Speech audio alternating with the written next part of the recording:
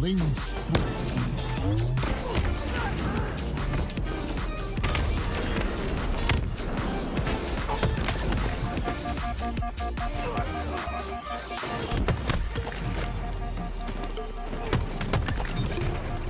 Double kill.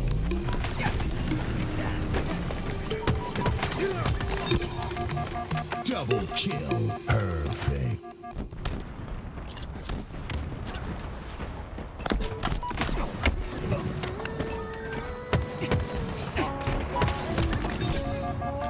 Triple kill.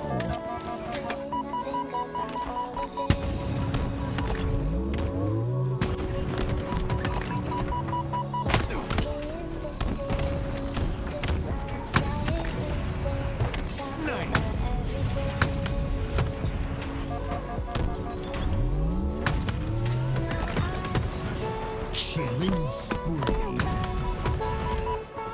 Enemy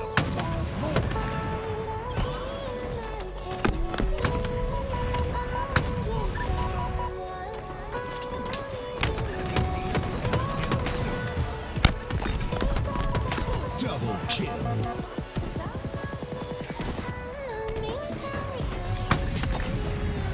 Snipe.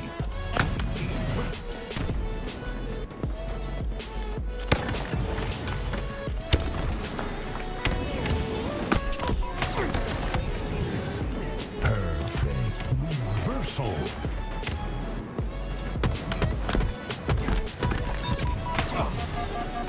Killing spree.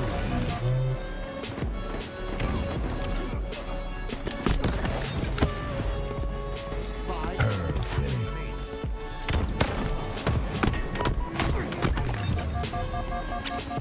Killing spree.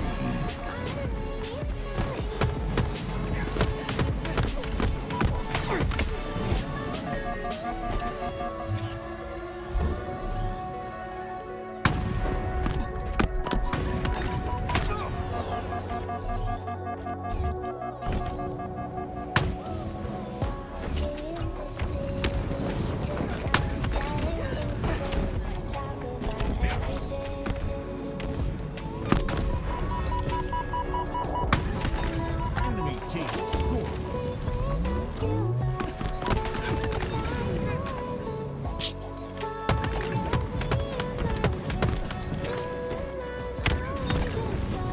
double kill.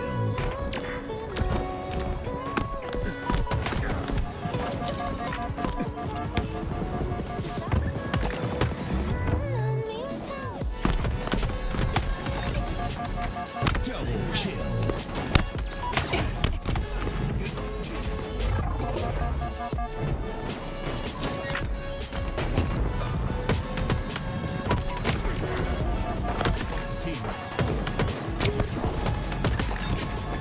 Double kill.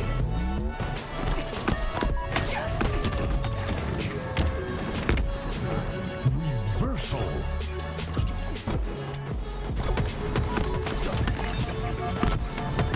Double kill. Triple kill.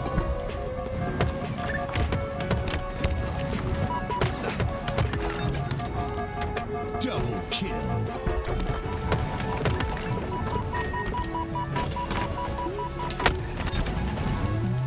Double kill. Killing spree. Triple kill.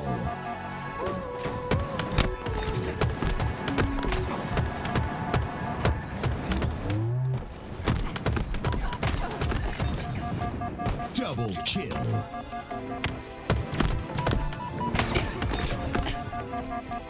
Triple kill.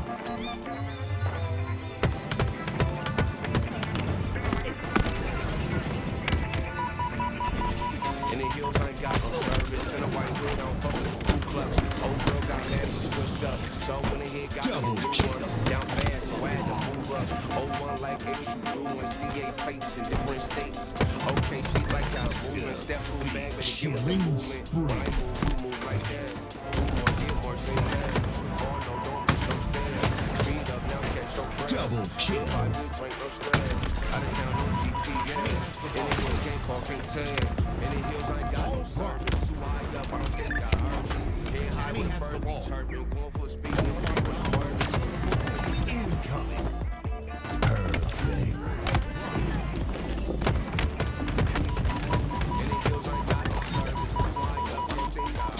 kill. High with the bird, chirping, going full speed in the freeway, swerving. Perfect. All Swerving. double kill.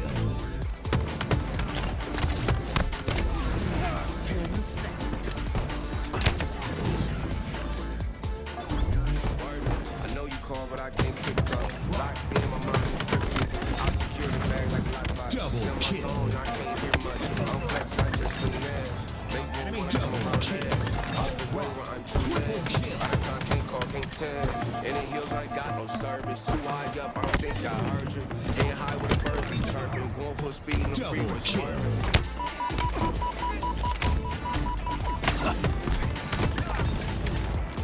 Double kill. In the hills, I ain't got no service. Too high up, I don't think I heard you. Ain't high with a bird, be chirping. Going full speed in the freeway, swerving. Triple kill. Overkill. Killing spree.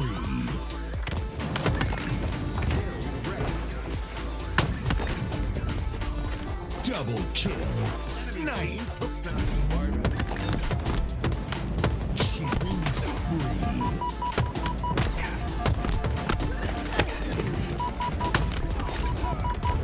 Double kill.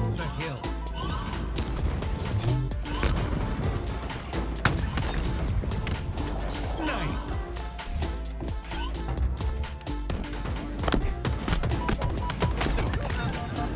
Enemy about to Perfect.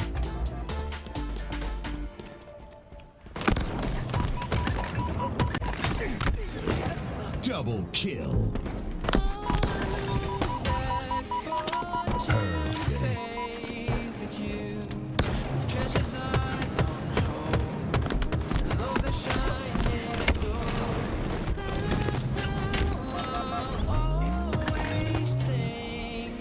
Double kill.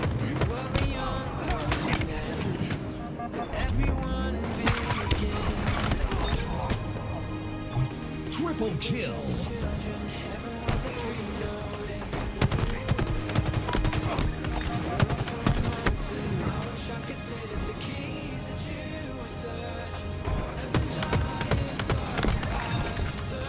Perfect.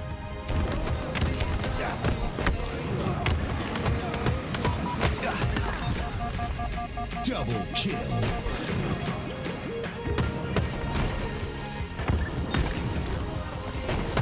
Double kill.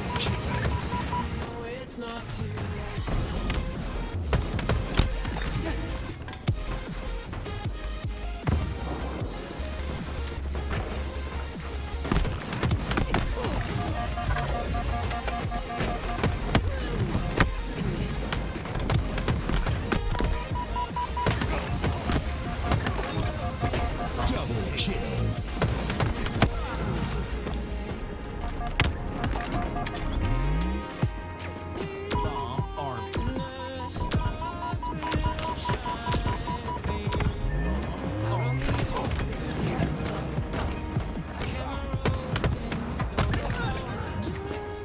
Double kill. Triple kill.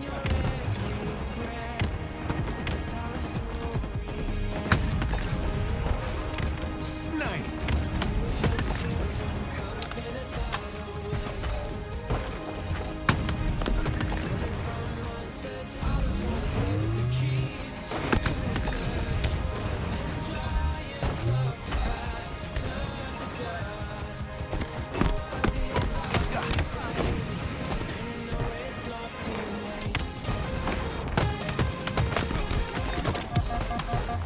enemy flag return.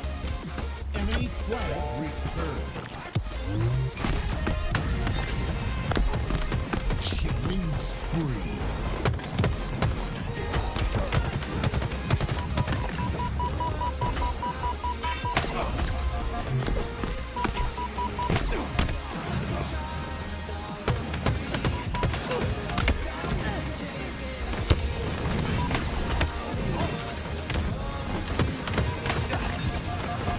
Double kill.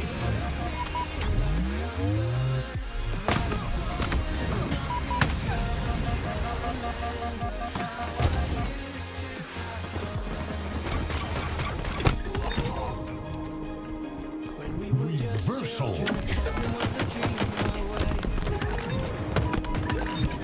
Double kill. Killing spree.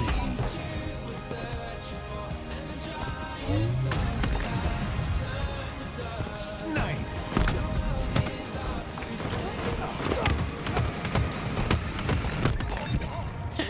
Double kill.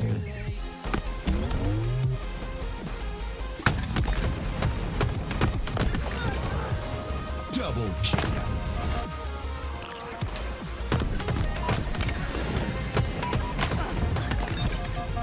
Double kill.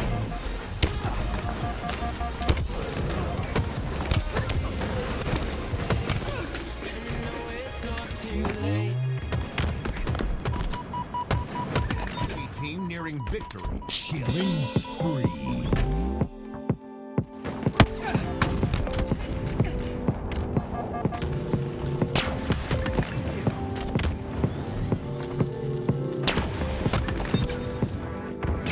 Double kill. Incoming. Enemy has the ball. Double kill.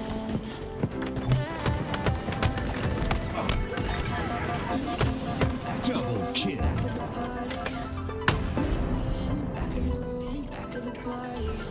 Ball drop. Enemy has the ball. Double kill.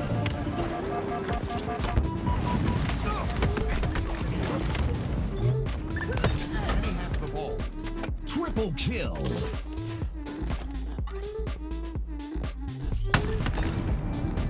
Snipe.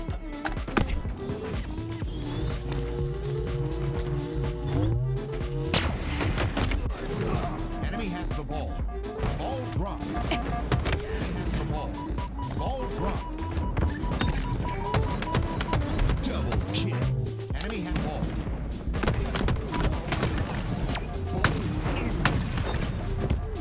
Killing spree. Double kill. Ball. Enemy has the ball. Double kill.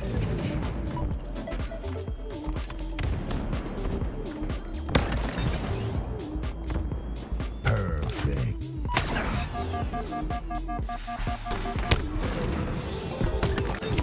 Team score. Double kill.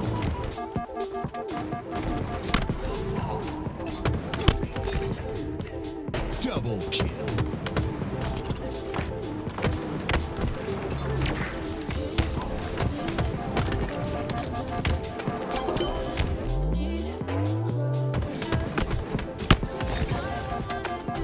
Killing spree.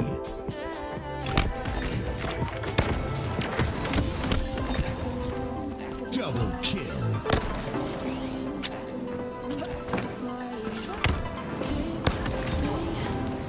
Killing spree.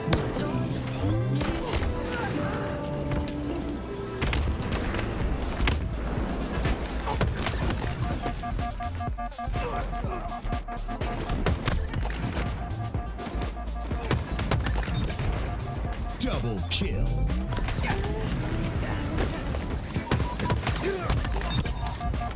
Double kill. Perfect.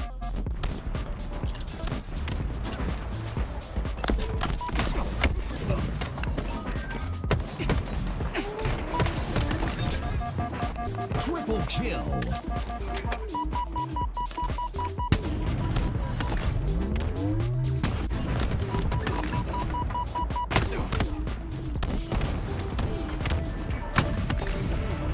Snipe.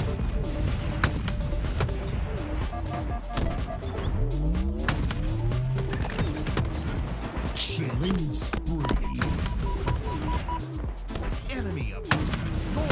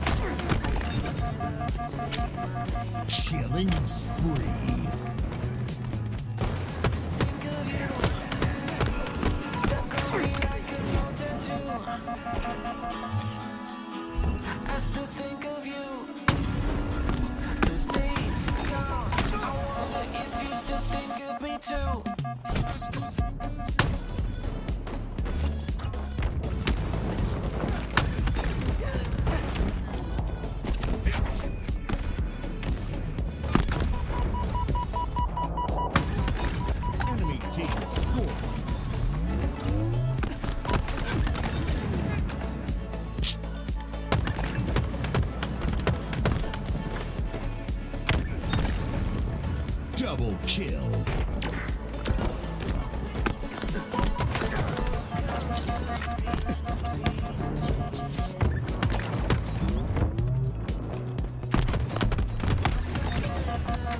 Double kill.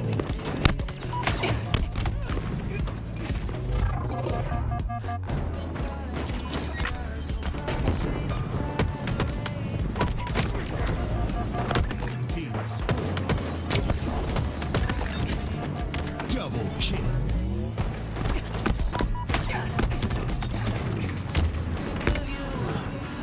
Reversal.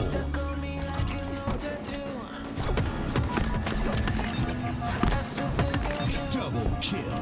Triple kill.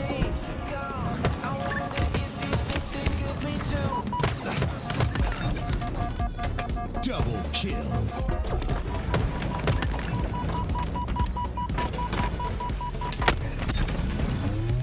Double kill. Killing spree. Triple kill.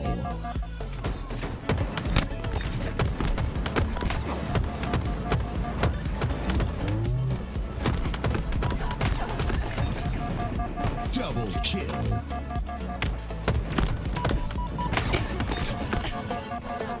Triple kill.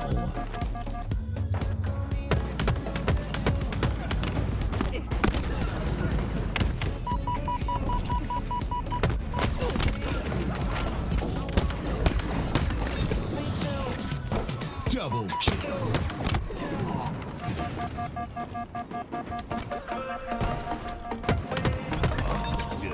The killing spree.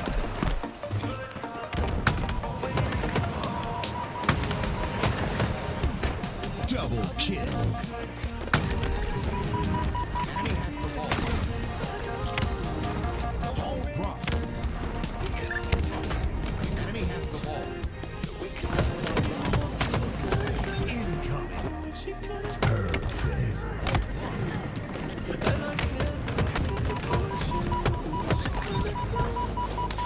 Double kill.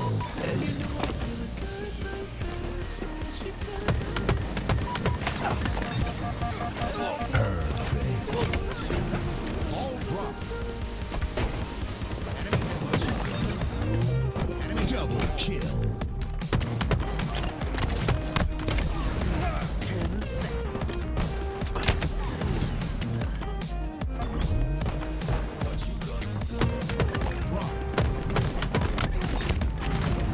Double kill. Enemy has the Double ball. kill. Ball drop. Triple kill.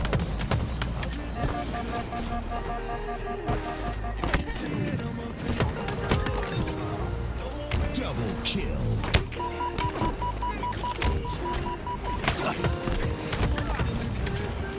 Double kill.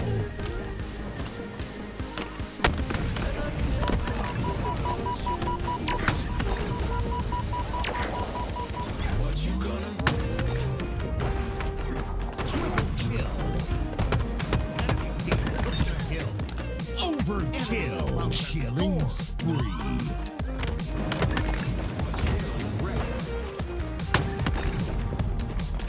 Double kill. Snipe. Killing spree.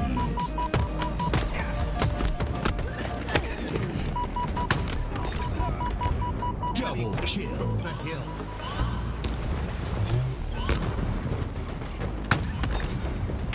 Snipe.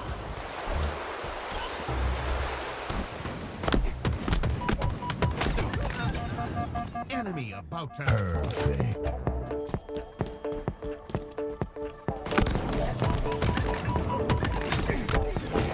Double kill. Perfect.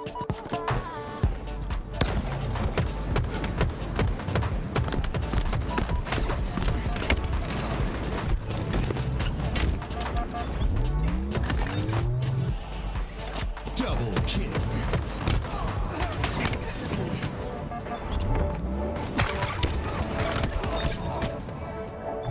Triple kill.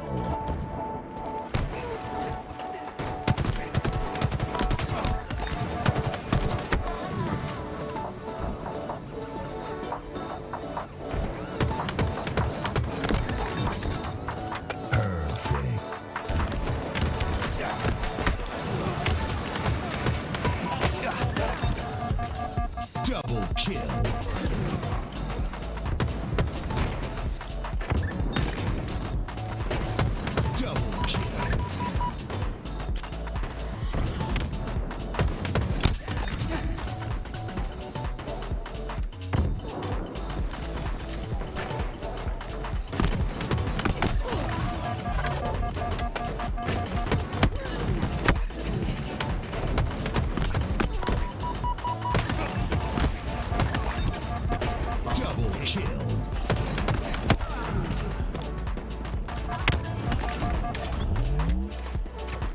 Bomb army.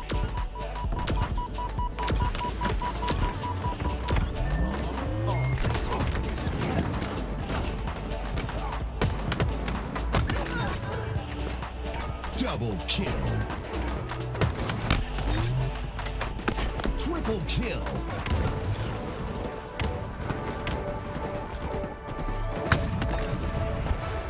Snipe.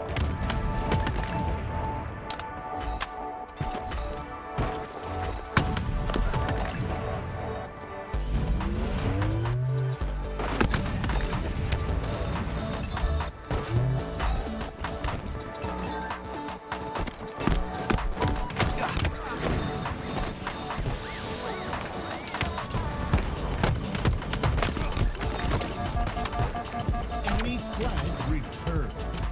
Enemy flag returned. Killing spree.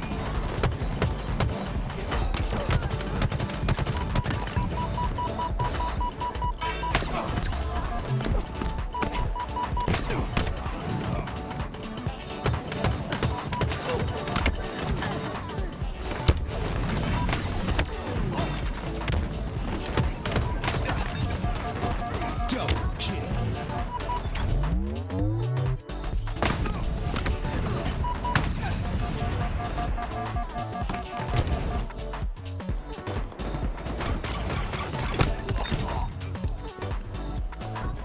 Reversal. Double kill. Killing spree.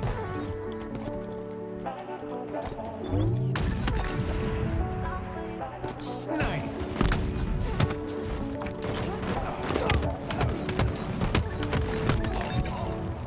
Double kill.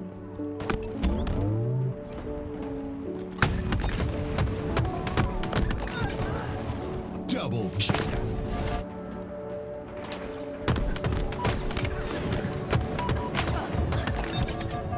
Double kill.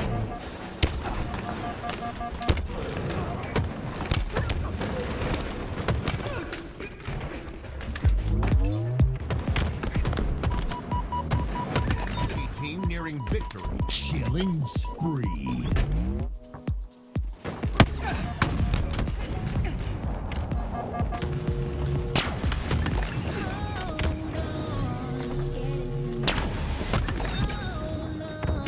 Double kill.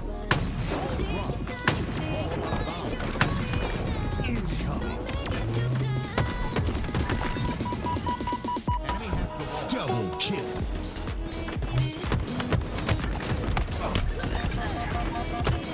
Double kill.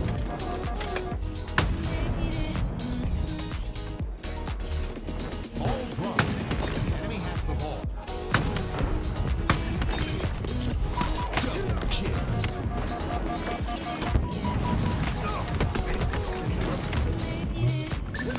Enemy has the ball. Triple kill.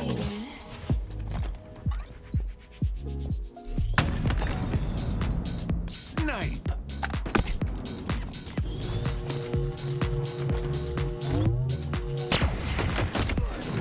Enemy has the ball. Ball drop. Enemy has the ball. Ball drop. Double kill. Enemy has ball.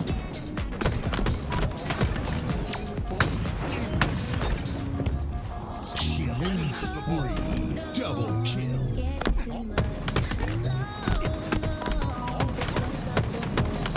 Enemy has the ball. Double kill.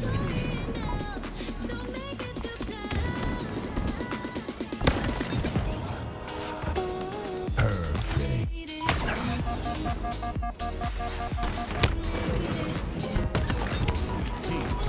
Double kill.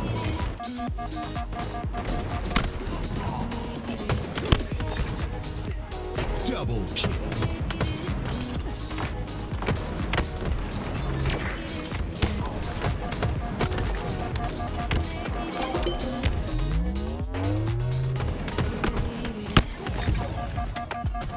Killing spree. spree.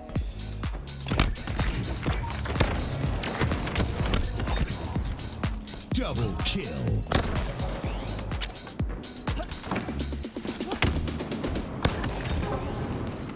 Killing spree. All I heard about was all your love. Wrapped in lies. Oh, showing off, pretending to be nice. All I heard about was all your love. It's crossed the line. Double kill. But I got no heartache, heartbreak, breathe without you. No, I'll get that Double kill. Perfect. till the sun comes up and I'm running out of love.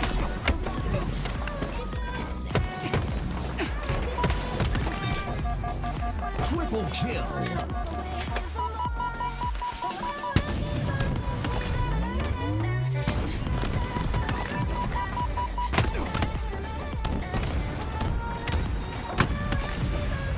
Snipe.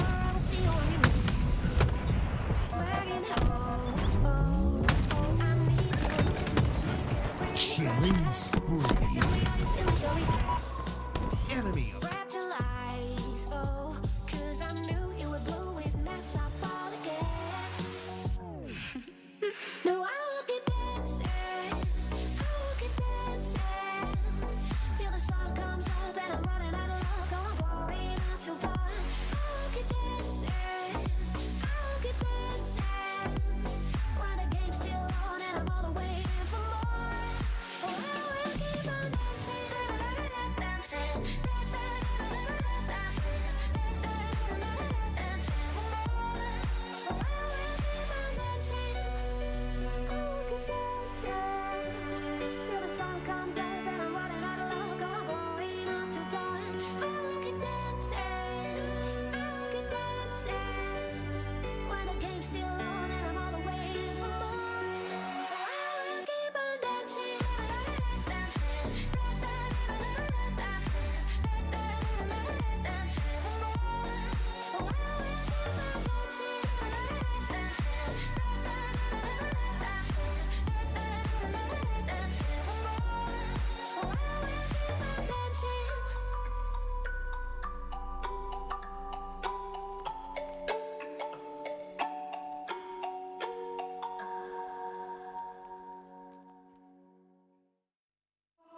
You got me hypnotized.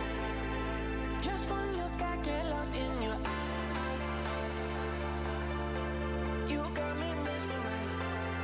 You're playing tricks and messing with my mind. You got me hypnotized.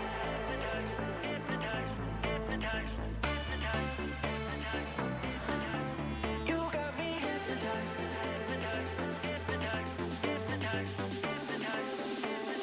Just one look, I get lost in your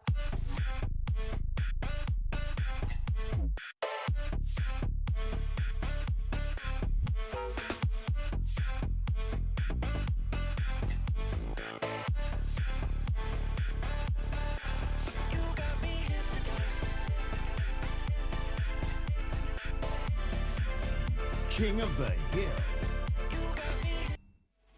Hello, everyone, and welcome back to another Jersey Mike's TSM Halo Pro Am 5K. I'm Mikowski. Joined alongside me is the birthday boy, Eli the Ninja. And Eli, how does it feel to turn 47 years old? Man, the bones are falling apart. Every day I wake up, a different body part stops working. No, just kidding. 35, actually. Thanks for embellishing my age. But it was a great birthday, and what a better way to spend your birthday weekend than watch some of the best Halo in the world. Hell yeah, brother. Watching the best Halo and eating the best subs in Jersey Mike's. I know you got that Philly Buffalo chicken cheesesteak on the way from DoorDash. On the way is an incredible day of Halos. We've got two up-and-coming hopeful teams competing next weekend at HCS Charlotte. We are less than a week away from the last open bracket competition. HCS LVT will be covering that in its entirety. We might just go full 100%, full stack open bracket, because I think that's I think it deserves it, Eli. I think it's going to be the best open bracket yet as we get going here. Clutch Academy with about 50% on the board. Nice start. Yeah, and a great showcase in front of us here. Clutch Academy and Forsaken, two staples in the open community. So love to see these two matching up here as a bit of a warm-up ahead of Charlotte, and a nice double kill for Ivan. His name's too long, so nobody says it. They just call him by his first name. And this is a decent start, but honestly, Clutch Academy just need one good break and they could steal this hill. One good break, that's all they need, but it's Stefano's nose getting broken instead. Missed melee from Heliasic as he turns 180s, cleans up on the double kill, now looking for the trip, but his teammate Mortally cleans up on that instead. Really excited to see where Mortally ends up. He's been a guy that, man, he's had plenty of top 12, top 8 maybe even finishes throughout HCS Halo Infinite competition. One last chance here next weekend to do it once again. He's got the guys. I think Heliasic, Camp, and Fluriously, as they do come back, actually, despite Clutch Academy getting the first chunk of time, it's Forsaken putting up points first. But I think a lot of teams, a lot of members of the community, Eli, are going to look at this team and think, I don't know, though. I think you got a lot of hungry and just scrappy, underrated players on Forsaken. What are your thoughts? Now, I have to agree with you. This guy right here, Camp, I don't think anyone ever talked about him besides being confused if he's campy or not. He's not campy, but he's extremely talented and I think deserves to be talked about a little bit more. I mean, to see him alongside names like Fluriously and Mortally should say enough. This guy is exceptionally talented and he's a great teammate too. Great vibes. This guy was on one of the teams that I had the pleasure of coaching, but Stefano says, I don't care. I'm going to hit you with the no-scope headshot on the shock rifle. Looks like Chills is going to be able to pick up the camo as well, but Mortally is too clutch. That's a massive kill to keep his team in control of this area. Those were 5 perfect shots off his back foot, Eli, jumping as well, and that's sometimes a no-no in Halo to jump in a gunfight like that off your back foot, backing up, but Mortally says, hey, I don't got to worry about the technicalities if I'm hitting all my shots. As he lands the perfect, now gets back up towards the tower, picks up the fast rate of fire carbine, and 2 players though flanking through on the backside of C from Clutch Academy. Still have 1 player left to deal with after they did clean up 1. I don't think they know Stefano was the last player alive on this push, and now he's the last player alive on the team, and he's wreaking havoc. Stefano so sneaky. I don't know if Jersey Mike's has breakfast, but they might have to name their breakfast menu the Stefano biscuit should it come to life.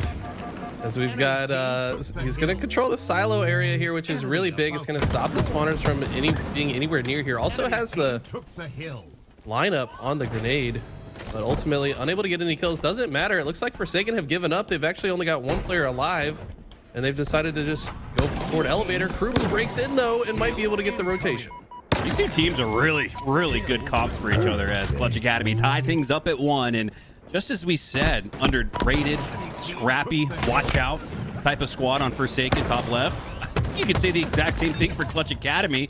You got guys like Chill, Stefano Biscuit, we've seen pop off. Kruvu and Sylvanik, though, those are really, really, really solid players. Sylvanik, a routine top 17, 24 finisher in the open bracket, and now he's paired up with the new crew, as are most members of the open bracket scene. So excited to see what both of these 2 teams can do. I think this is a best of 3 that goes the distance, as we are tied 1-1 and virtually tied on hill number 3, just as Clutch Academy get out to a little bit larger of a lead. Camp in the back has the back of Kruvu and now has him dead. Yeah, I think you're right. This could go the absolute max distance. Love this play from Camp. It was probably going to be a trade even if he went for the melee, but just guarantee it with the sticky grenade. Stefano 11-5, by the way. Best stats in the lobby. Got an awkward position, but it's good enough to push Mortally back. Fluriously, though, in control of the elevator side. Wow. And somehow gets the perfect double kill on the chasing player, but the rest of Clutch Academy are holding strong. Should have counted as a reversal. It looked like it, but despite the nice heads-up play, it's 4 down for Forsaken, and wow, what a bad time to go 4 down. Not only do you relinquish control of the hill, but you get him a camo for free to Stefano Biscuit, and with 45 seconds, that's how long it takes to score a hill. So despite being down 75 to 5% here on hill number 3, a nice timed camo play here from Stefano could bring him right back, and they're doing just that. Oh my God, Ivan being such a difficult kill finally gets taken down, but it's good enough for Clutch Academy to get their 2nd hill in a row. Really coming to life here. Absolutely, and it was the camo that put the nail in the coffin for hill number 3 as Clutch Academy score again. It's been 1 for Clutch Academy, 1 for Forsaken, and the next 2 in a row for Clutch Academy. So on a little bit of a hot streak here as Stefano has positioning and pacing in the back of C, now making his way towards the hill. Player approaching from his left. That sticky grenade gave up his location, and you saw the frag toss instantly at his feet because of it. Heliusic taking advantage of the additional intel. And now look at the 3-stack, 4-stack potential through the long haul. They might want to split towards the box, maybe drop towards the stacks. Spacing's a little concerning right now for Forsaken. It seems like Clutch Academy have that locked down. And there's the spacing reversal here. Mortally goes out on a flank. I like that. There's such thing as too many people in the same spot in Halo, especially in that long haul. You're just kind of putting yourself in a very difficult situation. We saw Gunplexion's team make a sandwich out of his opposition in the last TSM 5K. Right here. Yeah, right now, Clutch Academy, full control. And by the way, it's still 2 minutes on the clock, but we should probably start looking at that because this hill and the next, typically you burn a lot of time off, but never mind. They might just go crazy and cap this one easily. This is typically one of the hardest hills to cap, but not when you're getting every kill on the map. Mortally did not show face. Sylvonic instead shot him with a hit pointer for the double kill. Now Stefano Biscuit on the other side gets the double kill on the gold pipes, and that'll secure it for Clutch Academy. And like you said, Eli, it's time to watch out for the time on the clock. 2 minutes left, down by 2. Forsaken are in a good spot to come back, but they're going to have to be very efficient with the last 2 minutes. Not the way you want to start off this next hill, already conceding time to Clutch Academy, who just scored previously 3 in a row. Yeah, I love the push, though. Clear out at least one half of the map. They make a great 2-man push to clear out the elevator side. The rest of the team then collapses towards the center of the map, and it's a well-executed push. Forsaken have taken the map. The problem is they don't really hold much perimeter space, and that's why we see Heliusic getting out of the hill here. Wants to be a part of the next fight so his team can get back in the hill afterwards, and some tricky movements will get the back smack, and now he looks to take over the C platform. I'm continuing to tick away, but it is ticking up for Forsaken. Getting back into a tie scenario on this particular hill, but they gotta have it. This is match point for Clutch Academy. Heliusic, despite the camo, gets spotted out by the Promethean lens vision. As he'll go down, Kruvu goes down as well. Clutch Academy losing numbers, but more numbers dropping for Forsaken. It's just up to Mortally, but he goes down as well, staggered out. That's going to create chaos for them off the spawn. They're going to have to push up and overextend staggered out. This could be the death blow for Forsaken. Yeah, that was a good attempt by Mortally. Didn't pan out, but Clutch gonna be able to land a few kills here just to get Forsaken out of the hill. They've can end this game a few different ways. They can either play keep away for the rest of it, but they'd likely just prefer to close out this hill. They don't need much more time on it. You got to check the right corner if your Chill's in this spot. He might go down. Forsaken would have a chance to come back. Chill's not going down, but he is getting pushed off of that spawn. Continues to back battle, and that might just bring it back to within 1 point with 90 seconds left. Forsaken right where they want to be, but Clutch Academy gets back in the hill. 4 go down for Forsaken, and that just seals the deal. Chills with the patience. The triple kill earns the victory. That was clutch. That was so well executed by Chills. He was one shot for so long, somehow got his shields back 2 or 3 times, but just kept re-engaging, and the enemies didn't expect him to come back out while one shot. They probably called him out as weak and then just set their focus on other players. Chills, understanding that, takes advantage of the situation, comes back out, gets the triple to seal the game. That's one of those dictionary definition plays of sometimes just playing your life, staying alive is the best possible play, and Chills played it so patiently. We mentioned in real time how he was getting backed up, seemingly completely brought out of the play, but leaned back into it, re-shielded, repositioned, pushing off his front foot then, and was able to secure the triple kill to secure the win. Heads up play from Chills. That was high level. That was professional Halo gameplay that we just witnessed right there. Yeah, very important to do so on King of the Hill. Every time your players die, that means a lot easier for the enemy to get into the hill. And he did such a good job to stay alive to prevent that. I do want to zoom out a little bit for you guys and tell you who else is in this tournament. We've got Optic, Shopify Rebellion, we got FaZe, we got SSG, we got just about everyone. TSM, of course, sponsored by Jersey Mike's on your screen here. We've also got a team called Extra Mayo No Pickles. really leaning into the Jersey Mike's tournament. Love to see that. And we've also got MindFreak all the way from Australia. That's going to be exciting to see them. They're in NA right now, though. They're in NA. Yeah. So talk about that, Eli. Talk about, as we get into this one, talk about the difference it makes for these international competitors to step across the pond and get a little bit of not only LAN practice in, but practice in a tournament like this on NA servers. That's huge for MindFreak. Watch out for them. They could absolutely find their way into the top 5 or 6, maybe even better. Now, it's a huge deal for them to be able to come over and scrim against North American teams. The pace of play is just very different compared to who they would normally practice against back in Australia. Just to kind of get the gears turning, get into form before Charlotte, and they're looking good in some recent scrims. All right, here we go.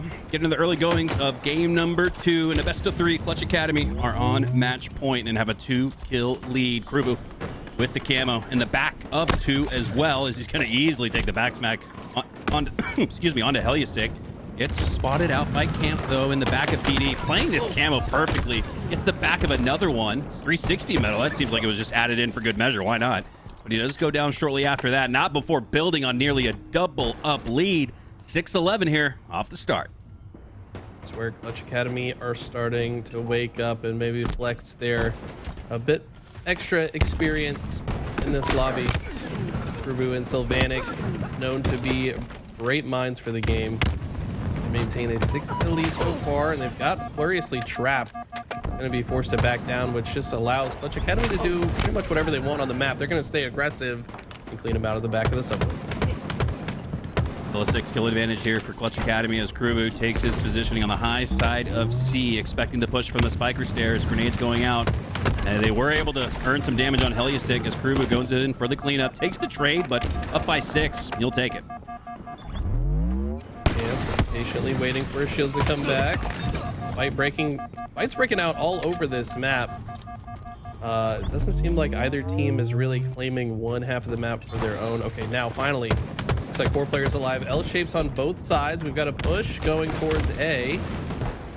And if Forsaken can clear Clutch Academy out of the back of A, I would hope the rest of the team pushes through the center. No follow-up here. Unfortunately, Sylvanic gets the double kill as Camo comes up.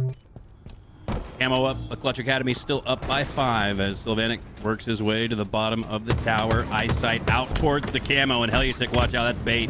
And that's something you afford yourself when you have the lead, right, Eli? When you're in the lead, up by multiple possessions, multiple team wipes, you can bait this camo. You don't feel as pressed to go for it. As Chills is able to stay alive with it. Oh my God. So to maintain a lead and to grab the next camo, despite what looked like a situation where Clutch Academy were playing it as bait, they get it. Despite that, and are still up by 6. Yeah, honestly, I feel like Forsaken got a little bit disjointed there in the play prior. It was like a 2-man push through the shoddy side without any follow-up in another lane, and that's why they kind of crumbled, fell apart. Clutch Academy take advantage of their misstep to grab the camo. Now Forsaken in a weird position where they're down by 8 and don't really have many items to work with. Lead continuing to grow in a situation where Forsaken cannot go down by too many. This game could get out of hand as Clutch Academy, like you referenced earlier, Eli, continuing to flex their muscles as Stefano pushes up on the backside of A, takes down Camp with a headshot. Kills continuing to grow. It's now a double-digit lead for Clutch Academy, up by 11, now 12 heading into the 30s. They're sitting pretty. Oh my God, the crack shot from Chills might turn it into more. Oh, that would have been the over. No.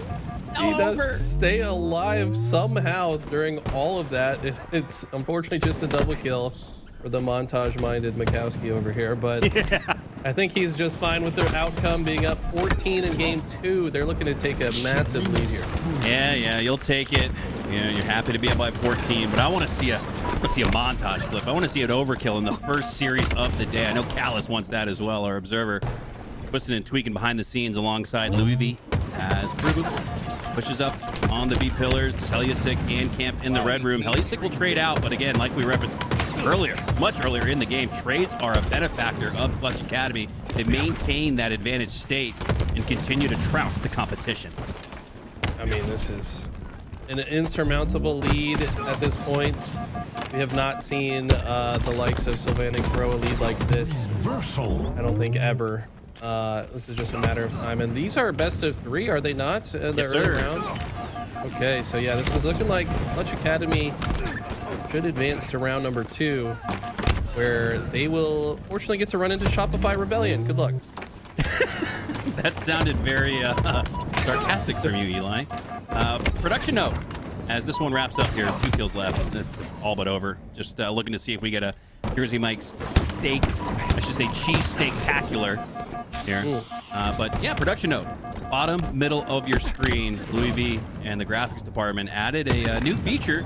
So if you're just tuning in, maybe rubbing the cobwebs out of your eyes, grabbing your coffee, and again, what's up from Jersey Mike's, Double you can kill. catch up from where we've been at throughout the series. You can see Game 1 goes to Clutch Academy. Game 2 does as well. No steak, no cheese steak-tacular, but they'll take the series instead. And like you said, consolation prize. Now you got to go up against Shopify Rebellion. Have fun. Yeah, it's going to be a tough round 2 matchup, but hey, they're looking great. I see their leader, Clutch Academy himself, in chat right now, probably munching on one of these Jersey Mike subs as we speak. Says he's housing the MindFreak boys as well, so What a props dude. to Clutch Academy for that, man. What a legend, man. I mean, there are so many just absolute stalwarts of the grassroots community. You know, obviously I feel pretty highly about LVT. I'm a little biased towards my man Brandon, but Biased SMH. but Clutch Academy is right there in the mix as far as just really putting the open bracket and the AM scene on his back and doing whatever he can to support the competition. And MindFreak, for what it's worth, they're a pro team in my eyes. They'll be in the open bracket, but and we've seen Clutch Academy house, what was it, Nemesis. Sorry, I was drawing a blank on their name before they exited Halo. Ex-Nemesis. Yeah, he housed them before SLC. So yeah, big ups to Clutch Academy, man. That is monster work from a absolute gem in the scene. So best of luck to the rest of the way for Clutch Academy, and enjoy the boot camp he's housing at his house, I assume. Yeah, a couple updates. Just taking a look at the bracket. Shopify's first opponent DQ'd themselves. Probably the same result regardless. MindFreak wins 2-0 over Ghostify. Got Optic just finished their series as well. So tons of action on the horizon. I do believe we might be going to a break here shortly, but did you end up trying the buffalo chicken cheesesteak that I told you to try last week? Dude, Hunter? so immediately after the show ended, I went and grabbed a buffalo chicken cheesesteak, and Ooh. I meant to take a picture of it and send it to you, and it was so good, I ate all of it before I could even think to pull out my phone. So, yeah, my bad, but I did enjoy it, delicious. and it was amazing. Yeah, just as I thought, the combination of buffalo sauce and the blue cheese sauce was just, oh my God, absolutely scrumptious. As we get ready to take a quick break, 11:37 Central Standard Time. Yeah, make your way to the nearest Jersey Mike's. Grab a chicken cheesesteak a la Eli the Ninja. Grab a number 13 Mike's Way if you're like it my way. And we'll see you guys on the other side of this break. We'll be right back. So far away from it all. Can't feel my face anymore. Want someone to numb all the pain, 'cause I can't take it away. So far away from it all. Can't say I've been here before. So empty, I hate it. I'm sick and not feeling nothing. So where do we go when we feel so alone and we can't do a thing about it? About it. I'm done faking it, I can't pretend. In my head I'm running circles again.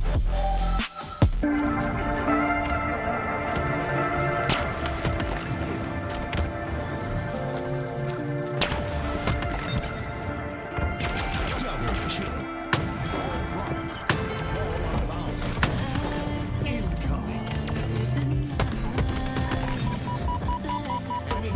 Double kill.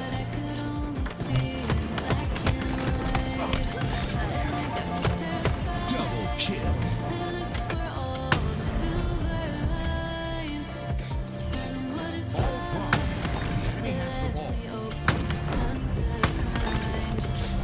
Double kill.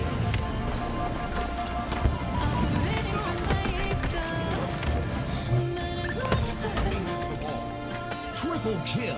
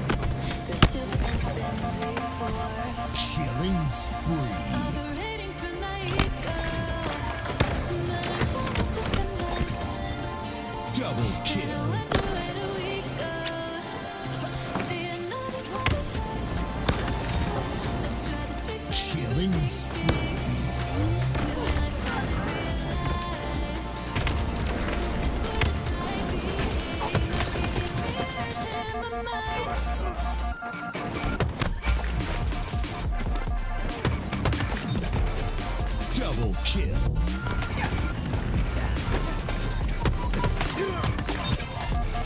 Double kill. Perfect.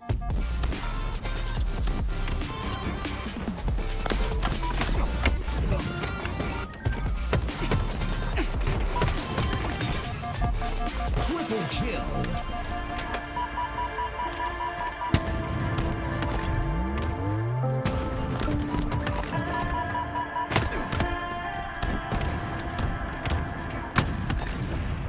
Snipe.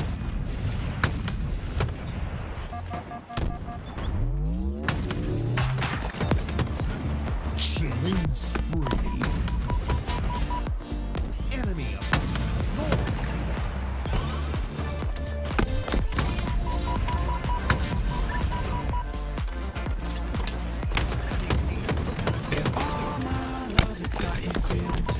Double kill. It's feeling too much for you. That all my love is gonna dance with Snipe. someone who shows love not to.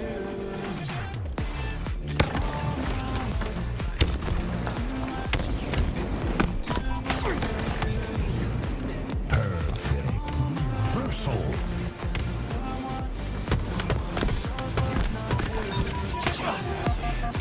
Killing spree.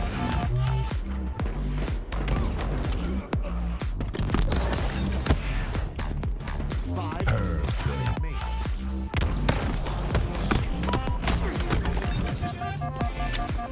Killing spree.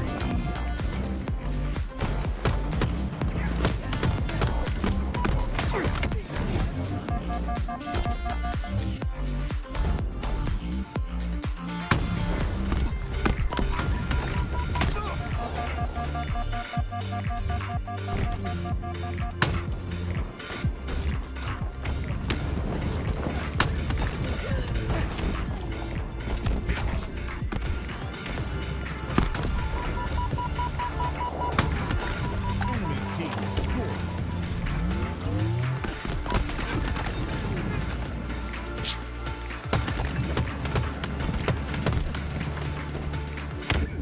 If all my Double love has kill. got you feeling too much, it's feeling too much for you. Then all my love is gonna dance with someone that shows love not to. Double kill.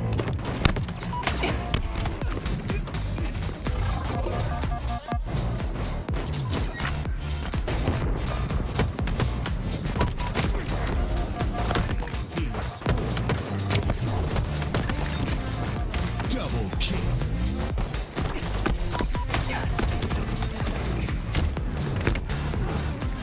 Reversal.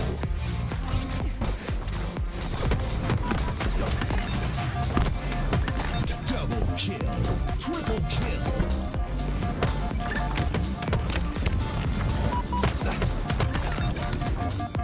Double kill.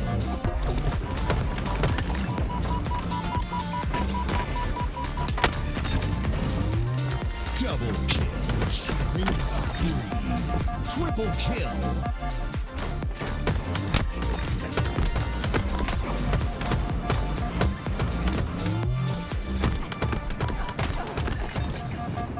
Double kill.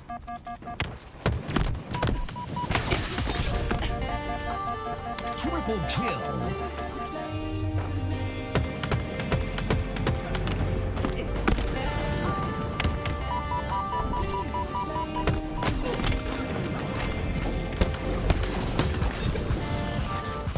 Double kill.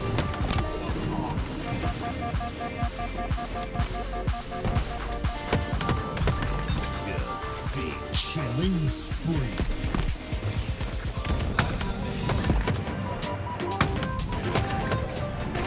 Double kill. Enemy has the ball. Ball dropped. Enemy has the ball. Incoming. Perfect.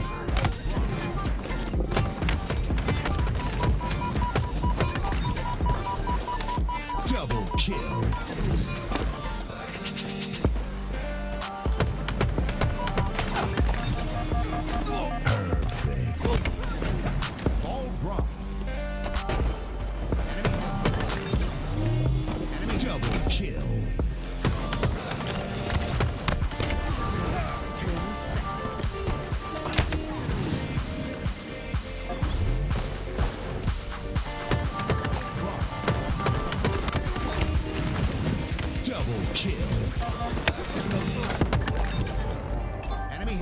kill. Ball drop.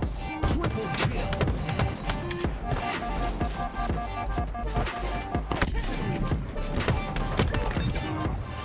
Double kill.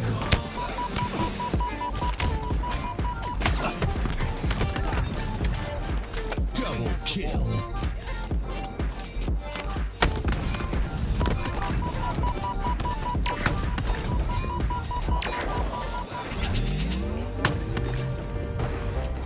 Triple kill.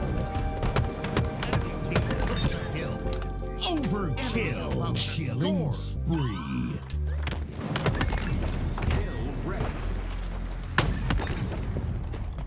Double kill. Snipe. Took the killing spree.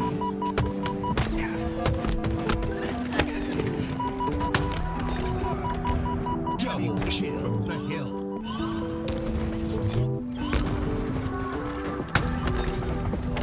Snipe.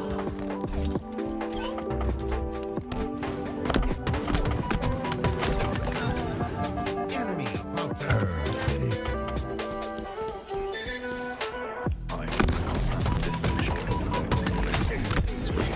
Double kill.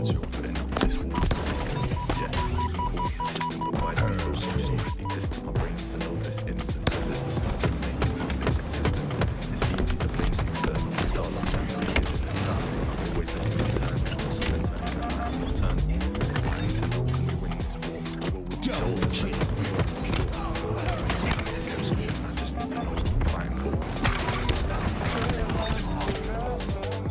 Triple kill.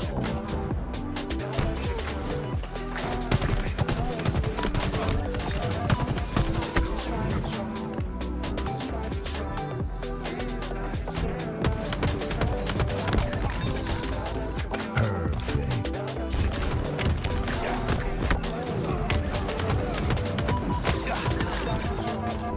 Double kill.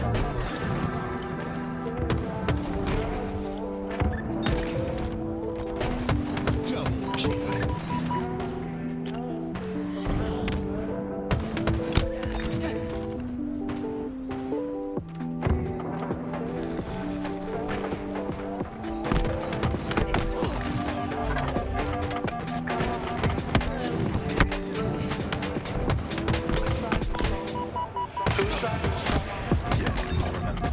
Double kill. Space, but when I think back, I want to see your face. It's always gonna be hard to replace the touch of your love and the warm embrace. I wish I could go down the phone and erase all the pictures of you that I keep in case. Don't know what I expected. Your love, I didn't know to return to. It's kind of funny how the table turned to. They told me I'll be better off, but it's not true. Now I'm looking for something Double brand new. kill. My one love you, my go-to. Guess I just gotta do my best to pull through. But I feel like Triple I'm kill. still low.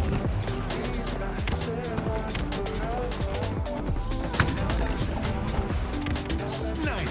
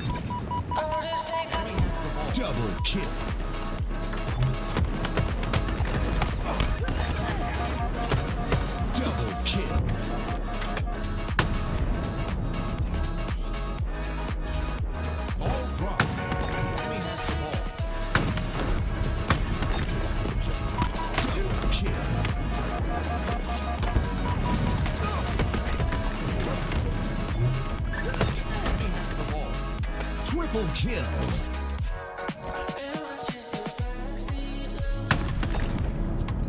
Snipe.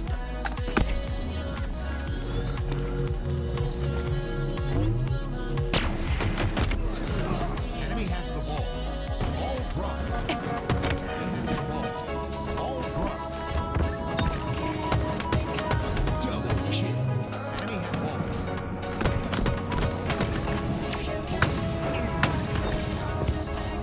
Killing spree. Double kill. Enemy has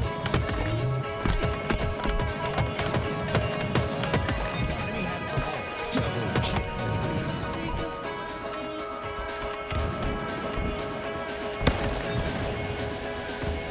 Perfect.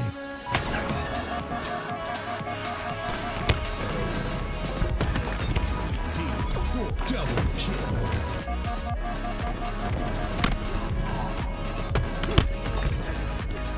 Double kill.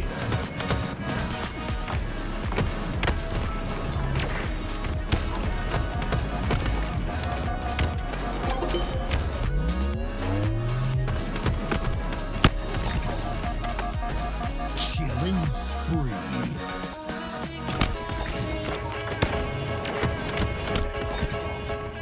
Double kill.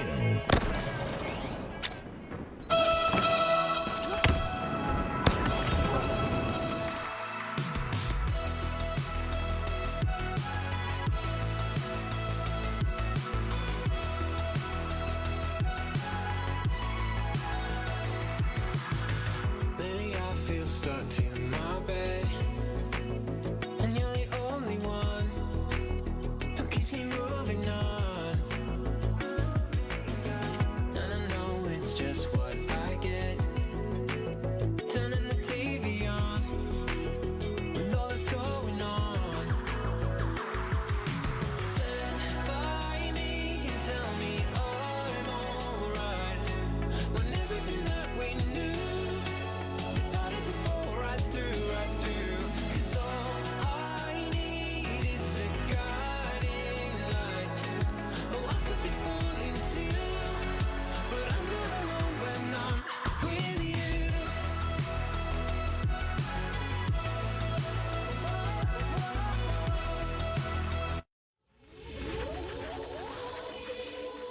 Hello, everyone, and welcome back to the TSM Jersey Mike's Halo Pro-Am Showdown. $5,000 on the line, and Eli, it is early to see this level of a matchup. Up next, we got Cloud9 versus MindFreak. These are two teams you might see go up against each other in pool play. Yeah, MindFreak has been leveling up over the course of the year, and then they added Barcode to the team. And I tell you what, this guy has been making waves across the entire planet, not just Australia. This guy's insane at the video game, but the rest of the team has just been getting better and better and better, despite having nearly impossible practice conditions. So I'm excited what they can do. The problem is they are running into Cloud9, who are also looking incredible. You can never count out Boo Boo Doo Boo, now joined alongside with the Young Guns, Collect, and Avicii. I mean, this team is insane as well. This should be a great matchup. From a practice perspective, the odds certainly stacked against MindFreak, but now with the addition of Barcode, the team is stacked themselves. No practice here. This is real tournament action as we get kicking things off here in game number one. Origin CTF as Sav earns the rockets off the start. Spots Barcode around the corner. Nice shot with the rockets despite not seeing his opponent. He still takes him down. Misses that second rocket, so he doesn't get maximum value. But speaking of value, 30 seconds is all it took for Cloud9 to score first. 29 seconds even. I mean, they didn't even need the full half minute. And they've got a point on the board. Collect has quickly rerouted off of his flag run, has yet to die. I don't know if an enemy has even looked at this man yet. He is a ghost in the night and continues to cause havoc for the MindFreak camp. They might be going for another flagpole. I love this out of Collect. As soon as he sees a couple players fall, immediately thrusts forward to start a potential new flag run, but MindFreak have shut it down, at least for now. We saw Collect substituting in last weekend in the Jersey Mike's 5K, but this weekend, this weekend he's back with his crew. Cloud9, the official roster of 4, chip on their shoulder after not making it to the LVT Pro League, much less the LAN. They didn't even make the online competition at that. This certainly seems like a top 8 team out for blood. Out for blood indeed. Cloud9 have not had the year they wanted so far. And look at this, Scoopmeister on that mid-K. A little bit of an advantage, I would say, when you push through top center on this map on mouse and keyboard, because you can check your left before turning right. A little bit higher sensitivity than is even possible on a controller. And I'm gonna move this flag despite barcode falling to block that spawn. Wow. But he's fast enough that he's blocked the spawn himself and already has the flag to mid-map. I was thinking the exact same thing. Shocked that they were able to not only run that, but get it past the 50-yard line. But you got to give credit to Sways, who filled in where barcode went down just about. But after 3 go down, make it 4. The goal line stand on a Sunday, no less. 2 minutes away from kickoff as Cloud9 have the counter on the run. Navasi decides to double back. I like this. He's forcing the spawners to spawn in the cave where he can easily just make their life difficult. Wow, Reach Howls with the thrust pack. That's a creative use of it, but earns a kill. Sway's going to take over his position and should be able to push up for these rockets. But just look how aggressive Cloud9 are being. They're in no position to actually run this flag, but Collect wants to pull it as a distraction to open the door for Sab to grab these rockets. That might have to burn him, though. It's deja vu from where we started in the very early goings of this Origin CTF. Sab got the rockets and created a distraction for Collect to just run the flag in, despite really not securing enough slays to seemingly score. After 4 go down once again, though, the slays are stacking up for Cloud9. It's a stark numbers advantage in the kill death department as they're up 2-0. 9 minutes left, only 3 minutes needed to score twice, and the offensive pressure is still on strong for C9. Yeah, honestly, as this game type has developed, teams are getting better at running the flag, but who's getting better at sniping? It's Collect, who finds 2. Looking for the 3rd. Sways knows better than to peek, but has to. Rice might catch it as well. We see another trade before being taken down, and that's the end of the game. Are you serious? Oh my God. Collect going Expecting crazy. a much closer match, and Eli, series layout tells me this is a best of 3.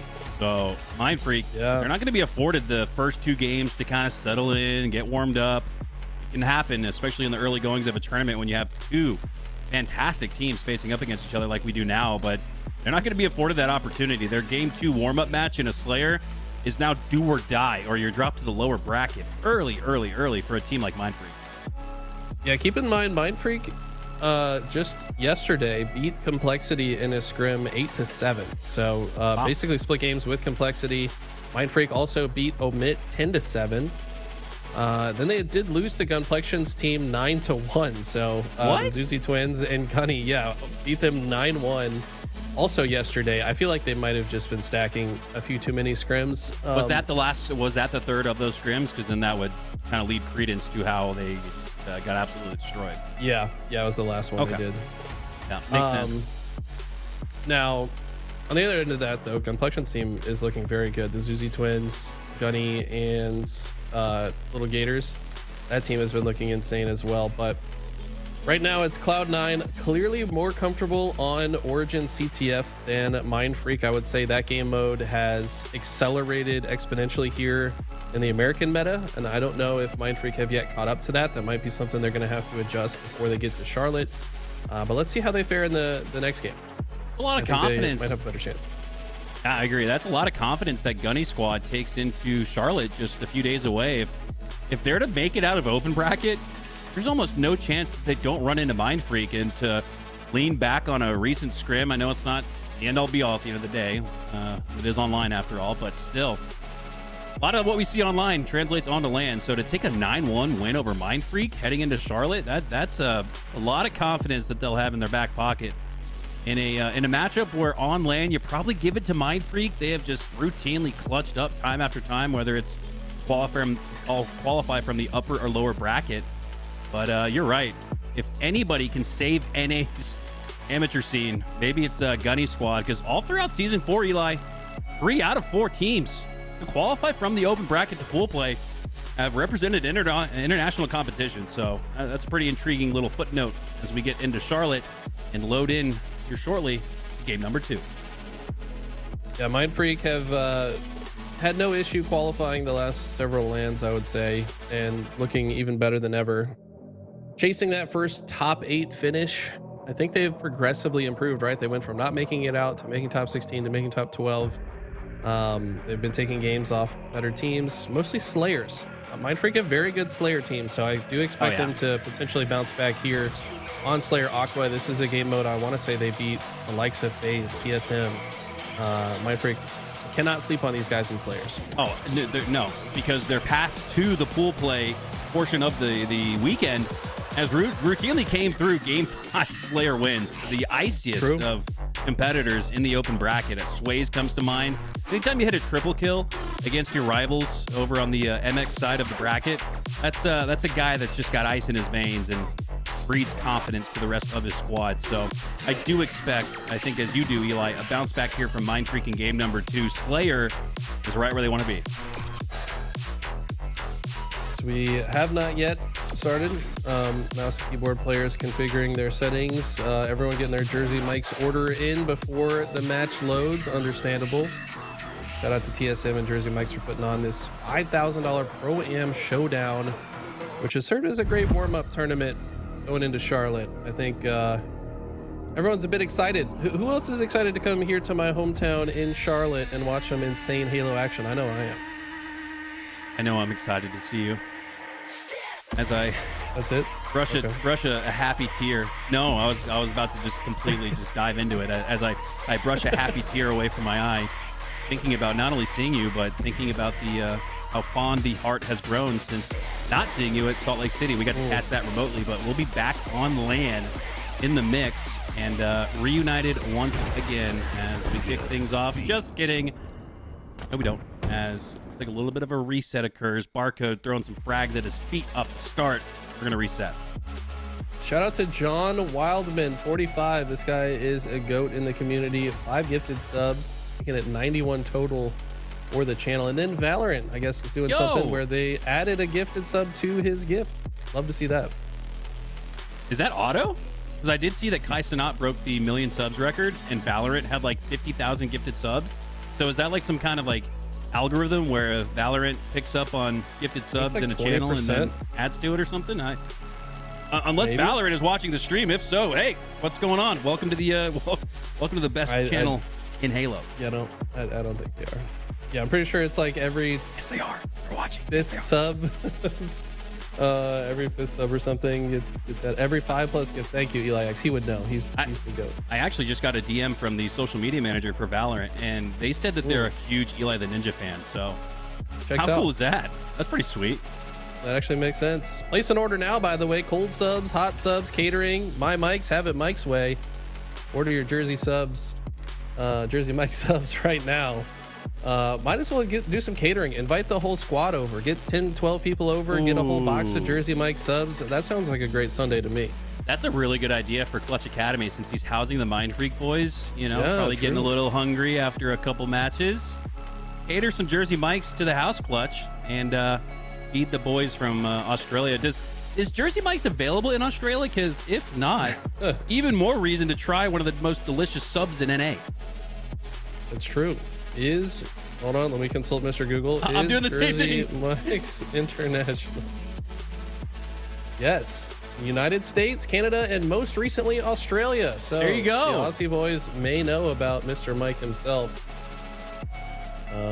Well, actually, my Google is telling me that Jersey Mikes is not currently available in Australia. Oh, well, which Google is right? Who knows? It's 2025. Misinformation's everywhere. We don't know who to trust. The robots are taking over. What's going on?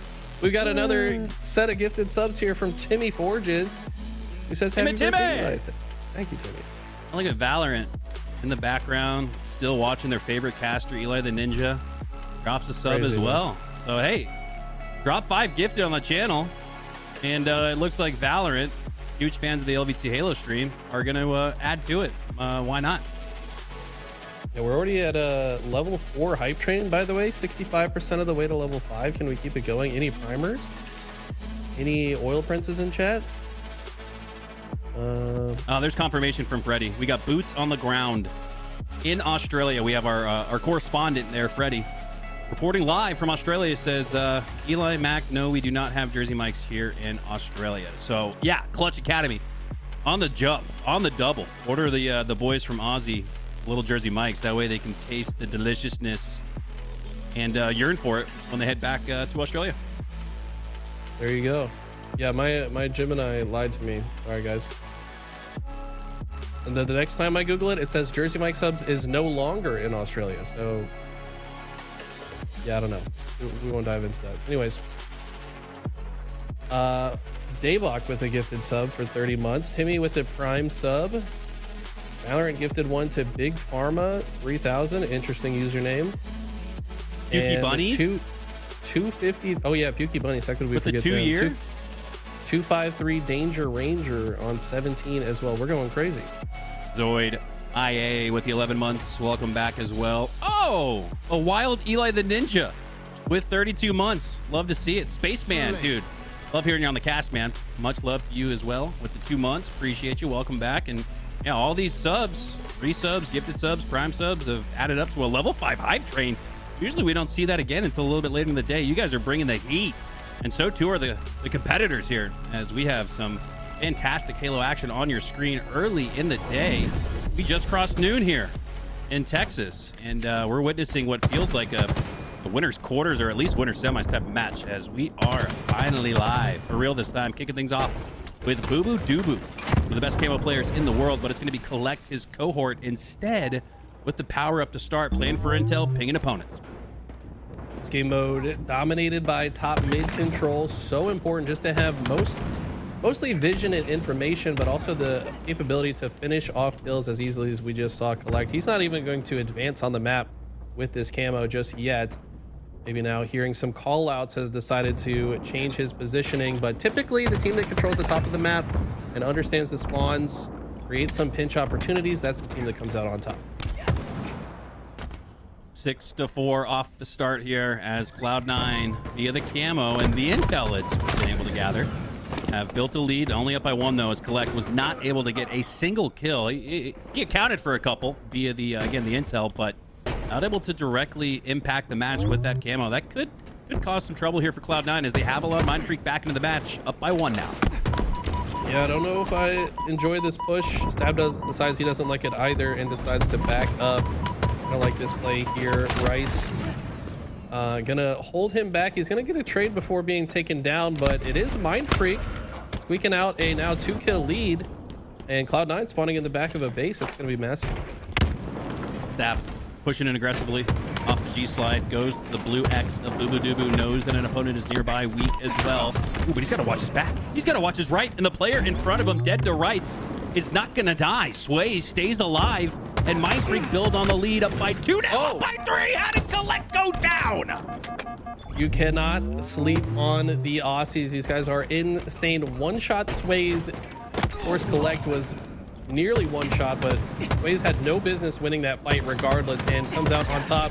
And he's still popping off with the triple kill on Boo Boo Doo. But we're starting to see why this team is dangerous in Slayer. It looked like Boo Boo Doo was set up for the late jump, but it's the late triple kill instead for Sways. We talked about how he qualified for the pool play from the open bracket on land with a Game 5 triple kill to make it, what, 50-47. And now early on in game number 2, get the MindFreak boys back in it with a vengeance, up by 5. Scoob just full challenging Sab and winning handily. I mean, these guys are insane right now. Sab is a player that we often tout as being one of the more underrated players in the entirety of Halo Infinite. But Scoob making him look silly in that last play. Now up by 5. They've got the top of the map like we talked about. They've got the camo, waiting for the right time to strike against each other. That's a fine trade. Of course, would have liked to stay alive longer with the camo, but a 6-kill lead reaching the halfway mark is massive for MindFreak. Sways now. He's been shooting hot lead throughout the last couple of minutes in this one, but does go down back to the respawn screen for now. 2 down for MindFreak, so here's an opportunity for Collect and Cloud9 to clamp down, and they do just that. Collect answers to Sway's triple with a triple of his own, but it doesn't dwindle into the lead too much, as MindFreak, despite the triple, still up by 5. Now it's starting to show. Cloud9 right back in the mix, down by a team wipe, now back to 5. MindFreak doing such a great job to make it a multi-possession, multi-team wipe game, despite some really good previous plays there from Cloud9. MindFreak still up by a whole team wipe. I mean, both teams showing a lot of respect for each other. There's a lot less like full chows, just trying to work together with teamwork. shoot the target a few times, back up, take another angle. It's been so far a strategy for both teams. Running into a huge nade is right, so that's going to force MindFreak to back down for the moment, but Avicii weak on the other side has to do the same. 29-33, that 4-kill lead sticks for MindFreak. Now back up to 5. Again, I gotta credit their ability to maintain control of this Slayer as Avicii, Gun has the back of one now. Forward shots onto Sways in a 1v1 long range. Both players will disengage, regroup. Sways, though, delivers the intel for his teammates to clean up on Avicii, but he has been a tough slay here in the fridge. He is not going to relinquish any of the snacks, any of the subs until now, as Rice gets 2 with the double via the grenade. Almost a triple there onto Sab, but Sab cleans him up. Still a 5-point game, now 6 for MindFreak. Man, they have done a great job holding on to the lead in this one. Ooh, nice double kill from Barcode, but yeah, saw Avicii protecting the fridge like it's full of Jersey Mike subs. Finally gets taken down though. Barcode working together with the team. Look how well they work together here in each of these utility sides. They've gone up by 9, by the way. And it's just been an impressive display of communication, teamwork, and timing so far. Cloud9 do find 2, but they need to get better positioning if they're going to get more value out of this advantage state. Oof, I don't know, man. Lead's grown to 7 with just 5 slays needed for MindFreak to tie up this series at 1 to send us to a do or die. Game number 3 is Boobadoo cannot trade out here. Has to win this outright. He does. Takes down Scoop. Still down by 6, though. All 4 go down for MindFreak, and now Cloud9 are only down by 4. Not only that, but they can get whatever part of the map they want. They need to identify the spawners. They didn't really block one side or the other, so for a short moment they weren't sure, but now it looks like they've located their targets. They're all in this utility side. Great grenades coming out from Avicii. That's going to lead to a double kill. And this is all of a sudden very doable, but no, Sways finds a trade that's huge. They need to find another. Sways finds 2 and gets them to 49. 49 to 46. Cloud9, though, still within reach. One fell swoop, 1 full team wipe would net them to win 50-49. But again, they cannot die. Barcode does off screen. Collect. 48, 49, 49 all. Avicii with the double kill. And the numbers advantage leaves Rice down to 1 HP. And the last player alive, Cloud9, come back from the dead to win this series. Unbelievable. What a heartbreaker. Are you kidding me? They had so many ways to close that game. They had 2 or 3 players down to no shields, and I think maybe just got a little bit cocky. They kind of just pushed forward as if it was impossible for them to lose, and Cloud9 just make themselves difficult kills the entire time to come back. That was insane. It was 45 to 37. Eli, break down the final moments for us. I mean, right here, Scoob gets 2 players 1 shot, as he rightly should. Sways tries to extend to follow up on it, but Avicii just backs up with perfect grenades. And at this point, Rice is the only one left alive, and there's 3 players hunting him down. I mean, it all started with a bit of an overextension, in my opinion, from a couple members of MindFreak, who understandably just wanted to close out that 50th kill. But when Cloud9 play their lives so beautifully and hide and just bait and switch one another, they're able to turn the entire situation around. What an insane endgame. Oh, well, it's a notch in the belt for Cloud9 that advances them forward in the bracket. It's an opportunity to watch back some film for MindFreak. You cannot allow that to happen in, what, 5 days, a couple days from now in Charlotte. That is a nightmare scenario where they were up by 8, needed just 5 kills, and they just absolutely collapsed. Unreal. I mean, it would take a full Eli the Ninja coaching session to really break down how the hell MindFreak lost that game. And despite what we felt like was going to be a Game 3 Lattice King of the Hill, ends in Game 2 after Cloud9. They don't C9 that one. Wow. Yeah, that was insane. By the way, I got to shout out a couple more gifted that came through. Anar KB. We also got Invincible with the Prime. Love you, Vinny. I'll see you here soon. It's Buff with the Prime as well. As we take a look at our bracket, things are shaping up here. Shopify did 2-0 Clutch Academy, as we kind of expected. Ooh. And then Cloud9 will advance to play, it looks like, most likely FaZe, assuming they beat Team Final. Seeing a lot of spicy matchups there. You got the potential for Omit or Akave. Those are 2 great squads to take on Shopify Rebellion. Looks like SSG versus TSM. Don't be surprised though, Dark Inside and Legion, that's Gunny's team. That's a tough matchup for both TSM and SSG. Despite just glancing at the bracket, you'd think they'd match up in the next round, but hold the phones. Optic versus Complexity, but Complexity are going up against Unreal Nightmare. And then you'd expect FaZe versus Cloud9. We know Cloud9 will get there, but again, that was a toss-up between Cloud9 and MindFreak. Winners round 2, Eli, looking more like the winners semis.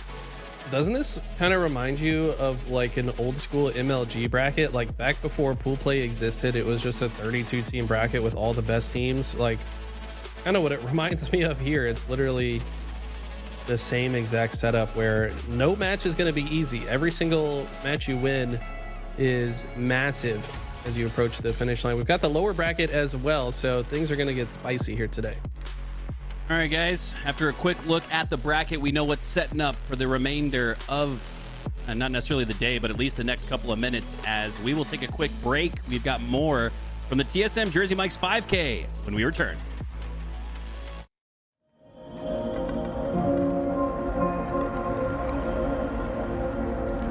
Lost in you.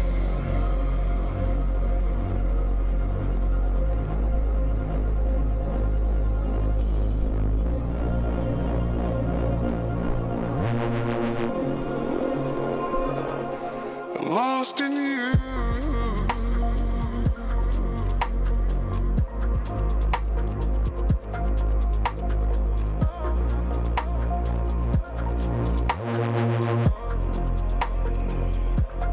Lost in you.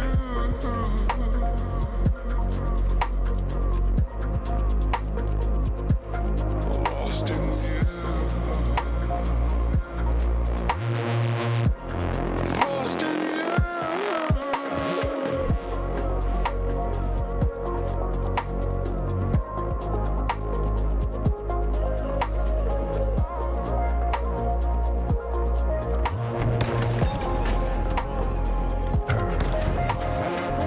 Double kill.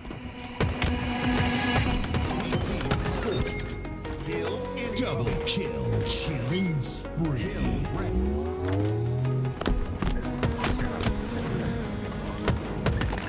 I was in the fire, living in my head.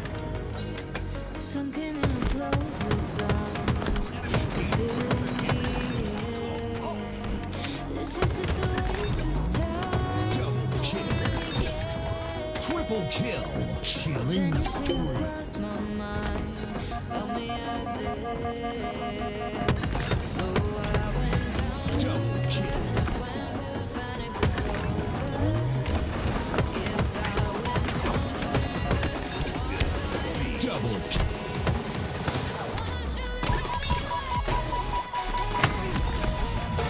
Double kill.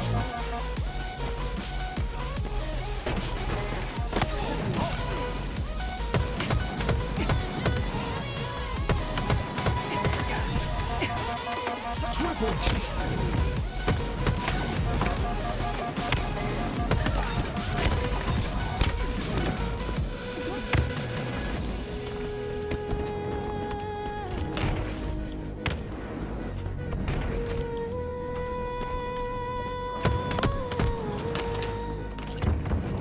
Feeling all the noise in here. It's becoming Double kill. pull me into calm and deep, and take me out to the waves. 'Cause I feel like a waste of space, breathing in the air. Double kill. But you hold me like the waves just break, like you want me there. So I went down to the river, swam till the panic was over. Yes, I went down to the Double kill.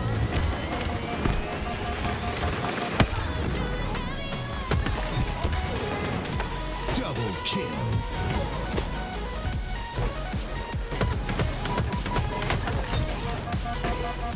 Double kill.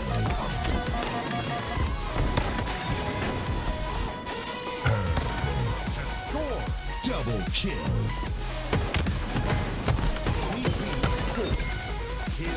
Double kill. Killing spree.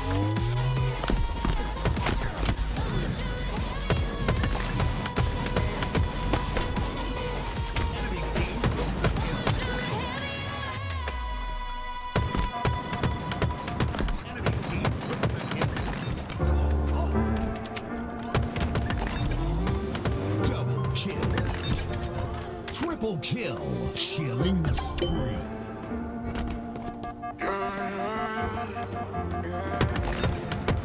I'm just being honest, I got you here. You just ride the wave till you disappear. Unrequited love, Double I can take it. Kill me more than once, leave it tragedy. Double kill.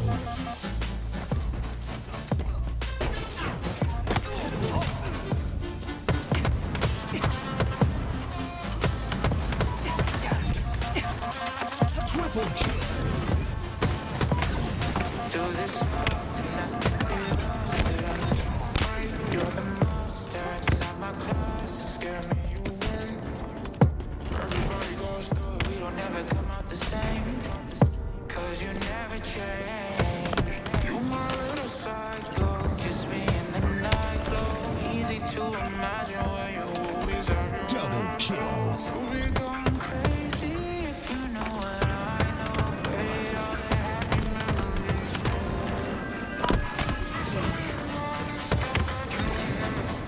Double kill.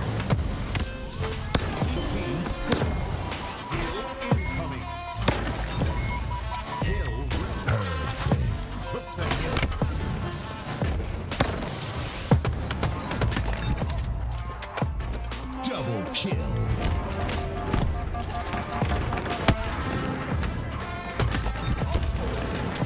Double kill.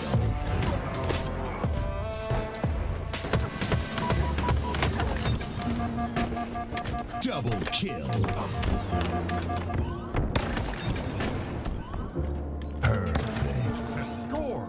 Double kill. Kill in Double kill. Killing spree.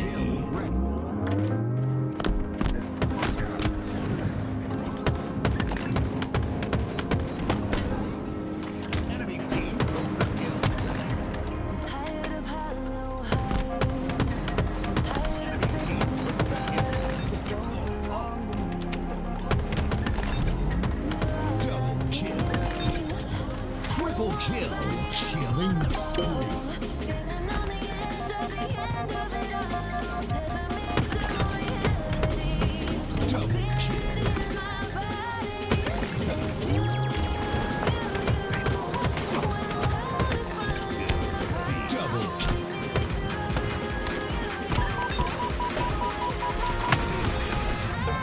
Double kill.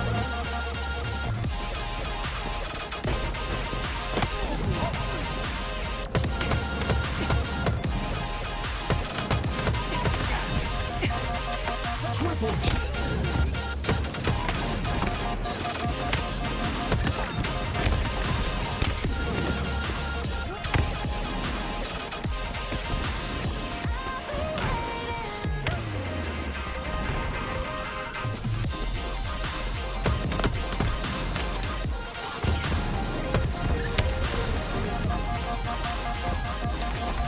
Double kill.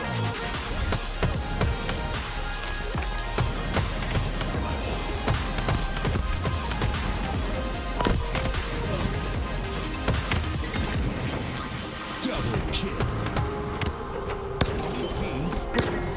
Kill incoming. Kill ready. Perfect. Took the kill.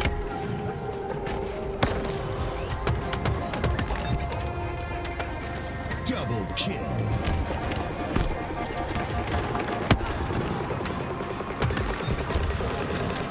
Double kill.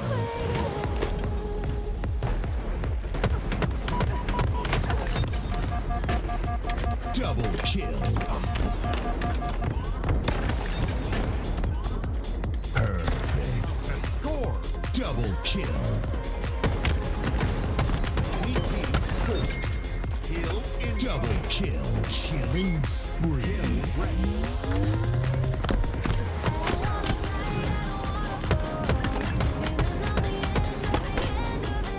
Enemy team.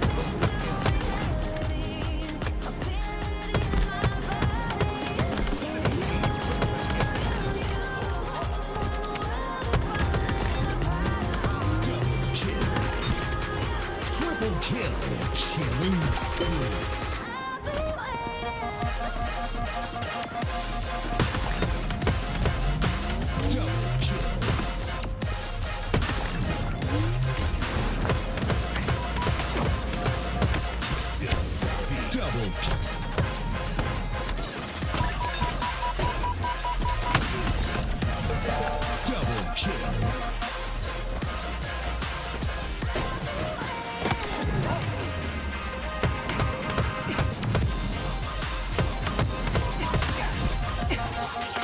Triple kill.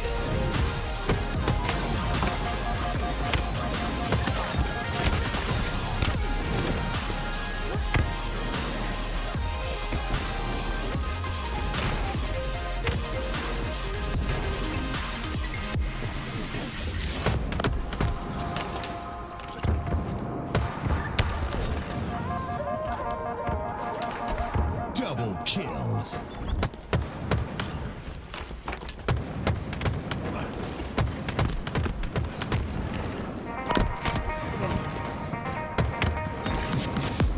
Double kill.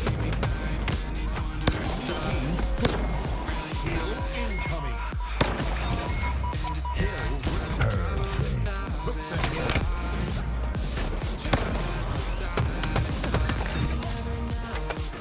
Double kill.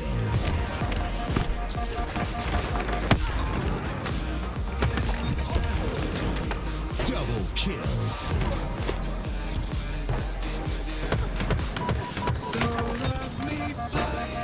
Double kill.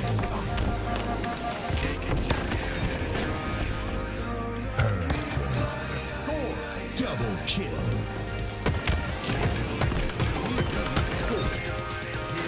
Double kill. Killing spree.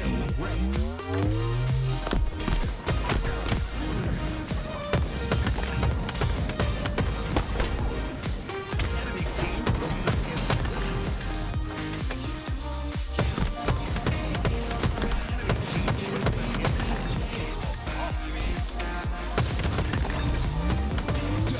kill. Triple kill. Killing spree.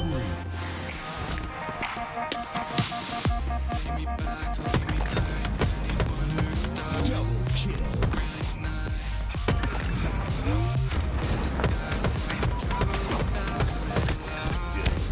Double kill.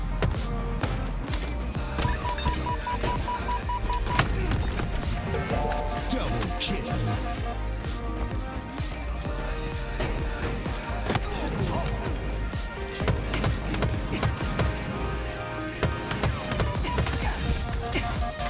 Triple kill.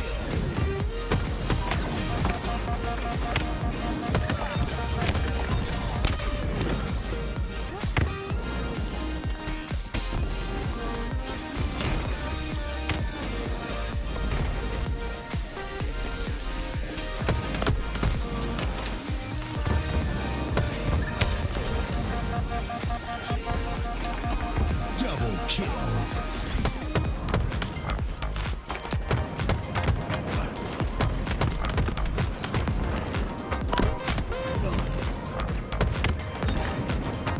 Double kill. Incoming.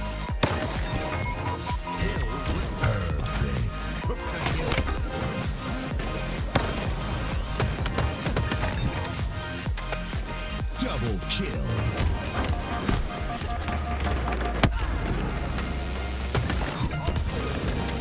Double kill.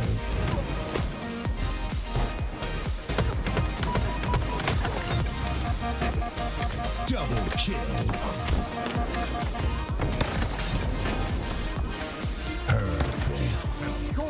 Double kill.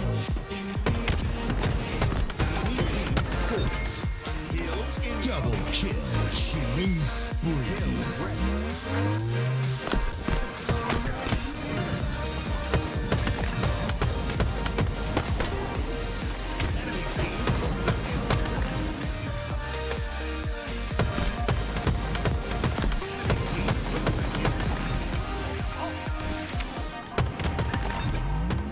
Double kill.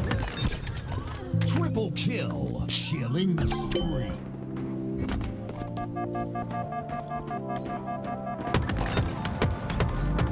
Double kill. The way that you make me feel like I've never been felt before. Double kill. I found that one I've been waiting for. I'm in a dream. Double kill. The way that you make me feel like I've never been felt before.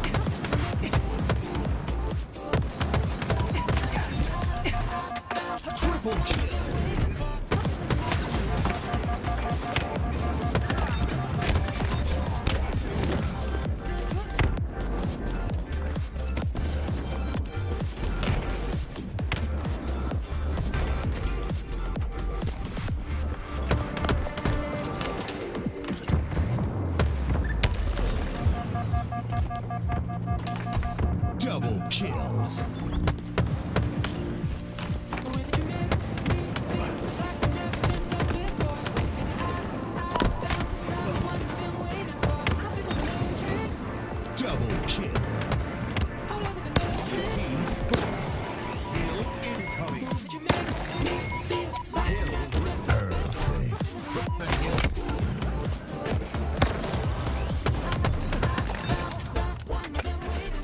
Double kill.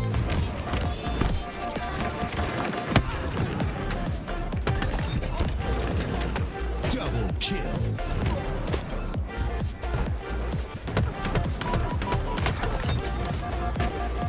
Double kill. Perfect. Double kill.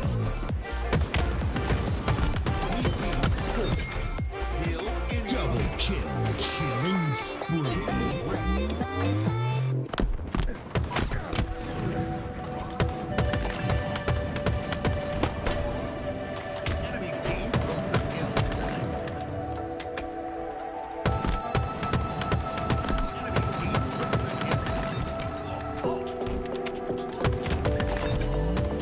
Double kill.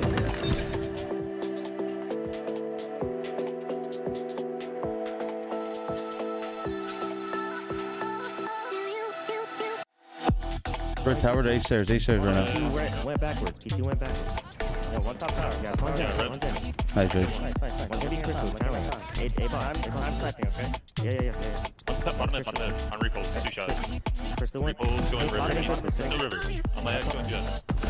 I'm not seeing it. 2 dead. 1 kid red. He dropped me. 1 kid QT. That's one name. One more in blue. I traded. Red. 3 dead, boys. Top in, Mikey. 1 kid bottom, damn. One damn. One front jump up it. Absolute bottom blue. Absolute blue. I'm getting mad. I'm gonna try to kill Just blue. hitting top down. I got one. PT boys gonna kill me. It's 2. I think it's 2. I died. Yo, Tom mid and Jenny to Q. Top middle 1 shot, and Top Q. middle and Q. Let's start milking it, Joe. 1 shot QT. Yeah, they're gonna might have spawned on you or A box. I spawned right. Gandhi's one, okay. On A box, alright. I spawned right. One front tower, front here. Manny in my front right. Might kill Nice. Big door coming in, solid. Big. Watch out, top damn guys. Front right now. Nice. 2 dead. 2 dead. 2 in blue guys. P2, 1 shot, and then no one. Let's see. Nice. Last guy. And then spawner, Mikey. Keep him I out. hear. He's still blue. I mean, he's back. Dead. I got time. One shot in screens. And then you're back right. Yeah, 2 back red. Yeah, we're guaranteeing this. Just lock it down. Yo, 2 left. Weak already. I'm giving this up. I gave this up. Q weak. And 1 A stairs. A stairs, Mike. Michael died. I live to blue guys. We're missing a guy Gandhi. We're missing a guy Gandhi and top dam. Stolic, I think. Top dam, Red Angel. Back blue truck, sitting there. Killed me. And then back elbow. Back elbow, 2 shots. Half shield your small door and 1's going bottom middle. There's two red tower, 1 top middle jump up. He's hitting your red small door. We got a chow time. Time 1 shot. Big door going front right. Time, absolute. Am I trying to stack this guy? One top mid. 2 dead, 2v2 right now. PT now. Last two. No one did. He's sniping blue. On the connector. Yeah, P2 still on the connector. Force that game. I went front. I'm 1 shot. Yo, Red tower, 1 shot. Dead, Mikey. That's the bottom. Back blue, 2 shots. He's going I'm bottom behind blue. you. 2 guys in blue. I hear I'm you. looking. Weak. They're We gonna got try 2 me. weak. Top dead. Nice. One more, my vent. 3 dead. Connectors 1 shot. One take box to Gandhi. 3 dead. He won 2 shot. Nice. 4 dead. 1 just spawned. I spawned red. They might be your A boxes, bro. Could be A box. Yeah, they're already your P2, Gabriel. Come front. P2's Talik. P2 half shield blue. There's 3 in blue right now. Look like. I think they're all 1 kid bottom blue. P1 mini. I hear P1. I don't see it. I died P2. 1 kid top They're P2. getting on time. I can't look. 2 in time. Yo, good. bro, I literally said they're gonna fucking split in blue, man. We're not listening, bro. I'm Yeah, we gotta calling go it in. out, bro. Someone has to block, bro. Just fucking through the series with that shit. Spit it out, just tell me honestly. You should know I'm not your enemy. You won't trust, I want it just as much. Double You need kill. love, I need the same for us. Look at all this time I'm wasting, Double kill. screaming at each other, baby. Wanna understand?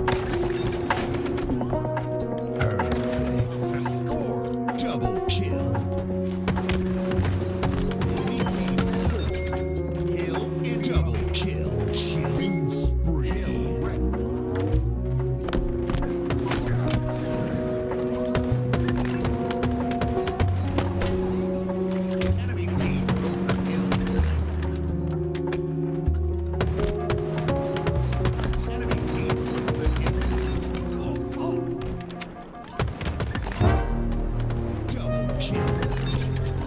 Triple kill. Killing spree.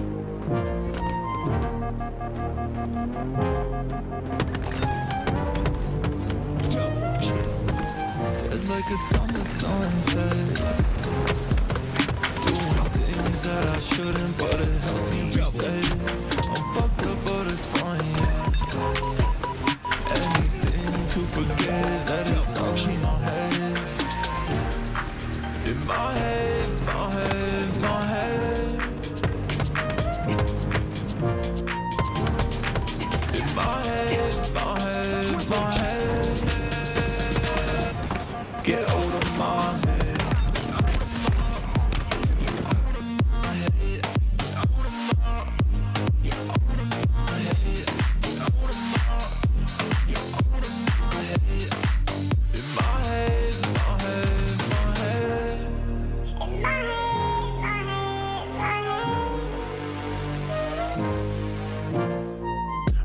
Don't feel like it used to.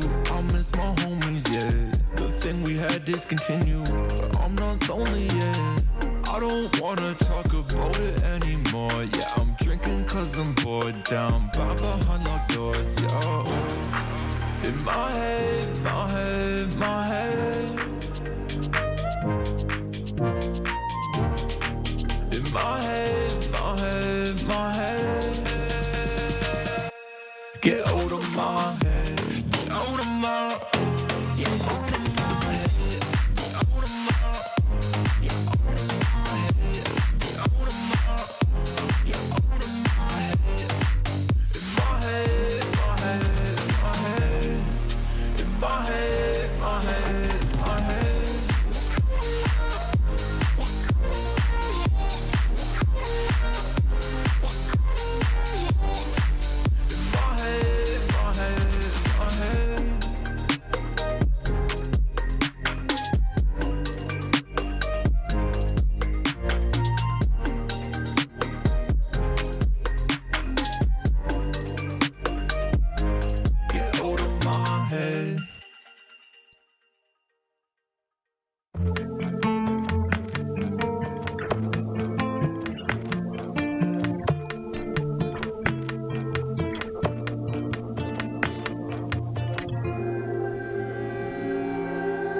Took a little longer this time to finally open. Hello, everyone, and welcome back to the TSM Jersey Mike's Halo Pro Am Showdown. $5,000 on the line, and up next on your screens will be a continuation of Cloud9. But up next, task gets even taller. FaZe going up again. Eli, it feels like we're getting treated to some really phenomenal matches pretty early in the bracket. Again, this feels like a match you'd see one notch down, but instead we get it a little early. Here we go. Cloud9 coming off that electric game 2, come from behind win, down by 8 in the Slayer in the 40s to win 50-49. They got the momentum. FaZe is a pretty stacked roster. Yeah, completely different animal altogether. By the way, one thing I saw in there was Dark Inside 2-0'd SSG. SSG in the lower bracket for lower round 3 is crazy. We'll have to see how they fare in the lower side. Dark Inside apparently on fire, but this should be a good one. FaZe have been leveling up. They've also been losing in spots that we don't typically see them lose. We saw them get reverse swept by Complexity at the LDT Pro LAN a couple weekends ago. So they're definitely have the capacity to scam, as they like to say. However, I think against teams like Cloud9, they typically have their number. Definitely put you on upset alert with the Dark Inside boys, but I was not expecting a 2-0. My God, that is shocking to see SSG down in the lower bracket this early. Snakebite filling in for where Penguin called home for the start of game number 1, and FaZe have gotten out to an absolutely monstrous start. Trip cap on the board, nearly 100 seconds to their name. They'll get that quickly with every second ticking for 2. 105 and rolling to 4. Cloud9 got to figure something out, or this might get out of hand early. I mean, it's mostly off of the back of Snakebite. Starts out with the killing spree. He's 6-2. You saw how beautifully he's just holding down at space A. Great trade there from Lucid as well. Every trade when you have scoring in the bag is massive for you. They've already got a 130-point lead might finally be an opportunity for Cloud9 to score as they do capture C and have FaZe in a situation they've got to earn the map. Two caps finally go in favor of Cloud9, but they're going to have to hold this for at least a minute, and that would only cut the lead in half to a minute. So a nice 2-minute head start. Kick things off for FaZe Clan in this best of 5. We've had only best of 3s before this, so this one could go the distance. 5 games deep as Lucid and FaZe get right back into trip cap formation. They do relinquish A with all of Cloud9 spawning there, but after the double kill in favor of FaZe Clan might just get right back on top of the trip cap. This is domination. Trippy with some very tricky positioning there. He was standing on that little ledge on the outside. Oh no. Snakebite needs to win that fight. That might be the open door Cloud9 need. Get themselves into position. But you're right, it's been so far a masterclass out of FaZe. They've been playing so well up until that moment. Cloud9 needs to take advantage of the couple mistakes that FaZe just made, get into scoring position, and hold on to this if they want any chance to win this game. This is the comeback condition you wanted, though, but not what you wanted to see. Was Boo Boo Doo Boo going down with the camo. I thought that could bring him right back. It does in the sense that they were able to gather control of A and C, but look how quickly FaZe are to get back on top of captured zones. As soon as Cloud9 get an inch, FaZe Clan take a whole yard. They really do. Cloud9 are still scoring, but FaZe are just spawning in the elevator on repeat. Boo Boo's gonna push into the elevator to change that, capture A for himself. Both teams, I think, would prefer A-B if they had the choice. But Lucid, unfortunately, takes a little bit of grenade damage. Earlier, he stayed alive on batteries forever. No shield, by the way. It took 3 grenades, dude, without dying. And does this guy have extra health in his Spartan? I swear he's always one shot, taking damage and not dying. I don't usually break away from the action to give you guys this type of an update, but glancing at the bracket, Unreal Nightmare upset Complexity 2-0, Ark Inside upset SSG 2-0, and Judgment Day, or unless I don't have it updated, are up 1-0 in their series against Optic Gaming. What is in the water today? As Cloud9 still down by a double up disadvantage, but Eli, what do you make of this? This is unreal. All of the top 6 teams are falling. I mean, to me, it looks like all the underdogs have had themselves a hot honey chicken cheesesteak from Jersey Mike's and just powered up. I mean, this has been insane. Everyone punching up today very well. Right now, it's Cloud9 trying to punch up against FaZe Clan, but we might have ourselves a very interesting lower bracket if this trend continues. Speaking of the bracket, this game's good, but the bracket's almost even crazier. 60-point lead still here for FaZe Clan. Haynes just popped into chat. And Judgment Day 2-1 to Optic Gaming! Optic Gaming fall 2! What is happening today? This is nuts! Oh my god, it's Judgment Day. That's Envor Haynes. Okay. This is gonna be crazy. Complexity, Optic, SSG, all in lower side already. Wow. After top 12. Winners round 2, by the way. Yeah. Someone's getting top 12. That's what that means. If one team, gets upset, okay, they can still find their way. But with now 3, 4, feels like maybe even 5 of the top 6 teams going down in lower round 3, you are absolutely going to see an Optic or a Complexity, one of those big name HCS partner teams face a top 12 finish a week away from Charlotte. As we get back into this one, still about the same as we started gawking at the bracket. That seemed to be more intriguing than even this matchup so far, as FaZe have been in full control of this one. Still remains the case. BC in their favor, but ABC always be close, and that's Trippy. 184 and rolling to 99. Still a 1-minute advantage for FaZe. Say always be closing. He just got an always be rotating medal, which is one of the more rare medals you'll find. It's where you capture or flip all 3 zones in the span of a single life. Trippy, I mean, just demonstrating how impactful he has been for this team all year long. He has been massive. 14 and 5 and has captured all 3 zones in his one life. Did you ask for one player to do more? I don't think so. And do more is what Cloud9 needs to do right now if they're to get back in this one.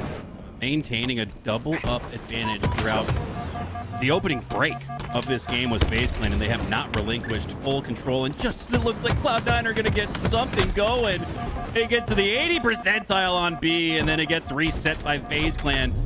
Fairly objective efficient there as they go 3 down, but make things a little bit more squirrely. Now here we go, taking advantage of the 3 down are Cloud9. All of FaZe Clan spawning in A. PC go to Cloud9, and they're gonna have to hold this for a minute plus, maybe even to the end of the game if they want to come back. 242 to a rolling 110. They got a little bit, I should say, a lot of work left to do. Wow. Yeah, Boo Boo understood the assignment there. Collect was the first to die into that next engagement when they knew FaZe were spawning in A, but FaZe just played too well off their spawn. They capture A, they kill Collect, and they will close out game number 1. I think if Cloud9 didn't die first in that spawn trap situation, they could have feasibly went on a run, but FaZe just started with too strong of a lead. They will take him. Well, no upsets to be had in this one. This wouldn't be as strong of an upset. You're looking at what, like the 3 versus 6, 7, or 8. So top 8 going up against top 4 wouldn't be as much of an upset as what we've related to you Judgment guys. Day. By the way, the team that upset Optic is Ezzo, Lido, Morgan, and Haynes. So wow. Some young guns alongside the old guns of Haynes, of course. Essentially Dark Inside plus Haynes. And Dark Inside still having success without the old crew. They just 2-0'd SSG. What is happening today? This is unheard of. Yeah, Unreal Nightmare with the 2-0 over Complexity, super impressive as well. I mean, granted, those were best of 3s that they lost, but you're supposed to win the best of 3 to get to winners quarterfinals where you start playing best of 5s. This series here is a best of 5 where all of them should be for the rest of the winners bracket. But man, you cannot sleep on anyone these days. The competition is getting better and better. If this is not any more evidence that we're going to see 50-49 wins for the rest of the year, I mean, I can't imagine better competition than we have today. All your predictions belong to us, and we have taken them and ripped them apart because what you expect to see is not what has happened so far today. And I think it makes sense in a sense that we talked about how insane these winners round 2 matchups were. Somebody was going to falter because of it, and that is not just somebody. It feels like everybody is falling off the face of the planet as far as dropping in the lower brackets concerned. We are going into game number 2 here. 2-2 off the start, even split 2v2, classic Halo gunfight. Slayer, ammo to be had. Sab is able to secure it, but Boo Boo with the overkill secures the first 4 kills for Cloud9 right off the start. They're not going to be up by much because of it. It's actually tied. Oh no! And Sab dropped the camo. He didn't burn it.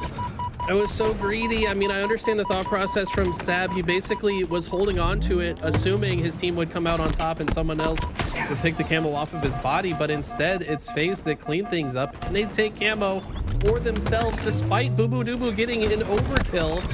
So Cloud9's greed kind of coming back to bite them, and it's all of a sudden FaZe in the lead, 9-7. Yeah, it's looking like one of those scary scenarios where you've got one player who is online, all caps, but everybody else is buffering. It seems like Sab still yet to get on the board with 0 slays. Only down by 3 are Cloud9, so if you're able to get Sab online, you're able to get back in this match. But oh, look at this. Backs against the wall in the yard. The most trappable of spawns on Solitude. Here we go, FaZe looking to execute. Hey, Trippy. That's the backup. Wants to wait for his shields and wait for his teammates to be able to engage with him here. They've got this left side covered. Cloud9 are playing very well, just holding their ground as you see other members of FaZe push in on top of the map as well. I mean, just a well-executed and patient push from FaZe. Cloud9 forced to play somewhat of a defensive stance. Now that this play has concluded, though, Cloud9 are going to spawn on the other half of the map. Don't know if I love this push out of Sab when his team needed to spread out, and you don't want to just single line funnel through blue into the yard because you don't have any complementary angles, and Cloud9 made that mistake. FaZe are punishing. Well, I think especially Eli in the sense that Cloud9 had just broken out of that backyard spawn, and then Sab just runs right back into it. That was a chance for them to potentially collapse and capture and stagger the spawns for FaZe Clan, and Sab still at 0 kills. That is not the performance you expect from one of the sneakiest Slayers in HCS. I actually regard him as one of the best. Now he finally gets on the board. Still has 3 assists to his name, and this one's still somewhat close. Cloud9 down by 6, though. This next camo going to be highly influential. Penguin's got good vision on it. Knew he didn't have the space to go for it. Collective slides through. He gets the slay. Make it another with some help from Boo Boo. But Trippy might be able to clean things up and secure this camo. No, he goes down with 2. And Camo's still sitting precariously top center. Both teams not really feeling comfortable to grab it until now. I think Avicii just burned it. The eye test and what we've witnessed so far is starting to show itself in the score as FaZe Clan have now built a 6. Make it 7-kill lead after the fadeaway jump shot from Trippy. Last pixel opportunity he had. Earn the headshot, and he does. Now pushing it towards Avicii. He'll head back to the respawn screen as well. FaZe up by 7. And I saw in chat, somebody mentioned FaZe looking like the only team that's playing their normal game today. I agree. FaZe came to play, and what an opportunity for them. FaZe is absolutely in contention to not only make grand finals, but maybe win it all based on what we've seen from the rest of the field. I mean, they still have Shopify lurking in the winner's side. We can't forget about them. But as it stands, based on this round, the most likely winners finals matchup would be FaZe versus Shopify. But I wouldn't count out these other teams. They have the capacity to upset. The problem is FaZe have just been so consistent. They rarely drop maps or series or even maps to teams that are seated below them. They're so comfortably in 3rd place right now that it's going to be tough. And right now, especially with Cloud9 losing in this particular game, it's going to be hard. However, they've got FaZe in a spawn trap, and we know how this map can go. Also, I was just about to reference is just how strong FaZe have looked here. That's back-to-back, staggered out 3 downs, and they're still up by 5. You could make the case that Cloud9, with what we've seen in the last 60 seconds or so, it could be a little closer, at least within 4. And instead, Cloud9 still working off the back foot. They have gathered control of the map, though. Can they turn it into camo? Maybe get that back into the hands of Boo Boo Doo. He started the game off with an overkill and right back in it. Oh, okay. Good kill from Collect when he got caught off guard. At the same time, his teammates clear 2 on the other side. A little bit early to be winning that fight. Camo's not up for about 10 seconds. Avicii, understanding he needs to stay alive and keep his positioning. Gonna reroute. Cloud9 control the A half of the map that's best for the camo grab. Avicii, let's see if he can land a slay or 2 to open that door. Cloud9 back to within 4. 1 team wipe is all that separates them from a comeback victory here in game number 2, where do not want to go down 0-2 to FaZe. And we talked about that camo, how Cloud9 seemingly had better map control and positioning to earn it, but it's Penguin stealing it instead. This is what FaZe is so good at. That's twice now this game that Cloud9 had by far and away the best chance to pull camo, and it was still FaZe that got out with it. Last time, though, it was Sab who just decided not to proc it. A little bit greedy, like we said. 5-kill lead now. Been cut down slightly by Cloud9. Game has slowed down to a crawl, and all of a sudden there's 3 members of C9 on top of Penguin. He's going to trade 1 out with the sticky. Probably his best he could do. But will this push work for C9? Doesn't look like it. Sab likely needed to get back in that fight with the bait and switch, but he scatters away, maintains his life, but his teammate goes down in the process. So trade scenario there for FaZe Clan, where they want to be up by 5 now, just needing 7 more to finish the match off, as Snakebite playing for the bait, waiting for somebody to fall into his trap, but he actually takes a gunfight. Oh, that he ends up winning. Snakebite, I thought he was going to play that a little bit more patient. He goes right to it and takes down Avicii. 44-40 though, as this one's still close. That's a world championship kill right there. I mean, for him to just find the tiny window, like, yeah, I can kill this guy, and just barely killing him with a pixel of visibility, open the map for his squad. That is a sign of a world champion who's been there, done that. But look at this. It's Cloud9 roaring back into this one. They get 3 dead, uncontested. New shock rifle, I think, in their possession as well. Lucid in an awkward position. They just need 4 to close this game. 34 to 46. It's the closest it's ever been, and it's at the end game now. 45-47 is 2 trades. Stack that kill feed a little bit further. Wait. 44, 45, 48 now. FaZe Clan back to within 2. Trippy trying to clean up on Sab, but he's got to watch the bait and switch here from Collect with the shock rifle. He goes down. 2 assists for Trippy. Seal the deal. And FaZe end up taking it. Try as they might. Cloud9 could not get back in that one.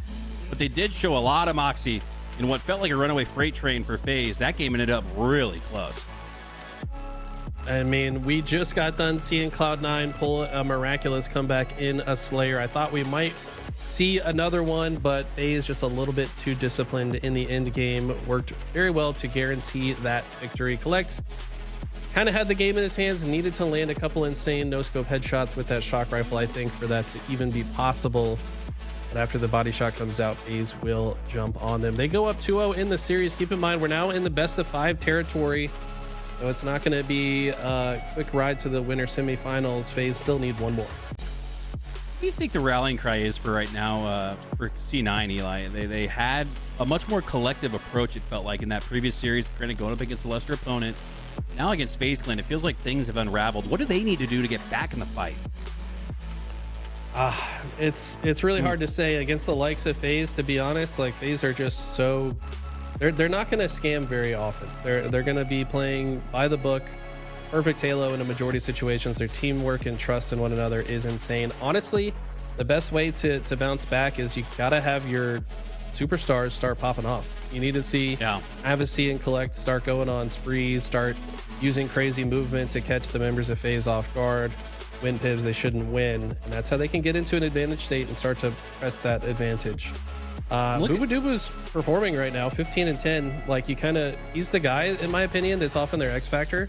So, like, assuming somebody else steps up to play with him, I think they have a good chance. I think Zab's going to be the guy that we shine the spotlight on going into game 3. He started off 0-5, and it took at least 5 minutes, it felt like, for him to get his first slay. Now, he had a great end of the game, finishing at 10-11, so he was much better in the latter half of that game 2 slayer. But sometimes you fall off in the beginning, and you can't lose it early, but you can certainly you can't win it early, but you can certainly lose it early in the sense that you just don't afford yourself enough time and space to come back. A little bit of what we saw there from Cloud9 is they were able to get back up online, but it was too little too late. As we take a look at your series layout, here we go. Reverse sweep trampoline does present itself for Cloud9. They have not shown that they've got it together so far in the series, but a win here on Oddball Live Fire, 20-25 minutes of figuring it out, could be exactly what the doctor ordered.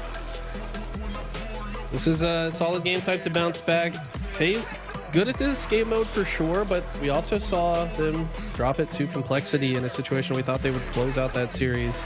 That was just another game that Complexity reverse swept FaZe on. So FaZe with some recent bad memories on this map, can they push those out to close out the series? Here we go. Kicking things off with Sab. We said we shine a spotlight on him, and Callus says, I know one way to do that. Let's hop on board with him off the start. 4 members of FaZe scouring the C platform now, extending out towards the middle of the map, as that'll ultimately occur in a trade out. I think Collect got it. Oh, that would have been a nasty sticky QT. He does not land it, but he still has all the awareness and intel as to where FaZe are. Perfectly warps back to the camo, but he does fall. Man, if he could have stayed alive there, grabbed the sniper camo, that would have been optimal play there from Collect. I think he'll still take that, though, in the sense that it looked like things were really about to unravel, and they might still, as FaZe are able to stagger, take down all 4 for Cloud9. The rotation occurring now through the cuts. Look at that. Snakebite anticipating another member of Cloud9 to be pressing up the cuts based on Sab's push. You know what's kind of interesting about that? Sab should have made that play with help from a player top center, or sorry, from a player pushing nest, but Sab just kind of died early, and it confused FaZe. They thought there's no reason he would push like that unless he had a teammate pushing up cuts, but he didn't. So either way, it doesn't matter. FaZe playing perfectly, responding to both real information and fake information, getting themselves a 35-second lead. Penguin baited Boo Boo Doobu into that. Hey, you can start running the other way, and I will send you back to the respawn screen and the no scope on to Collect for the double kill. Doubles up on what was a nasty play there from Penguin. Couldn't clean up on Avicii, but he's there for Lucid. Heading to the sky with the repulsor. Just a little too early with it. That headshot might have lined up. Now pushing through the rat tunnel. Gets one. That would have been an incredible double kill. Finally taking down Penguin, but not before he goes on a 4-kill spree. I mean, Penguin demonstrating why it's impossible for this man to not place top 3 in any tournament ever. This guy will find his way to the end game. And this is just a masterclass. Cloud9 not on the same page. Their timing has been off on several of these pushes. It just feels like they're dying too early, too frequently. FaZe are just able to play their game. Snake bite. Body shot onto Boo Boo Doobu. Now just needs to clean up. Boo Boo Doobu, though, making himself a pesky play. that pesky Slay, and he calls for help from Sab, and he gets it. And then Sab, Boo Boo Doo Boo, bait and switch double, gets them back in the fight where they needed it most. 60 seconds just about of a head start for FaZe Clan. You had to have some time in possession there for Cloud9, and they do so with the bait and switch, and now they're right back on cue. Lucid dodging the sticky grenades at the same time he kills 2. Throws a nice bounce grenade. Ultimately doesn't matter. FaZe have cleared the A side, have ball back in their possession. New snipers coming up. Lucid with the camo is going to see what he can do to turn that. Lucid. 5 perfect shots, but it does get cleaned up by the frag. Still a comfortable advantage here for FaZe Clan, up 16-62, and by taking down 3, might just be all 4, if not for that body shot with the snipe from Boo Boo Doo Boo. All the while, though, everybody's spawning out for Cloud9, so that means Boo Boo Doo Boo has to wait for the cavalry, but he pushes up a little early, goes down first, and right as Cloud9 get into the mix, they're losing numbers. They're not quite, again, that collective play that we saw in the previous series has just not been there here against FaZe. Is they collectively, the only thing they're doing collectively is going down, all 4. This has been tough. Cloud9 are definitely better than this. They just have not been able to get into their comfort zone. Like you said, beautiful off-the-wall grenade from Trippy to shut down Sab, who tried to create the opening. He's often that guy. He's usually the one that gets that Slay to open the door for C9 to push, but he's just been shut down repeatedly. He is 8-8 this game. Definitely not as impactful as we're used to seeing him. Double kill. Absolutely. Penguin could have an easy cleanup. Triple kill here onto Sab. Is the over going to present itself on the cuts? That's what Penguin thought too, but nobody's there.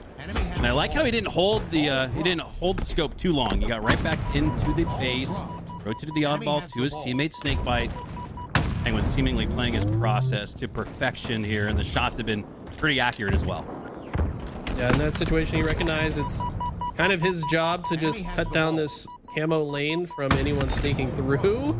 And this guy's on fire with the snipe this game. I mean, he has hit several headshots with this sniper. He's now on a killing spree. Might have just sealed round number 1 with that spree. Yeah, I think he did. Yeah, that'll do it. Nobody. I think everyone's off the sticks at this point for Cloud9. They have conceded victory in round number 1, and we talked about how this could be their get back bounce back, but it's not looking the case as we take a picture-in-picture look.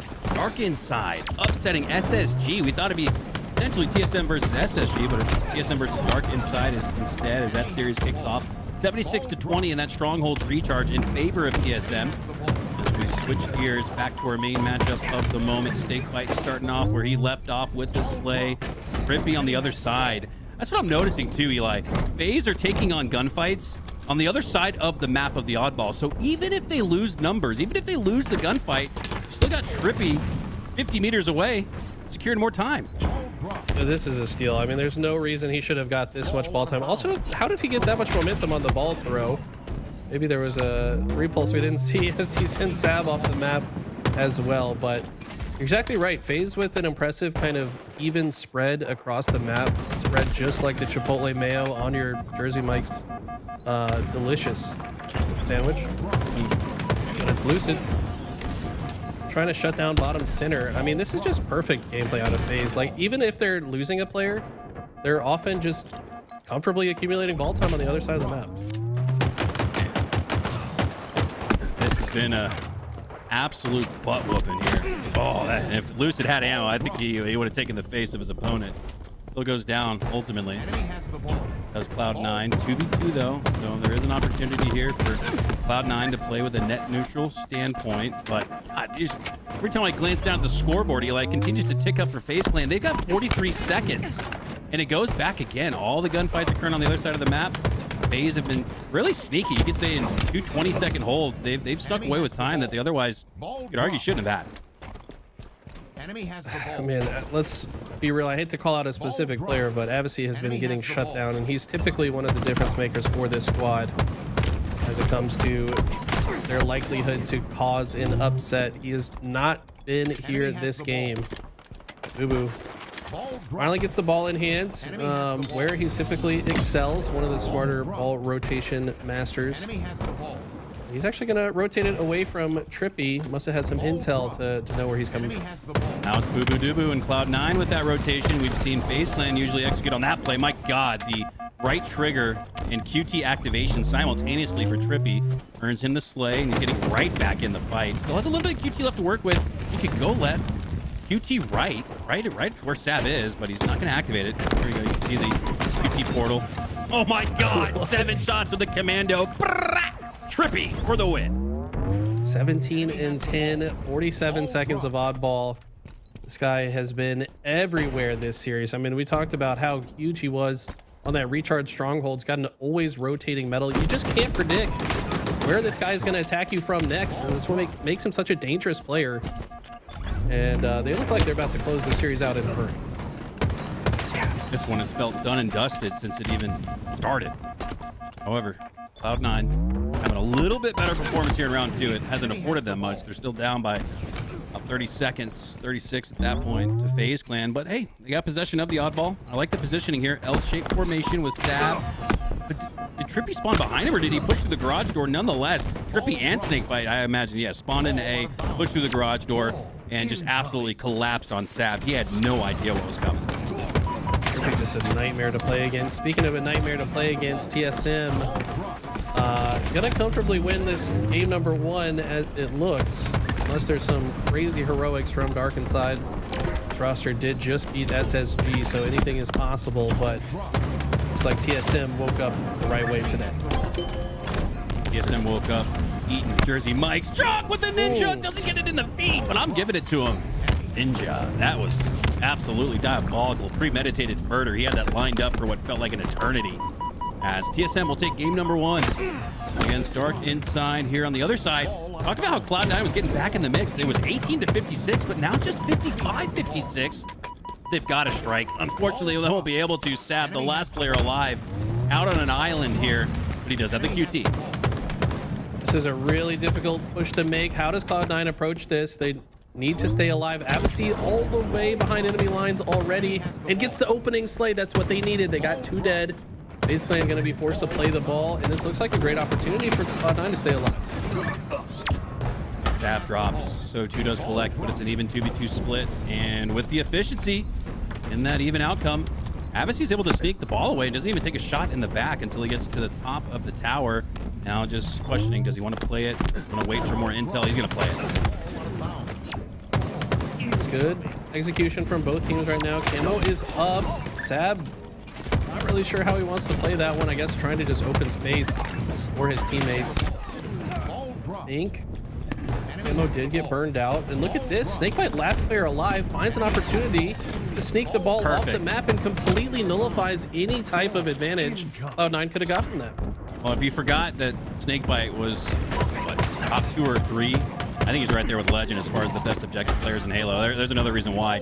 Doesn't get much ball time out of it, but he plays a perfect game of keep away.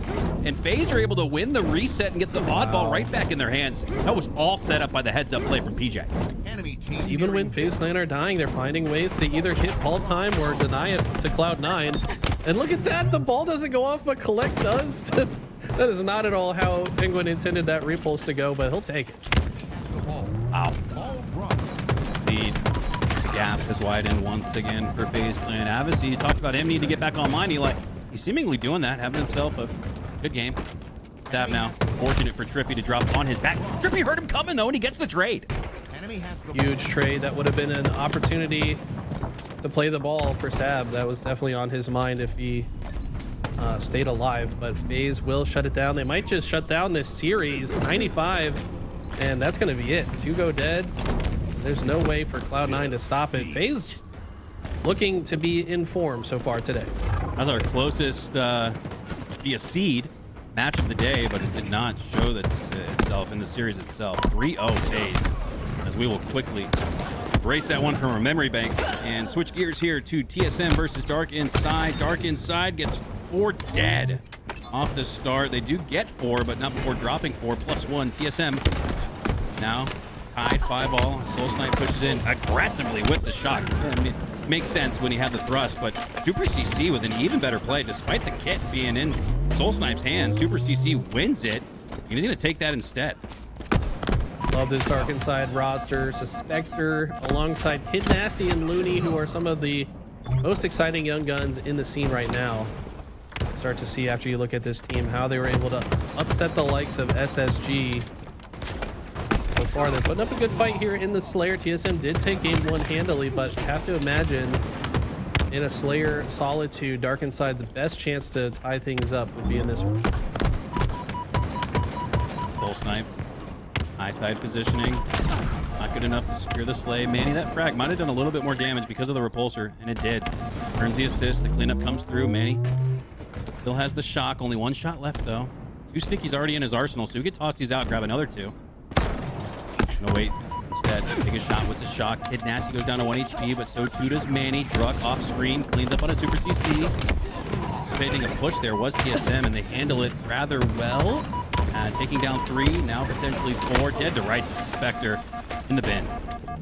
Honestly, great patience out of TSM there. Dark Inside could have kind of baited them in and bait and switch throughout that engagement, but TSM just waited for the right times to strike, waited for the right players that had shields to enter the fray. They've done so again and earned themselves a 10-kill lead already. Not only that, but they spread into the perfect L formation to force the next set of spawns on this snipe side, which are notoriously difficult to play out of. Look how quickly Dark Inside tried to exit, but it's not going to matter. 3 go dead once again, and the lead continues to grow. TSM has been rather weak online. They've been a great LAN team, but it seems to me, Eli, they've performed much better online. I think that bodes really well for them going into LAN. What do you think it is about TSM that had them struggling online and now seemingly putting on a clinic? I mean, let's be real. These guys struggle to care about the game unless there's something on the line. That's why they frequently played money matches, money 8s. They need something to be on the line. Plus, Druck is in Canada. I'm sure that doesn't help with his ping situation and most North American scrims. So, regardless, this is a team you can never count out. Online, on LAN, doesn't matter. TSM is always a threat to beat just about anybody. Yeah, don't forget TSM with a top 3 LAN finish. Really reminded me of that World Championship Season 1 performance where the Friendship Squad upset a lot of brackets. Now everybody expects them to be at the top of the pack. They're doing just that. 35-19. It is a full-on domination here, and they might just have a spawn trap. No, split actually towards S1, and look how quickly TSM are able to pick up on that. That's going to make it really tough for Dark Inside to push out. It feels like every time we see Dark Inside, they're stuck S1. And look at this. This will be like shooting fish in a barrel at this point.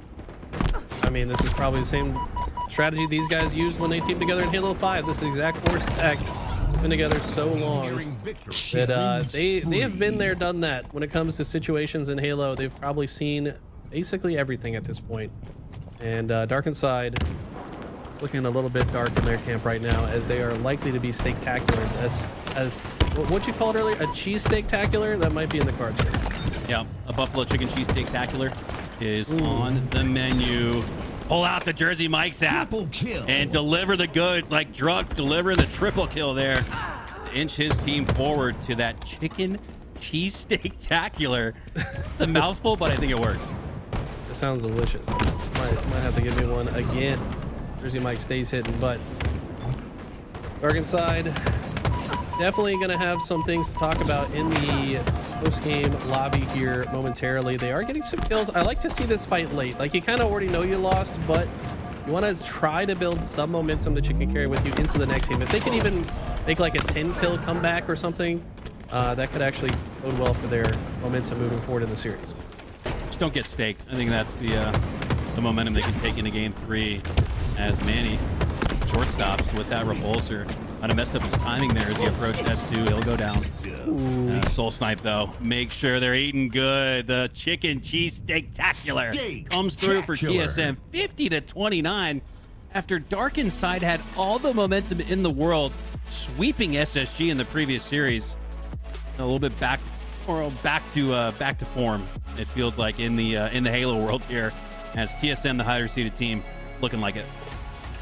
Yeah, they go up 2-0. Looking at the rest of the bracket, not sure if Judgment Day and Unreal Nightmare have faced off, but that is an unlikely winners quarterfinal. It was supposed to be Optic versus Complexity, but now it's Judgment Day versus Unreal Nightmare. That is insane. Yeah, we in the lower side looks like Optic currently in losers round 2. When was the last time they were in losers round 2? It had to be in the championship bracket. after losing to Shopify winners round 1. But this is an open tournament, and they're in losers round 2. That's insane. A little bit different there. I was gonna say maybe HCS season 1 preseason where you had 256 teams competing. We saw some teams like G2 fall early on in the bracket, so I do recall some teams getting upset. But really, it's been years since we've had a day like this where 4 or 5 teams in the top 6 are in the lower bracket before we even get to the winter semifinals. I told you that would happen when you tuned in today. You just said, Mikowski, you are faded. You usually am. I don't even think I could have predicted that, though. I mean, you are faded, let's be real. However, true. I don't think you would have predicted this, despite your ultimate fadedness. This was unforeseeable, I think. Shopify playing Omit right now, top of the bracket. Omit defeated Akave, by the way, who finished top 4 last week in this very tournament. That's the #1 MX team, but they are also in the lower bracket early, thanks to Omit. This is a crazy day of Halo already. This is a 1-day tournament, by the way, guys, so we will be concluding all the way to a grand final today only. Make sure you guys got the popcorn ready. It's going to be a long one. That it is. And why grab the popcorn when you can grab yourself Jersey Mike sub, hot sub, cold sub? You can get it in a wrap if that's your forte. As we are just getting ready to get into game number 3 here. Dark Inside back in the locker room, trying to figure out what they need to do. They have the facilities, they have the toolkit, they've got the rosters. Spectre, Looney, Super CC, Kid Nasty. One of my favorite compositions in Halo, Eli. You know this from talking to me over the years. 2 vets, 2 hungry up-and-coming amateurs, or guys that are right there on the cusp. They have their floor defined, but we don't know how high their ceiling can go. I look at a team like Shopify. That's one of the reasons they were my pick to win the World Championship this year. I think they have that perfect composition of players. You can make a case that Dark Inside is fairly similar. I have to agree. Spectre guy has played in the grand finals of a world championship before, back in Halo 5. This guy has seen quite a bit, and I think he's not really happy with the way Halo Infinite has played out for him. He's definitely not been as dominant as I think he could have been. A lot of top 8s on teams that probably could have gone better. Looking to close out Halo Infinite with a bang with this new roster. This is it, man. This is your last time to shine. The last chance to make it out of the open bracket. As we'll see these guys there in a couple of days. Dark Inside, definitely one of the top picks to make it out of the open bracket. But like we talked about earlier, the international competition has been so strong. NA's really been getting snuffed in year 4. Only one team at each event, I want to say, consistently have made it out. And when you look how strong NA open bracket is, it's kind of a modern marvel to think how so many teams have not been able to get there to the finish line. But you have to commend the strength and the improvement that we've seen from the MX and AZ region. They have really come on strong. They had their spots taken away and going into season 3, and they have got it back in blood. So big ups to the international competition for making it so hard for NA to shine in the open bracket like they usually do. Look at Legion's bracket, by the way. They took a game off TSM, fall to the lower bracket. Now if they beat Cross-Eyed Tubbies, they play SSG. If they beat SSG, they play Cloud9. I mean, that is not the losers round 3 and 4 you would expect. I was going to say, after what you spoke on about the open bracket, my prediction, I think 2 NA teams make it through this time at Charlotte. I think that MindFreak and Akave are 2, but then I'm expecting teams like Legion and Dark Inside could be teams that make it through. So it's going to be an insane open bracket. We will be covering the open bracket action here on LVT to the best of our ability just next weekend. So it's coming up fast, man. There's less than a month of Halo Infinite competition left as far as official HCS tournaments go, so we got to be locked in. Got to get it while the getting's good, and that is where we are right now in the timeline. Playoffs. That's what I call it. It's HCS Charlotte. It's a major, but it's not like the other. This is it. This is your final chance to qualify. Speaking of, Eli, we'll have the last chance qualifiers, I believe, exclusively on LVT on Saturday. That was some of the... That was maybe even the one time something trumped the open bracket as far as one of my favorites to cast and watch was the last chance qualifiers, where MindFreak went to a game 7. I want to say Looney's team was the team that went up against MindFreak to get to the World Championship. Not just pool play, but to get to the World Championship. And I think Looney's got quite the squad. I think even if they don't make it out of Open, I still think you might see them in an LCQ clutching up. 100%. It's going to be a bloodbath, to say the least. I do not envy the players playing in this open bracket. It's going to be the hardest one, perhaps, in Halo Infinite's entire history, I would guess. So a lot of people are recognizing this is their last chance. They're going to be putting everything they have into their performance. Like, if you haven't gone to Worlds yet as a player, this is your last chance to qualify. So, better bring your A game. Yeah, I think whether you're a tryhard or not, I think everyone's going to be a tryhard kid when it comes LCQ time or last chance to qualify from lower or the winner side of the bracket here on Friday.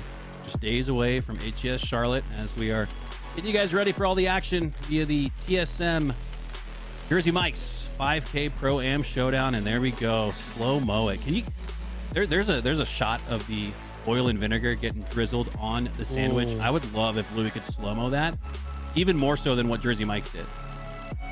Cassie might need a break. I might need a new caster if he plays that in slow-mo. I don't know.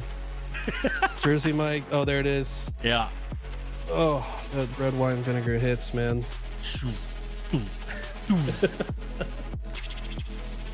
No, for real though. Jersey Mikes are incredible. Shout out to them for supporting Halo. As we all know, there's not a whole lot of Halo left, so anybody that supports is awesome in my book. We should support them back. Make sure you guys get your Jersey Mike subs. I don't think we have a discount code, unfortunately, unless I'm mistaken. Tell him Eli sent you and see what the guy behind the counter says. Worth a shot, right? Yeah, at least give it a try. Yeah, no code. But hey, check your DoorDash app. You might have some deals, some discounts. Might $0 delivery fee, it says for me. So maybe you'll get that too. Well, I know I'm looking ahead to next year where it'll be all grassroots competition, but TSM, let's run it back. Let's do some tournaments together, maybe even a LAN, you know, might be wishful thinking, but I agree. If we had an LVT promo code, I would imagine thousands and thousands of sandwiches would have been redeemed if they had that. It's, something to build on. Let's keep it going. Let's keep doing more Jersey Mikes. Let's see more subs. Yeah, shout out TSM as well. Team Solo Mid. It's crazy that the name of their org is a reference to League of Legends, but now they're in everything, I guess. These guys, I don't think TSM could have found a better squad to represent them. The Brotherhood.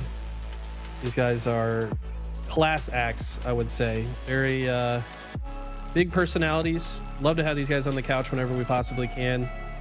Talik has been playing absolutely insane all year long.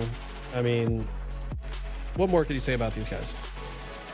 Just love teams that have fought through adversity, and this is definitely one of the most adverse built squad, you could argue, in the case of Druck, who now has no worries about getting into NA, but first couple of years of Halo Infinite competition, it was pretty dicey for him whether or not he could even get boots on the ground at these NA lands and at these NA majors, and now he's stuck with it. I mean, gosh, man, I think of, I put myself in his shoes. Like, would I have continued to stay at the ready and continue to devote that much time and energy into Halo, not knowing if I could even compete? So big ups to Druck, man, for sticking with it, and that's a life lesson. You know, you stick with it, even the darkest times. It's always the darkest before dawn, and I think Druck embodies that. I mean, a lot of these guys, Halo is their entire identity, right? Like, I don't know what I would do if I was a competitor, like, in my prime and told I can't play. Like, Druck had to stick it out for the love of the game, I think. I don't think his soul would let him do much else. So, glad to see him back on the sticks. He's always a joy to watch. Max FOV, a super high sensitivity, crazy movement. Once he gets into flow state, he is a scary man on the map. But it's the up-and-comers looking to challenge them. Down 2-0 in the series. We've seen Darkenside pull off some crazy upsets before. See if they can do it again. Taking a look back at your bracket, if you're just joining us today, FaZe Clan, the smoothest on what's been a really choppy day for the top 6 teams. They're really the shining performer, you could not even make a case. I just say outright, FaZe has looked the best here so far today. TSM looking really good as well as they await the winner of Shopify and Omit. FaZe Clan, and they're taking a little break. They got plenty of time to drive to Jersey Mike's and grab a sub as they await the winner of Judgment Day and Unreal Nightmare. That was, guys, that was supposed to be Optic versus Complexity. And both teams got upset. I mean, this bracket today has been the most bizarre that we've seen yet, as it looks like we've got all 8 players back in the lobby ready to fight. Oddball, Live Fire, up next. Here we go. We call Oddball Game 3 the reverse sweep trampoline, because if you can get through the grueler, come out with a dub, sometimes that's all the momentum you need to carry it to that reverse sweep. Potential 25-minute game, potential 10-minute game if it is dominant. Either way, we're going to see some crazy snipes. The opening strat, I think, going to be very important for this one. Want to get an early lead in every round you can. All right, here we go. After a momentary delay in the action, Dark Inside, plenty of time to talk about their strategy. The opening break of game number 3, though, Manny able to steal the snipe, take it back to his base, back to his spawn as Druck goes down. So the first slate does go to Dark Inside, but Manny could hold the tide here with the snipe. He's got soul snipe, but that's it. Druck and Manny go down off the start. Excuse me, this is Alec, as he's got the snipe, and he's a good player to have with it in his hands. One of the best slayers that we have in Halo. Look at this. His attention is kind of pulled in a couple different directions. His team gets the camo, so he doesn't really have to look in that direction anymore. But despite TSM getting the whole sandbox, it's Dark Inside that sneak away with the oddball. They get themselves 13 seconds, but as TSM arrives, have to drop and fight Druck to see if he can use this camo and the skill jump to catch them off guard. And I think he's going to do so, but Kid Nasty's ready for it with the repulse and sends him off the map. Manny now, last player on the side of TSM, going to see if he can make a difference. Druck did everything you could have asked there for TSM as he grabbed the camo, executed the skill jump, had a perfectly lined up play, but just he got answered back with the repulsor as he heads off the map and now back on it after 10 seconds. Looney now on the box, looking to stay alive. He's got soul snipe above him. Split decision to make here. He's got Druck on his right, able to steal that snipe. Pollock was able to grab it off the start, only used 2 shots, so 6 shots left. Snipe does fall back into neutral territory. Soul snipe taking down 3. Could work his way back to the snipe. I wonder if they even know it's there. Wow, unfortunate. The grenade catches him, and it looked like TSM were about to set up at the snipe tower, but they're not able to. Instead, it's like they're going to have to rotate that ball now towards the pillars as Druck has positioning on the high side, but it's been tough to work with that snipe. You see a snipe again falls. It has not been a factor in the early goings.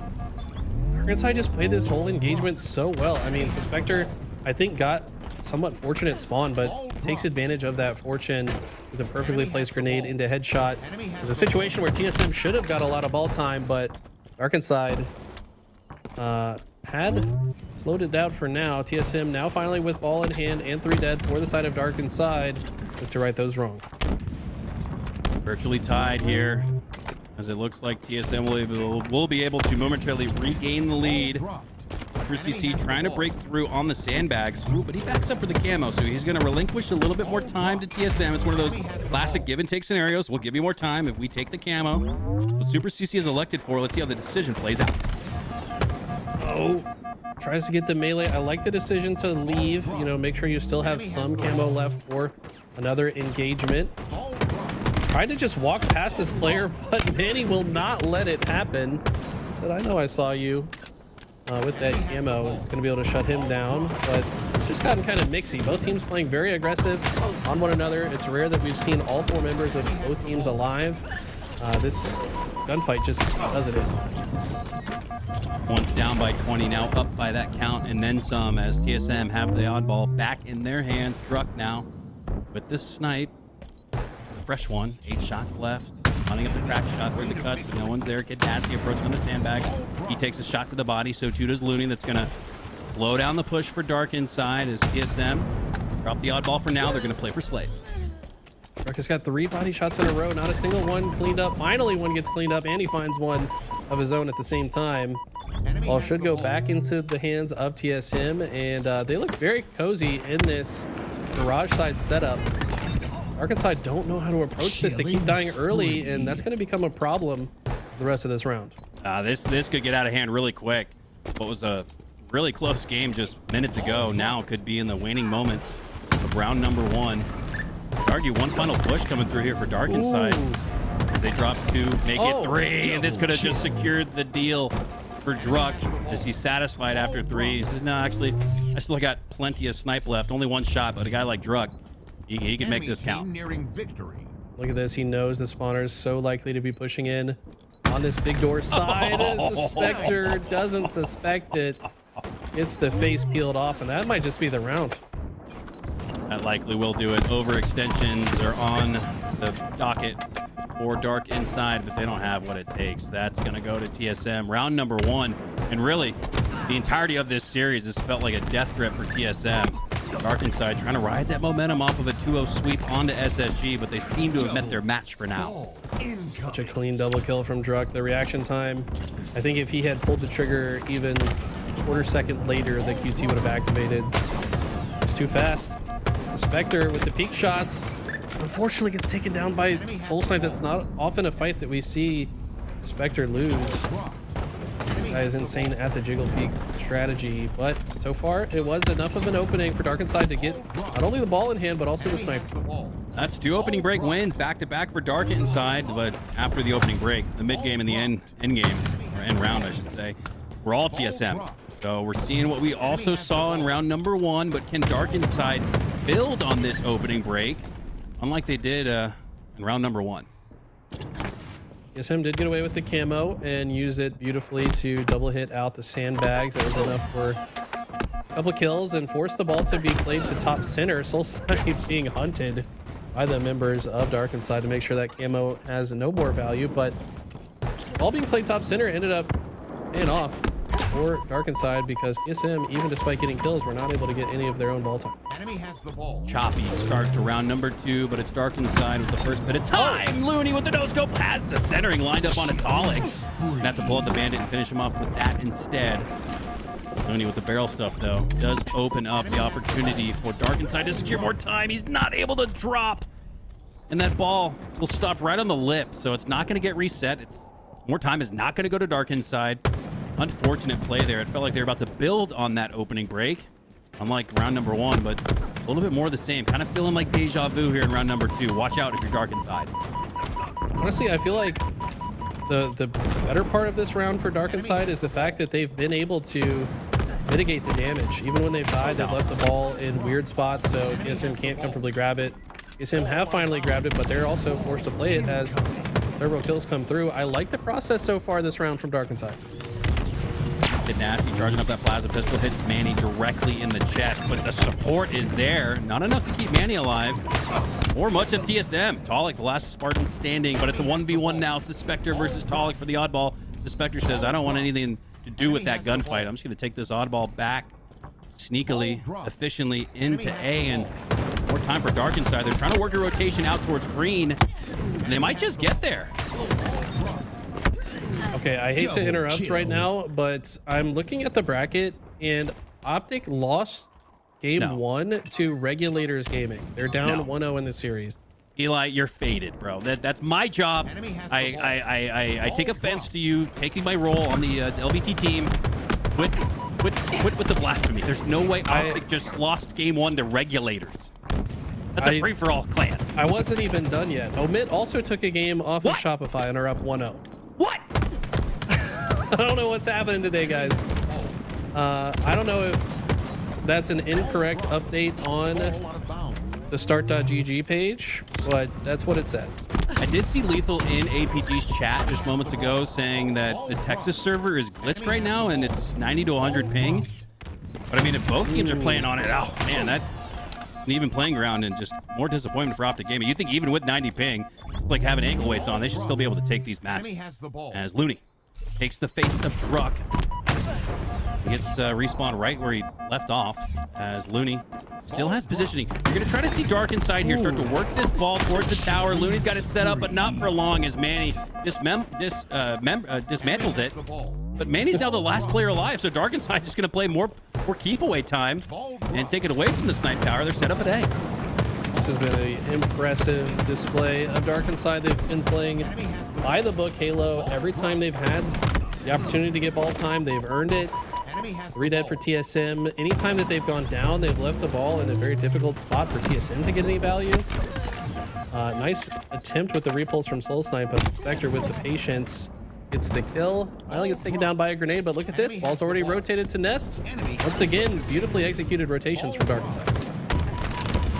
Andy now down by half a minute with just 2 minutes left in regulation. He works his way through the middle of the map. Soul Snipe, though, tip of the spear goes down, so you could argue now all Manny has is a wooden stick. He's going to regroup, try to hit the skill jump, but he does not execute on it. Instead, not going to mess around with it too long. Works his way through the bottom middle of the map, trying to traverse through the tunnel system. Druck now with QT. Doesn't get a chance to activate. It's a Spectre. Way too aggressive, way too strong. And Dark Inside, looking the best they've looked yet in this series. Ball drop. This is a very impressive round so far. Very few mistakes being witnessed. Saw Looney popping off with the snipe top tower not too long ago. Enemy has the ball. Trade of this situation is big. Super CC can comfortably hold this ball. Probably will end up playing it. Doesn't have to yet. Enemy has the Looney actually getting the kill onto Soul Snipe means they don't have to play it at all yet. Enemy has Druck the might ball. force it here with the camera. Ball drop. Play ball occurring. Ball out of bounds. Dark Inside, though, just snuck in an extra 20 seconds. That's all TSM have to their name in round number 2. So the efficiency that we saw from TSM is now in favor of Dark Inside, and they played for the reset, win the reset. Now they're stacking up more ball time, and they're in the end game of round number 2. 80 seconds Enemy has the means ball. TSM really only have one push left up the map. They're gonna be in a fortunate spot. 3 go down, make it all 4. It seems like for Dark Inside. Looney just staying alive. If he could just stay alive a little bit longer, allow for his teammates to escape through garage door or the sandbags, that would have been a nice play from him. Does stay alive a little bit longer than he should have, but nonetheless, TSM earn a much-needed team wipe. This is going to sound crazy, but I would argue that Looney probably should have died sooner there just to like sync up his spawn timers with the squad, wow. because they become off timing and are now suffering as a result. Looney's now the last player on the map again. And when their spawns are staggered, this push becomes more and more difficult. TSM really taking advantage of that. TSM, all they need is a glimpse of hope, and they can take this game, take this series. Despite what we've seen from Dark Inside, they are just maybe 1.5 holds away from securing it. Looney trying to do just that with another headshot. He's been a monster with the snipe in game 3. Do not sleep on this kid. When he is locked in, he has a very high ceiling. Oh! I mean, look at how insane some of these shots are. That was so close to the headshot. That was a body instead. The Looney keeping his team alive when they started to lose momentum. Enemy has the ball. He's been right there to keep them in it. Clock is a factor. Just 30 seconds and then some left in regulation. Only 10 seconds needed for TSM to regain control of the lead. I not see either of these teams get to 100. You might see an advantage taken by TSM. No, you're not going to in this moment. 3 go down for TSM. All 4 staggered a little bit at that. And the camo's up at just the right time. Talik does have positioning to defend it, but Super CC, his first 4 shots land. That's going to afford him an opportunity to grab the camo. Maybe even the win here in round number 2. Great discipline out of Talik in that situation, though. He knew he couldn't full challenge. He wanted to contest the camo, but played it in a way that he had an escape option to stay alive. Now that he's still on the map, Druck is finding 2. 98 all 4 go down! 98 is the score. TSM could still potentially win this round. Where did the spawns occur? They occurred A. Manny, can he get this to the pillars? Uh-oh, God, you just saw the 4th member spawn up for Dark Inside. And TSM, also in an endgame scenario, about to cross the 80-second threshold, but just 2 seconds needed for Dark Inside. They can sneak in, but they have to be careful not to overextend here, Eli. We see all the time teams needing 1 or 2 seconds, and they pick up the oddball thinking they can have it, but with 3 seconds left, Manny's the one who has to grab it. And now, with 3 dead, you cannot drop the oddball for even a second. So TSM playing 3v4 the rest of the way, but 4 go down for Dark Inside. And he had such a clutch pin back pillars on Super CC and has held the ball ever since. The members of TSM keeping him safe. He is about to eclipse the lead. They're going to do it. He's going to throw the ball off the map. Oh, my God! Oh, my. Another heartbreaking loss witness here on LVT. First one was that Cloud9 Slayer, but man, TSM wanted some extra time to order their jersey mics. I don't blame them. What an icy performance from TSM. Like we said, they've been struggling online. in Season 4, but they're looking LAN ready and capable here in the Jersey Mike's TSM 5K Pro-Am Showdown. They're the second team to earn their spot in the winner's semifinals. And like you said, Eli, they got a little bit of time to wait and grab some lunch from Jersey Mike's. Yeah, we got to take a look at this bracket, though, because chaos is occurring. It does appear that Omit still up 1-0 over Shopify. The Regulator still up 1-0 over Optic. If these updates are correct, we're about to see some insane lower bracket matches. Akave up 2-0 over Temps. But I mean, look at the names of these teams that are in losers round 2 and 3. I mean, MindFreak, Complexity, Optic, SSG, Akave. This is not how I did not have this on my bingo card, to say the least. Unreal day of Halo so far, and it's just going to get even wackier the further we get into the bracket. There are less and less spots to claim, and with so many of the top teams in the lower bracket, you might see a top 24 finish from a top 4 team. And that sounds outrageous to say, but that's what we've witnessed so far today. You just got to call it like you see it. And we have seen some absolutely zany Halo matches played so far. So many upsets, so many great games, so many comebacks. We've had 50-49 where, who was that squad? That was MindFreak, Cloud9. Yeah, Cloud9 was down by 8, and they were able to win 50-49 in there. In our match that we just watched, TSM able to take it from Dark Inside despite 98 on the board. So we have seen some absolute thrillers of finishes, some crazy comebacks. Unreal Nightmare in the higher bracket, up 1-0 against Judgment Day as well. Both those teams riding the high of upsetting team prior. Would be crazy for Judgment Day to beat Optic and then lose to Unreal Nightmare. That's not often a bracket that plays out. It does say Regulators up 1-0 over Optic, so dude, no. I It just said that for a while. I feel like that's got to be a mistake. I don't know. Somebody in chat said Optic won. Unless that series is still going on. Are any of those guys even streaming? I don't think they are. I think so. Well, I guess that means you guys got to stay locked in on LVT for all the action. Like we said, get that Jersey Mike sub. I think we're going to throw it to a quick break while we look for our next matchup to reveal itself. Don't go anywhere, guys. We'll be right back.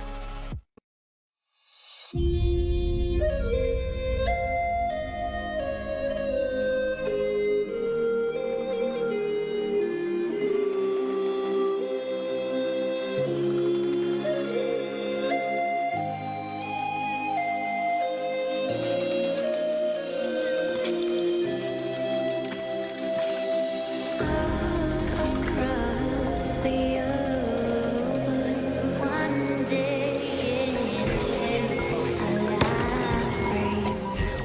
And when you think it's just a phase Double kill. again.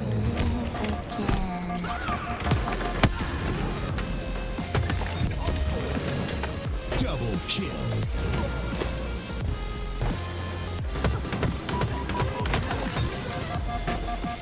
Double kill. Perfect. Score. Double kill.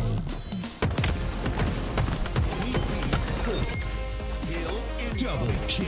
Killing spree.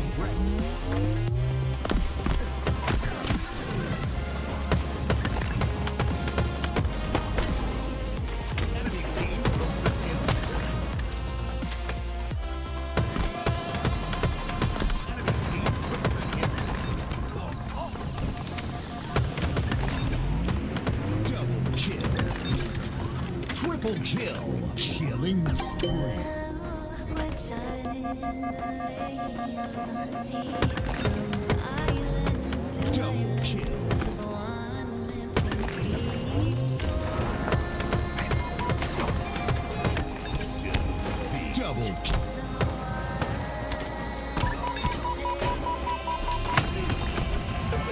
Double kill.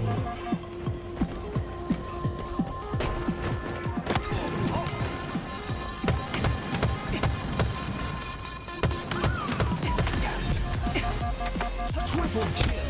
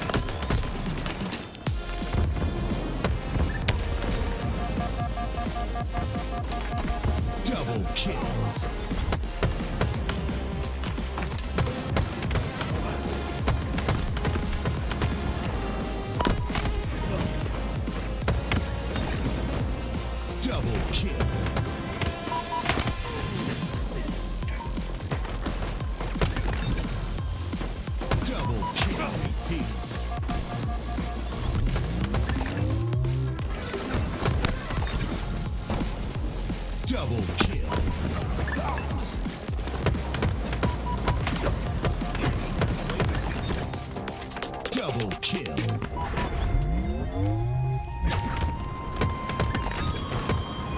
Killing spree.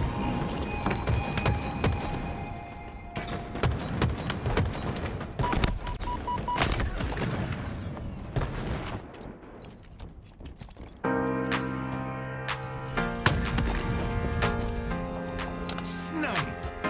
Ball dropped. Ball out of bounds. Incoming. Snipe. Enemy has the ball. Double kill. Enemy has the ball.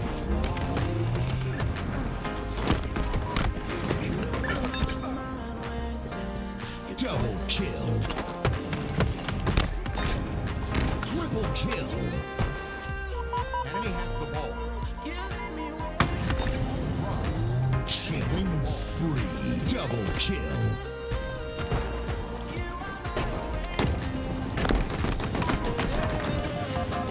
Perfect.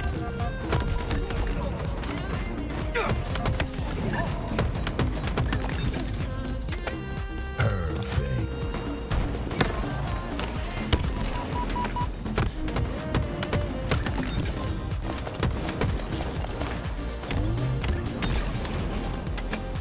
Triple kill.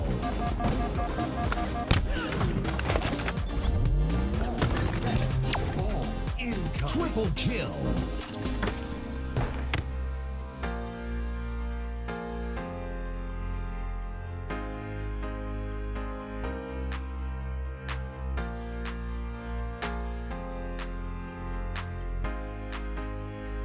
Goosebumps on my skin. I feel you on my body. Lose my mind within. Your presence is so godly. Oh, you leave me weightless. 'Cause you are my oasis. Oh, you leave me weightless. 'Cause you are my oasis.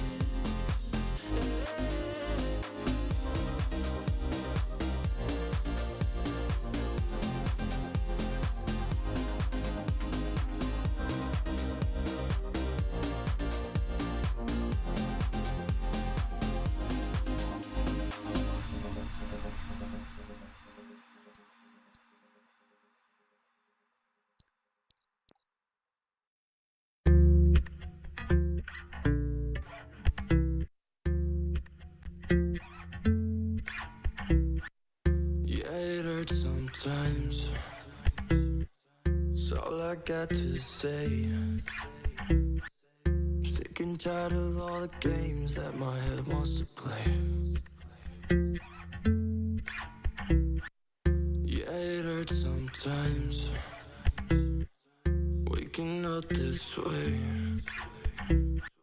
My mind is slipping away, now looking for an escape. Yeah.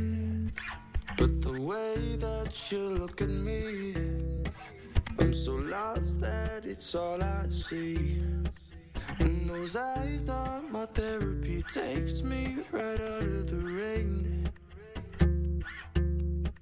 And when life wants to fuck with me, yeah, there's no place I'd rather be. 'Cause your face is my remedy, makes me forget all the pain. When I can't see straight.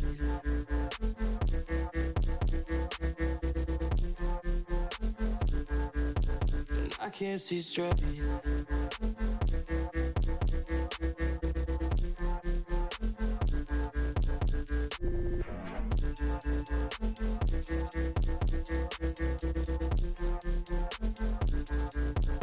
I can't see straight.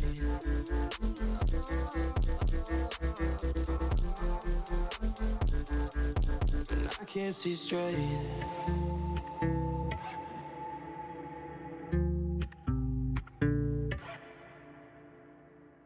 Yeah, it's hard sometimes. It's That's all I got to say. Yeah, I feel like I'm suffocating. I never know what to say. Yeah, the memories have gotta go. I'm not over it and get jealous. Like I'm about to break. Yeah, never know what to say. But the way that you look at me, I'm so lost that it's all I see. And those eyes are my therapy. Takes me right out of the rain. Takes me right out the rain. When life wants to fuck with me, yeah, there's no place I'd rather be. Cause your face is my remedy. Makes me forget all the pain. When I can't see straight.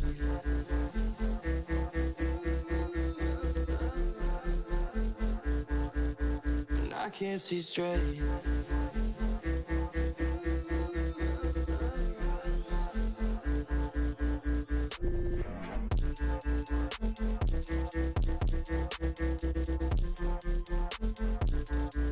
When I can't see straight.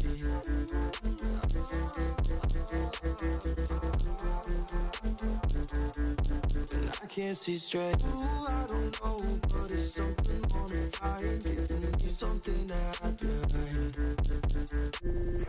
Ooh, I don't know, but it's something on the fire. Giving me something that I like. And I can't see straight.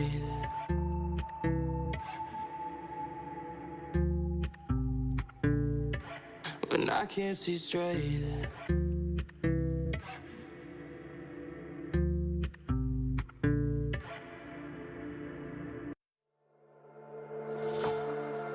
Monday morning and it starts to rain. And I'm thinking about what we've been through. It's getting cold and light starts to fade. And I'm feeling worried about where this leads to.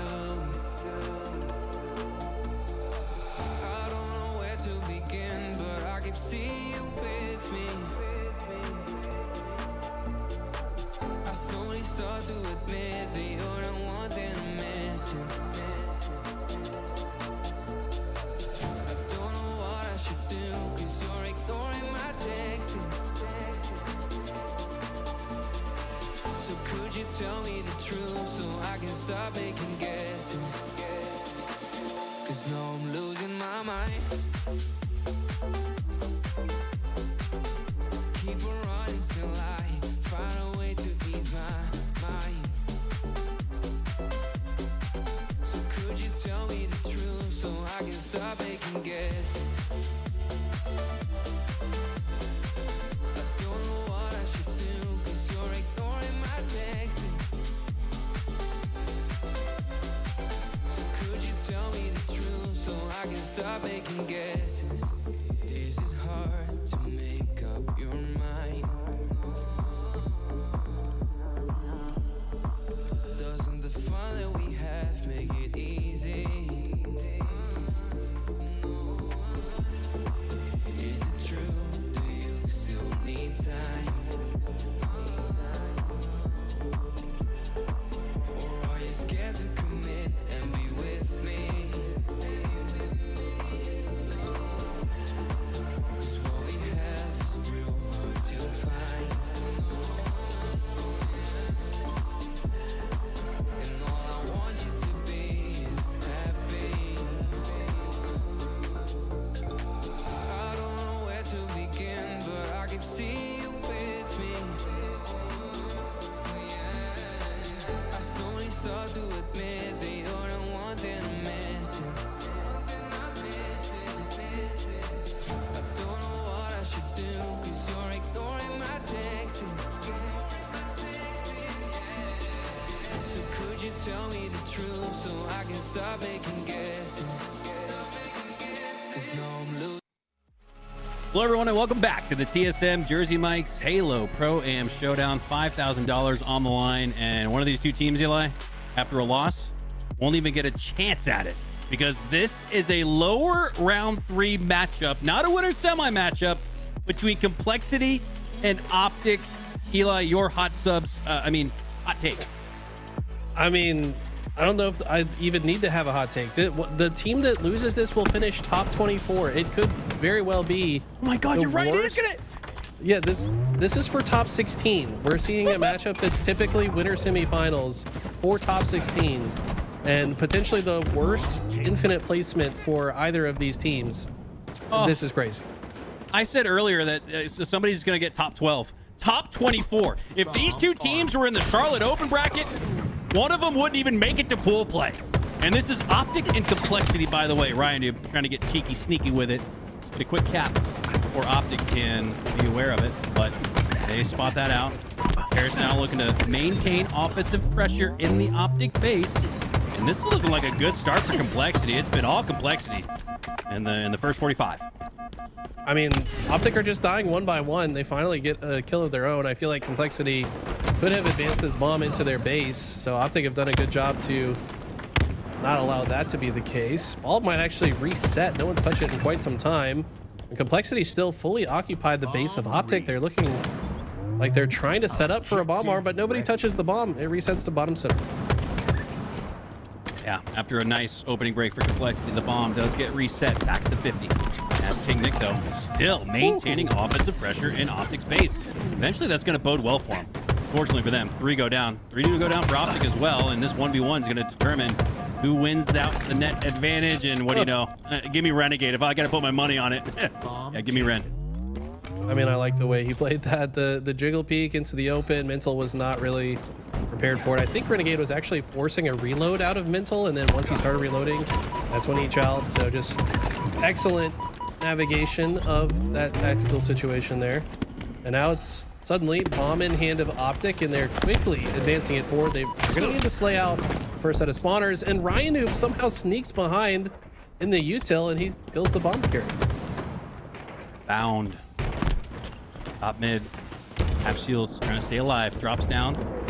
A little squirrely based on his body language, but he does finally regather himself. Takes down Mental. Now pushing through.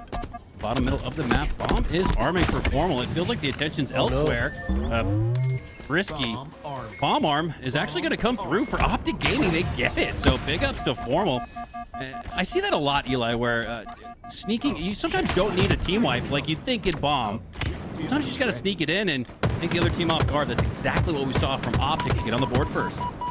Yeah, they did so when Formal did have 1 or 2 bodyguards with him. I think he had Bound and Legend alongside him. So even had he died during the arm, there's other players to clean up the situation. And Armit, that's exactly what happened. So Optic putting all their eggs in the correct basket to get the first point on the board. Legend on top of that has the camo. Complexity looking pretty worse for the wear. Yeah, had a good start for Complexity. I kind of started to worry for them when, based on the eye test, it felt like a 1-0 lead for Complexity, but reversal of fortune flips in Optic's favor, and they're the ones up 1-0 instead as Legend kicks a trash bucket into the courtyard as he is going to actually work his way past the bomb, and Mental's going to pick up instead. I don't think you're too worse for the wear if you're Optic Gaming, but this does force Legend back to the mid-map when he wanted to be inside the base. I think he could have stayed in the base, to be honest. I mean, he knew his camo was about to expire. His camo ran out as he was in the open. That's never where you want to be with it, but ultimately works out okay. Bomb is still at the bottom of the map, but I do feel like Legend could have just stayed in the base of Complexity, shot them in the back, and I guess he just was a little bit untrusting that his teammates would stop that bomb from advancing across the map, so he backed up himself. Complexity fighting well out of their base right now, but honestly, both teams still fighting for mid-map. 8 minutes left on the clock. Is Cherished has found his way back into the Optic base, just not finding the back of any opponents. I think that's what he's lining up for. Instead, you're gonna have to take him on full frontal as Formal goes down. Spree for, again, look at this. Sneaky cheeky, all the attention's in Optic's base since Complexity have broken through, but they need to work their way back. Ryan goes down. Fortunately enough, King Nick spawns on the fridge and gets back into the base quickly. That bomb should reset the time, unless Legend picks it up. Don't think he's going to just yet. King Nick has Legend right next to him. We just can't find him. What topsy-turvy gameplay we're witnessing here. This is all out of sorts. Yeah, Legend just walks past and somehow gets behind enemy lines unseen. Both teams obviously favoring controlling the enemy's utility side to control the spawns, force them towards the fridge. Bound wins a nice 1v1, but he gets taken down shortly after. And like I said, I mean, what often ends up being the case between two good teams on this map is it's just an all-out war towards the center of the map. Maybe this camo will open the door for Optic to get aggressive once again.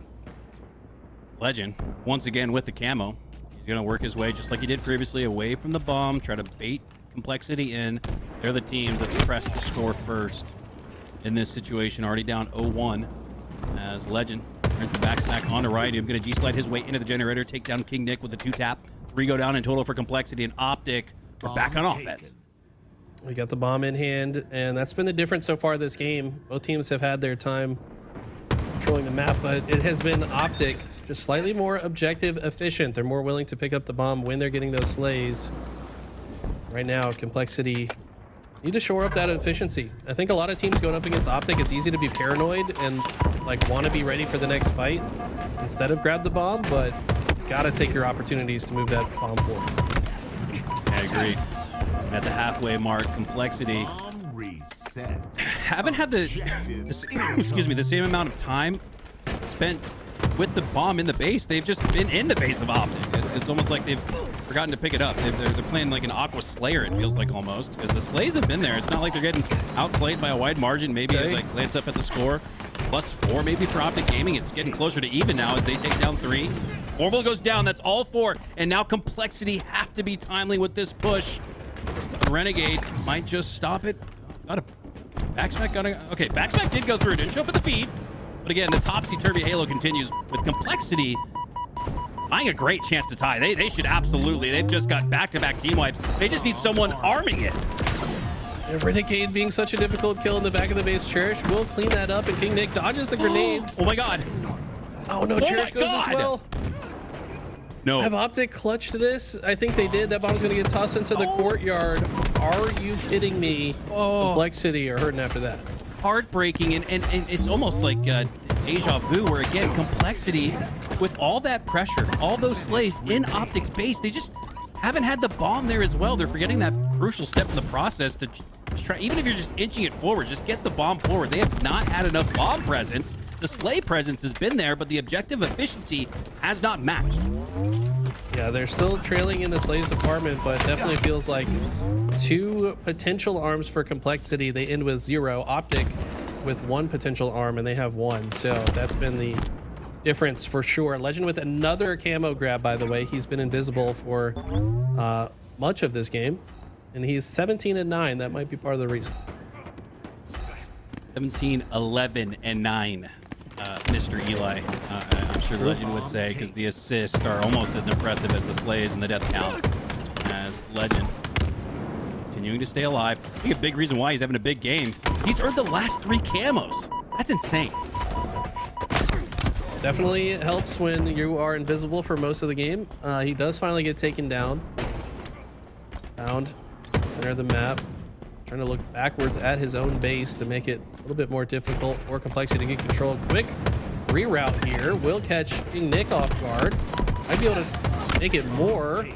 At least does enough damage that this player will be cleaned up, and it's 3 dead for Complexity thanks to a great play there from Bound.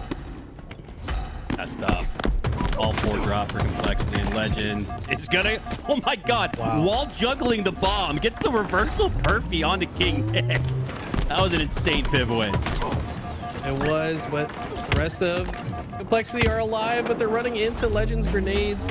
2 members left in the base, but it's all of Optic here to cleanly shut them out. And yeah, I mean, not quite GG. It will be the second bomb arm. However, Optic do so without even losing a member in that fight. They could rally this into 2. I guess GC in the sense that it's not GG. It's a good cap, though. As Optic have a strong hold on this game number 1. 3 minutes left. We are in the thick of it, into the end game, and Complexity haven't gotten on the board just yet. Legend waiting, playing patiently, waiting for shields to regroup, recharge. Look at this, just the ability to stay alive. No wonder his death count's down to 10. Even when you take him down to 1 HP, he still makes it out with his life. He's been embodying a masterclass of how to stay alive. But look at this complexity off a small opening break play. Try to advance the bomb forward, but look how quickly it's answered by Optic. They get 3 dead. Mental is the last player alive. Never mind, he is dead as well. So that time complexity may be advancing the bomb a little bit too fast. Sometimes you gotta multitask. You gotta be moving that bomb forward and getting the slays. Optic gonna take advantage of their overstep, get 4 dead, and now have control of the map once again. I was about to say, complexity need to find the neutral ground between what we just saw in terms of bomb aggressiveness and what we saw in the beginning. Instead, it's just going to be more back to the drawing board and more back to the respawn screen for complexity as they drop 3 out of 4 once again. Optic with 2 minutes left, up 2-0, are in full control. Clock becoming the 5th member of Optic, and they might just end this as a 3-0. They don't even have to go for the strategy of playing for time. Look at how close Mental spawns. The rest of the team spawns in the bridge. Might have been because Formal was looking at the spawn, not sure. Either way, that's going to be it. Optic looking clean in this losers round 3 matchup. That will do it as far as game number 1 is concerned. And again, let's lay the table with all the cutlery and napkins down. The loser of this match gets top 24, one of, if not the worst placings we've ever seen for 2 top 8 and even top 2 teams in the sense of Optic. It's just unbelievable to just look back at the Halopedia and see all the teams that finished ahead of either Complexity or Optic Gaming. You're going to look back at the Halopedia and start to hit the edit button thinking somebody messed up. But it's not. Like I said, I'm pretty sure this will be the worst placing for just about everyone in this lobby. I mean, maybe at the very beginning, Mental and Cherished were struggling, like the first event or 2. I don't know. But besides that, even including online, this will very likely be the lowest placing for some of these players. We do go into Live Fire Slayer and Complexity bounce back. We've seen them reverse sweep on land before. Can they start to come back here? Now would be the time. Come back online as we see Shopify and TSM. They're getting ready for their winter semis match. We are not usually in lower round 3 here on LVT unless it's Optic versus Complexity. We gotta witness history as we are kicking things off here with the veteran captain, the coach, the player, as well as trying to hype Rynoob up, build him up, but he goes down right away.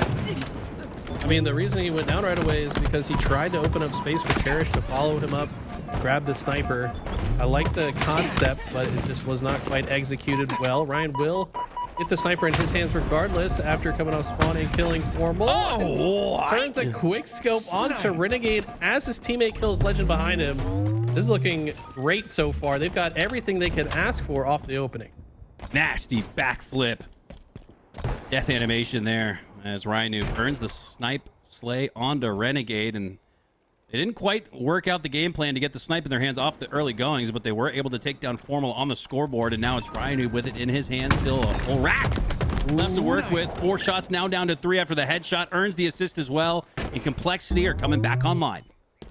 Let's not forget the bit of a rivalry between Rynoob and Formal. These guys have had some... There's a rivalry anew between Mental, I guess. Nah, man, not like this. This is just throwing me back to the matchmaking lobby, man. I'm just getting sniped by my teammate. Do you remember when we were casting, it was Rynoob? He gets a pancake medal. What is this? What is this series? What is this day so far? But I recall on the Nest Bridge, Rynoob getting that overkill. He got the triple kill as the game faded to black, and then no-scoped his teammate for the proverbial overkill, if you will. Yeah. Kind of shades of that there for Rynoob. He'll take your face whether you're on his team or not. Definitely a bit of unlucky timing. I mean, sometimes the stars align in all the wrong ways. But Complexity have maintained their lead. You have to imagine that slowed them down a little bit. It did ultimately lead to Ryan losing that sniper. Still maintaining positioning here, though. 5 kills is the advantage. They've actually grown on the lead since Rynoob got the team kill. Rynoob known to kill himself to get a better spawn. Rynoob known to snipe his teammate in the back of the head. Hey, I want you over here actually instead. I don't want you by me. That's the only explanation I can give you. as to why Ryan Noob so often will take the L, turn it into a dub. Can you imagine? He's like, listen, I'm going to pretend like I accidentally shoot you in the back of the head so you spawn behind them. I'm going to move forward while you're dead to create this specific spawn point. I mean, only he's thinking 600 IQ head points ahead, but instead, it was just an honest accidental team kill. Yeah, in most cases, you would be joking about that, but Ryan Noob's the only plausible player in the Halo community where you at least question, like, okay, did he do that on purpose? I mean, we know he didn't, but it's Ryan Noob, so maybe he did. 19-16 here, Complexity still up by 3. Up by 3, Renegade with the camo. Wants the sniper as well, but actually plays away from it. I don't know if Complexity are going to expect this. They probably expect Renegade camo. He's going to be on the sniper for sure. Instead, he cleans up a kill back tower. I think it was a member of Complexity able to escape with the sniper, but for how long? As Bound finds himself a double kill. Double kill and double down now after 2 quick kills in the feed. It is tied 22 all. 2s across the board. As Renegade, 5 shots left to work with in the snipe. We saw his wig peeled earlier by Ryan Noob. Now he's looking to exact some revenge. Great little bounce back here after going 4 dead end. Optic cleaning up the game. Complexity play well off spawn until Renegade gets the quick scope. And I tell you what, this guy has to be the scariest man in the lobby when he starts to wake up. 10-3 killing spree. And we've seen this man go 23-3 in a Slayer. Is he on pace to do the same? Yeah, watch out. Renegade's playing like he's pissed off, and it reminds me of 2 Legit from the mid-2000s era. You do not want to play against a pissed off Legit, and that's kind of what I'm seeing here from Renegade. He's got no reason to be mad. Down, or excuse me, up by 1 in the series. Was down momentarily in this one, but I guess that's enough to piss him off. You know, sometimes to make sure you play your best, you got to come up with a reason to hate your opponent. Maybe that's what he does. He just imagines the enemy's like kicking his dog or something, and then it just pisses him off and starts playing like Renegade. I don't know. Sometimes that's what you got to do. It is now all of a sudden out of nowhere a 5-kill lead for Optic, mostly off the backs of this man who has not died in quite some time. I think he's on an 8-kill spree right now. Yeah, what felt like solid control for Complexity in game number 2 is starting to slip away, and they are just down by 3 now after the team wipe. All 4 go down with 4 seconds until camo comes up. They'll be able to grab that. Oh, no, they may not. That's a fortunate back mud spawn for Optic. They're actually going to get the angle onto camo, so despite going all 4 down, it's not going to be as easy of a camo grab as you would have thought. Ryan Noob does get it, gets away with it, somehow kills Legend as well. That's massive for Complexity's chance to regain the lead. Optic have roared back into position, and I kind of like the way Optic are playing this. They're playing close to each other when they know camo is lurking. In this case, they're also hunting him down. Ryan Noob is probably a little bit befuddled how his location was found. Optic looking like they might have just secured the game. 36-42 here.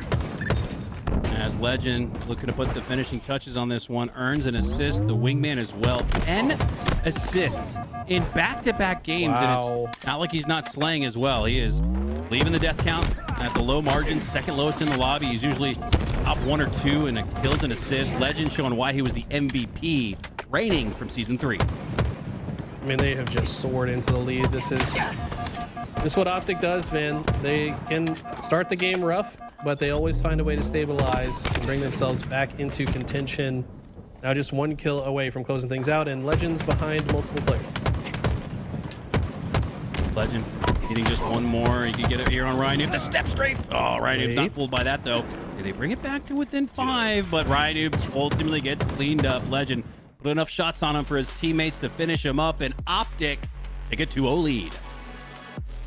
Optic looking a little pissed off to be in this position right now.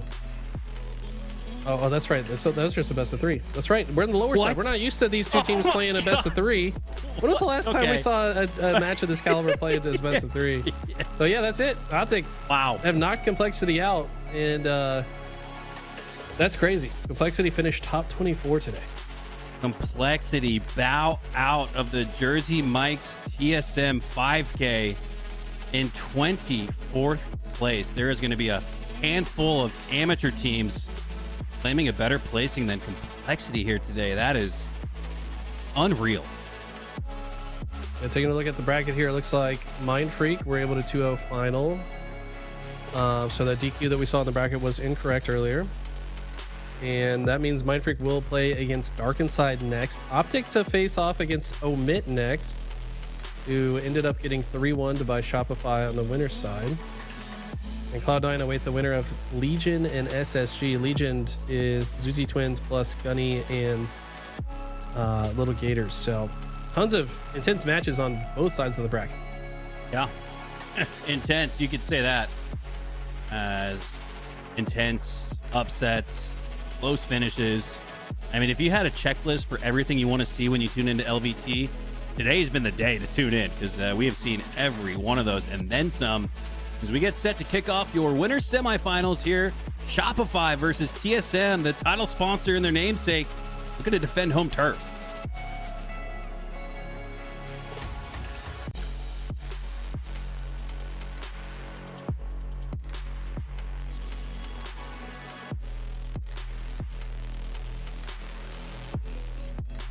I think we may have lost Eli in the Discord, or maybe in VMix. Maybe you guys can hear him in VMix. Maybe I'm talking over him right now as I I'm await. here.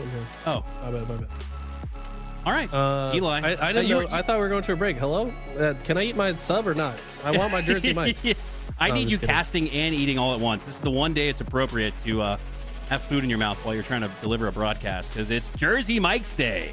Providing us with another weekend of Halo competition. $10,000 total on the line over the course of 7 days. It's a lot of subs if you win. I'd use all 10,000 towards a number 13 Mike's Way, but I'm probably not going to win. So it's up to the players to decide, as we are set to kick things off. I can still get a number 13 Mike's Way either way. Now, here we go. That's true. Rebellion versus TSM, King of the Hill on Recharge. Up next. Okay. By the way, the other semifinal match, Unreal Nightmare versus FaZe. Unreal Nightmare 3-0 Judgment Day. Judgment Day was the team that beat Optic. I mean, this is just, we're in upside down, topsy-turvy land today. This matchup, maybe the only one that makes sense. Shopify versus TSM winner semifinals starting here on Recharge. Here we go. Kicking things off with Frosty, who has seemingly found another gear to his game in Season 4 as he looks to cement himself. You can make a case, actually. If he wins the Halo World Championship, could be in the conversation for the GOAT of Halo. I had to kind of stop and pause and think if that's plausible, but I'd absolutely say it is. It's TSM, though, with early points in the early goings. Royal 2 definitely a monster, and it should be in that conversation no matter what. Soul Snipe with the early shock rifle and a little bit of early time, but he's going to get forced out of positioning. Frosty going to cut him out of the equation and pick up that shock for himself, and he has been lights out with precision weapons the past month or so. Pretty much since he started playing Halo, let's be real, but even more so this past month. Lights out. That's one way to put it. This one's close off the start. TSM were able to get the first bit of time, but now it's Shopify matching them, virtually tied on hill number 1. He's going to get the early advantage here. Going to be in the hands of Frosty. Up to him. No scope melee. Does connect, but not lethally, as he does earn the assist. The last shot. That's a 2v1 you'll take all day. And Frosty with 1 HP. Is he going to stay alive? No, he will not. Yeah, Druck was there. Now has the last bit of the shock rifle and a grapple to work with. Not until Royal 2 with the sticky trade out death that he's so good at. Royal 2 always finds a way to do that. Now it is neither team really in a comfortable spot to get into the hill. I think both teams would like to have that elevator side controlled before they get into this hill, just to guarantee some better spawns throughout the rest of it. But we've had a lot of neutral time burned off the clock so far. Cycle 1v1 with full snipe, and he gets the first shot, cleans up with the last shot. 5 perfect. Great Nate. Checkmate toss there on Talik, but Talik lucky to stay alive there. Maintains his health. He shields, repositions towards the top side of gold, now dropping on the staircase to take down Frosty. As 3 go down for Shopify. This is looking like a situation where TSM could get it to the 80, 90 percentile and maybe even seal it up. This is looking like a good opportunity. Also, sidestepping that plasma pistol is massive. Real 2 would have been better off with the bandit out. And it's, like I said, Shopify prioritizing these A-side spawns before they go towards the hill, but they don't have much time left before they have to contest this.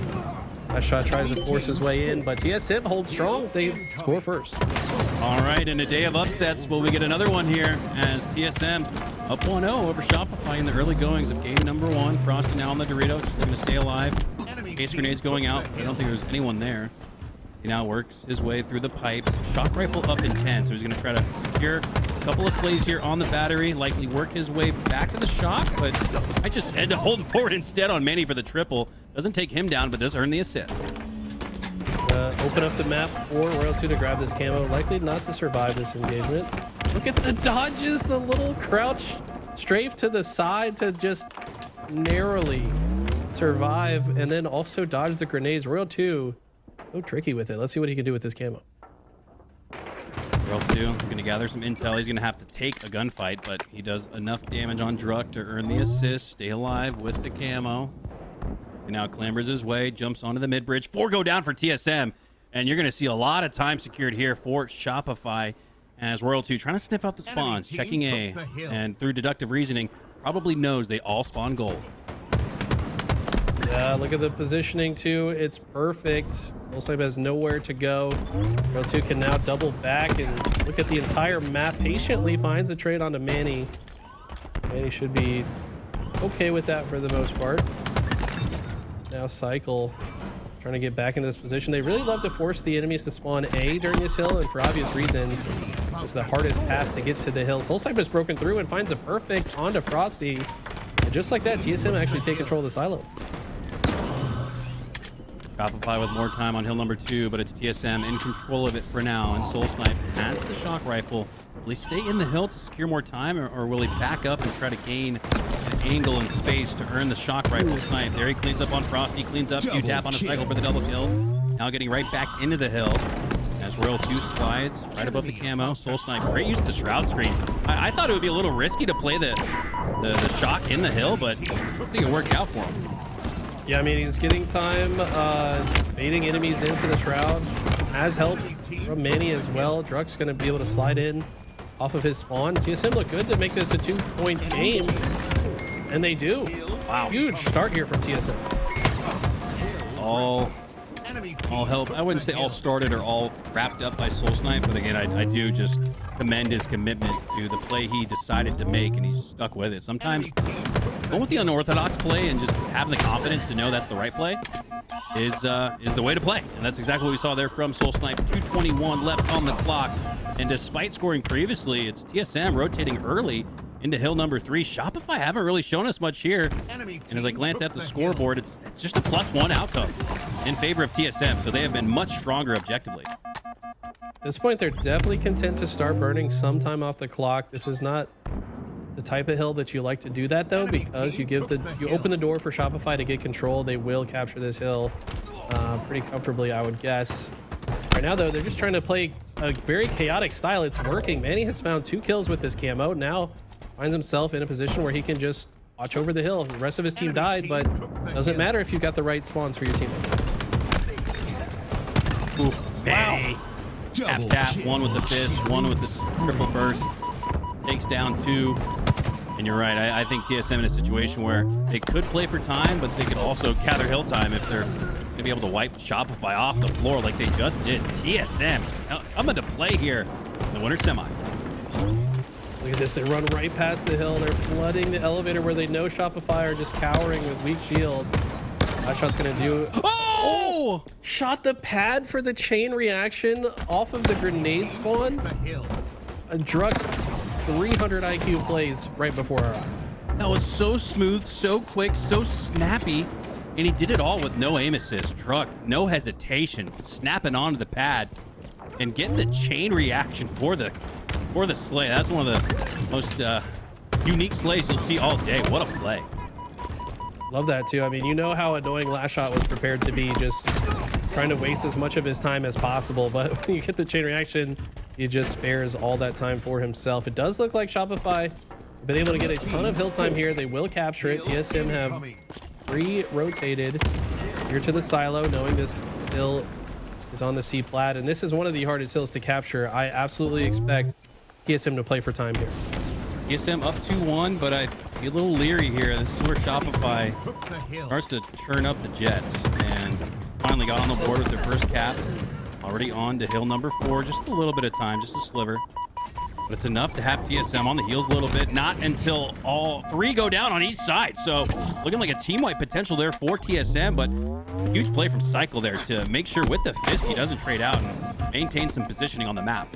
1 minute remains. I did say this is one of the hardest hills to capture. One team that's been good at locking it down, though, has been Shopify. The problem is TSM can just kind of put themselves in positions to weaken the shields of the player into hill, force members of Shopify out. Every time they do that, the block dwindles down.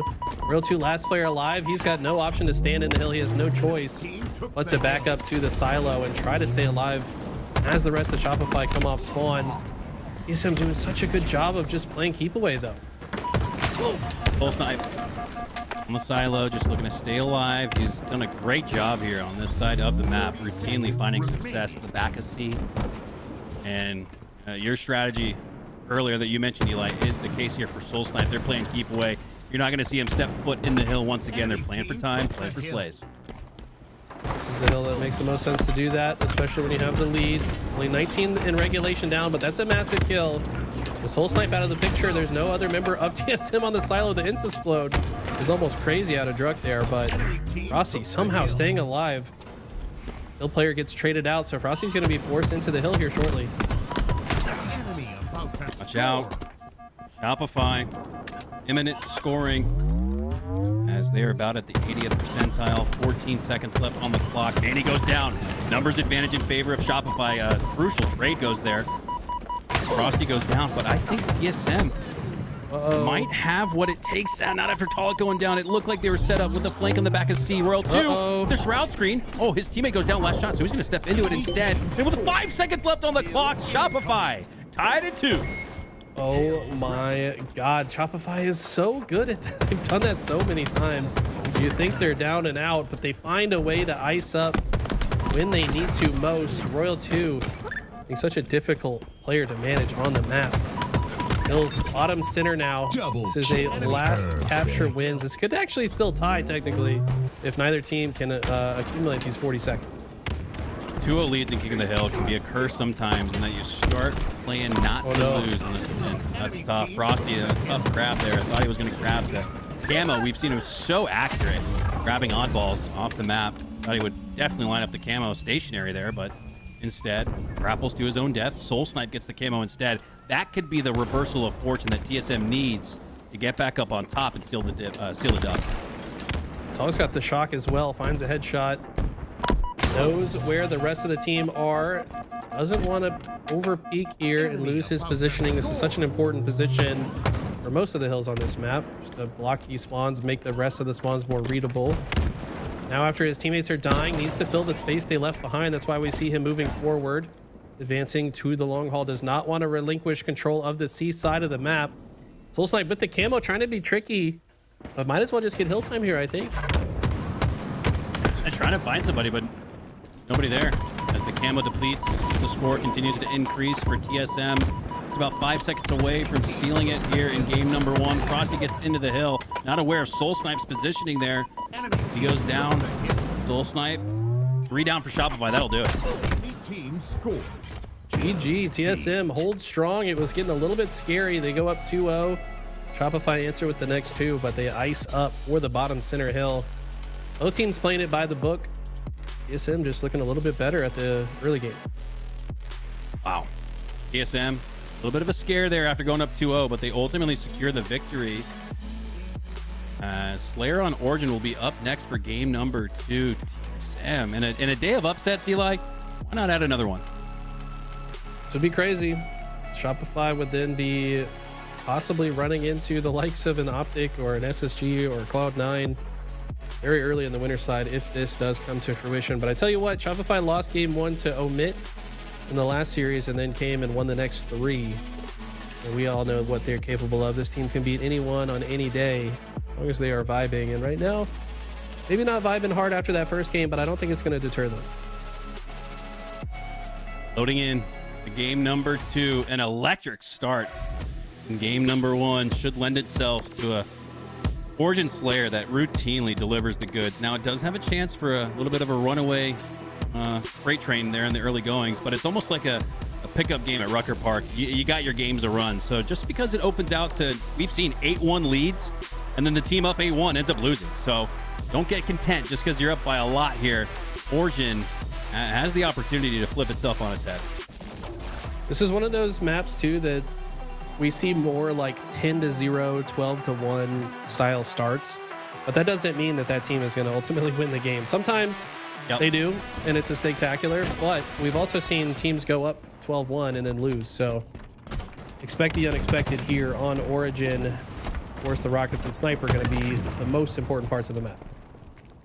Annie, quick snap, headshot, cleans up on one. TSM's first slay of the game. Manny doubles it up. 2-2 tie prevents Shopify from grabbing the Rockets, but a little too much attention's on Manny there as he'll go down and gives up a lot of ammo there with the snipe. So whoever's able to pick that back up has just about a full snipe left to work with. I think he died the way he did intentionally, though. He knew he was going to die, so he tried to throw the sniper towards his teammates because they were mostly controlling that area. And I do think another member of TSM was able to pick it up. It might be Talik here in the cave. Rossi, though, has a rocket. It was not the player I thought it was. And let's see if Frosty can continue popping off. He does take down Druck. Make it 3, and he found the sniper as well. Oh, if only. God, something's just nasty to me about getting a triple kill and then finding the next weapon of choice on the ground, picking it up and getting the over. It was kind of fan fictioning there for Frosty, but it's all real. 6-1-1. He's having himself a hell of a bounce back game number 2. And there's that game of runs we talked about. The big 7-8 kill lead is in the hands of Shopify, but it's not over yet. I don't mind your Frosty fan fiction. I've seen much worse Frosty fan fictions in this chat. We don't need to go there today, though, guys. 15-4 is the start for Shop, and they don't look like they have any signs of slowing down. Frosty fan fiction. His entire career has been a fan fiction that he's turned into reality. What a player. As last shot now, 2 shots left in that snipe. Drops down to S1 now. Regathers himself, full shields, has an opponent just to his right. He knows that after Cycle goes down to the fist. Whoa. Oh my God, if he turns 2. He turns 2. God, it wasn't as clean as you thought it would have been with last shot, but that was nasty. Unbelievable reaction time on that first slay. I mean, the player drops in front of your face, weak, and you just pull out the beat down mid-fight with someone else. Huge turn 2 situation there. And the sniper back in the hands of TSM. No, I think that was the last bullet, as last shot will shut him down. Both teams eyeing these rockets, and that's a clutch time to get a double kill for last shot. Clutch indeed, because it maintains a dominant edge here in game number 2. Switch POVs to anybody else on Shopify, and it just feels like they're collecting more dog tags. Full snipe. Trying to stay alive in the courtyard. He'll go down as well. Last shot gets 1. Cycle gets 2 off the rack. It has been a dominant performance after a little bit of a shaky start in game number 1. They let 2 in a row go to TSM. It's been all rebellion here in game 2, though. 30-14. They've doubled up and then some on the lead roll, 2 letting up the triple kill. No scope. Has to collect himself. Almost felt like he pulled the trigger, but wasn't able to. He had to finish off the animation of racking up that snipe. He'll go down because of it. Regafint in chat asks, why is Optic in the lower bracket? It's because they lost. That's how things work. They are likely to fight their way out, but it's been a crazy day of Halo so far. We've seen them get upset, SSG in the lower side. Complexity is already out of the tournament. Winners round 3 was their last round played. And here we find ourselves in the winner semifinals, where Shopify looked to claim their spot in the grand final.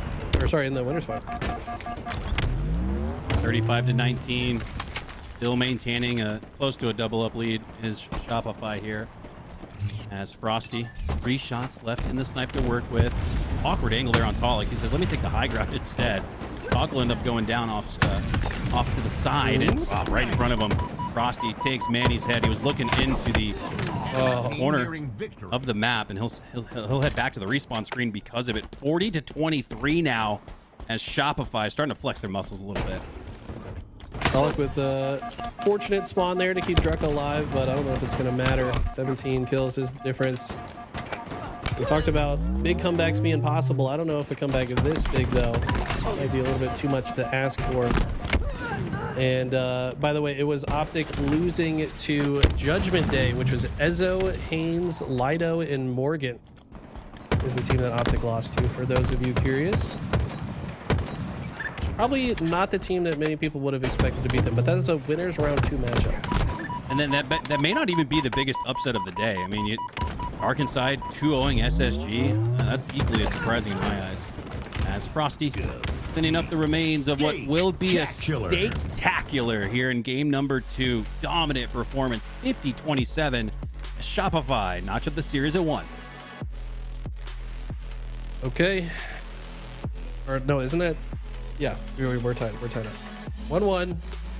Sorry, the day's been upside down. I'm struggling to keep up with everything that's transpiring. It's fine. You got a Jersey Mike sandwich off to your left that's still wrapped up in the paper that you're glancing at every chance you get, just waiting so you can take a bite out of it. I don't blame you, Eli. You're good. You're good. Druck needs to have a better performance than that to keep the team alive. He did have second most damage on the team, but somehow only finishes with 3 kills. So that's a low damage efficiency number. You want that damage to ultimately get converted into kills. He did have 7 assists to go with it, so not terrible when you look at that. But Shopify looked like they finally found some steam as Optic and Omit are facing off in the lower bracket. Ball start. As gives us an opportunity to take a look at the picture-in-picture here. Let's go full screen here. As Omit going up against Optic Gaming. Omit having a rough go at it, and then when they first formed as a team, but started to brew some upset potential. I mean, you look at the roster at least, Eli, and you tell yourself these guys got a chance, and starting to play much better as the season goes on. I like this Omit roster. I think Lethal's been playing great as of late. Shopify has just somehow always been extremely underrated as a player. But it's a great start for Optic here on our newest map, Lattice. Get myself a bacon, lettuce, and tomato sandwich from Jersey Mike's right after this. That sounds quite nice right now, but that's Optic with a opportunity to score quickly here without much neutral time burned off the clock. That's exactly right. As Legend spotting the green X of bound, anticipating a player for Omit going to occupy that space, but that's not the case. Legend works his way to the left inside, instead picks up the slate onto Sparty with the headshot. And Optic playing really patient here. You could argue they could have already had hill number 1 wrapped up, but just playing what the game gives them. And I guess in this case, what Omit gives them, and it looks like Omit going to give Optic 1-0 lead. I think I might have cast or cursed Skeptify. He's yet to get a kill on the board. Tough going so far for him. I feel like it's only a matter of time till he wakes up. We hear a snipe shot ring out. Not sure whose hands that is in. But Formal has the first slay. This could be the door open for Omit to push through. Oh. Lethal with a snipe, takes down Legend, and you're right. Maybe this is the door opening. That's a lined up shot, yes. Wow. Not a no-scope headshot, but quick on the melee button was Lethal as he cleans up on bound. Now Huss, high side advantage on a Renegade, drops him as well. UT up in 5, Formal. The Huss is left. Double kill. He's just playing his process. Every direction Huss looks, it's Lethal. Tell you what, man, you can't forget about modern day Halo GOAT, Mr. Lethal himself, in popping off as of late. But this first hill second hill pretty mixy. Difficult to like really feel comfortable on all parts of this map at the same time. Of course, you want to control the red side for this hill, but also helpful to have at least one person in position to watch the players crossing the map as we go back into our winner semifinal match between Shopify and TSM, or into Aquarius. Yeah.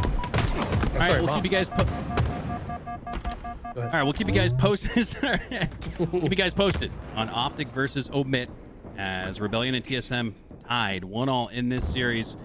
Winner's final trip on the line. 3 go down off the start for Rebellion. It's going to give an early offensive possession to TSM, but with Frosty having camo and TSM knowing it, they're not going to just continue to push that bomb into the base. They're trying to find Frosty and take him down before extending that bomb, but Frosty stayed alive so long, he's allowed the 3 teammates that died before him to get right back in the fight.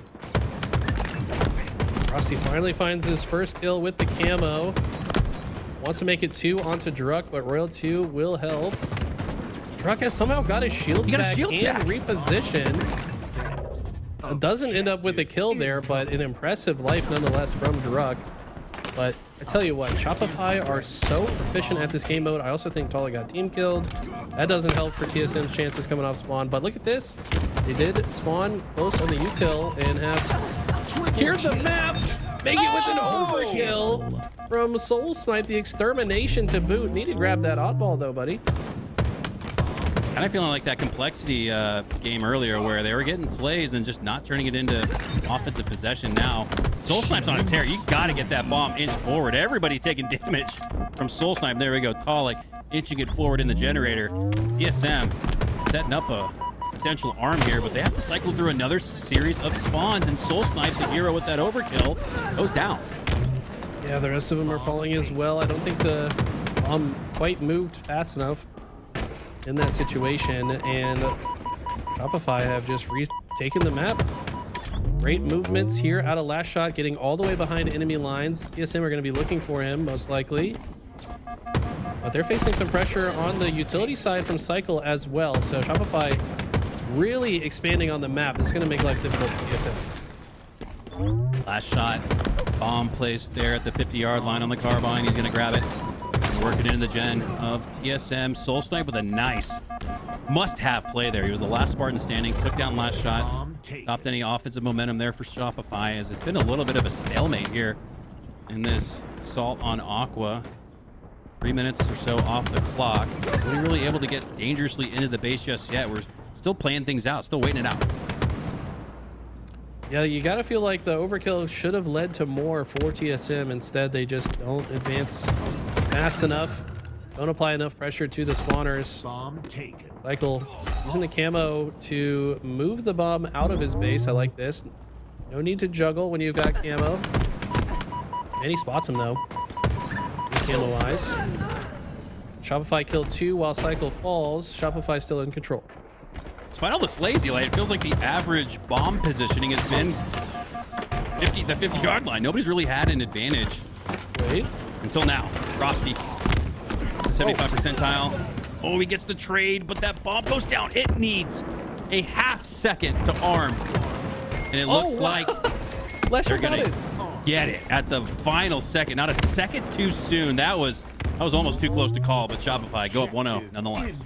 Last Shot held the bomb for a millisecond to capture it and then died a millisecond later. I mean, that was a frame perfect bomb arm out of Last Shot. He knew what the goal was and executed it beautifully. And 1-0 lead is massive, as we all know, in Assault.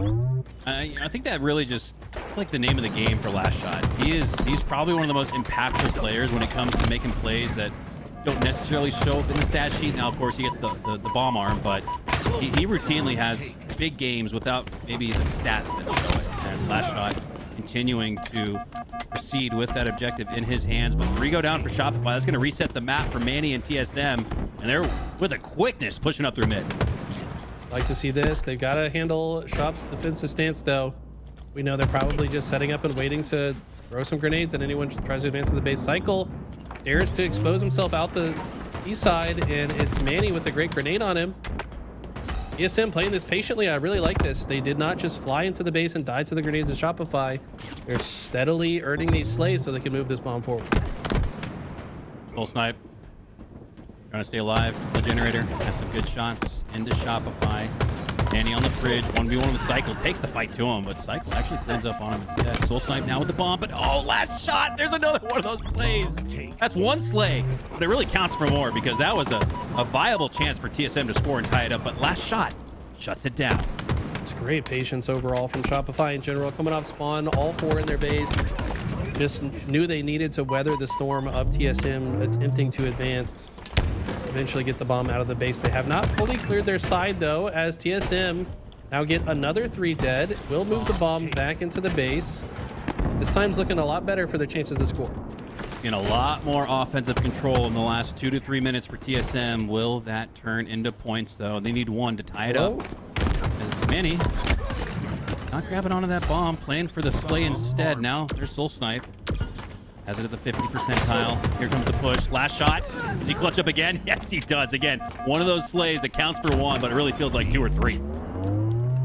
Man, I just feel like that had to be a miscommunication there. That was like Soul Snipe and Manny both in the base. Bomb is there. Manny had left the bomb to get the kills. The kills come through, and it's another 5 seconds before the bomb gets picked up. 5 seconds is far too many if you want a chance to arm it. Every single second ticking off the clock with those opportunities, and another opportunity missed means Shopify more comfortable in the lead. Yeah, it reminds me of those situations where you see a team earn 4 down an oddball and then take 5 to 10 seconds to pick up the ball, and then by the time they've done that, the pressure's already on, the respawns have occurred, and they're already taking shots. They're not getting clean time when they've earned it. A little bit of the case. It's kind of the narrative here for TSM. But again, offensive possession inside of Shopify's base. Shopify has been playing nothing but defense for the last 5 minutes, but they've been doing it well. It was last shot previously clutching up. Now it's Cycle going for the triple. He gets it. Soul Snipe back to the respawn screen, and Bomb back in possession of Shopify. There's the wipe. Look how quickly he reroutes on the map with a couple of beautifully executed herb slides. It's right back into the face of TSM. Trying to play his positioning within the formation of the rest of Shopify here. And TSM with some great grenades have forced Shopify to slow down. Tell you what though, 5 minutes on that clock is not as much as TSM would like to have a chance to tie things up. Feels like almost there should be like 2 or 3 minutes left in this one, not closer to 5. So TSM still plenty of time to get back in this one, but they've gotta get it going a little bit. Inefficiency has struck them a few times. Once again, the bomb is on the side of Shopify, but 2 slays just occurred in the feed. Now make it 3. There we go. Switch over to Frosty because he's getting another trip. Got the camo with it as well. I think most of the damage he just took was from his teammate. He's on a killing spree though, and he's continuing. Back-to-back triples. No one's even looking at this man. I know he's invisible, but you gotta track Frosty. And now look at this. They will force all these spawns to come out on the fridge side. It's not even possible for TSM to spawn anywhere else. They will all just spawn in the worst possible conditions with multiple members of Shopify overlooking those spawns. And I think they will continue to spawn there because of the formation out of Shopify. They have so much map control. But wait, he's not done. Frosty continuing to rack up slays and an assist. A couple of assists for good measure. Eli, you know a little something about rotating back-to-back spawns and getting all the slays. Yes, sir. My claim to fame is having the number 2 Halo 3 clip of all time. Pat myself on the back. Hey, it's my birthday. I can do it anyways. You can do it any day. I can do it any day that I want. You're not going to stop me, chat. As Shopify are dying here, but I gotta feel like 3 minutes might not be enough time for TSM to stabilize. Frosty with a rare death, it feels like, especially in recent memory. As he'll go down. Annie, staying alive. TSM still with a chance, and it really does feel like that clock is trickling down in slow motion. They still have 3 minutes left. And based on how strong their aggressiveness has been with the OBJ recently, I think for the last 5-6 minutes, the bomb has consistently been in the base of Shopify, but it's, oddly enough, it's Shopify up 2-0. What do you make of that, Eli? I mean, they've just been far more efficient when it comes to converting those slays into an arm. Also had way cleaner spawn manipulation as they get TSM 3 or 4 dead. I mean, we saw them literally force all 4 spawners into the fridge as they arm the bomb, about as textbook as an bomb arm could get. And then on the other side, we saw TSM in the base of Shopify with 4 dead, 2 players in the base, and nobody picks up the bomb for 5 seconds. I mean, yeah, that was it. That's been the biggest difference for me.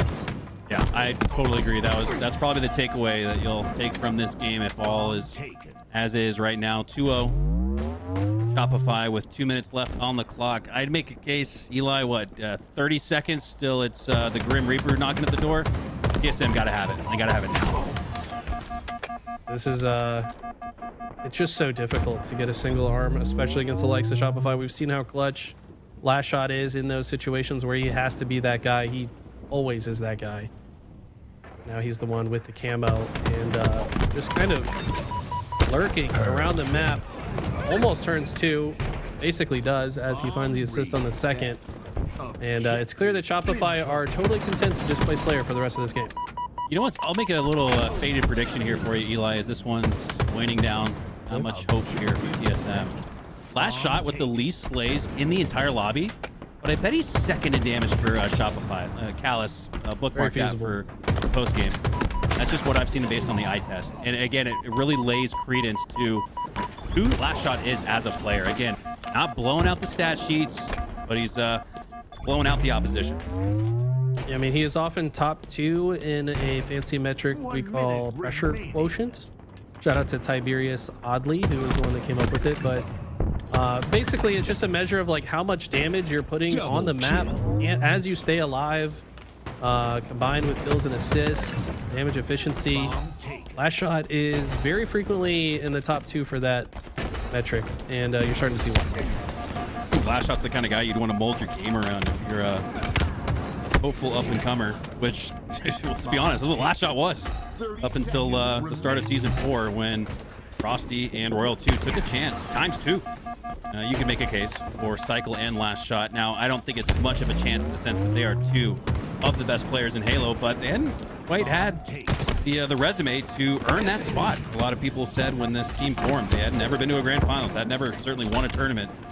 Top 4, 5, 6 players getting a chance on a team that was destined for top 1 at the when all is said and done. So big ups to last shot, that objective efficiency, and yeah, I can't wait to take a look at the stats. When we called it, he had the least kills in the lobby just a minute ago. I bet he finishes second in damage for Shopify. Let's take a look at that.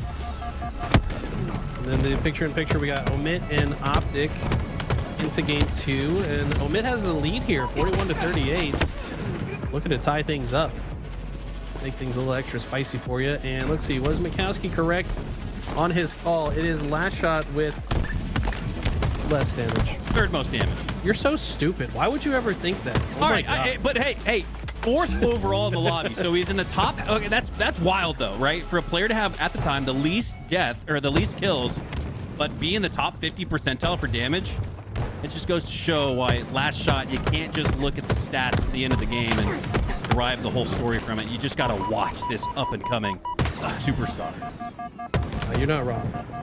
Oh, well, you were wrong, but you know what I'm saying. You were wrong, but you're right. You're right, but you're wrong. 47-44 here. Yeah. We're breaking into the action. Omit up by 3 against Optic. Will it be another upset here? Maybe not in the series, but at least in another game. Oh. Trying to hold on. Septimite trying to hold on to his life, but grenades are ringing left and right around his ear. He's got tinnitus. There's been so many loud explosions around him, but he still stays alive. Gets the slay onto Bound, and they're just 1 kill away, but Optic are only down by 2. Skeptify just killed an enemy and his teammate, which is a good trade if you have the lead, I guess. But what a stressful moment. The heart's got to be pounding out of the chest. All of Optic on the driveway. Breaking shot recognizing that he is the target and quickly vacates the premises. Now, still 49-48. Optic has won these many times. Huss, look at the aggression. And they clean up Renegade. Omit have tied it up 1-1. Okay. Man, this is bizarre, Eli. In an Optic gaming squad, I mean, internet connection aside, I'm not faulting that, but if you just look at recent memory, this is an Optic gaming team that had only dropped, what, 2 games in all of Pro League before the LAN? And they've dropped, what, 3 or 4 here today alone? And so that is weeks and weeks of Halo competition. They dropped 2 games. And then just after a couple hours, they've doubled up on that. So not sure if it's just Optic having a rough day, Optic dealing with the Texas server issues, but nonetheless, something's awry. Yeah, online's been a little weird the last week or so. Even in scrims, we've seen a lot of server issues. I don't want to chalk it up to just that, though. I think that the competition underneath Optic has certainly been getting better. That's why we're starting to see them take games off of the Giants.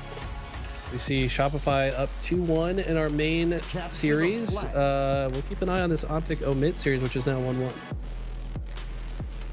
Keep an eye indeed, as we've got split screen, picture-in-picture action for you. And man, just proud as a small part of LBT to see a S-tier brand like that. We've kind of joked about having somebody sponsor the split screen. Feels good to see Jersey Mike's and TSM above it. Thank you guys again for supporting the grassroots scene with continuous Halo action. And what a time to do it. 2 weeks out of Charlotte, and we would have not had Halo competition if not for Jersey Mike's and TSM. Go ahead and grab you a jersey or some Jersey Mike's to support those who support us, as off the start, Bound and Optic Gaming take down 3, make it all 4 for Omit. Ooh, this is the makings for a fast flag cap on Forbidden, but let's take a look back into our main featured matchup. We got Live Fire Strongholds, super fast game mode with 2 super fast teams. This one could go crazy.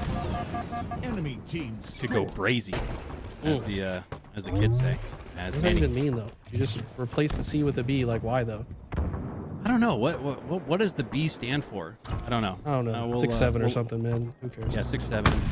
Skibbity bop. Let the chat decide it. Skibbity Rizzler. Skibbity Rizzler. As Shopify. 26-28. Every second's going to tick for 2 as they secure the trip cap off the start. A phenomenal start to game 4 when they're looking to close out the series. Cycle.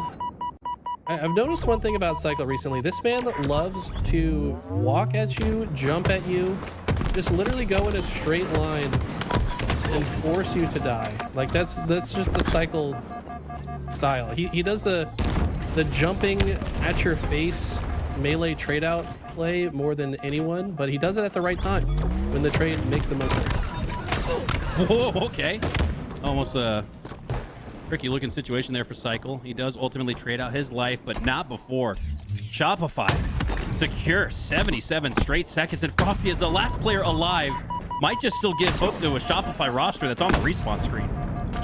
Ooh, nice no scope into the body. Soul Snipe, a bit of an ambitious drop there. Maybe he could catch Frosty off guard, but Frosty too smart for that one. And now, every time TSM have gotten a zone, Shopify have been able to steal one of the others. And look at this reset out of Frosty. He does ultimately fall, but he did at least slow down TSM from scoring here. Big win there for TSM, but is it enough to get points on the board? If Cycle secures B, it will not. He should be able to clean up on this with the headshot, and he does. But despite TSM looking like they had cleared C and set themselves up to score, it's going to be triple digits, 100. Oh, off the start, Shopify, they're sprinting to the finish. That was insane. I don't know if the observer lagged for a second, but Manny killed someone that wasn't even on his screen, it didn't look like. And Cycle is cycling wherever he wants on the map. Druck, my God, knows that he needs to get around the corner, but Cycle is just, dude. He's 13 and 2, and he's just literally cycling around the outside of the map. Hold up, real quick math. 7, 10, 13. 30 has as many slays as TSM in total. That's a big reason why Shopify are absolutely destroying them. Ooh, that was a clutch kill though from Talik. It says Manny in the bottom left, but it's actually Talik. And that was a clutch one. There's both players one shot, hiding, jump out. One person's gonna land the headshot. That will slow down the momentum of Shopify at least momentarily, but Cycle's reign of terror continues. 15 and 3. The game just started. This is insane. Cycle, what are these stats? Unreal. Roll 2. He's getting on the board as well. His 4th slay. I mean, Roll 2 with 4 slays. He's having a good game. So it really puts into perspective how nutty Cycle has been here with 15. Yeah. Rossi in a very awkward situation. Sniper repulse. Can't decide how he wants to play this one. Spots Soul Snipe peeking out from pillar door. And will challenge it. This man very confident with the sniper rifle for good reason. If he can find another highlight for us. No, he gets cut out of the equation. Great patience from TSM. They should be able to capture B here. Still a 100-second advantage. 101 now. As TSM could be able to secure B. I'm holding my breath though. As Royal 2 make it a little bit more difficult for Manny. He does ultimately secure it as TSM get back on the board, scoring points. How long can they hold though? And that's the question.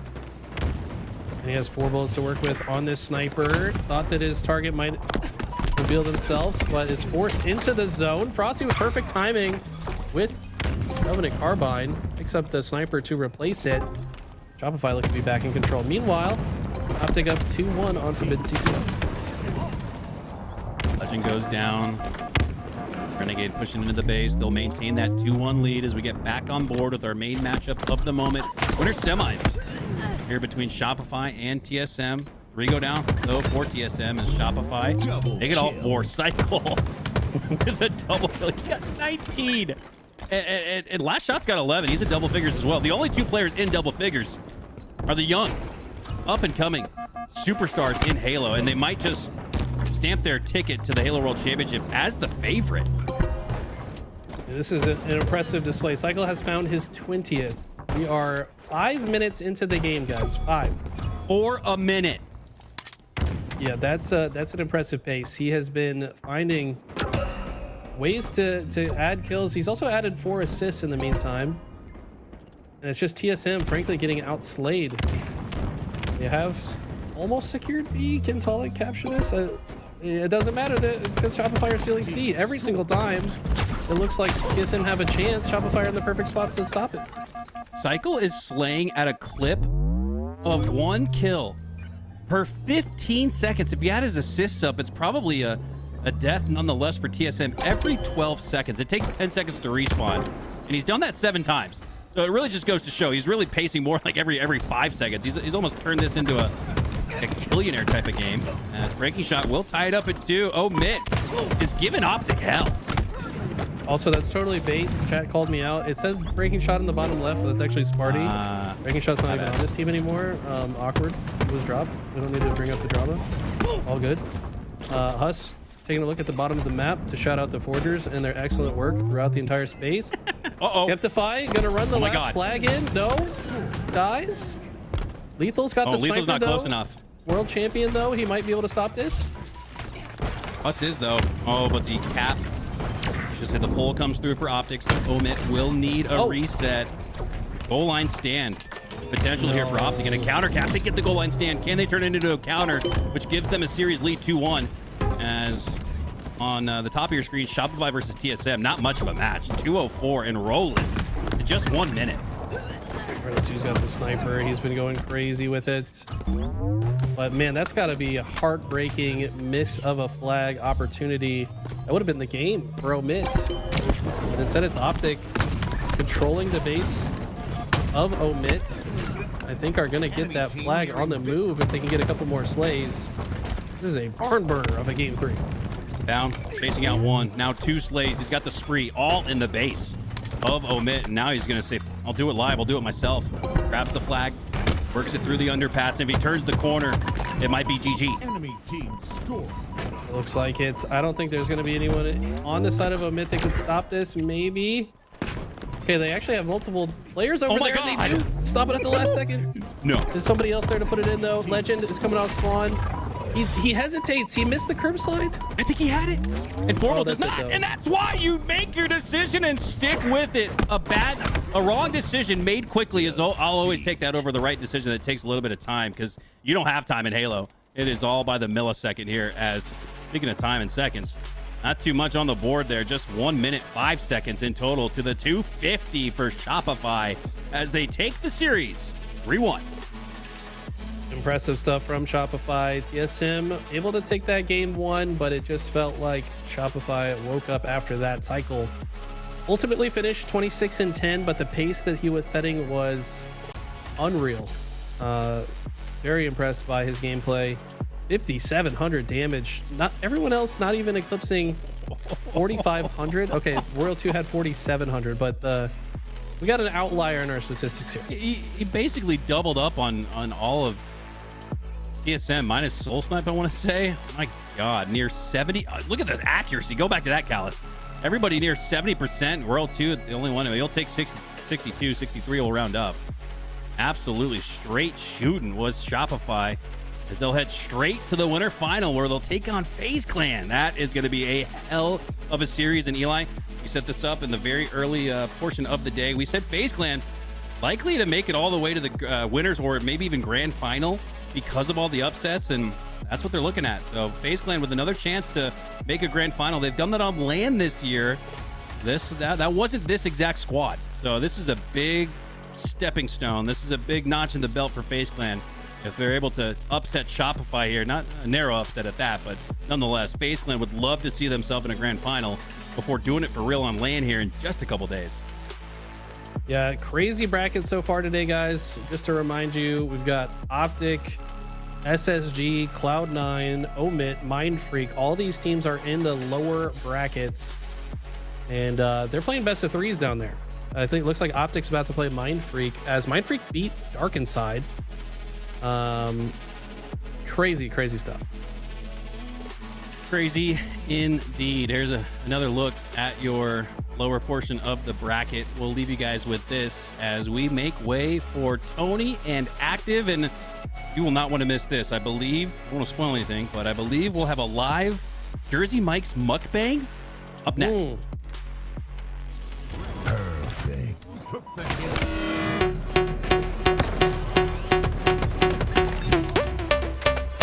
Double kill. Get lost in the sound, go back to the start. Double kill. Get lost in the sound, go back to the start. Let's go out of the dark.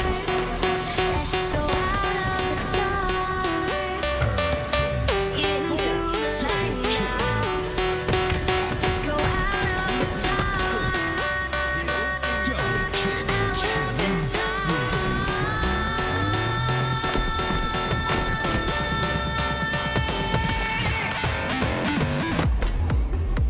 Enemy team took the kill. Enemy team took the kill.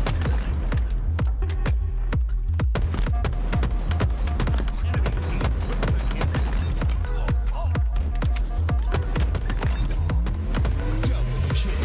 Get lost in the Triple kill. Killing spree. Double kill.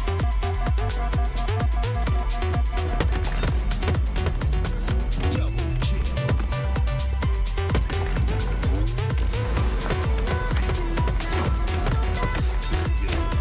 Double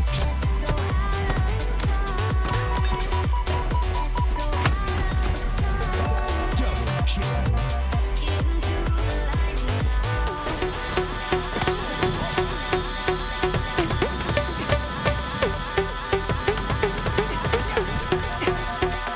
Triple kill.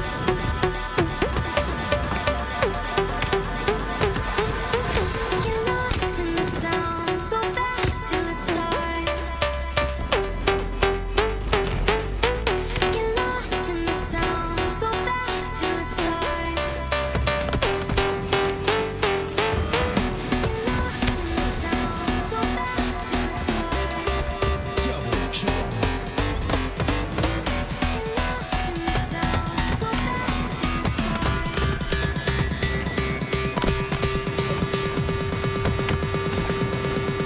Double kill. Into the light now. Double kill.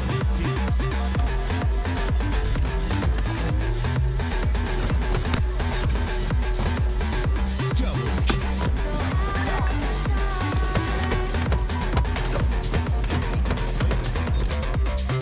Double kill.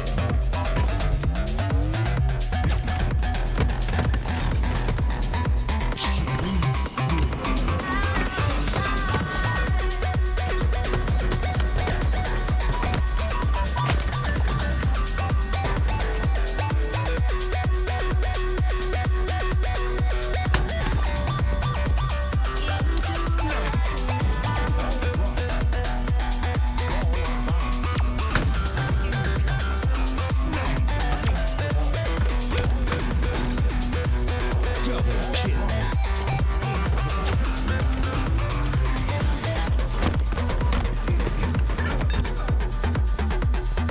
Double kill. Triple kill. Enemy has the ball. Killing spree. Double kill.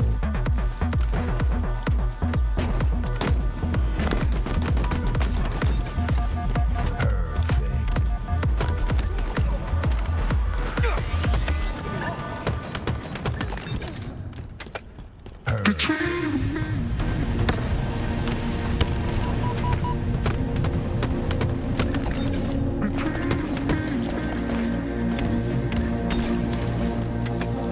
Triple kill.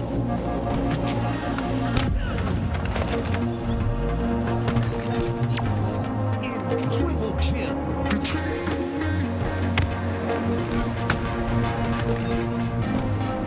Killing spree.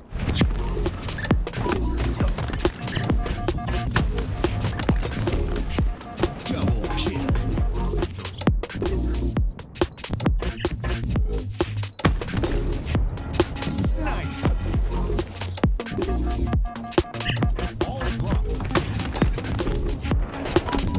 Killing spree. Ball drop. Enemy has the ball. Snipe.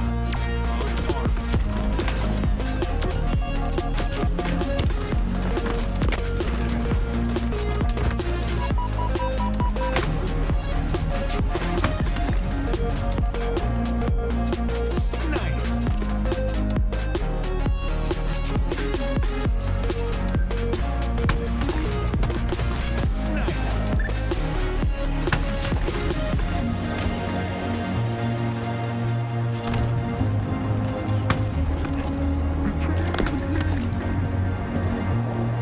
Snipe. Snipe.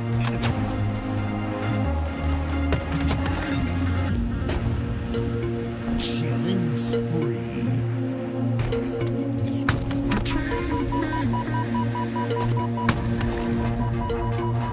Snipe.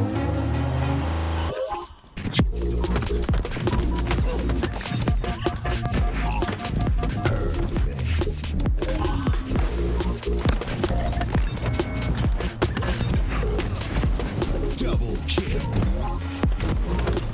Killing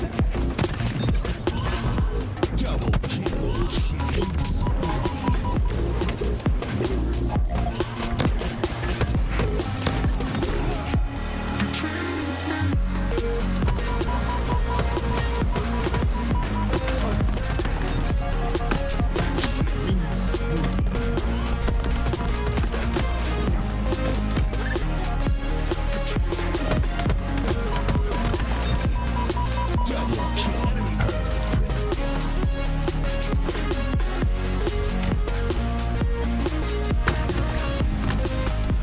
Snipe.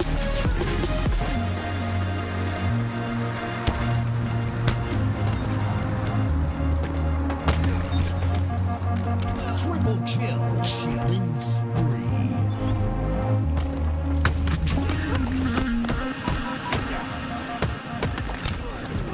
Double kill.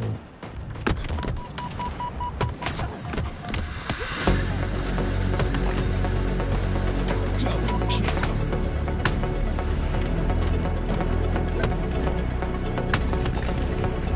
Snipe.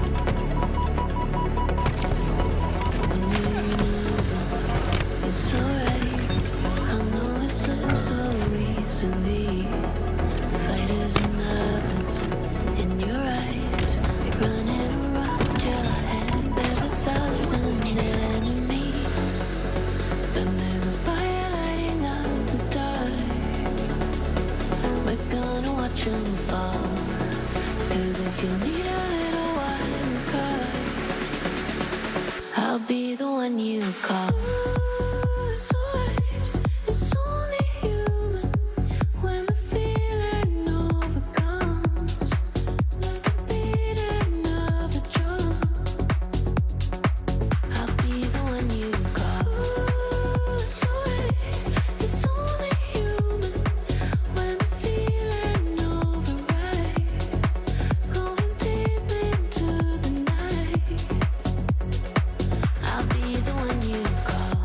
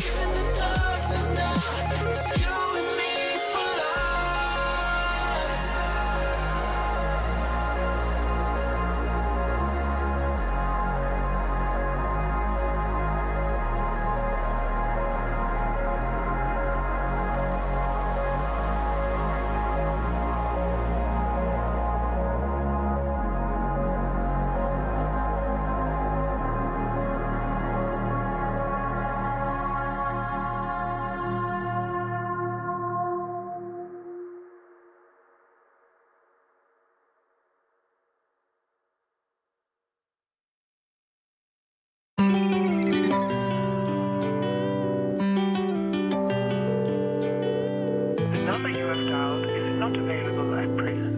Please leave your message after the beep. It's so absurd to me. Things that you said that left a burn on me. I can't find my way without you. I can't find my way without you. It's so absurd to me. Things that you said that left a burn on me. I can't find my way without you. I can't find my way without you.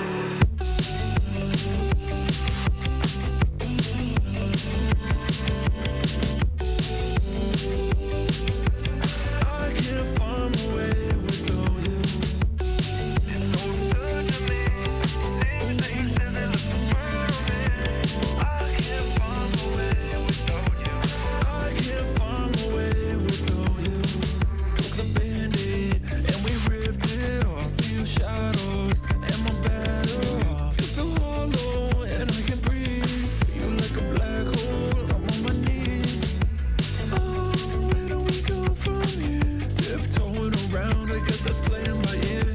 Oh, my head's so loud, can't hear how you laugh. That shit feels so sincere. It's so absurd to me. Things that you said that left a burn on me. I can't find my way without you. I can't find my way without you. It's so absurd to me. Things that you said that left a burn on me. I can't find my way without you. I can't find my way without you.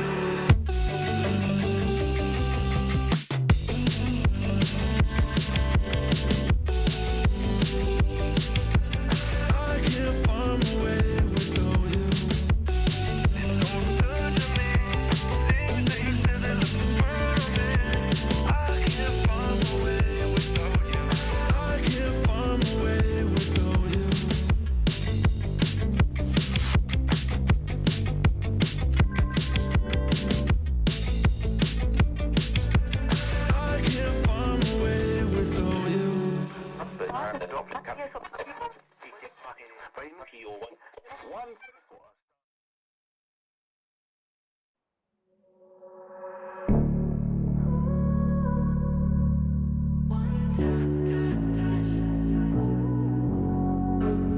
Found me right here. I'm running out of air. Coming up from the deep. Drowning right here. But you're the one who cared. Showing up like you did. No matter what I said or did, you breathe me back to life. Felt like I was dead inside, but you breathe me back to life. One touch, and I am back like I never left my heart. It's whole again, I got you to thank, and I'm coming back like I never left, 'cause you breathe me back. You breathe me back to life.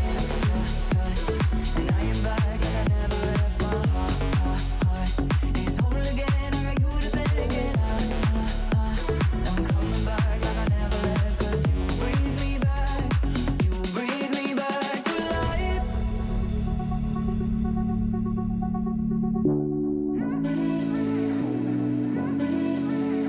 Getting closer, knowing I'm okay, 'cause you got me to be.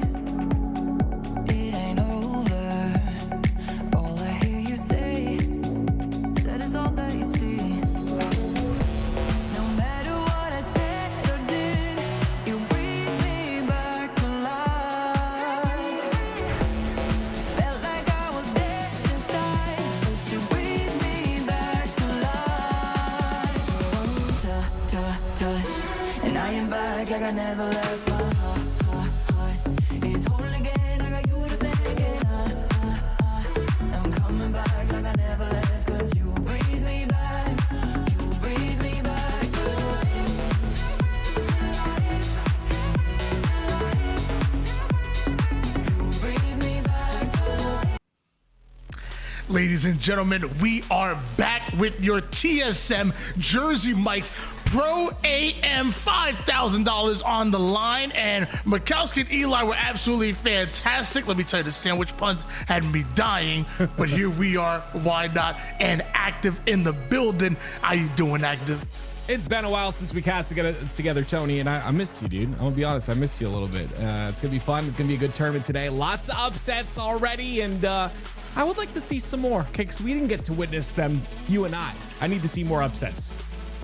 Yeah, in case you guys are just checking in for the first time here, I mean, we're at the winners bracket finals. We've been deep in this tournament so far. We have seen some upsets, not only early on, you know, such the likes of SSG losing to a Darkened Side, or even Optic Gaming losing out to a Judgment Day. But even on top of that, you have SSG gone for the tournament, Complexity out at top 24. Absolute madness has happened so far, and it's going to continue with Shopify Rebellion and FaZe Clan. Yeah, I'd like to see FaZe show us something here. They've been impressive all throughout, I'd say, since that change happened. I believe it was event number 2. I want to see kind of how things have shaped up since then. I'm very excited to see this team at Charlotte, of course, and going into Worlds, and you know that they're putting that work in. They've got ball control, and it's the back of red. Early ball time over toward the back red side for the boys in red. FaZe get a couple of slays their way, but are met right back at him by Shopify Rebellion. 3 down go FaZe Clan, leaving Pegwood by himself, and although delaying a lot of that time, eventually he goes down with the rest of the crew. Yeah, unfortunately, him going down there means a little bit of a staggered spawn for the rest. They're gonna have to wait for him to spawn back up, and it's 10 seconds to stall.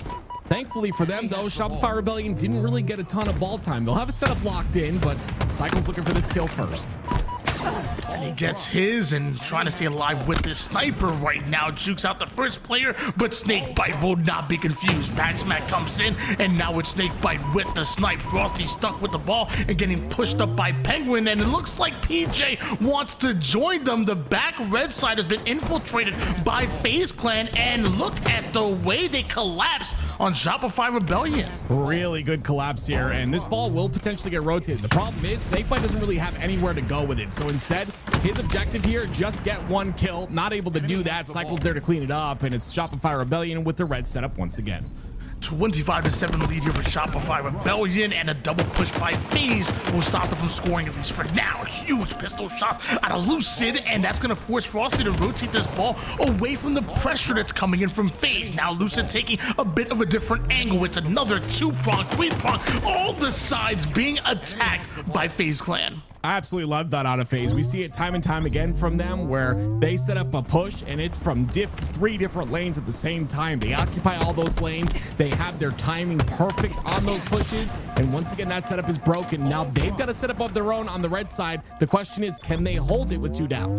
Still an early lead here for Shopify Rebellion, and Snakebite won't be confused by his former duo.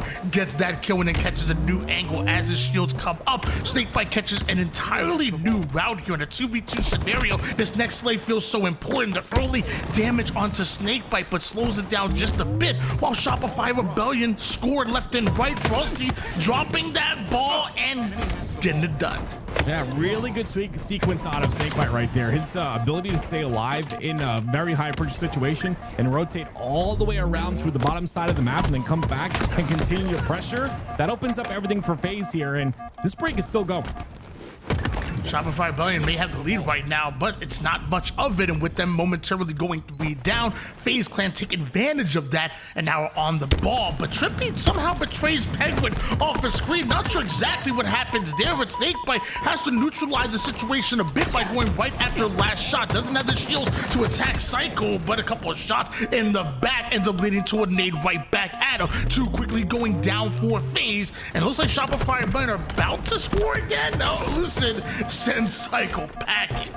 Honestly, it's what FaZe does so well is that delay game. Look at this delay, what it's caused and what's been happening because of it. Unfortunately, though, they have a Frosty on the other side, and he's not going to miss many shots. So you see, once again, it's 3 down for FaZe, and an opportunity here for Shopify Rebellion to get more time onto red. They allow Trippy to get through, but Frosty knows there's other spawners to worry about. 5 bullets to work with at the moment here, and Frosty looking to get a ton of value out of every last bit of it, but the former teammate gonna put some pressure on him, forcing the early shroud for him to get out of dodge. Now looking for Snakebite left and right, but the slippery snake that he is, he strikes from one side, ends up on another. Before you know it, he's all the way on your perimeter. Now he's joined by another FaZe Clan member as Lucid trying to get involved as well. 3 players from FaZe now have Shopify Rebellion surrounded, forces Psycho to break right out with a huge double kill. 3 down again. Go FaZe Clan. Yeah, Shopify Rebellion has done a really good job of dealing with the way FaZe is playing. You see how mixy Snakebite was being there. That's a part understanding of his old teammate in Frosty, and also just waiting for his teammates to push with him in that situation. It doesn't work out in the end, and Frosty's been a big factor of that, holding down this side of the map with Sniper. It's going to be even tougher for FaZe to break. Ton of space being taken by Frosty, ends up leading to his death, courtesy of Trippy, but a trade goes down and Penguin comes up with another cleanup. This time it's 3 down for Shopify Rebellion. FaZe with the early control, but needed to slay out again. Don't have the exact timing, or do they? Well, really good job of killing last shot right there. Again, we talk about the staggered spawn. That's 10 seconds where last shot's gonna not be on the map, and they can kind of take advantage of that. The problem is that Shopify Rebellion, the other 3 members, have been getting slays, and they're winning that slay battle time and time again. You can see at the top left of the screen, Cycle and Royal 2, 14 and 12 kills together. I mean, that's just absolutely insane to both be in double digits like that. No one on FaZe in the double digits in terms of kills. FaZe still scoring right now, a huge double kill out of Trippy, and Frosty creating a lot of havoc here over toward the back red side with the final player alive, and a missed melee almost cost Trippy his life. Quantum Translocator coming up right now. Same for the Sniper. Who's gonna get it? You saw that melee right there. That's one of the risk and reward factors of the VXB, right? It's not as strong as it used to be in Halo 2 for those old heads out there, but still gives you a little bit of timing on that beatdown, but you also risk being stuck in a reload animation if you miss it. Back-to-back kills turns to 3 down. The final player from Shopify Rebellion is Cycle with the Sniper, and 2 body shots connect, but not quite able to get the kill. Lucid still scores here for FaZe Clan. 84 points for Shopify Rebellion, but right now the setup feels locked in for FaZe. Shopify Rebellion need to find the entrance now. You see they're trying to go for a rotation on that blue side, and it's up to Trippy. Trippy ends up getting his kill, and that's going to allow Penguin to push through as well. They're going to get more time here. It's a lot of scrappy time, but perfect timing to do so with 1 minute and 21 seconds of neutral clock left. FaZe almost take a lead here, but forced to drop the ball. This Penguin, he ends up getting his kill and gets out of jail free with the Quantum Translocator. Now turns that into an immediate flank here as Penguin finds himself behind enemy lines momentarily. World 2 dancing behind the wall there. Penguin doesn't know where he's going. He's still looking for him. Now it's World 2 and Penguin deciding to dance, and Royal 2 has mastered the tango. That's a really big kill there by Royal 2. You see he occupies that entire side of the map on his own. He frees up a lot of this pressure, and you can see Shopify Rebellion using that pressure to get this last bit of ball time. Ball will be dropped here, but I think with 2 down for the side of, or 1 down for the side of FaZe, it's going to be really tough for them to get this. Snakebite's going to have to go for it. They've got to get slays as well, and so far they're doing that. Just 3 more seconds needed here for Shopify Rebellion. With the 3 down for FaZe here, Shopify Rebellion gonna jump right on it, but Lucid somehow gets his kill. Snakebite does a bit of extra damage, and that allows Frosty to jump right on the ball, get the last few seconds, and a 1-0 lead here for Shopify Rebellion. Yeah, great job by Shopify Rebellion to close that round out. As you can see in our picture-in-picture, Optic are going to be in a triple cap here against MindFreak, and really good start to that game, but Shopify Rebellion, great job by them. Once again, closing out that round. It got real mixy right there. That's one of the things that FaZe does so well, is just making the game mixy, being scrappy, getting as much ball time as possible at every moment that they can. And that allowed them to get pretty close in this round, but they're going to need the slays once again. You see those slays are starting to pick up on the top right side of your screen. Last shot somehow able to stay alive there, and gonna immediately teleport out of that situation over toward the ice side down. Has the reinforcements with them. Lucid taking it a bit slow as he knows there's gonna be multiple members of Shopify Rebellion that he has to go through. Body shot connects onto both players. Huge snipes in, and the headshot connects. You gotta be kidding me. That's insane by Lucid right there. And you see the awareness of knowing that Royal 2 is behind that rock. That is a rock that a lot of these players are using now on this red side setup. They're using it to stay alive. They're using it to, you know, surprise the enemy team that's pushing. And a great job by Lucid to understand that. And not only that, hit some 2 beautiful body shots to clean them both up. 15-12 lead here for FaZe Clan. And look at the pressure that Snakebite continues to put on to the spawning players of Shopify Rebellion. Nade goes down, absolutely obliterates the shields, and Lucid loses the sniper now because of it. And Psycho, with 3 bullets to his name, now has FaZe holding forward in front of him. Little early damage onto Trippy. Now Lucid off the spawn, and Royal 2 just sitting on the back base. Yeah, you saw Trippy unfortunately misses that slide right there. Still stays alive regardless of it, but great job by Shopify Rebellion once again to get the slays when it matters the most. They've got that ball in the red side. They've got to be worried about those outside spawns though. Right now there might be 1 spawner on that outside. Penguin's going to be on those blue boxes. So something to worry about here for FaZe is that they're very spread on the map. How do they collect together and make this setup break happen? Lucid on the chase. Ends up getting his. Frosty the first one to go down. Beautiful nade, but although it connects, Cycle still gets his kill. Penguin on the cleanup now as FaZe holding Shopify Rebellion to the opposite side of the map here. Penguin gonna do everything he can to try to stay alive, but it's going to fail. And I think Shopify Rebellion gonna play through that. Yeah, you see it once again. The resources are a bit spread on the side of FaZe, and they're really not able to not only break cleanly, but also hold that setup cleanly due to the number disadvantage. So they can get that number advantage once again, and they can play off those numbers. They'll be in the same situation as last round when they came back. 46 points and counting here for Shopify Rebellion. Trippy immediately going towards the ice, wants to take a bit of a shorter route, a more direct run, and it looks like the call outs are coming in. They're trying to find out exactly where the final 2 players from Shopify Rebellion are. Well, you're about to find out real quick because they're right back on the same angle that you were willing to fight to begin with, and last shot eventually trades out his life. Psycho's gonna go at it, and a missed melee once again is going to be absolutely devastating. 3 down. I really like the idea that Shopify, even off those 3 dead, are moving that ball around. And it's just a little bit of what we saw out of FaZe. And if Shopify can slay like they do, but also rotate and be scrappy like that as well, they're going to win this match. 14 kills 18 assists, last shot with the early ball. Tomlinson wanted to go for a rotation. Penguin with a huge double kill. Roll 2 with the answer right back. Roll 2 almost gets a 2-piece of his own, but ends up going down because of it. Trippy now trying to work with Snakebite as Frosty is still here, and everybody just fighting for this ball over towards the mid-ice and willing to go blow for blow is Trippy. Shuts it down just a bit, but Shopify Rebellion are right there. Trippy's really impressing me. 19 kills, 16 assists to go alongside of it.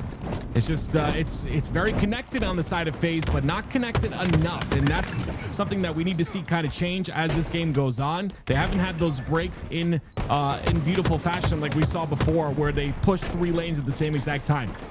Haven't seen that connectivity yet in the second round. Hopefully that will change though, because they're about to lose this game. Both teams fighting tooth and nail for this red side of the map, and as of right now, this round, it seems like Shopify Rebellion were winning some of those battles, especially with Roll 2 with the double and taking a triple and overkill, and you better make it Mike's way. Royal 2 shutting it down, and once again, Shopify Rebellion scoring. Yeah, just the Slays has been the situation this entire game, and although you can see that the side of FaZe caught up a bit, it's still Shopify Rebellion that lead just by a tad, and the Slays that they're getting, like these 2 out of cycle, are giving them so much ball time. It's just impossible for FaZe to come back from this. 91 points.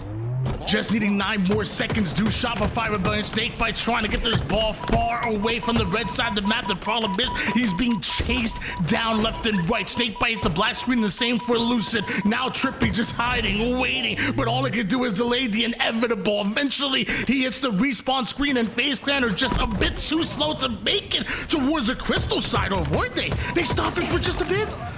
What? Wow, big kills, but it's not going to be enough. I mean, honestly, those spawns continue to happen across the map. You just put yourself in Shopify's shoes, you get the clean couple of seconds you needed, and you will win game number 1. Tony, we saw a lot of good things out of FaZe in that round number 1. Coming back in that round, what we saw was what I said, right? The triple push on 3 different lanes, being in a position where you're pushing those 3 lanes at the exact same time. It's very important to do that if you're FaZe. That's what makes you a strong team. Unfortunately, we did not see that in round number 2 at all. That's what we need to see out of FaZe, that connectivity, that teamwork that makes them such a good roster. Yeah, it feels like FaZe definitely had a game plan when it came to attacking those setups of Shopify Rebellion. Like you said, hitting it from multiple sides, making the enemy team feel surrounded. But it also will say Shopify Rebellion were just able to hold their setups a lot longer as well. And as long as you're holding your setup, you're probably holding the ball. You're probably winning as well. I think it's a great display for Shopify Rebellion, but also saw a lot out of FaZe that may be going to the Slayer, which they've been damn good this year. I got faith in my boys. 100% agree. I've been saying it since the change happened that it would take some time, but this previous 3 of the previous Optic roster and Snakebite would find a way to come together and make a roster that is deadly enough to potentially win Worlds. And I know that looks like a fever dream at this point, you know, being so close to Charlotte, but I truly do think that this team is one of the most improved teams with all those changes that happened, and I'm excited to see what they do. Well, going into recharge, we know that FaZe Clan definitely feel comfortable in slowing the game down. Their half-court setup, well, at recharge, they can definitely do just that with camouflage over on the mid-map. Lucid holding on to the height advantage until it's just him ready to strike. Not able to get the trade here. Does that cost FaZe Clan the camouflage? No, they don't. Camo's still up. Yeah, I really like this. Last Shot tries to do that because he trusts his teammates, right? And he trusts that they'll get that camo after the cleanups, but that camo still ends up down there. Cycle's the one to see it. He's gonna extend instead. I believe maybe thought that there was no chance he'd get that camo. Trippy's gonna pick it up instead, and now FaZe have a chance. 6-5 lead here for FaZe, and Trippy looking to take an interesting angle on his way toward the top tower side. Knows a weekend Last Shot is there, keeps him weak, but doesn't exactly get the kill. Holding on to tower control, you know his teammates are going to be joining him real soon, and the moment that they do, that's when FaZe Clan act, that perfect timing that you're looking for. I like how Trippy plays his camo. He almost plays like he doesn't have it, to the where he's jumping over doorways. He's, you know, minimizing his you know, line of sight on these enemy players and just waiting for perfect opportunity. This is how you play camo. He's doing it really well. Let's see if we can get more value. 2-kill lead here for FaZe. Carbine is out, and Trippy immediately turns that into 2 kills. Frosty looks to clean something up, but everybody is gone at the moment here, except for Penguin, who somehow sneaks in. Both players icy as can be, so it leads to another trade. That trade's going to be good for pipe side control. And it'll be Snakebite on that side with spawns coming out on A for Shopify Rebellion. I'm looking to see how FaZe extend on the map. It looks like they already are on that long haul side. It's up to Snakebite to hold pipe side pretty much by himself, and so far he'll do so. 3-kill advantage here for FaZe. Snakebite just holding on to the pipe side, like you said.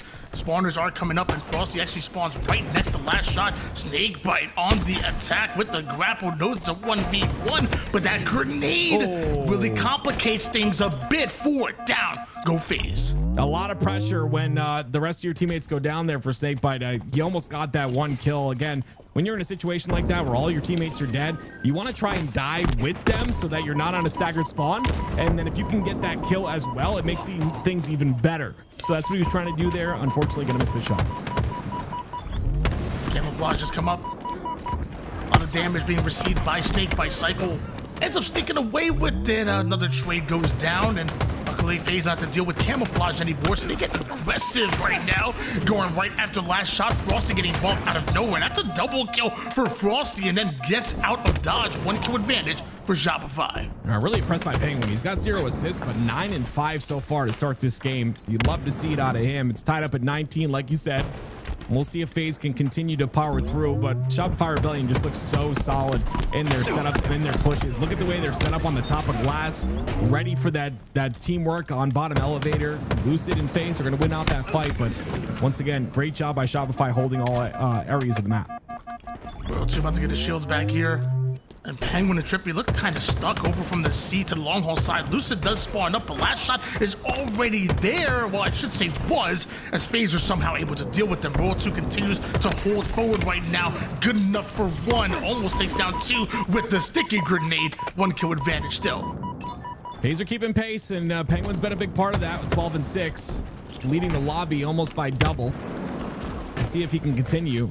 It's been a big factor of the teamwork out of FaZe as well. Look at Trippy. I love the way he's playing this too. He's got 2 players weak. Gonna get another one. Gonna go for the beatdown. Unfortunately, it's a bit of seesaw that makes it a bit difficult to get that kill, but Penguin comes in to get his 13th.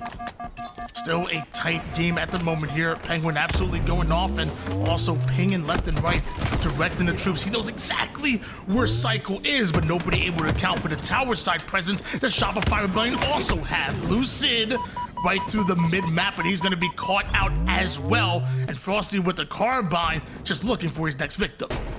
You got a couple players on this long haul side to worry about, and this is all FaZe right here. This is their kill. They make sure to get it, and they only lose Snakebite in the process. And you can see at the bottom of your screen there, Optic are going to win that series 2-0. It was the best of 3, I believe, so they'll move on as we pretty much expected. But GG's to MindFreak in that game.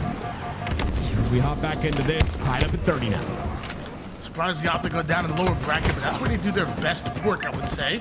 Meanwhile, Shopify Rebellion do their best work over on the tower side of the map. FaZe 3 down. Ah, that camo.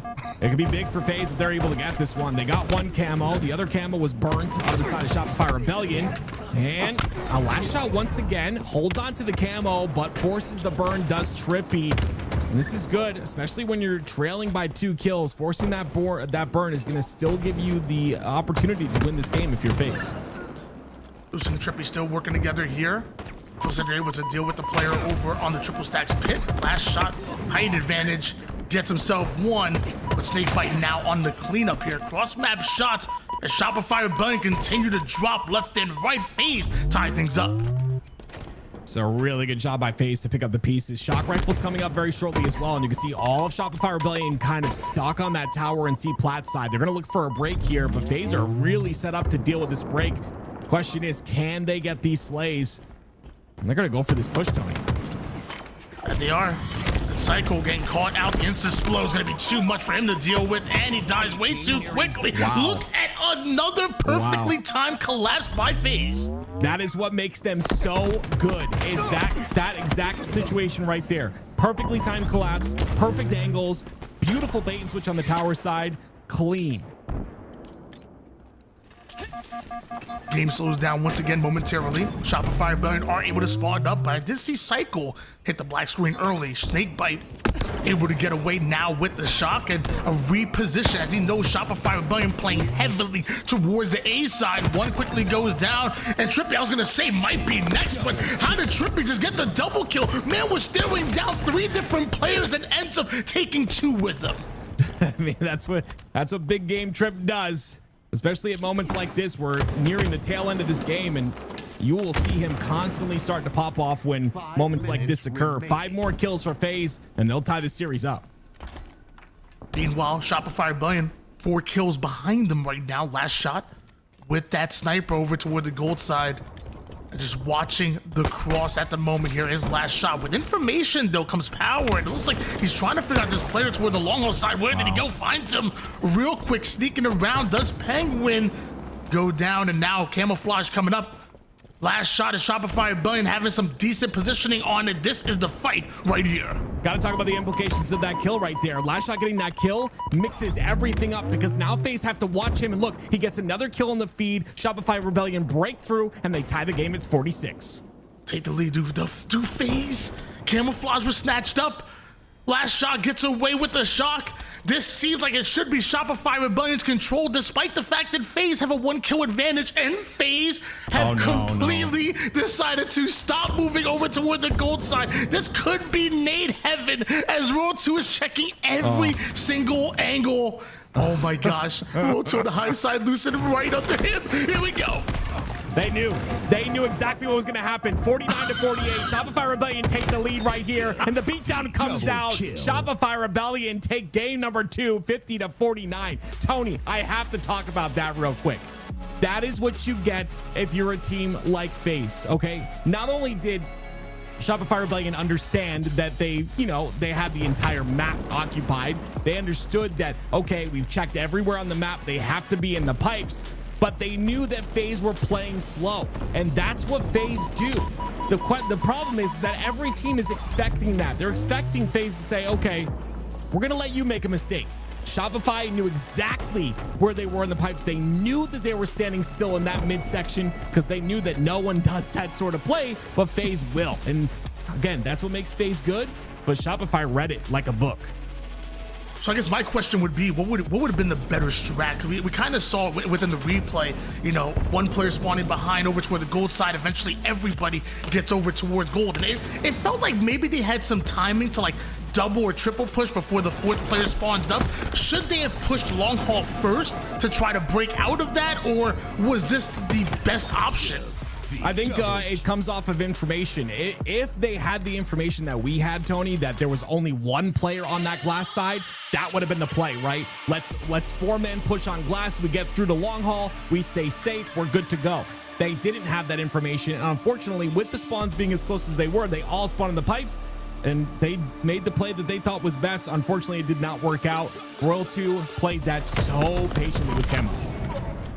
We all know knowledge is power, and maybe FaZe Clan can do some information gathering in order to get themselves a win here on the series board. Shopify Rebellion 1 game away from taking the series and advancing into the grand finals. Meanwhile, Snakebite, there's no way he's alive right now, right? There's no way.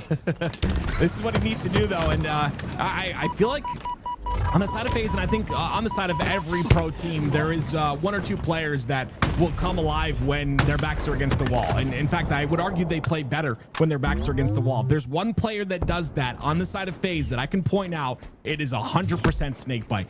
When his back's against the wall, when he knows, okay, hey, we're gonna lose this, we made a couple of mistakes, we put ourselves in a bad spot, he will come alive for his team, and you can see that right now. That's exactly where Snakebite and FaZe find themselves here, and although Snakebite almost able to survive over to the tower side, that sniper now changes hands. Everybody getting absolutely obliterated. FaZe with this. Oh my gosh, FaZe are getting absolutely cycled. Frosty on the spawn trap. That just isn't fair. That when Frosty's not missing a shot. Look, Penguin gets that spawn. Frosty, I think him looking at Camo right there and blocking his line of sight on the mud allowed that spawn to happen for Penguin. And then Trippy spawns far away as well. This is just spawn manipulation art right here out of Frosty. I love what I'm seeing. Finally, FaZe are able to push over toward the green side of the map, but by the time they do so, Shopify Rebellion are already almost finished with this hill. Snakebite is able to neutralize and stop them from scoring, and now FaZe are the ones in control. Can they hold on and steal this hill?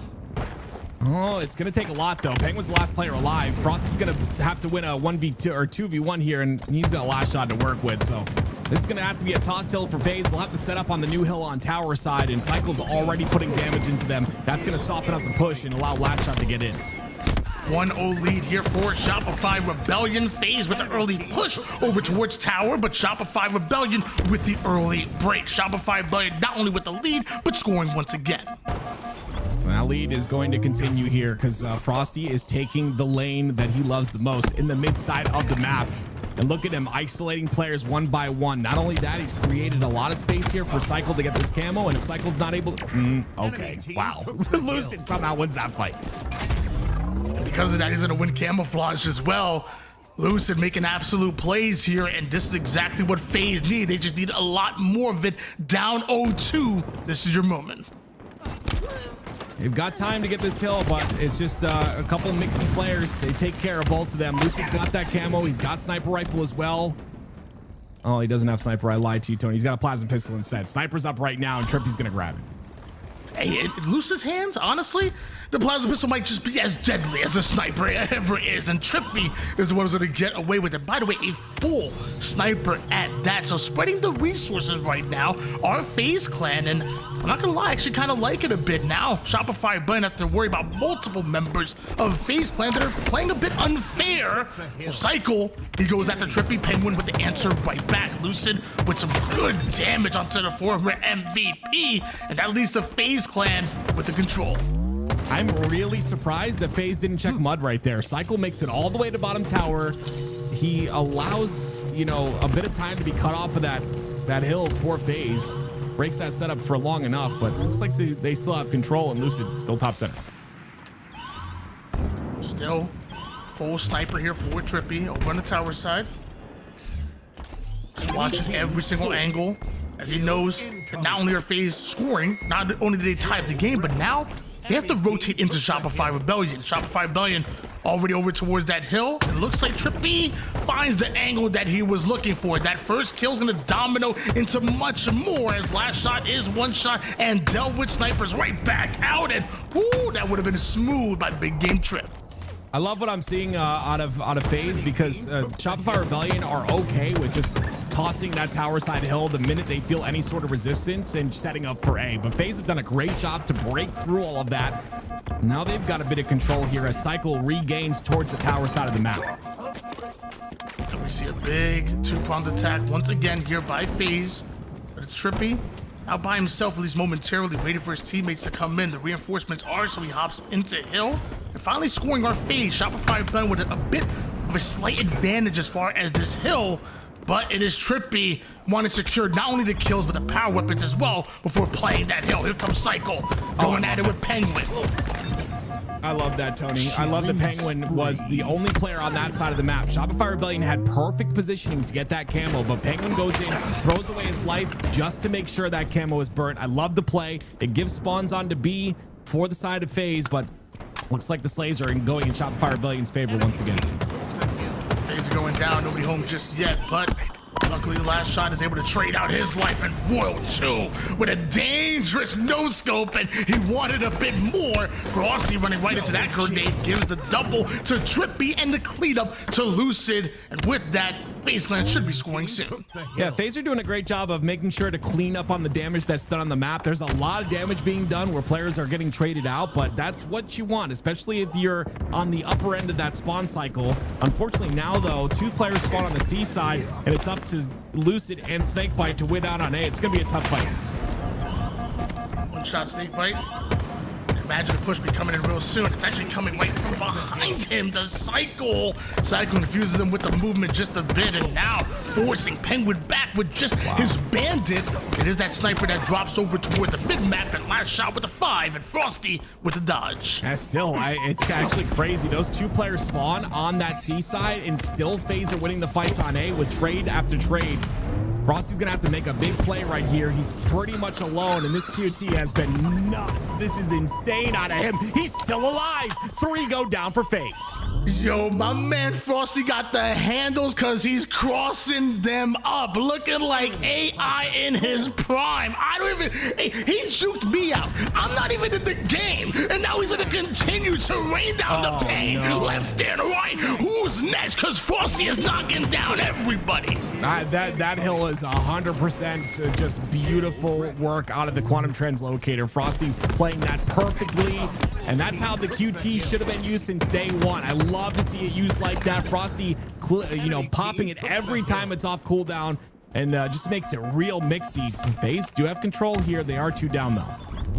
2-1 lead here for Shopify Rebellion, looking for that final game to pull off the sweep. FaZe Clan have played great, not only just the series, but even specifically this game. But Shopify Rebellion have been making the plays that have mattered, including another trade for Camouflage. All right, so Penguin ends up getting that burn on the last camo, but this one's gonna be tough to get. You've got to kill Frosty. Frosty's gonna play forward.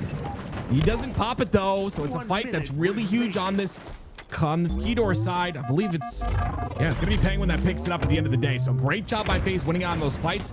Now it's how they use this camo that matters the most. Penguin's down to no shields, but they can recover here. This could be a FaZe hill, and they'll tie it up. And FaZe to play quickly. It looks like that's exactly what they're doing. Less than a minute on the clock. They don't have much to play with.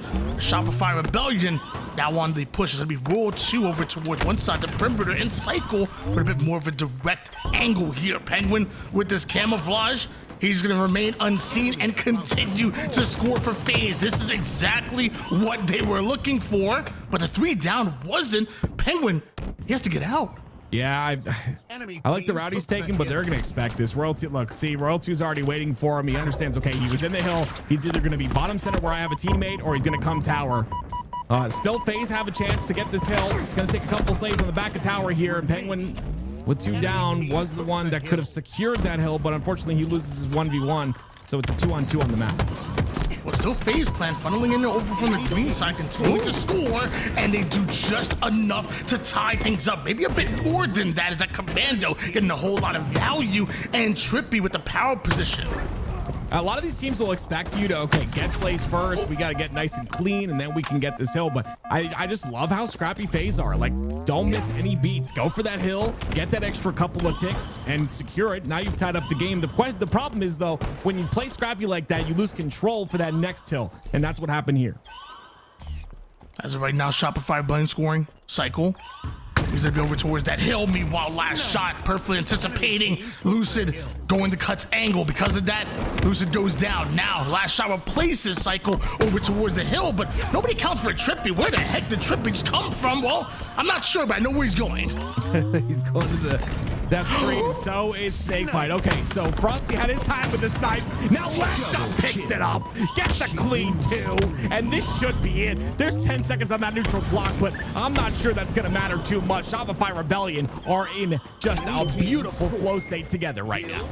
And at this point, Lucid already finds himself over toward the green side hill, and you better not get out, because 10 seconds is all you got, and Shopify Rebellion are on the hunt. Snakebite with a huge cleanup, though. Snakebite now continue to score. No shields, no problem, apparently, with Roll 2 with the cleanup. Penguin right back at Roll 2. Snakebite, don't get out. Oh man, it's just, you'd always expect it, man. He's gonna be the one that steps up, and he's been alive on B for a straight 30 seconds, by the way. Down to no shields multiple times, and he's still alive on B, still contesting with 6 seconds left. The fact that he hasn't been pushed out of this hill was actually pretty crazy, but how many times can he be one shot and survive? Apparently that was the time he goes down. Roll 2 with a huge double cycle with another cleanup, and they know exactly where Lucid is, where he's going, and where FaZe are going. That's down to the lower bracket. Oh man, I mean, these games were so, just look at the scores. I mean, these games are so close for the most part. That first one did not go FaZe's way whatsoever, but that round number 1 was very close. 50-49 in game 2, 3-2 in game 3. I mean, I can't express how much better this team has gotten, but Shopify obviously solidifying themselves as the #1 team in the world. I mean, they constantly show us this time and time again. I mean, Charlotte's going to be the big test here, but just a great showing by Shopify, continuing to showcase dominance. And again, I like what I see out of FaZe. I'm excited to see what they do in that lower bracket. I know it's a bit of a cliche to say this, and I feel like casters say this all the time, but you know, what a fight out of the ultimate the team that ended up losing, but out of FaZe. You know, obviously you're looking at that game number 1, Shopify playing 2-0, but if you were watching and paying attention, there were moments where FaZe looked like they were going to come out with rounds. That game number 2, 50-49, and a couple of spawns that go over toward the back gold, and maybe a play call that didn't exactly go their way, cost them that one. And even in live fire, how many clutch moments did we see out of FaZe? So close, yet not able to get it. I know it was a 3-0 sweep in favor of Shopify Rebellion. Want to give them some love, but also want to give a few flowers to FaZe Clan. Yeah, I mean, it's really important to understand that year 4 in the game, these games are going to be very close. You see a lot of upsets today, and of course, we will say it is online at the end of the day. Obviously, you know, but there's still a lot of money on the line. It's a $5,000 tournament. Shout out to TSM and Jersey Mike's for putting this on. There's still a lot on the line here, so you can use that online thing as much as you want, but there are upsets happening because we're in year 4 of the game. All these teams want it. You know, it's the last 2 events. They want to get this practice in, and this is the best environment to do that. And you're going to see a lot of teams kind of really shine in these moments. Well, ladies and gentlemen, that was your winners bracket finals. We know that Shopify Rebellion are advancing towards the grand finals with a huge advantage to win this tournament here, but we still have that lower bracket. So make sure you grab your Chipotle cheesesteaks or your Italian subs, whatever it is you do, just make sure you get it Mike's way on our break. And we come back, we're going to have more of your TSM Jersey's Mike's Pro AM Showdown.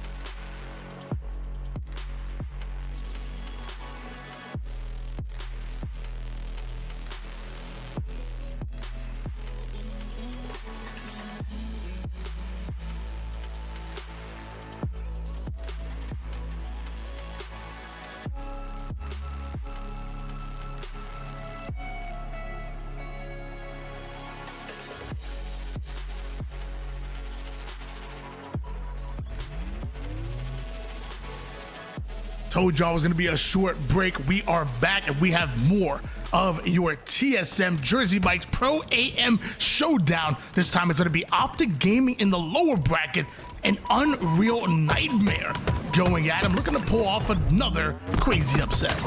I mean, yeah, Optic struggling a little bit in that lower bracket. Again, this is kind of where I've said time and time again they thrive, because I feel like they get more reps, they get more warm, they just they showcase dominance, and it's going to be a big test for Unreal Nightmare here. I absolutely love this roster. I love Sirion as a player. I think he's just he's one of those up and comers that we're going to see in future titles, and maybe, you know, even he's already had his breakthrough in this title, but he just consistently gets better, and the better players he plays with, the more he'll learn. And I think him being on this team with Envor, he's going to learn a lot, and he'll just continue to improve. Now, did Breaking Shot not only get the snipe that stopped that fly, but he also got the reach? Breaking Shot making a few plays here, but Breaking Shot eventually goes down here, and the cleanups coming left and right. Somehow Formal keeps that flag alive.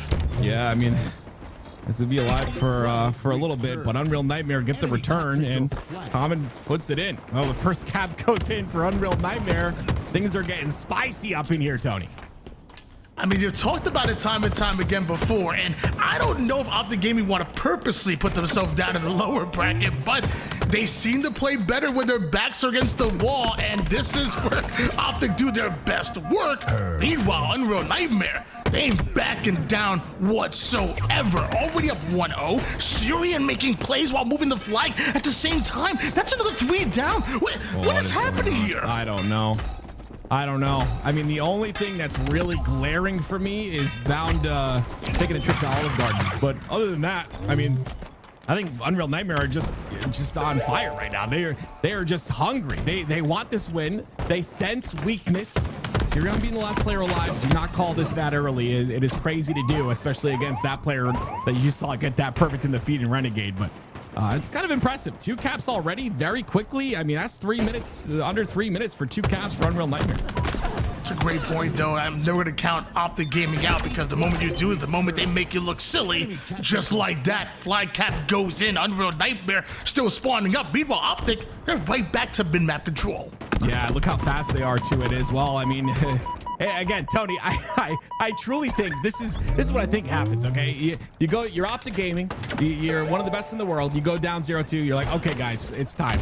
and all of a sudden, like, I don't watch anime, but I'm sure you can find an anime reference there somewhere. But it's just, you know, they flip that switch. And you can see it already happening. 4 dead, right there. Renegade's gonna get that kill. Beautiful flick towards the top. That's the second flag being run. And it should be tied up in the game. I feel like that's what most animes are about, though. You know, staring down the face of adversity and answering right back and showing the world what you are really made of. Optic may have fallen 0-2 to start off this game, but just like that, tie it up, have the flag over towards their base, Legend gets it in, and before you know it, the world is right again. Oh, man. I'm telling you, it's like, guys, someone's got to say, you know what? You know who it is? I guarantee it's Legend. That guy has aura, as the young kids would say, Tony.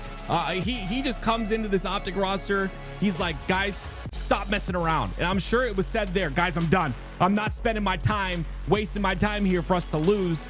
Let's go. And then that switch is flipped, and bing, bang, boom, 3 caps in under, what, a minute? A minute, 30 seconds? Wow. Well, Legend definitely aura farming his way into a 10-5 and a 6.0 KDA. I mean, what's crazy to me is I'm not saying that was the fastest, CTF that we've seen on Origin, but to think that we just saw 5 flags in 4 minutes, that might be the most like flags per cap. Like we've seen some really fast Origin games, but have we seen 5 flag caps in 4 minutes? Like, that right there might have been a little bit of a different record we just saw. I don't ever reach out, Tony, but someone said something that I have to point out. I think they purposely go down just to feel something. That is dark, but maybe it's just true. You know what I mean? Like, guys, you know what? Let's just make this really tough for ourselves and then bring it back. I don't know. Unreal Nightmare is a really good roster, and I think it was a little bit of both, right? Unreal Nightmare coming out swinging, and then Optic saying, "Okay, it's time. Let's get it done." Optic Gaming apparently just want to feel something. Well, Optic, how about I offer a bit of advice? If you want to feel anything, why not satisfaction? Get yourself a Jersey Mike sub. I recommend making it a giant one. You would definitely feel something, and that's satisfied. 3-2 lead for Unreal Nightmare. Tony, you can't do that when I'm trying to.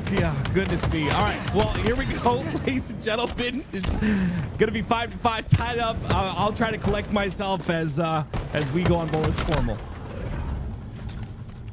6-5 lead here for Optic Gaming. Formal with some early damage in. Thought I was gonna wait for Renegade, but wanted to take the 1v1, a one-shot common. Now he gets the kill onto Formal, but dodging his way to getting his shields back.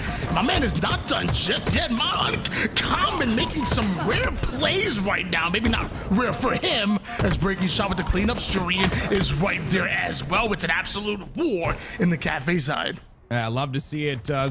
Put as much damage in as possible. Kept this game pretty close so far, only by 1 kill. Now Optic Gaming continue to lead, and they've got them trapped in the seaside, so you would assume that this lead is going to extend even more. Pound over to be railing. Whoa, what? Nobody watching for the double push from Unreal Nightmare right through the driveway side. They clear out the B rails. They're chasing down Formal. No backing down whatsoever here for Unreal Nightmare. As I say that, Envor moonwalking his way into a few members of Optic Gaming, and Optic a 3-kill advantage and breaking shot with a sneaky play. Yeah, great job on Breaking Shot. This is what makes him a phenomenal player. If you've ever seen Breaking Shot in his play style, he's very quick to move around the map. If he's feeling in that flow, he continues to be a nuisance, right? He's very hard to catch, great at staying alive, great at using that movement tech in order to do so. He gets a couple kills there, but still Unreal Nightmare trailed by 3. Like Bound wanted to take the route over toward the driveway side, ends up stopping momentarily. That's because Unreal Nightmare have already broken out through purple over towards A. Unreal Nightmare not wasting any time whatsoever. Now it's Formal by himself at the moment here. He's gonna have to settle for a trade, and he gets that, but Unreal Nightmare winning that play out. Yeah, it's a 3-on-3 on the map, but that kill's huge because Camo's coming up, so they end up getting that trade. As another trade by Common. Great play, beautifully placed nade. The Legend gets away with Camo. It gets burnt, I believe, so Camo no longer a factor, but Optics still lead by 2. Dade's going down. Shots over towards Formal. Big kill there over the purple side, and with this camouflage, Unreal Nightmare look to take big time advantage here. He's right on the mid-map. See what he's able to do on this mid-map side. You got to be careful, right? Because there potentially could be extenders. You got Sirion with Camo, though. I thought it was burnt. It is not. Sirion's got it. What is he going to do with it, though? Unfortunately, gets caught out, and that's a Camo gone. That would have been a really nice Camo to bring this game back, but it's really tough to get away with Camo nowadays. You're very visible, especially on a map like Streets. If you've watched the LBT YouTube channel, you'll see the video that talks about how easy it is to see Camo in tight corridors, and that's basically what Streets is. Envor, he had a huge 1v1 earlier, but ends up being taken down before he was able to break out of the B stairs side. What nades, though, out of Breaking Shot of the rest of Unreal Nightmare. Formal is present, but in a 1v2, ends up getting a trade out. Little Marty Dom grenade going off, 33-27 for Optic Gaming. They're continuing this lead here, and at this point, it's just trade after trade, and they'll still hold on to it. I'm gonna have to see some clean kills, as we normally say, out of the side of Unreal Nightmare if they want to bring this back. Sirion's gonna be at the forefront of that, but not able to find that kill. It's gonna be traded out once again. I like this 2-man pressure on the purple side. Formal gets caught out. Great kill. They can extend that into more now. Still down by 6. 35-29 here. Sirion with the early damage. A one-shot down, can't survive. Envor ends up getting a huge double kill, cleaning up left and right. And now Unreal Nightmare closing the distance just a bit. Okay, yeah, that's a couple good kills for them. They need a couple more, though. Bound is a big kill here, but you gotta understand you're going to, it's gonna be a tough fight for you to win if you're going up against Bound. Still, though, Optic Gaming will have that lead. They had that momentum, Tony. They had 2 dead. In the moment like that, you want to push as fast as possible. The problem is they didn't have the timing on that push. The spawns were coming up too fast. They couldn't get across the map in time. So still a 5-kill lead for Optic Gaming. Unreal Nightmare currently trying to pull from behind here. You got to think to themselves. We've already seen Optic Gaming get upset earlier in the winners bracket. Why can't they do the same? You're still within striking distance. It's still possible, especially with Envor shooting like this, and he has been doing so all game. If they could chain together a few kills, they can make something happen, but who the heck let Bound get Camo? Look how easy it's spotted, though. This is what I'm saying. It's so easy to spot Camo. Bound understands that, and you see a lot of players play Camo, like I said earlier, like they don't have it. And it's because of situations like this. You can find these tiny moments of space where you're able to do something with Camo, but you can't just like go around like you're invisible, because you're not. You're only invincible, which is very different if you know the definition of both. Damage going in. Lesson by Active. 2 more kills needed here. Make it 1 after a Legend with the double. Final player alive to be Common. Formal recognizes that. He's getting awfully aggressive there. And that might just be all she wrote. Optic Gaming not messing around. They're playing really well, and something we'd expect out of the Legends. Obviously, I'm sure they're not very happy that they're in this lower side, but I mean, those 2 wins, very solid to start off with. And you can see it is the other match happening on the other end of things. It's going to be Akave versus TSM, the host of this tourney. TSM, again, got to give a shout out to them and Jersey Mike's for putting this on. I absolutely love what we're seeing out of these guys, and you know, putting these tournaments on for Halo. This is the second $5,000 tournament in a row. There was one last weekend as well that Optic ended up actually winning. So we'll see what happens in this event, of course, but that'll be our next matchup, and we'll keep tabs on both of these for you guys. My man Active, you casted a ton of Halo 5 as well as I did. Yeah. And look at the names on screen in the top left-hand corner. Manny, Druck, Soul Snipe, Talik, going up against Acid, Drift, Lure, and the boys. Doesn't this bring you back to like the Halo 5 days? This was a very common matchup, mind you, late into tournaments, and it's an Origin. Great point. Dude, what year am I in? It can't be 2025. Oh man, I'll never forget the Fung 4 is I think the first match I ever casted. It was on Origin. I'll never forget it. I was terrible. I still am, but you know, I was really bad back then. Yeah, I mean, I'll never ever forget it. It was yeah, these boys, I'm glad they're back together. I'm glad they came to their senses. Stop splitting up, guys. Okay, you're stuck together forever for the rest of Halo's life. Don't go anywhere. But regardless, we go here. Optic Gaming, Unreal Nightmare, game number 3. Same way that Optic are one of the best to do it on the sticks, and Jersey Mike's are one of the best to do it as far as sandwiches. My man Active is one of the best to do it on the microphone. Meanwhile, Optic Gaming, thought they were scoring early here, but looks like they might have just got sniper robbed from them. Syrian looking to make some plays. That's until Renegade drops a perfectly placed grenade. I know. Listen. I know Sirion's got it. He's got to have that confidence, right? You got to have that confidence, especially when you're entering these lobbies now. You're a name that's known. But when I see Renegade's name on my screen, and I have a sniper in my hand, and I'm no shield, I am tossing that thing as far as I possibly can off the map. I'm just like, but now, regardless though, it's going to be in Breaking Shot's hands, and he don't toss anything off the map. He's going to get that first kill. That was a nasty shot, Tony. Yes, that takes off ahead with it, but it is ultimately that sniper that ends up back in the hands of Optic Gaming here. It is Unreal Nightmare scoring 21-17, a slight lead. But with all the resources starting to go into the hands of Optic Gaming, they're still not able to find kills. Yeah, it's absolutely insane. I mean, Optic still is just staggered, right? And Renegade's got the snipe once again with 2 bullets left, but look at the scrappy time that Unreal Nightmare's getting. Even with 2 down on their sides, they're going to try to go for this blue side rotation. Renegade reads it though. Enemy has the ball. 35-17. Renegade with a 1-shot bullet in that sniper, almost plants to the head of Syrian, luckily bound with a huge 5-shot kill. That's going to be nasty work for him, as now Renegade going to match him for that. Shots looking beautiful, and right now Optic, they playing a bit dirty. Great shots once again by Renegade. Playing dirty is what you got to do. You have this ball time. And you can see, Tony, want to know something really interesting is that this red setup is the setup to take now, which is great to see. Obviously, when this map first came out, everyone was kind of mixed. Like, do we take blue setup? Do we take red setup? Because of how heavy the blue spawns are, red setup is just much better. You can rotate towards those blue box spawns as well.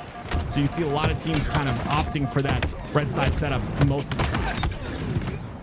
Both teams fighting so much for this red side, like you said, and it is going to be Unreal Nightmare that went out just a bit, and because of that, they're scoring. Still down, though, by Optic.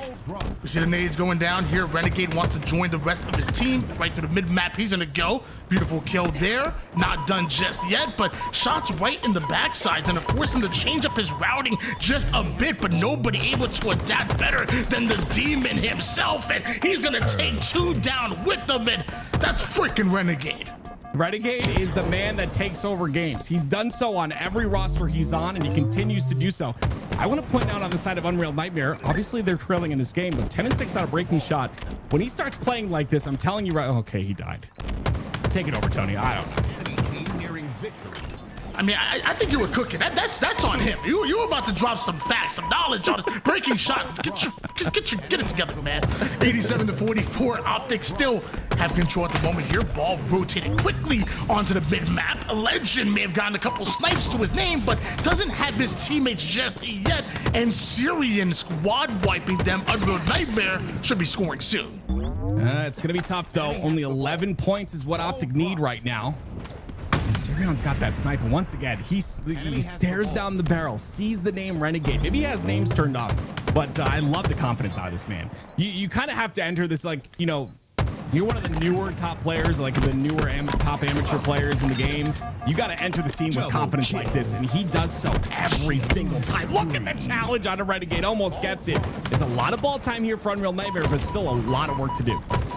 No fear whatsoever in the young basketball player Syria, not only a shooter on the court, but also on the virtual battlefield as well. Love that pass, by the way, from the mid-map over towards Calvin to be scoring, no time wasted, and still pressure being taken in space as well, as we see TSM and Akave still going at it. The first flag cap belongs to TSM. Shouldn't be surprised. They know this map pretty well.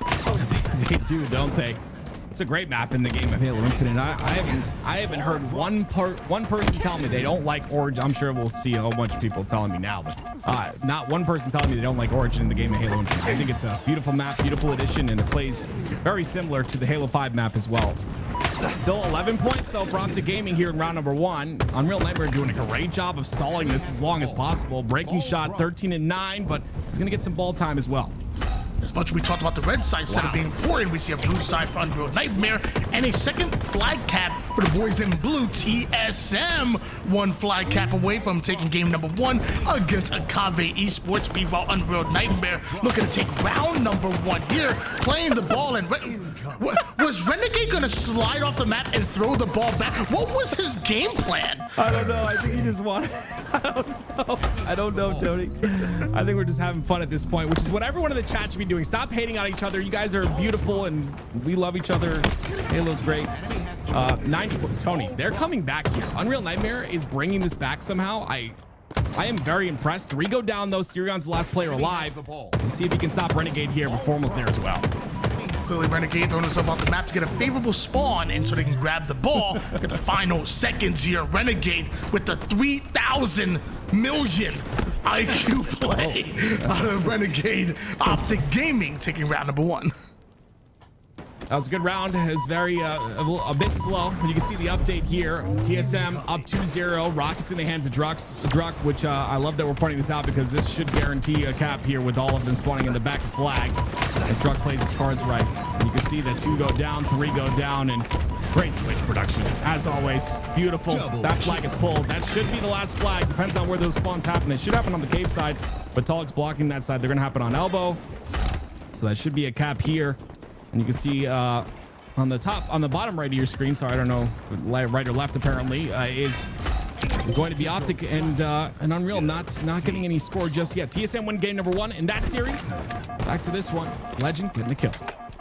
What did you say? He said if Druck plays his cards right. You don't know Druck is the Phil Ivey of Halo. You better learn something here. I'm more of a Helmuth fan. He's the whiner of the That's because you got the mouth. That's why. 2 down for Unreal Nightmare. Legend with the ball rotate. Looks like Formal's already over on the blue side of the map, but as I say that, Common with a huge kill, denying ball time just by being present here as Common distracts Optic just long enough for Syrian to get involved. Not sure where that melee went, but luckily the bandit eventually connects. Envor, I absolutely love this player, and it's because his passion, it doesn't ever wane, right? Every single game he plays, he gives his 100% effort, no matter what. And he's been such a passionate player all throughout his career, and I absolutely love what he's done in multiple titles. Love what he continues to do, always making it through that open bracket, always making it into pool play. And I really hope the best for him in this roster. I think Unreal Nightmare, very solid roster. They're doing solid in this game thus far, and you can see that first kill opens things up on the red side, and you see how important that red side is, right? It's no longer like, let's hold ball, go to blue. It is always push through to red. It's what we see time and time again. Envor with the snipe. We down for Optic Gaming. Envor, snipe in his hands here and chasing down Formal, but no more sniper bullets to work with. Envor quickly activating the quantum translocator. Unreal Nightmare continue to score, and Optic getting punished at the moment. This is really good. I love the pressure here. The use of the quantum translocator. Continuous ball time here for Unreal Nightmare.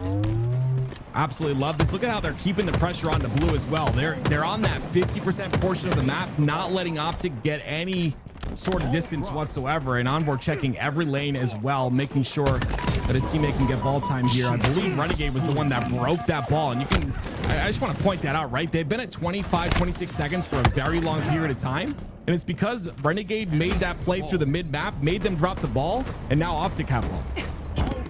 Envoy, definitely one of the players that loves the spotlight, and it seems like he always plays better whenever he's on the stream. 22 kills, 10 assists, but right now it's bound in Optic Gaming.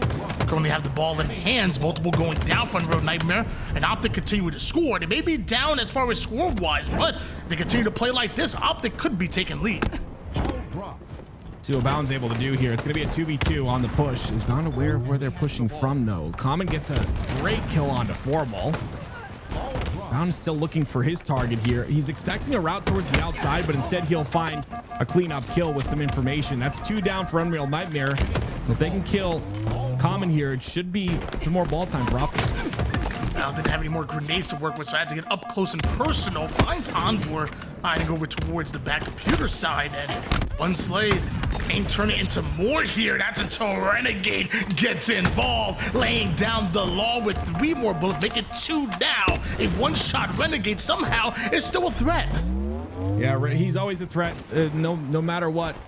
Just want to give a shout out to Timmy Forges and crew for this map. I truly think, like, this is one of the best maps in my opinion. I hated it on day 1. Obviously the spawns are a little bit rough, and definitely, you know, that could be a game thing. I'm not sure. Something that can definitely be iterated on a little bit. The overall map, the design of it, the way everything works out, the angles, the lanes, it just really just works so well in competitive play. So again, a shout out to the Forgers, but Optic making this real difficult. Unreal Nightmare, you can see they're pretty even in terms of slays. They're actually leading in slays, but still Optic are getting that ball time. Chad, I can tell you right now, a man active has never met a Tim that he didn't like. Timmy Forges putting in that work in order to make this map. Meanwhile, Optic putting in the work to come back in this round, now have the lead here. 1 more round, and they're sending Unreal Nightmare packing. Unreal Nightmare came out with a lot of gas, but right now looking a bit gassed out.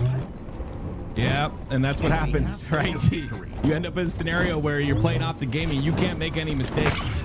And sometimes the overheat is real on these squads. You can see the update on the game 2. TSM leading 23-18 in game number 2. And they'll continue on that as they play on the streets. TSM very quick, but they go 3 down, so there's an opportunity now for maybe Akave to make something happen. Bound scoring here.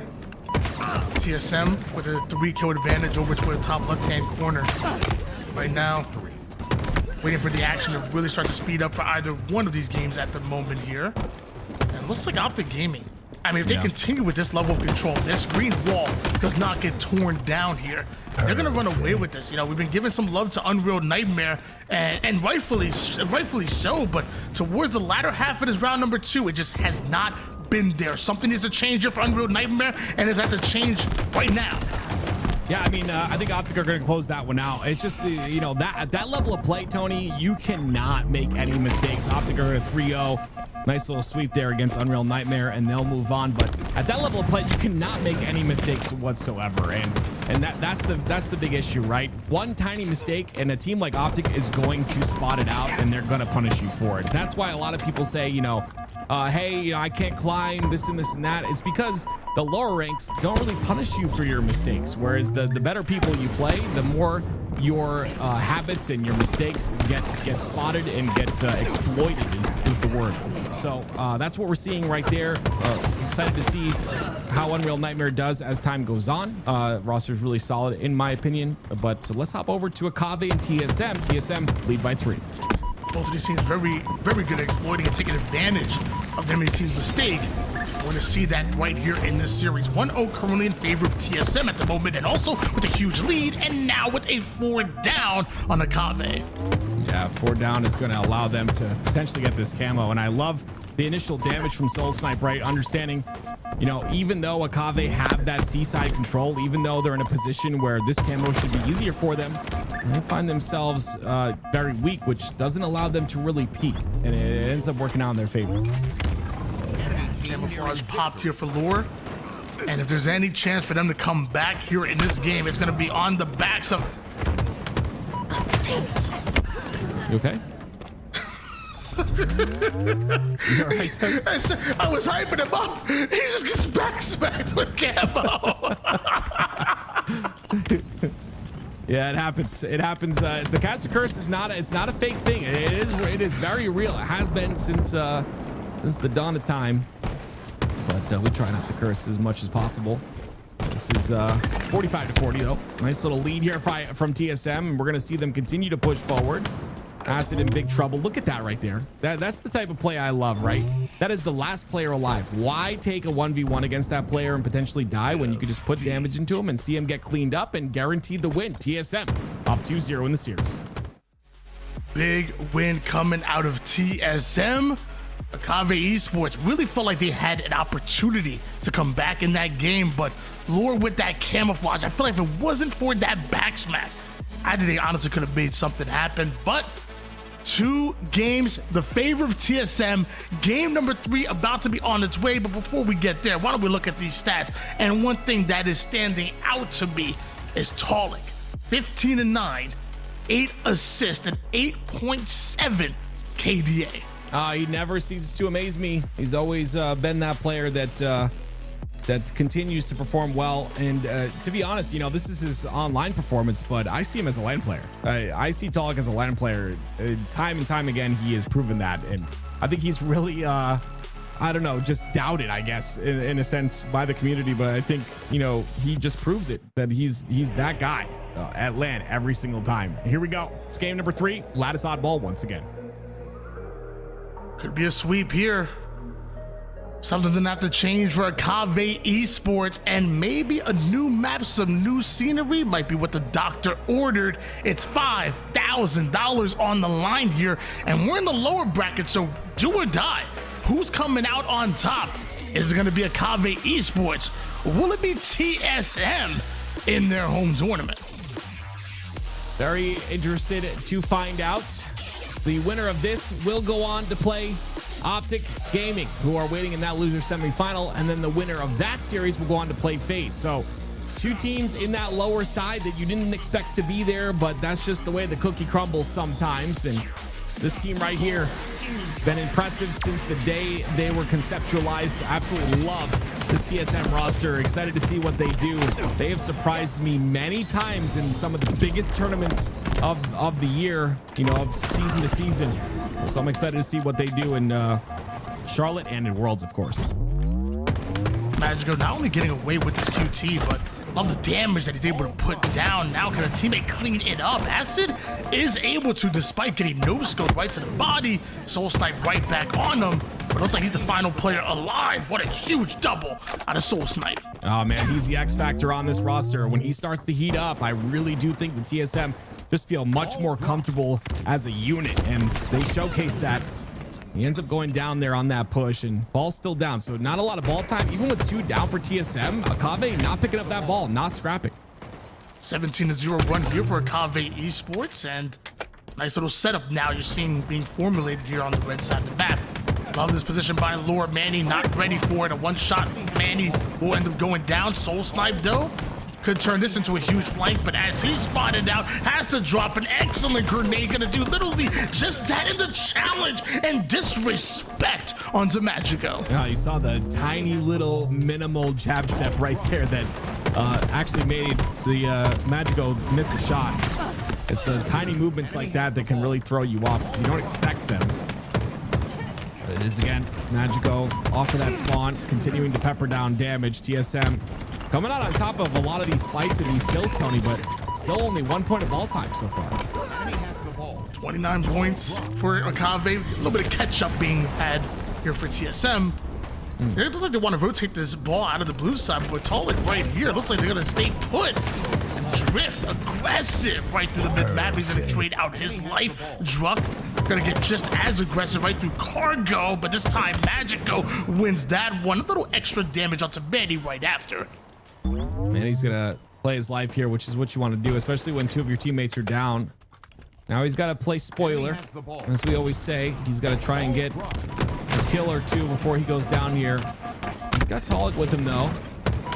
Is that enough damage? There it is. That is enough damage. Able to stay alive, and now it's up to him and Druck to solidify this side of the map and maybe set up for this rotation. Both teams really solidifying their kills right now before able to jump on that ball immediately. You see the aggression out of both the Kave Esports and TSM, a very similar play style. It's pressure, pressure, pressure, and off the uncomfortable with all of that speed. Yeah, it's a lot. The pressure continues, and you know, I like that they're scrapping ball time though. It's a little more of a scrappy battle here. I would have liked a rotation towards the other side of blue, but regardless, instead they want to get the slays. It ends up working out, and that's why I'm on the desk with Tony and not playing. Sniper's up as well. We'll see who's able to get that. One player is playing this Talik, and I was gonna say he might be the one to get away with Sniper, but cross-match shots from Kave Esports deny him, but can't deny Druck. Druck, once he gets his shields back, you know he wants to get active with that. Connects immediately with the quick scope to the body of the player over on the Crystal side. Drift off a screen ends up getting a kill. Looks like Acid follows that up. Druck might turn his flank into much more, but just barely misses the head of Magico, and Lore makes him pay. A really great break by Akave right there. I mean, they played that beautifully. Druck using all his resources, thinking he was going to get pushed when he was put down to no shields, and then unfortunately all of his teammates go down, so he dies with Sniper. Not much he could do there, except maybe hit a couple shots, but sometimes it's a bit tough when the pressure's that much. He's already hit 1. Can turn into more. 3 down momentarily go Kave Esports. We still see a lot of fight out of Acid there. It looks like he's dealt with 4 down. And ball time for TSM. And they've got QT as well. This is going to be a nice little setup here. Oh, unless Talik can't stay alive. That jab step was so good. I thought he was going to potentially QT after that. I don't think he would have lived regardless, though. But TSM doing a better job of getting ball time here. You see the rotation towards the top of blue. They'll have that play ball opportunity, and they'll use it. They have the lead, but they're getting slain right now. Or with the challenge to Druck. Knows Druck has that Sniper. Also knows Manny providing some reinforcements from across the map. Druck, Sniper, and Thrust. He's ready for action. 3 down go Kave Esports, and ball time once again for TSM. Yeah, Druck's holding blue all by himself here. Look how free his teammates are because of that. And you can see Druck is playing that blue box's side, continuing to hold that lane on his own, gets another kill, and just so many resources being pulled to that side. Unfortunately, ball was dropped really early, and there was no slays on this side of the map, so all that freedom that Druck was trying to create, it just goes to end up being nothing. And now the ball rotates back to blue. A lot of time coming from a Kave Esports, and you would have thought more time for TSM. Have another chance at that if TSM are able to break through, which is exactly what Manny's trying to do. An early 2 down forces the play ball situation right towards that mid map, and TSM really are slain now. Yeah, they bring this ball back to blue. You know what's really interesting about this? The last series we watched, it was a constant run towards red over and over and over again. Now we're seeing a constant pull towards the blue side, and it doesn't really, I mean, it has a little bit to do with the spawns that are happening, but it has a lot to do with just where teams are comfortable playing this ball, and it just goes to show how evenly balanced this map is in that regard. Magico ends up getting the kill. 3 go down for TSM. And we do see another 3 down, this time in favor of Kave Esports instead of them, and now scoring. 1 minute and 39 seconds of neutral time is plenty here for Kave Esports as an aggressive drift finds Talik over on the mid-map, gets the back smack he was looking for. Druck on the chase, and eventually Drift gets taken down. Yeah, great job once again to take out Drift there. That's going to be 2 down and a double kill and a reversal for Druck.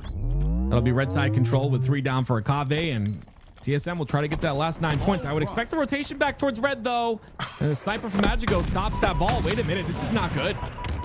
A couple more of those, and maybe we can talk here, but it looks like TSM are trying to sneak that ball away. Akave shut it down, but they end up going 3 down. Talik goes right at the final player, and that is all she wrote. Almost possible for Akave to deny it, but TSM eventually take back what's rightfully theirs. Yeah, 1 round to go here for TSM, and they will sweep this series and go on to play Optic Gaming, which you know that's going to be a test for them. TSM looking pretty hot, though. We'll see how they continue to thrive here in this series. In terms of slays, it's pretty even across the board, which is good to see because TSM definitely took that round in strides in terms of objective. Big double out of Talik. I'll be honest, I don't know where that nade crit came from, but Talik's definitely happy that it happened. Meanwhile, Lore may have the sniper, but right now TSM have the ball. Lower the sniper, he can really, yeah. I like that by Druck. You see, you know, influencing when you have ball, your job is to go towards your teammates. But if your teammates are getting sniped in the head, just run, because that's exactly what's happening right now. Yeah, go towards your teammates unless they're dying. Don't follow the light. Sniper in the hands of Lore. 16 and 10 right now. Just one more bullet to work with the sniper, but apparently Druck wants that final bullet. He's willing to overextend forward. Now, with 2 going down here for Kave, it could be huge for TSM. Not only do they get the ball, not only are they scoring, but you have to imagine they should be working on spawners soon here. Yeah, I love that you call that out because that's exactly what he was looking for. That one off spawner. And you guys, like, for those that want to get good at Halo in general, and I've talked about this before, but you know, obviously the foundations of the game do not change. So, if you want to invest in yourself for the next title, whenever it's happening, it'd be a good time to do so. One thing to know is, put yourself in a position to not only rotate the ball towards your teammates, but also like understand when people are dead and what their timer is coming off a spawn. It's very difficult to do. A lot of players don't look at that kill feed, but if you look at that kill feed a bit more, you can pace your gameplay based off of how many are dead on their side and how many are alive on your side, and vice versa. So very important to think about. Big tips coming out of Active right now, and maybe a big comeback out of the Kave Esports, down 0-2, a slight lead here, and a must-win round number 2 for them. Kave Esports backs against the wall, but this is where you find out what a team is truly made of. Acid with 1 kill, ball on the reset. Can the Kave Esports get that ball back on their side? Yeah, reset ball is really good for TSM here, unless they go down. It looks like Lior's down on the side of a Kave, so even numbers across the board. It's really up to Magico, who's cutting the center of the map here to make some sort of an impact. But yeah, he's gonna get the trade, which is good enough. 3 down for TSM now as Acid is on that side. Nice little bounce grenade right onto Druck. Doesn't do enough damage here because it looks like Druck and TSM are still getting quite active, still taking space, and Druck right in the face of Lore with that melee. Eventually gives up his life because of it, but Acid rotating this ball right back over towards the Kave Esports. They're spawning first, and they have the setup that they want. This setup is really clean, especially with Soul Snipe going down. That's 10 seconds. You don't have to deal with one player. He's up now. There's a lot of ball time here for a Kave. If they don't get slain right away and they're able to kind of contest this push, they'll be in a good position. But you can see they're all down to no shields. It makes it a bit tough. Great push by TSM. 43-21 lead here for Kave Esports. Magico. Looked like he was about to get active towards the right side of the map, but with his team down, looks like he takes an entirely new angle, bit of a longer route. With his teammates coming off a spawn, he's in attack together with his team. A much better push now for Magico and a Kave. The early damage gets cleaned up by Magico. Looks like he's going in. It's a 3-man push to deal with Soul Snipe, who just took down 2 players. Wait, what? So he was in a 1v3. How were Kave Esports 4 down? A lot of great teamwork out of TSM. Manny gonna overheat a little bit on that extension with the snipe. And may give sniper over to a Kave. Ball's been down as well, so still a Kave leading this is insane. With how many slays have gone in the hands of TSM, a Kave are definitely keeping this very close. Double got a Druck, but still 2 more players to deal with. It looks like they got the 3rd, and Acid by himself, and Manny aggressive, wants the no-scope. War Bandit is out here, knows that he's weakened, settles for the trade. Talik now on the ball. Yeah, it's all a great rotation towards Druck, who's on that blue side. They have to take care of Lior, and I believe they are aware of that, but unfortunately he didn't rotate it quick enough. I believe they end up stopping him, and it's going to be 2 down for TSM now. An opportunity for a Kave to rotate that ball back to red. Druck on cleanup duty. So the final player was going after, didn't have any damage on him, and Magico somehow survives and even gets the triple kill onto Soul Snipe. What a play by Magico, really making magic happen. Yeah, and they're all going to spawn on blue now. Look at how much ball time Akave are going to be able to get. They also get the kill on to Manny. Talik staying alive there is huge, but he ends up getting a kill as well. So again, you see how TSM are able to win these fights with a number disadvantage, which to me is absolutely insane. They do it all the time. They're able to stop that ball from being grabbed and time from being accrued here for the side of Akave. Despite having the lead, Akave Esports did go momentarily 3 down. Still no ball time though for TSM until just now, so not exactly the end of the world, but if Akave don't get a break soon, we could see TSM take the lead. 2 down for TSM though, and they're being really scrappy with this ball. I would argue that that was a pretty rough ball pickup, but somehow he gets away, and the shots are not going to reg for him because of that. He'll have ball and he'll have drift, and they'll have this entire perimeter as well to themselves. 7-52 for Akave. Vamos, Akave. Otherwise, it could be knocked out of this tournament. Momentary 1v1. Manny versus Magico. Manny checking the corner, but looks like Magico on the opposite side of this base. So much damage going down. Magico has to try to get out, but he ends up finding the exit route that leads right to more TSM players, and TSM on the ball. Yeah, I really like how even the ball time is on the side of TSM as well. I think it just goes to show a good team that's able to be dynamic in their gameplay, you know, understanding when to pick up the ball, not really playing selfish in any sort of way. Love that out of TSM. Acid and Akave, though, going to have this back red setup, and they'll have a snipe here to work with as well. 1 or 2 kills, and this could be really good for Akave. They could potentially win this round off this. With 41 seconds worth of neutral time, it feels like time definitely could become a factor here, but right now Akave just scoring and about to win it outright, especially with Acid snapping on that player with the no-scope, and Druck could be next as Acid aggressive, knows that he's weak. Now it's Talik up, he's one shot. Acid making absolute plays right now, and somehow he's not done just yet. Are you kidding me? Are you kidding me? Wow. That entire sequence out of Acid was phenomenal. You got to see, like, that's a player that just understands and is playing a step ahead the entire play. That is just beautiful. Able to take out so many members of TSM in a row there.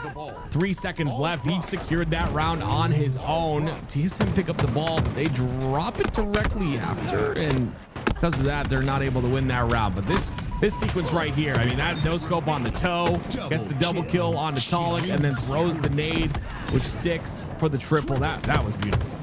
And mind you, he got a no scope even before that first kill. That was Acid won them that round. I mean, his team was 3 down, and those are like the 1% plays that go your way in order to win it. That was a freaking clutch. You love to see it too, because it's going to really give them a lot of life, a lot of momentum in this game too. They're going to feel real confident that they can win this game and potentially bring this series back. It's really up to TSM now to be that forward and confident team. Oh, Acid lost in the sauce right there. Druck ends up finding him after as well. But yeah, it's oh my gosh. I want to say something about this QT, Tony, if I can. A lot of players are doing such a good job at turning when they're QTing. So you have to understand where you are in the QT on the map and which way you're facing, right? But to turn and be ready to face the way you need to face while you're QTing, it's just a lot of thought process that has to go down at the same exact time. It's just, oh my gosh, did he catch that in the air? It looks like everybody in year 4 of the HCS is making plays, whether, like you said, the QT work, turning, making sure you're on target, keeping that momentum and knowing where you're gonna be, or that Odell Beckham style catch with the ball instead of allowing it to go off the map. Hey, sometimes it's the intangible, sometimes it's those X factor plays that'll win games. Forget about the stat sheet.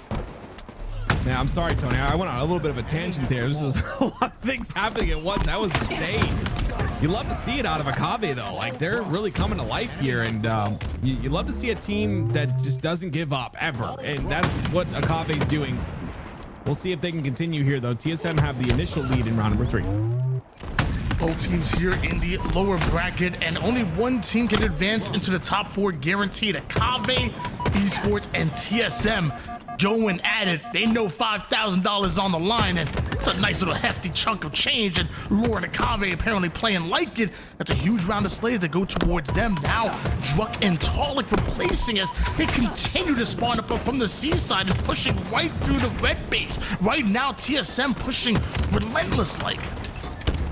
I'd say there's a lot of pressure on TSM. This is, you know, the second tournament that TSM have put on. It's your org. You want to represent, you know what I mean? You want to be there in the final moments of the tournament, and you would maybe say added pressure for them.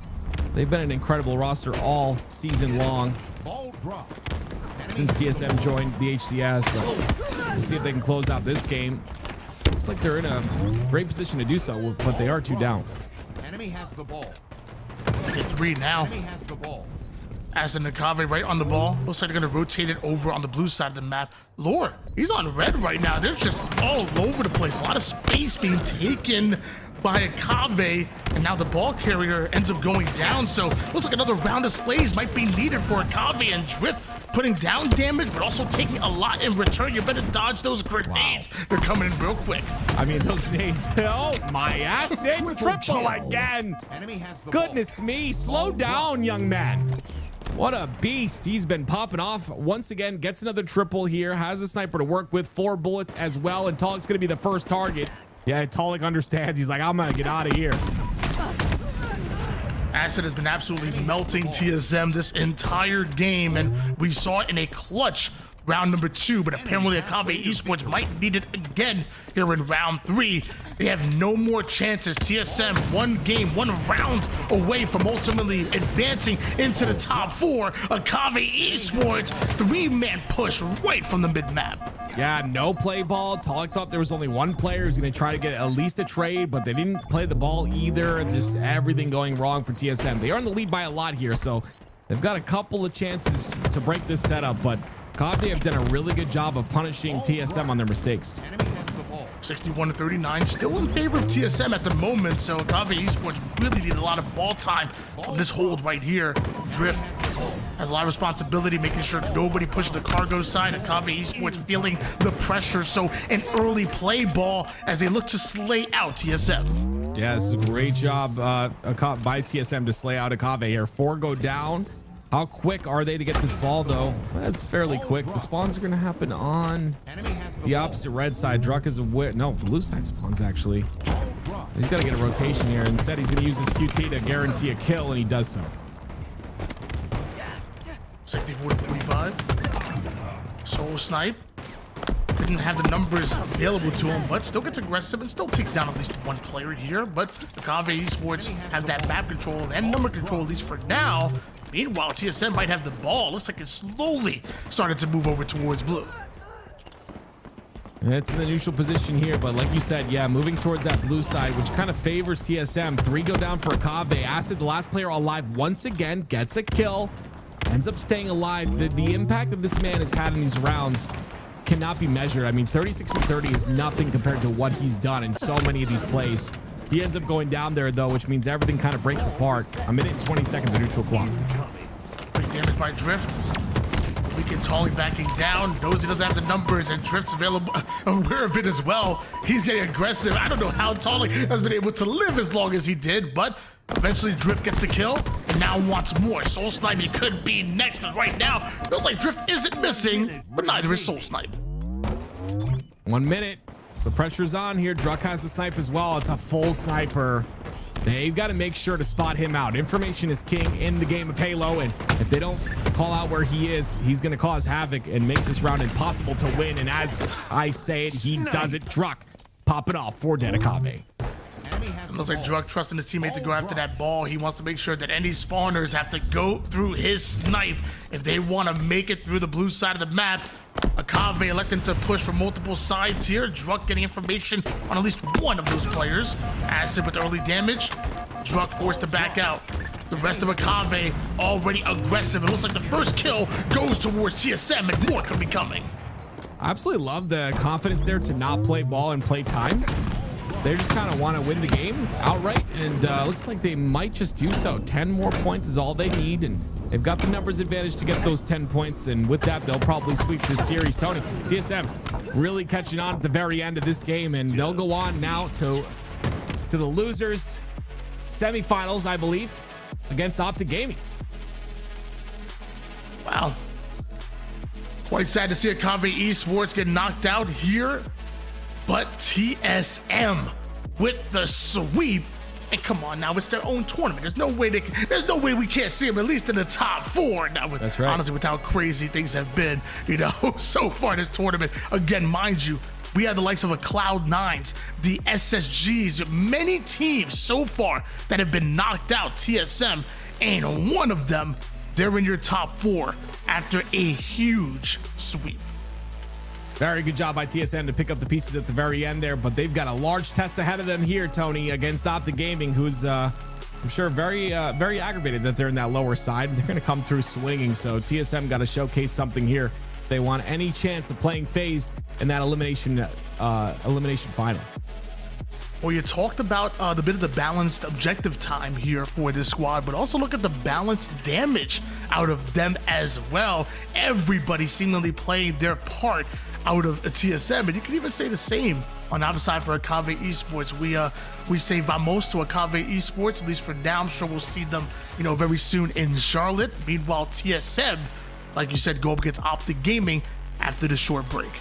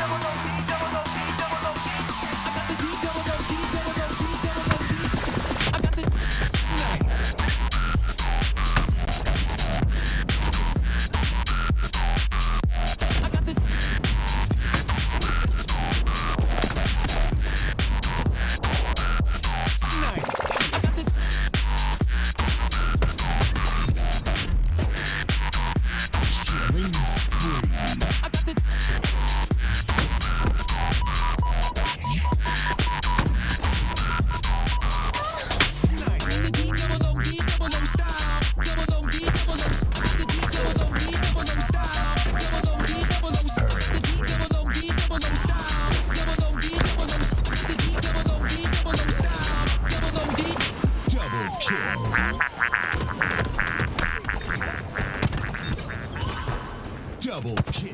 Killing spree.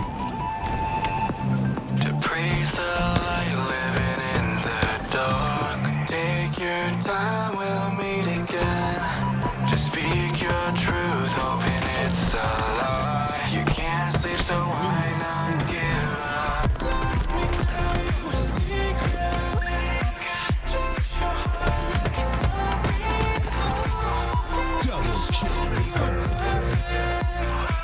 Good or not, it's still fun to try.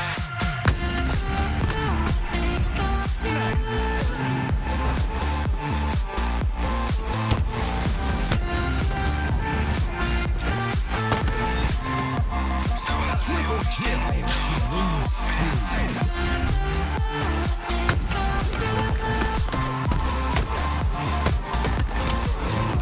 Double kill.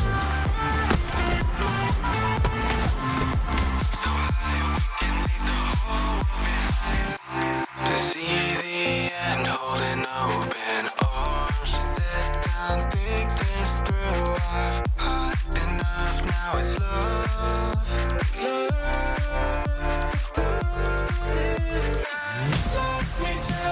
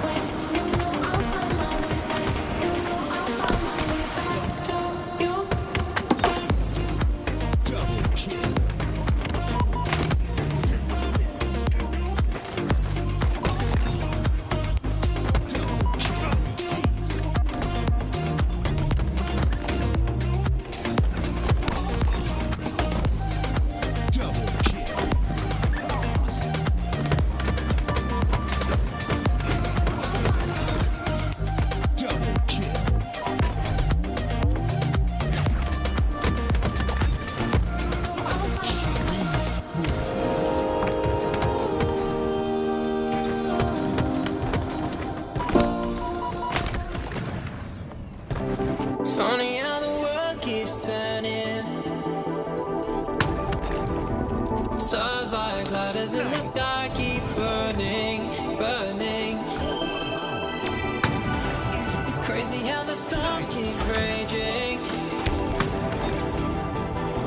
And I'm here trying to keep my heart from aching.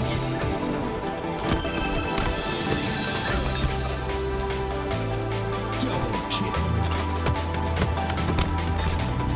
Triple kill.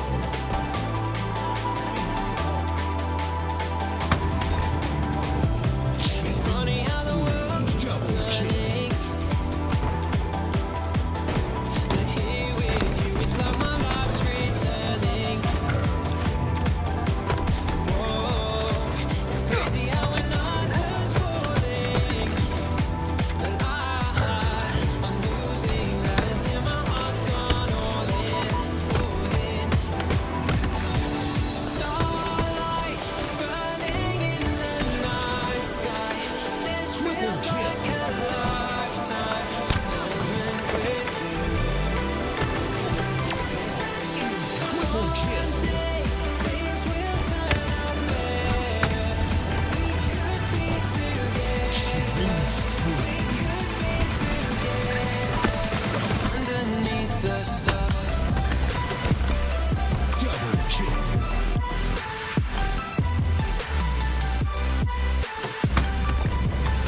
Snipe.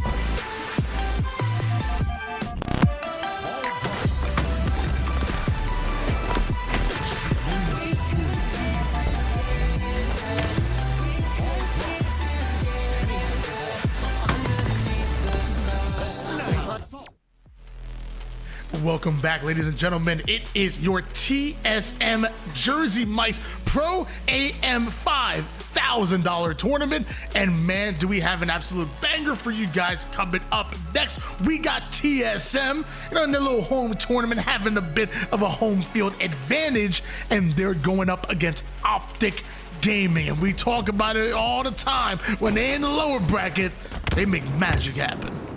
Absolutely they do. And we'll see if they do so here. TSM looking pretty solid though. This is their chance to kind of find the weakness in Optic Gaming. I don't know if there's gonna be any sort of a weakness though, a formal shooting like that.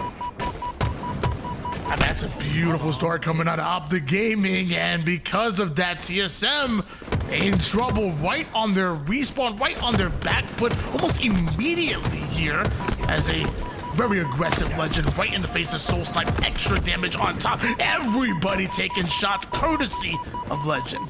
Yeah, great job by Legend. That's what he does. He consistently puts in that max damage. Druck gonna find this bomb inside of util, try to get it out from his base, and they still gotta deal with Formal though. Formal getting that trade is gonna slow things down on the side of TSM, but man, he's still going forward with that bomb. Huge kill by Renegade. Druck with the answer back. Druck gets the melee onto Bound, but Bound shuts him down, and looks like that Radar gonna give him all the information that he wants. It's clear, and he's moving bomb. Really love this here. Down in a great position to try and do all the damage he can. 2 go down for TSM. Renegade's gonna get out of dodge as well, but they spot him immediately, and it's been trades back and forth, but you see that bomb is on the side of TSM's base. A couple more kills like Legend is getting here. You could see that bomb moving forward even more. Soul Snipe's gonna get a clutch kill though, and that'll be once again that seesaw effect, Tony, that we see on this map so very often, from one util to the other util. We saw a 5-shot earlier by Soul Snipe, almost saw a second one onto Bound, but as Bound survives, gets his shields back, he wants to keep that control of the util side right over towards TSM's bases. And I get into a bit of a 1v1, but doesn't know about it, so Soul Snipe gets the first bit of damage. Druck gets his trade out, and just like that, TSM have advantage. TSM with that advantage need to move this bomb fast, and they are pretty quick to get it towards the util side. Still some spawns come up on the back of base. Soul Snipe gonna drop that bomb. I like that play, right? You don't want to give away free information, and you've got a lot of kills to try and get here. He gets one. The Legend making himself a difficult kill once again. Soul Snipe taking his time here, and now has his teammate with him, so no longer pushing by himself, but it was a double push that eventually leads to Soul Snipe going down to save Vitalik, and just like that, here come Optic Gaming. Yeah, they still have to defend, and that camo is their priority right now. You see It's a lot of eyes and a lot of resources sent towards that camo, towards the top center of the map. Renegade, big fight here. He's got 2 players to deal with and a player inside the base, but all the while, Tall sneaks out with camo as the last player alive. Tall just grabs Camo, like, leave me alone, I don't want to fight.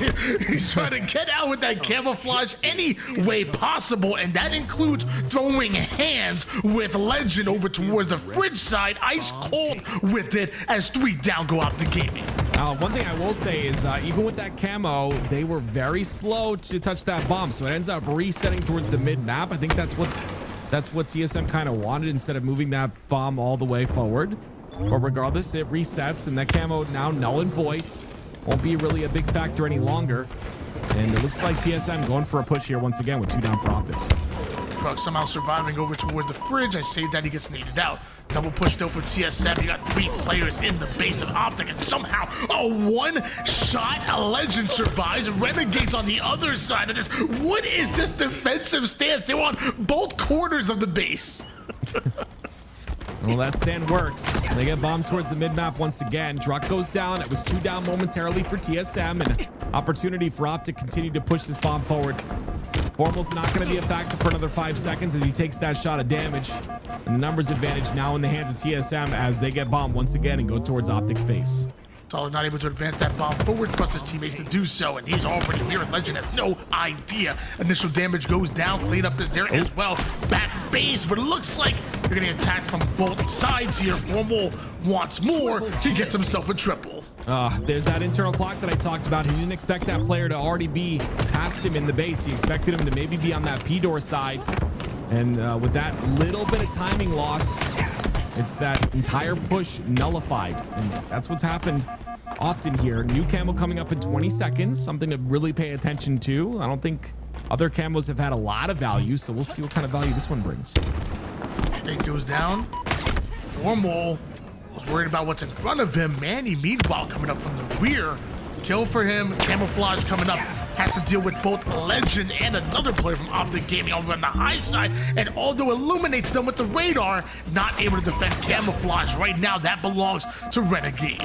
Renegade, great job by him here to stay alive as long as possible with this camo, and he gets a kill as well. Renegade's one of those players that with camo doesn't play like super duper safe, right? He'll play a little bit safe, but also risk as well, just like he does without camo. And I think that's what makes him as a camo player so dangerous. You can see that here. 3 kills already with this camo, looking for his 4th onto Druck, and he'll get the assist for that. High risk, high reward, and that's going to pay off for Renegade there. But looks like that bomb actually still over towards the mid-map. Got themselves the kills, but not able to advance that bomb just yet. Switching gears over towards Manny and Talik as Talik goes at it with Bound. Bound survives. And Bound continue to live here. Surviving is key. This is a couple of crucial shots, but it was 2 down for TSM, so numbers advantage for Optic Gaming. That bomb not moving just yet. They're looking for a couple more kills in the top center of the map. Bound. Tossing that bomb out, been a bit of bait here, but as TSM go 3 down, we're gonna take advantage of that. Continue to move it, but it looks like this time towards a safer perimeter route is what Optic are going for. You already have that util control. Why not play through it? Renegade with his shields back. He's gonna play in front of the bomb player. Now Manny with the damage, but taking way too much in return. Bound trades out his life, but the continued damage forces TSM out. But there's a flanking player from TSM that's unaccounted for. It's Druck who joins Soul Snipe on the front line. Great job by TSM to come back to their base and take care of that handedly. I think they did, it really looked good on the side of Optic Gaming. They were breaking from the shroom stairs. They got damage on both players inside of base, but TSM somehow plays some phenomenal defense, and we still end up at a 0-0 score.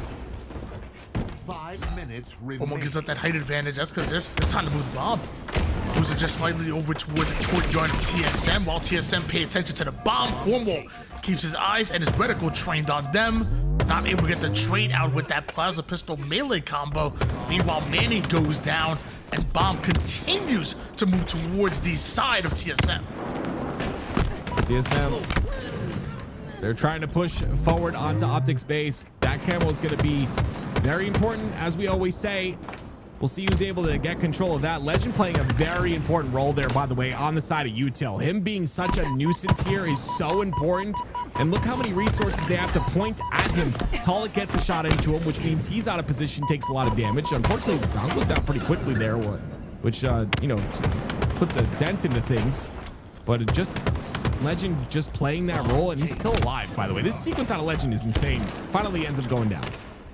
Able to take down Bound with that camouflage play, with that camouflage, and it was like multiple players now from TSM over on the P side. Formal from downtown with the BR. Manny up close and personal. Formal get from long range, close range, it don't matter. He's winning fight after fight, and watch out, that bomb, it's already in your fridge, TSM. Oh man, TSM are again playing this really well though, and they play defense time and time again.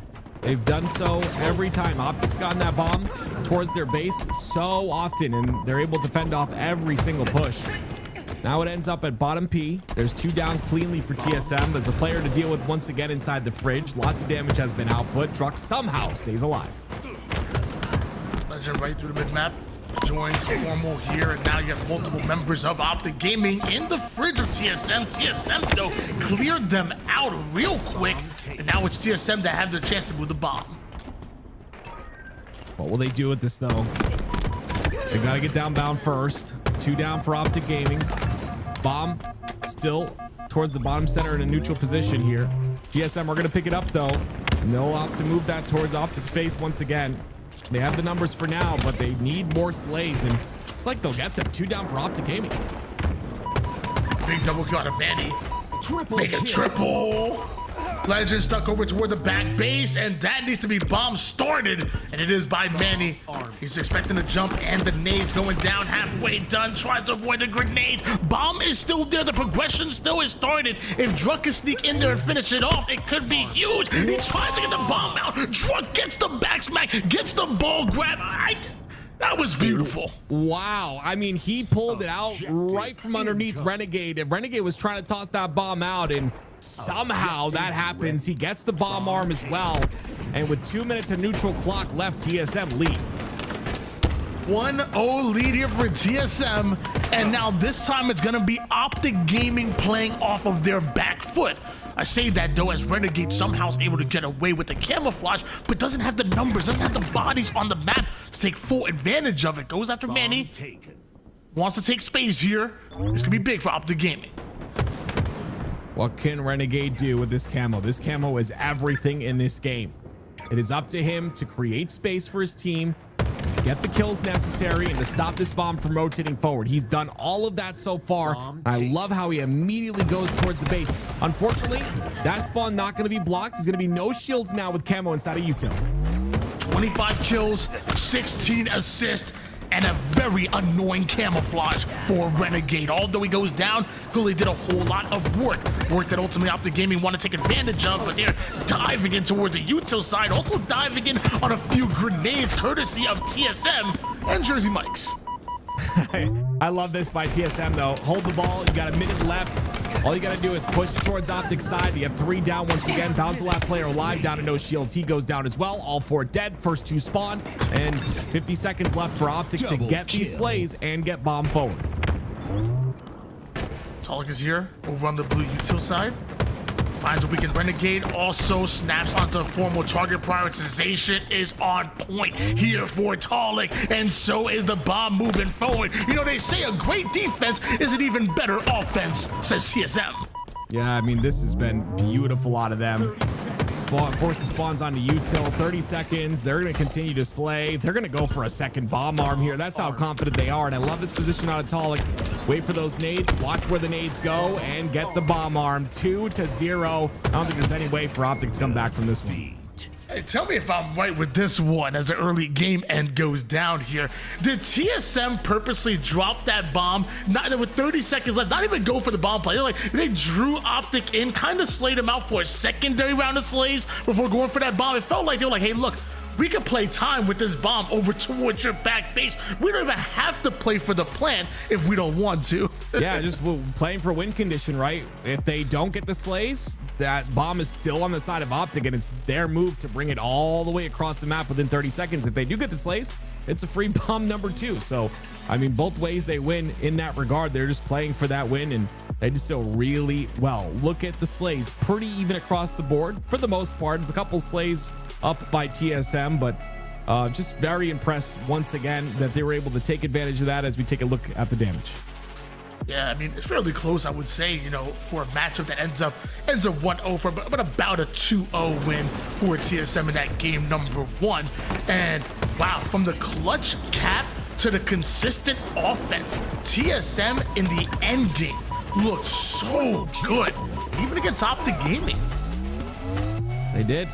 And I said this was the moment where, hey, you know, you got to make sure to take advantage of Optic in this state. Obviously, they're a little weaker today in the grand scheme of things. I think they're still playing fine, but for Optic standards, by the way, this was disgusting. Pulls it out from underneath Renegade's legs, gets the bomb arm as well, and yeah, I mean, this is the time to take advantage of that, and TSM are doing so. This is beautiful out of them, and I'm sure, you know, they want to make their org happy, win this tournament potentially. It's a lot of work to be done, but they look good today. That they do, and now Optic Gaming are the ones looking for a bounce back here going into a Slayer. And with how much of a momentum driven team that we always talk TSM to be, you know, when the energy starts going on their side, when the winds are beneath their sails, they tend to soar. Do TSM. Slayer Recharge doesn't really seem like a map and game mode combination that I would say favors TSM, but I don't know, momentum is real, and so is TSM. Yeah, this map, I think this is a hot take in the general scheme of things, but I love this map on Slayer. I think this map always goes the distance. We see it go to 49-49 so many times. I love the idea of slowing down the pace of the game, the speeding up of the pace of the game due to the cross shots and how you can just kind of lock down a map. So excited to see how this one pans out. Recharge Slayer, game number 2, TSM looking really solid. Can they continue on that momentum that Tony was talking about? To be honest with you, I don't know if that was much of a hot take to me. I mean, it may not be my favorite game mode map combination, but I think maybe some people in the chat might think that was a cold take. They might be right there with you. They might like it, and whether it's hot or cold, I promise you, Jersey Mike's has your back. Whether it's the hot subs like the Chipotle cheesesteak, one of my favorites, or you go with the Jersey favorite. No matter what, you already know Jersey Mike's has your back. And I'm not sure. I'm hungry. You know what? Let me grab one of those from my screen real quick. Hold on. I'm about to grab one of those right under my screen. I'm hungry. I mean, that's my duo right there. Somehow turning a hot take into a cold or a hot sub. Tony, that was nice. That was nice. Here we go. Optic Gaming. Already up 3-1. Maybe a bit angry after that last game. We'll see what they do. I talk about it so many times. I'm the man of talking about things multiple times. Optic have that switch that they can flip at any moment. Will it be enough, though, against TSM, who look pretty hot so far today? Early lead here for Optic Gaming, and also early gold side control. Manny, though, has something to say about that. Makes some electrifying plays toward the top gold side, but eventually is cleaned up, and Optic hold on to their lead. This shock rifle is going to solidify that lead. I love, you see that double back by Druck? Oh my gosh, it doesn't matter. Never mind. A reversal perfect on a Renegade. Get this weapon out of this man's hands. There's one guy to take over on this Optic roster. I mean, all of them can, but this man on your screen can do so. And look how confident he is cutting the center of the map. Over double the score line of the opposition are Optic Gaming. They are looking angry right now. Renegade with the shock. Cleans him up with the bandit here. 13-6 lead. Now trying to cover Bound. Knows a weakened Bound, but has to get his shield up first. And the moment he does, Bound goes down. But doesn't matter because his shock rifle is hitting his Renegades. Oh, he's... Oh man. I stopped myself from saying it, Tony, so I wouldn't curse him. I was going to say he's on fire, but apparently the curse of the commentator can read minds. Manny, though, stalling things here. Yeah, there you go, Manny. Hit that plasma grenade on the floor. 17-9. Optic are starting to run away with this one. And it's Renegade anticipating that push. And he's down to no shields, though. Not going to be able to get out of dodge. Half members down here for TSM. The other half right now looking for a way to stop Optic Gaming. Right now starting to steamroll a bit. 3-man push through the blue side. It's going to be Formal that ends up with the double kill. Right, 7 and 2. 3 assists. That's what we're looking at for Formal, and nothing slowing down Optic Gaming. Sheesh. Yeah, they're looking really good right now. And again, that switch that was flipped. The double kill, all 4 down for TSM, and it's going to be Legend on top of that camo directly. These spawns are going to be on the long haul or pipe side. Looks like pipe side for that spawn, which is perfect timing here with camo coming up. 25-12 is the lead. Camo in the hands of Legend at the moment here. See a shock rifle coming up soon. Also see a double kill out of Formal on the other side of things. Gonna turn that into a triple kill. All the multi-kills being caught by Coach Callis, giving us one side to the other as Optic Gaming continue to dominate here with this game too. And he's down to no shields once again. He gets taken out by Renegade. It's space being taken by Optic, and again, suffocating TSM inside of that A spawn. Druck gets a double kill on the feed somehow, though. That's going to change things just a bit. He's going to push in, get that pipe side control, and with that, might be able to stall things just a little bit, but you got to understand, the Optic are getting kills all over the map. 3 go down, and although Druck did get that pipe side control, it doesn't matter. He's going to get snuffed out. Oh, he gets another one under Formal somehow. Druck's doing a lot, but it's not enough against Optic. Switching over towards Renegade. He knows that Bound is over on the back gold side. He wants to try to get involved in that fight, but man, he gets the kill and gets out before Renegade's able to get there. Gold side control still belongs right now to Manny and TSM. Long range shots starting to hit as Manny putting damage down on both Legend and Bound at the same time. But oh, the ammo. Somehow lives too. Legend wanted that kill. You saw he was just hoping he was 2 inches taller, like Royal 2. 38-23. Love you, Matt. 39-23 now. 11 kills is all Optic need. Enemy team nearing Renegade current 11-5 and 8 assists. Multiple down here for TSM. Optic Gaming looking for the spawner. It's going to be Bound and Renegade running as a duo through the long haul side. They'll run into Soul Snipe first, but Talik having his back. Soul Snipe barely doesn't need the help. He gets a double. Now Druck is here for the final 2 players here. Soul Snipe makes the play, and the rest of TSM activate on that. We see 2 or 3 more of those, and we can see a comeback here. That's the thing, right? The TSM are looking solid, but the problem is you've given up such a large lead right at the beginning of this game. Legend's not missing a shot. He's 13-6. It's Renegade who started off really strong. He's 11-9-6. I mean, this Optic roster, ran away with this at the very start of the game, and no matter what you do, I hate to say it, but it's going to be nearly impossible to win this game for TSM. It's kind of a GG go next at this point in time. 1 more kill to go. World 2 catching strays on the broadcast. Meanwhile, TSM catching direct shots from Optic Gaming, who have them in their sights, upset about how that game number 1 went, and they took it out on TSM. In that game number 2, we move to a swing game 3. Well, here we go. There's that switch. The lights are on now, Tony, and they're bright. Let me tell you, this team right here, you never doubt them. If you do, I don't know. You've got to watch a couple of previous tournaments and see how things change and turn around when most people count them out. Game number 3, it's going to be Live Fire King of the Hill as we take a quick look at the stats. Yeah, and the stats are going to obviously heavily favorite Optic Gaming. I'm looking at the reigning MVP Legend with a 10.7 KDA, Renegade right behind him with a 10.0, and 3 members, almost 4, in the 3K club for Optic Gaming. And quite the answer back. The good thing though for TSM is that we switch over to a game number 3, and mind you, I almost describe it as like an objective scrappiness. TSM are a very objective, scrappy team, and maybe King of the Hill could be another objective that goes their way. Yes, sir. There's a potential of that. If these men keep playing like they are, Renegade not missing a shot, Legend not missing a shot. I mean, Optic look really good, as we always say. I just like that teams are taking them the distance, right? And it's kind of like a little bit of a, we're here too kind of thing. TSM looking really solid today, but this is going to be their test here in the swing game 3, like you said. We'll see what they can do.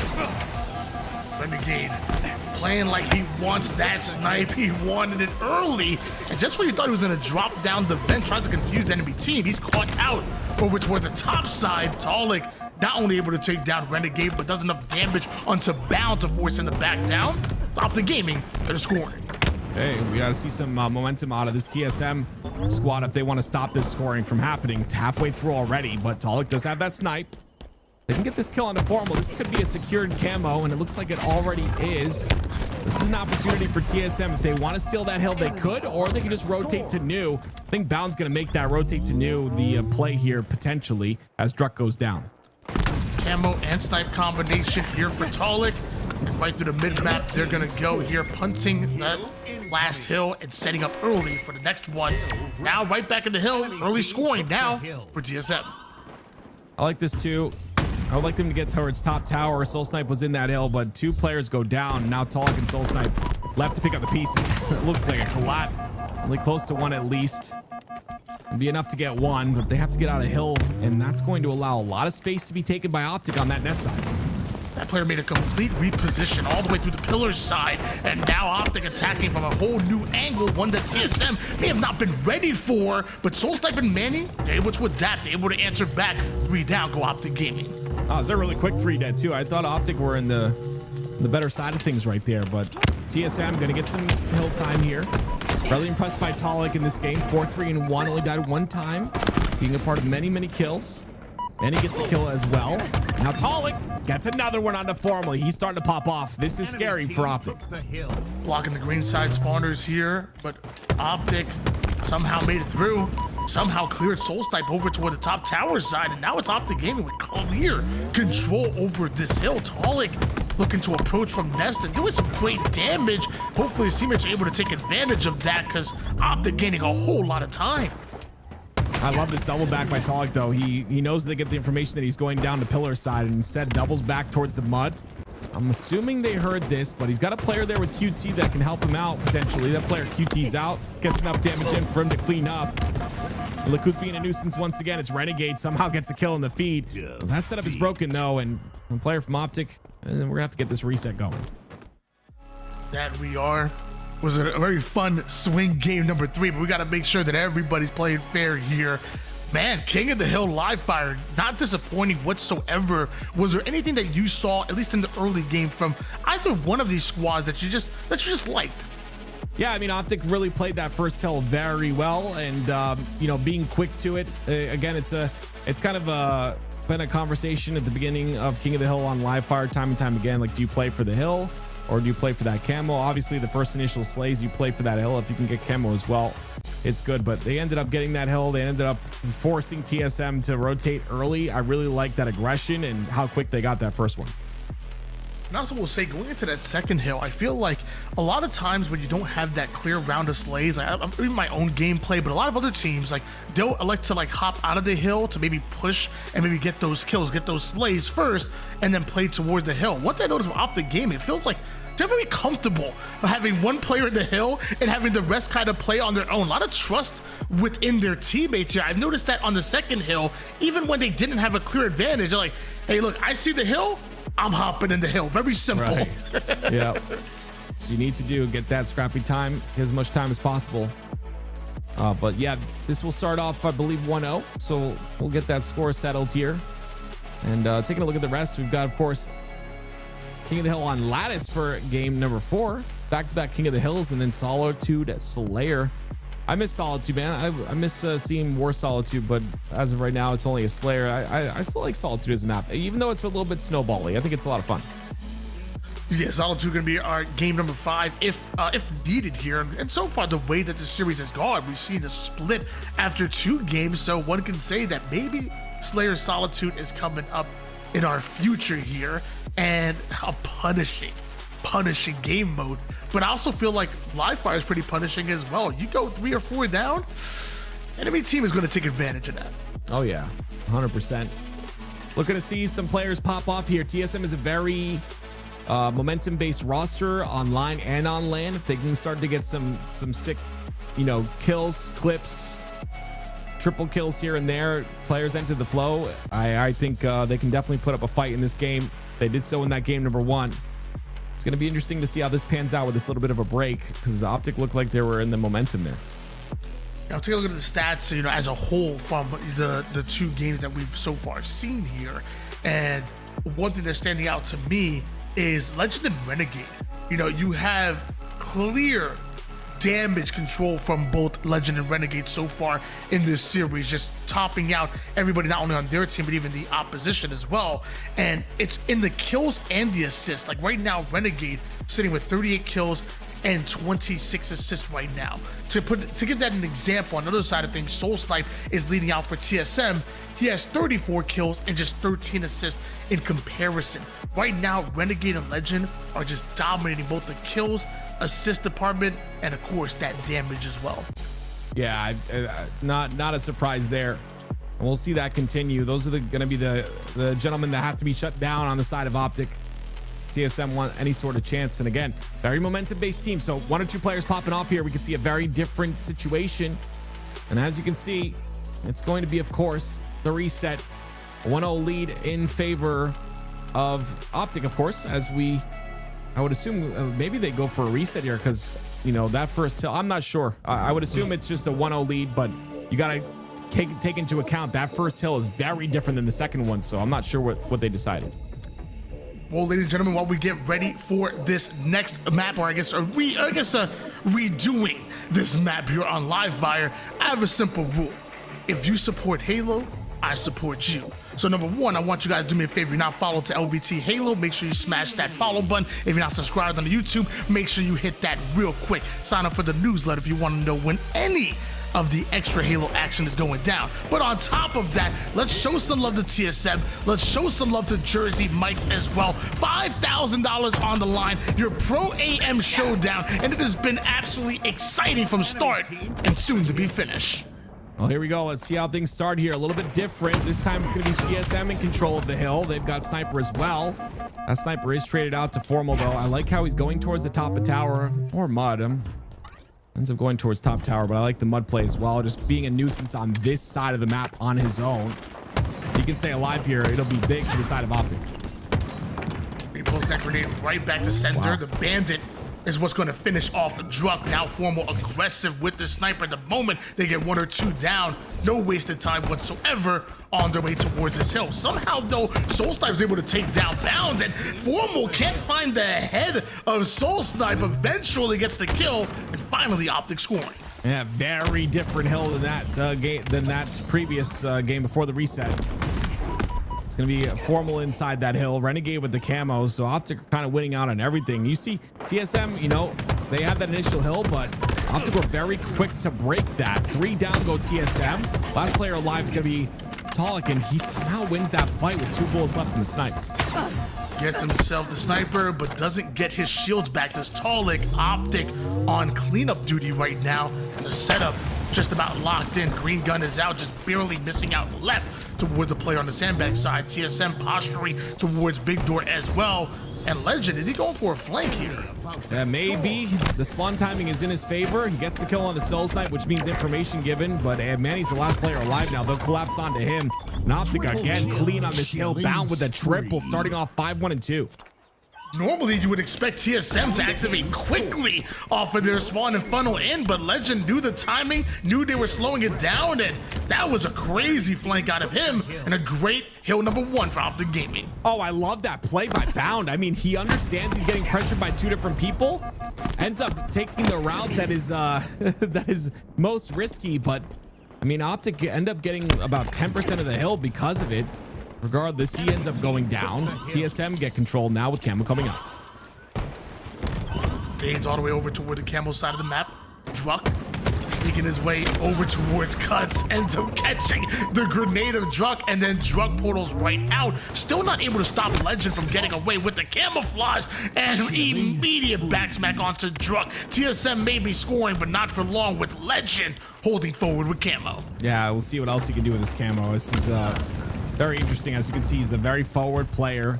I would expect him to back off here, but he doesn't sense any resistance, so he keeps going forward. It's not going to pay off in his favor, though. He ends up going down. 2 players from Optic, though, left on the nest side to clean up his damage. Feels like Optic needed a kill out of Legend with that camouflage. They immediately go 3 down, and it's TSM that continued to score. Renegade does end up getting away with the sniper, but they're not getting away with that hill. We're tied up at 1 apiece. Yeah, great toss there by Optic Gaming, understanding there's no chance they're getting that hill whatsoever. They take snipe. They utilize it to get control of this lane here on the camo side. That should be a good nade. Okay, here it is.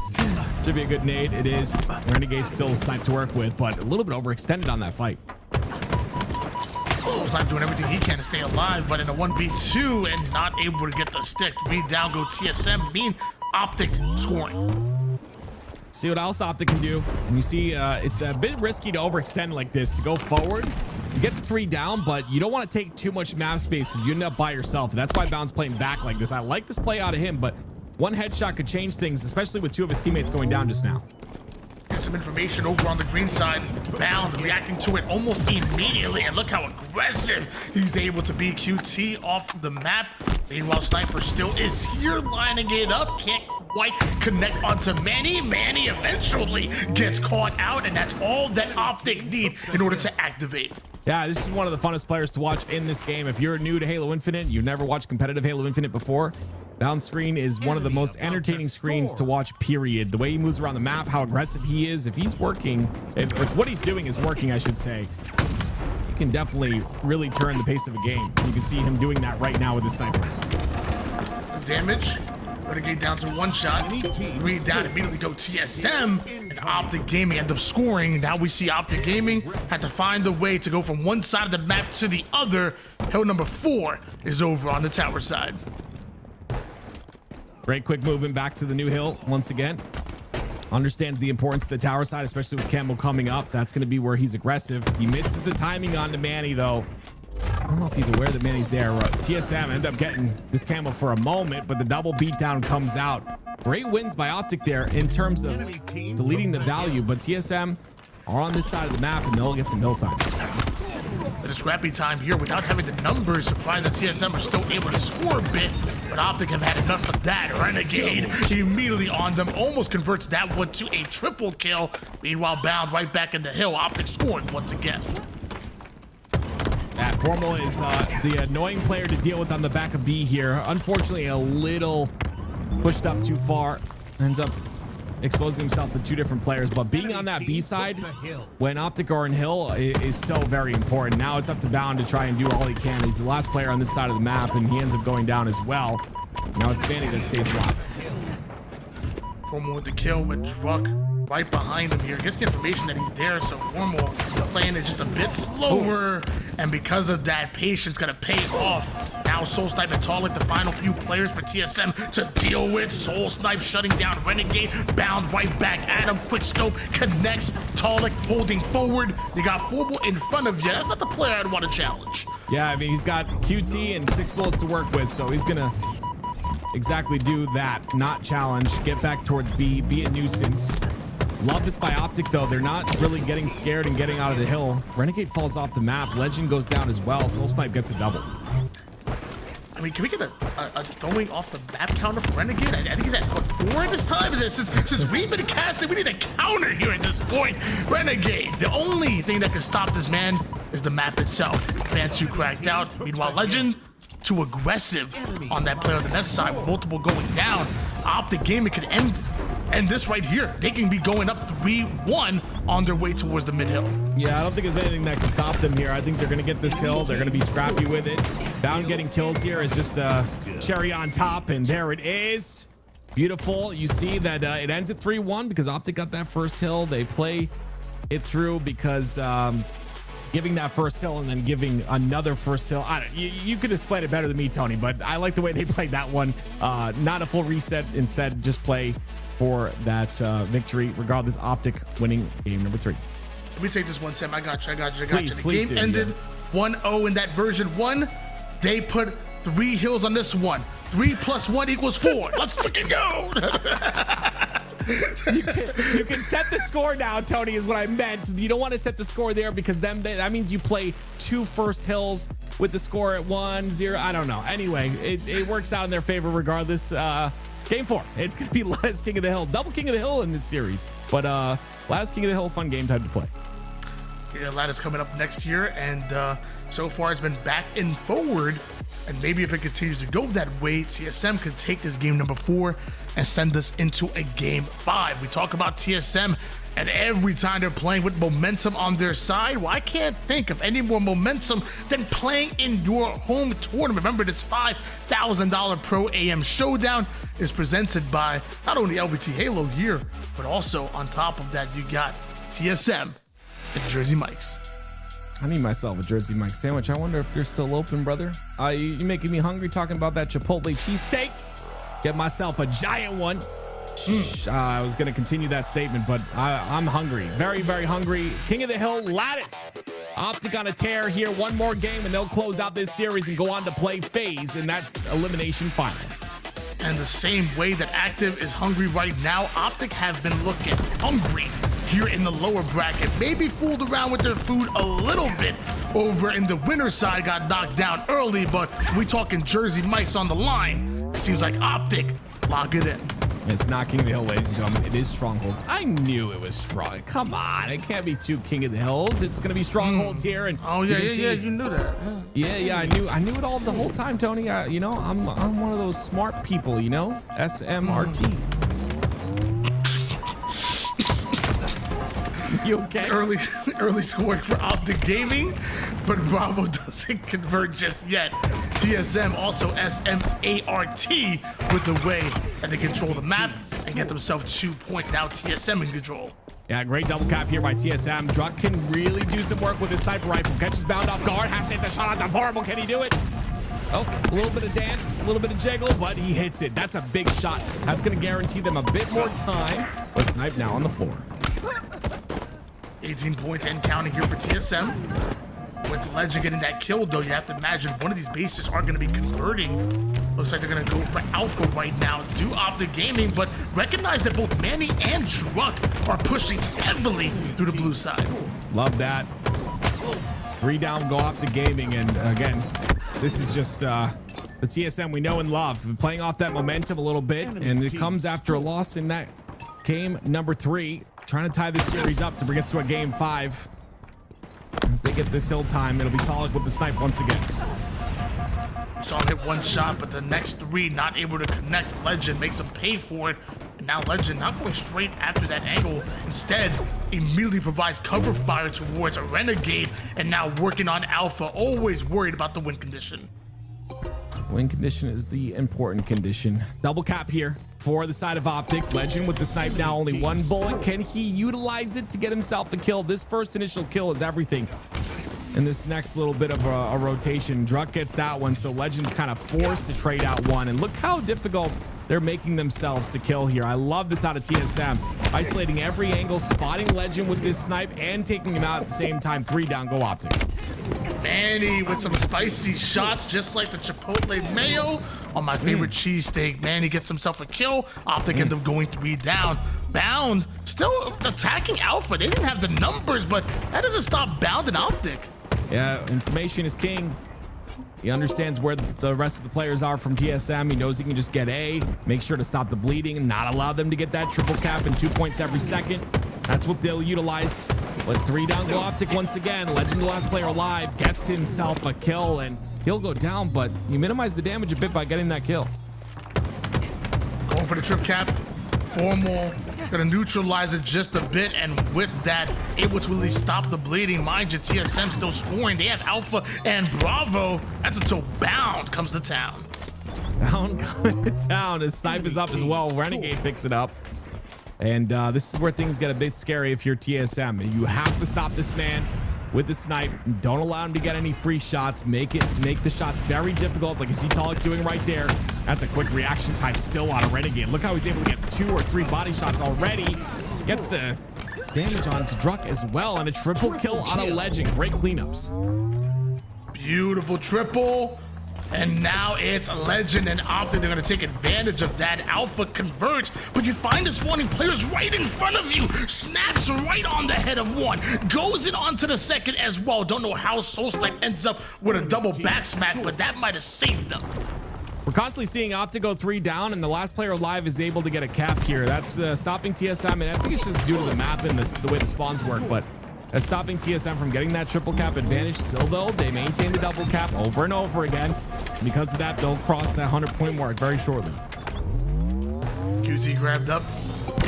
Optic once again able to start scoring here. TSM still have the advantage, and Soul Snipe with the perfect 5 shots onto Renegade means Alpha's going right back to TSM. We'll see if TSM can continue this run. They have held on really well. They've gotten Optic 3 down multiple times. Slay's battle being won by them. 11 kills for Druck, 13 for Soul Snipe.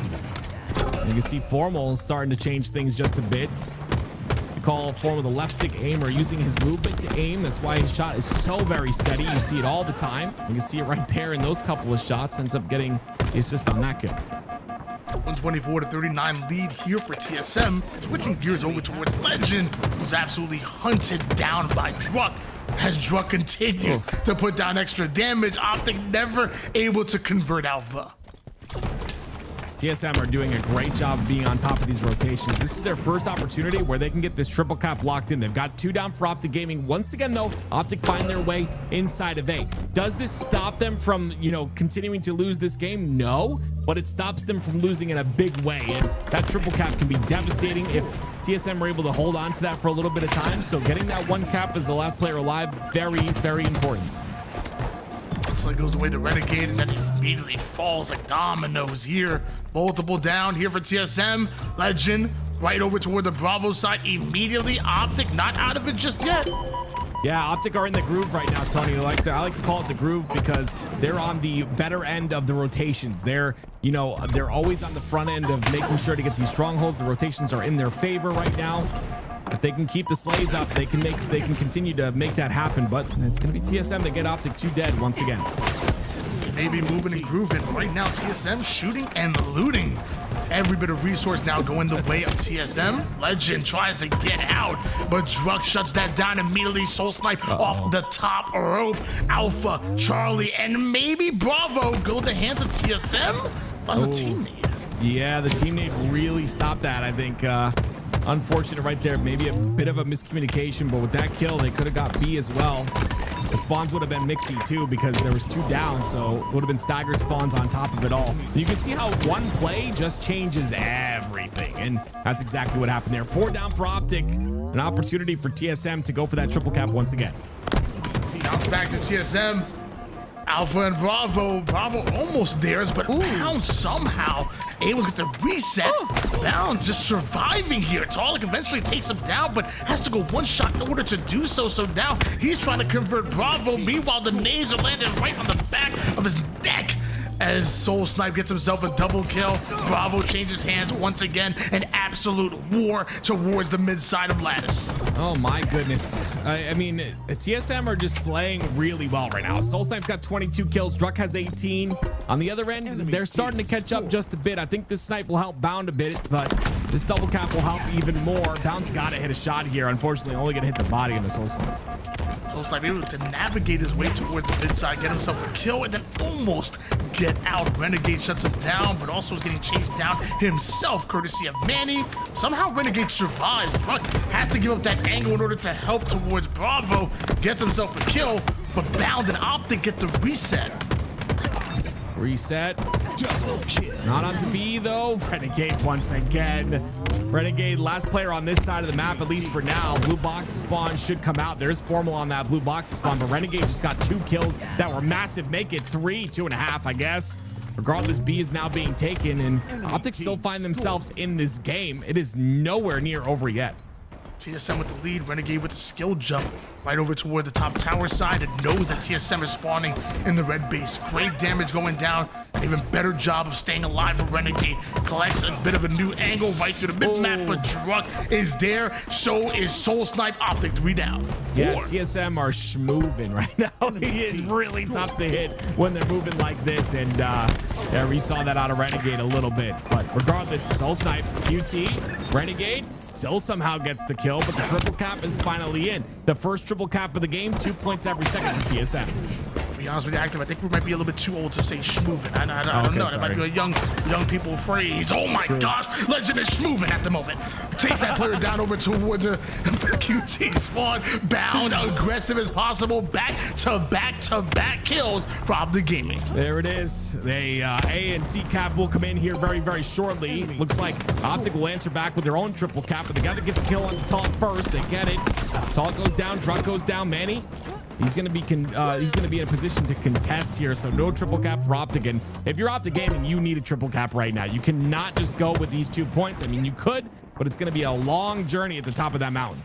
Well, multiple going down here for TSM. Maybe that trip cap might be exactly what they're looking for, but the only thing they'll get is the drunken fist of Drunk. Gets himself a double, enough damage to get himself the assist onto the third, and TSM continue to pressure Legend, who somehow survives. Yeah, I love to see this. Yeah, you can just tell when you watch, if you watch enough Halo, if you know ball, you can just tell by the way some of these players are moving that they're getting into the game, and Legend definitely getting into the game right now. That double kill is going to be huge, but Drunk somehow stays alive, stays in the hill. A's going to be contested. It's Bound that finds him, and it's a double cap once again for Optic. Bound doing everything he can to collect that kill, but also to cover his teammate and Renegade's back. And with Renegade weak, Bound gets aggro, but both Bound and Renegade hit the black screen here, and Manny survives, drops the portal, and now he's the one that's being aggro on the map. Yeah, it's just really tough. I mean, if you're TSM, you've got Drunk and Soul Snipe both about to approach 30 kills. They've just been really slaying heavy here the entire game. Renegade doing all he can. He's got the sniper to work with. I'm going to have to see some massive shots out of Renegade here if Optic Gaming have any sort of chance to bring this back. Nope. Renegade not able to recover from that, though. He loses Sniper. And now TSM going to take advantage every last bit of it. 225 points. Sniper in the hands of Soul Snipe. What can Optic Gaming do? Nothing. I mean, at this point, you have to get Sniper out of Soul Snipe's hands. Renegade was the one that was in a position, but unfortunately, he just wasn't able to stay alive. Too much pressure hitting him at once. Bound goes in. He ends up going down. No, there we go. Legend has a snipe now. 2 down for TSM. Is an opportunity with the triple cap locked in. What felt like complete control for TSM is completely gone, and so is the head of Drunk. Legend peels his head off real quick, ends up getting over towards the mid side as well. The other TSM are there. They just capped Alpha, and so is Legend. Cleans it up. Tries to start Alpha, but he knows that Soul Snipe's going after B. Legend all over the place right now. I like that by Legend, and you can see they're kind of multi-pronged effort here out of Optic Gaming, trying to play for A as well, but only 5 points is what TSM needs to bring this to a game 5. And Formal does not want that to happen. He's got A, he's going to cap A, he's got a snipe, he's got to hit the snipe on the Manny. Very important shot right here. Not able to hit it, ends up whiffing, but gets A instead. The Insta-Splode connects. There's so much damage. Leads to a 3 down for TSM. Optic Gaming still scoring. It looks like they get the reset as well. Knows that Drunk is pushing that angle. The nades go down. And right now keeping them stuck in the blue bases. Legend and Optic Gaming. It's a triple cap locked in for Optic Gaming. And B is going to be really hard to get. Legend and all of Optic are set up perfectly to keep this triple cap in play. Legend knows that Soul Snipe's over towards Alpha. They're able to convert, and Legend not able to stay alive. Still, Optic Gaming finding those kills that they want. They're still the ones scoring at the moment here, and it looks like they're going in for yet another triple cap. This could be one of the craziest comebacks that we've ever seen. Now they got to do is stop B here. It's going to be up to Bound. Lots of damage goes in. The perfect shots are good as well. The double kill, the killing spree. 3 down go TSM. Optic Gaming going to lock in a triple cap. They only need 5 more seconds to TSM, but it's the hardest 5 seconds possible here on the map. They'll have to settle for the seaside as they're spawning over towards red. They won't even get that. Legend's here. Legend gets himself a kill. Bounds on the cleanup. Nothing is given to TSM. Yeah, too many players go down though for Optic Gaming. This is a chance for TSM to gather this together. They're going to get B here. 2 go down for Optic Gaming once again. There it is. Talik with a kill. Formal dives in, but just a split second too late. A double out of Talik. Bound has to not only get this kill, but has to stay in the hill. But Renegade is there. Somehow Soul Snipe gets the reset, but Renegade is trying to convert. Legend's going to be on A. We got to look at Legend right now. He's the one on A. It's a very important kill for him. He has to stay alive. Manny in a 1v1. Legend. Oh, he goes down. There it is. That's the kill they needed. We're going to a game 5. Oh my gosh. Optic fought tooth and nail to try to stop it, but eventually TSM just needed a few kills to go their way, convert, and some great defense to take down Legend over toward the cargo side. TSM, they hold on, and that means we get even more Halo. There's a lot of people that do not like that map, and I'm telling you right now, give it a chance. Like, I know when new maps come out, it is a historical thing that us as the Halo community trash on them. I did that with Lattice for such a long time. That is a really good map. I'm telling you right now, and that's why right there, it plays so well. It's very fast paced. It's fun to watch.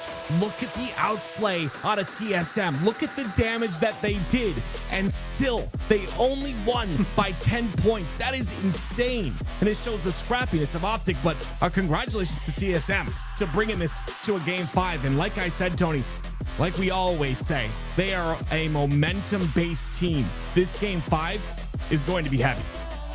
Those were the games that Timmy Forges envisioned when he was creating that map, and my gosh, what a game. You talked about the damage that both Soul Snipe and Drug, the longtime duo, were able to put down. I think over 9K per, and just the plays being made left and right. Not just TSM. Optic were right there. That no-scope was nasty. I nearly fell off my chair when we saw that. It was absolutely beautiful, and the real winners right now are us, because we get to see more of this matchup, which has been incredible from start to finish. That's the first time I've ever been a winner, so thank you, Tony. Really incredible. Big win by Talik right here. Solidifies B. And you can see with Renegade in that hill, the only person in position was Legend, but it was just overwhelming odds on that end of things. And because of that, we go to Solitude Slayer. A very fun game 5, but please pay attention if you're a fan.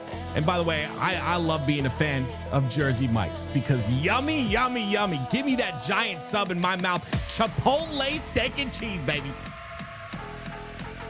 I mean, I'm about to grab one right out of the screen. I'm about to grab this baby right out of the screen because it looks so delicious. Hold on one second. How are you gonna grab it out of the screen? What do you think this is? I'm doing some magic. I'm doing some magic right now. This isn't 2559, Tony. We don't have that type of technology right now. Put me on camera. Put me on camera. I'm about to show you. I'm about to show you right now. Wait, what? What? No way! Tony, pull one out for me. Give me one. No. Please, I want it. I'm hungry, man. Don't do that, Tony. This is not fair. You can't sit there and throw that. As Tony throws that down, we're hopping into the next game here, and oh my word, Jersey Mike's, I love you. I just want to say, this is not a plug of my own stream. I don't play Halo, so this is not me plugging my stream, all right? But they came to support me alongside of TSM, alongside of a whole bunch of other Halo content creators. I just want to say a shout out to TSM, a shout out to Jersey Mike, some of the best subs in the United States of America and wherever else they're located. And I have to talk to you guys for a little while because Tony's got a mouthful. Oh, hi, Tony. I thought you were, how'd that taste, by the way? Oh, it was delicious, bro. Chipotle mayo, cheesesteak. Oh my gosh. Whether the hot subs or the cold sub, I promise you, Jersey Mike's got your back, baby. Oh, well, everyone in the chat is hungry. And I thought they were hungry all day long because you guys in the chat today have, I don't know if it's a full moon, but I've seen some, you guys got to be nicer to each other, man. We're all a big family. There ain't a lot of us left. You know, let's try and be nice. I challenge all of you to be kind. Say one thing that's kind about Tony right now in the chat. Say one thing kind about Tony.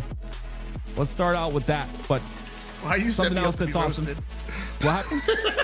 I feel like he just set me up to be roasted. Predictions are up, ladies and gentlemen. I'm off keto again, but that's okay. Jersey Mike's is important. Guys, this has been a crazy series. TSM bringing us to this game 5. And I mean, I've said it time and time again. This team has surprised everyone. They've come into Worlds and placed third, I think multiple times now. When no one expected them to. Different iterations of the roster. This was the roster that placed third the first time.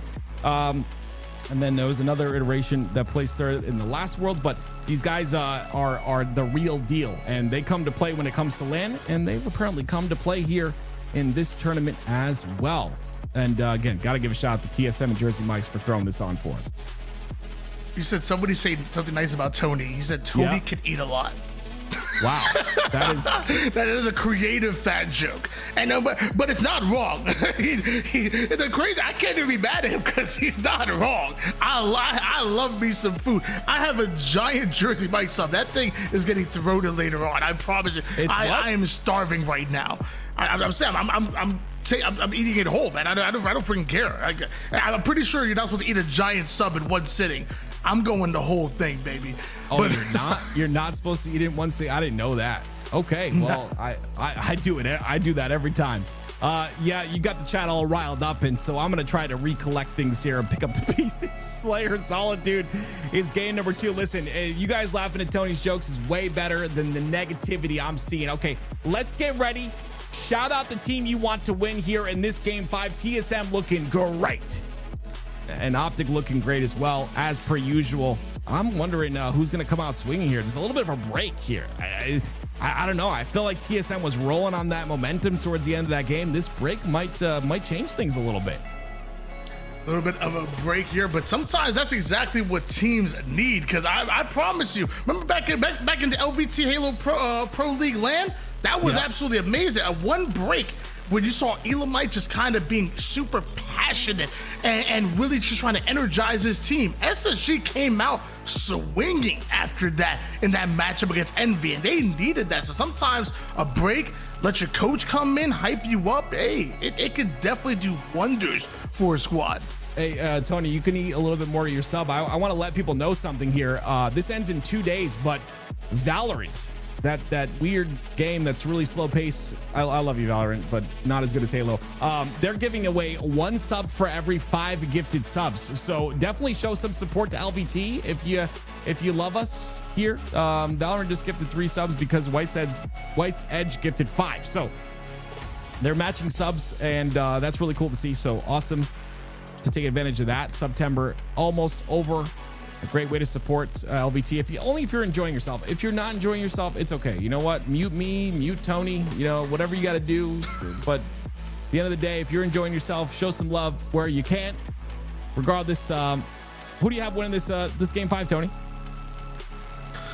I mean, I love TSM, and I feel like I oftentimes will always root for the underdog, and TSM have always been that ultimate underdog, what they called them, back when they were going from, the Fung 4, even back in Halo 5, I've always rooted for them. But if you're asking me like who I'm picking with my brain, who if I'm gonna put a, Monopoly money on, yeah, give me Optic Gaming. I just think during the face of adversity, they step it up, and here in the lower bracket, you talked about it, they somehow play better in the lower bracket. It's actually crazy to see that. So Optic Gaming, they're the favorites, they're the green wall, and I think they beat out the hometown team. Okay, all right, well, eating a Jersey Mike sub, preying on TSM's downfall, I can see that. Okay. See, why you gotta set me up for that? I love you, Tony. I said I'm rooting for them. I root for my underdogs. I'm just kidding. Here we go. I love this guy. My favorite person in the world, my best friend. Tony, it's been a pleasure. Game 5, Solitude Slayer, TSM, Optic Gaming fighting their way through the lower bracket. And now it all comes down to this. I'm going to agree with you, Tony. TSM, they've been playing really well in this series, but Optic are going to come out swinging if I know them. That shock rifle Campbell combination going to be a big deal here. TSM defending their home tournament. Optic have already gone back to back and looking for their 3rd. And no matter what, I want this game to end quickly because I'm really hungry and want more of that delicious Jersey Mike sub. Solitude Slayer coming up next. 12 minutes on the clock, but I see this game ends in 5 because first to 50 takes the win. Okay. We'll get started here shortly. There we go, ladies and gentlemen. We have a cute little thing at the bottom of the screen. If you're just joining us because you're late, that's okay. It's part of life. But take a look at the bottom of the screen. That's how the series has panned out thus far. As we hop into game 5, it's TSM with an early lead. Way down go Optic Gaming. Talik now going to take advantage of that, immediately going in for the shock. Does he know there's a player, though, on the snipe one side, literally right behind him? As Bound goes down, Legend catches a perfect right to the dome from across the map. And eventually, Renegade is going to reveal his location here, but Talik just snapping on everybody. I don't think I've ever seen Talik miss a shot. I don't think he ever has missed a single shot in Halo. Oh, wow. Wow, Tony, you just missed 3 in a row because you said that. Good job, Tony. 7-2. If TSM loses, Tony's fault. Talik gets another one. I'm kidding. Great shot by Talik. And again, great start by TSM. They played off that momentum from the last game. They're starting off strong here. And you gotta understand something. Yes, this game and this map combination, very swingy. It goes back and forth many times. Spawn traps are killer. But you get a good start on this map, you can really run with it. And you can see TSM doing just that. Normally a hyper-aggressive TSM, practicing a whole lot of patience right now, holding on to that snipe control. And Talik, who's yet to die a single time, 3 kills, 3 assists. Now, some more shots going down. The man is absolutely snapping. Is Talik. So, somebody needs to heat check this man. That's a double kill, almost gets him a triple S, 3 down. Go Optic Gaming. Now, I wonder what they do here. Yeah, see, unfortunately, the loop spawns are open, and the snipe spawns are open as well, but Legend was on the blue side. That's just too many things at once. There's too many things to watch at the same exact time. The TSM don't deal with it very well. They end up going 3 down, and now Optic have a chance to spawn trap them. We take Talik down for the first time, and Soul Snipe for the second to Optic Gaming. Renegade wants to try to push up on 3 members of TSM, but knows he has to be careful, especially down by half the scoreline of the opposition. You don't want to give any more free kills to TSM. Someone in the chat goes, have they considered getting some kills? I think they have, but I think it's a little bit tough. Optic Gaming are 2 down, and it's going to be Legend picking up the pieces once again. 4-2-4 for Legend here. Not the necessary hot start you'd like to see, but Optic are alive right now and pretty healthy with that camo being up. That's huge. Switch gears over towards Druck. Huge double out of him at 4 down. Go Optic Gaming. Camo was never burnt. This is bad for Optic. Yeah, you're dealing with TSM that have a camo, have a very large lead, and neither one of us expected this at all, Tony. This has been masterful by the side of TSM. They're winning their individual fights. Talik's been popping off, 7-3 thus far. He's gonna push these spawns, and you can see Optic trapped on that snipe spawn once again. Gotta think to yourself, probably everybody except for maybe Formal has 10,000 hours on this very map, but TSM have those hours together. Renegade and Bound, I feel like they never teamed together in 4s back in the day. Legend definitely didn't team with them. Like, TSM know this map and they know how to play it together. And a 29-13 lead right now here in an oh so important game 5. We could see Optic get upset yet again. Wow, I mean, this is the TSM I love to see. These guys have the capability of beating some of the top teams in the world. They just, I don't know, it's just sometimes like one thing is missing. One thing isn't clicking. Right now, they're clicking on all cylinders, except for that one. Druck ends up going down. Renegade's gonna have the snipe now, and I hate to call some sort of a comeback here, but Renegade with this shock rifle in his hands and 3 bullets to work with, if he can hit all 3 of these shots and get 3 kills, we could see that spawn trap happen once again. We saw what Talik could do with it earlier. Now Renegade gets a chance with it. With teammates falling, and forced to reposition even from the gold side. Somehow TSM are able to force Renegade out. Awfully uncomfortable. And now the 1v1 ends up in a trade. Not what Renegade was looking for. I mean, they just have Formal's number at the moment as well on the side of Optic. TSM are just playing so well. 10-5 out of Manny, 10-5 out of Talik. Slaying like crazy, and they're about to approach that 40 kill mark. This could be a I hate to say it, but this could be a Chipotle steak on the menu for TSM. A Chipotle steak may be on the menu right now as 40 kills for TSM, looking for just 10 more. Meanwhile, Optic not quite out of it just yet, but I mean, we're talking about they have to dig deeper than they've ever dug before to dig themselves out of this one. As the damage goes in, so do the nades. Manny now on the flank, and a Legend, he's gonna get caught out, maybe the same as Renegade, as somehow TSM attacking from all angles, but nobody accounting for camouflage now in the hands of Bound. Well, we'll see what Bound can do. He's going to need some crazy value out of this camo, and he gets the first one, turns around towards the player on the blue. They kill that player cleanly. Wait a minute. It's 2 down now. I don't think there's any stake on the menu any longer. Now it's about what Bound can do with this camo. He's going to get the kill on the Drucker, an assist, but he ends up going down pretty quickly. 6 more kills needed here for TSM. Man, you're gonna land right on those grenades, but with the beat down, go Optic Gaming, and every kill just inching them closer and closer to that 50 kill mark. TSM, I mean, they literally can play for trades over and over again. Optic find himself way too far behind. There's the 46 kill, 1 squad wipe away. 2 go down for TSM though. And again, like you said, 1 squad wipe. It's just at this point, TSM, all they have to do is push up, get trades, and that's all she wrote. Dog looking for that right now towards the loop side. Bound's gonna be down to no shields, and lots of damage output here as Soulside gets the flank on the left side. There it is, 49-50. TSM will move on to the lower bracket finals.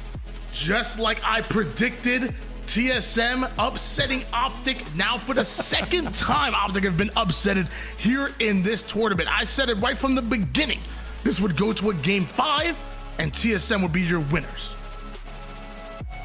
That's what it is right there. I guarantee every single member of TSM had a nice Jersey Mike sub before this series. You know what that break was, Tony? They were taking a bite out of that Chipotle steak just like you were, my friend.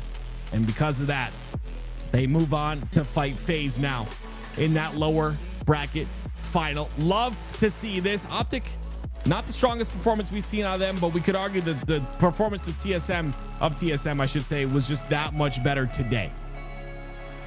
Crazy to see this. I mean, well, I think we saw Complexity bow out and around like top 24. SSG probably around top 12, maybe top 8. Optic knocked down in 8th. I was actually a top 4 right now. And TSM, no matter what happens here, guaranteed 3rd place or better here. This has been a crazy tournament. It's been upset city, which I'm gonna be honest with you, right before Charlotte, I think we needed this, baby. Oh yeah, I agree. I mean, we've seen the same story. My dad used to say the same song and dance. Okay, it's been Shopify Optic. I need new things, and that's what we're getting here. It's FaZe against TSM, and again, I'm excited to see how these two play against each other. I don't remember the last time we saw these two face off. My memory's terrible, though. Regardless, it's going to be an interesting losers bracket finals. That it is, but one do I have to wait for it just a little bit, so make sure you get your snacks, get yourself your jersey. Mike's going to go on a short break, but man, when we come back, we got TSM versus FaZe. Only one team can make it into the grand finals.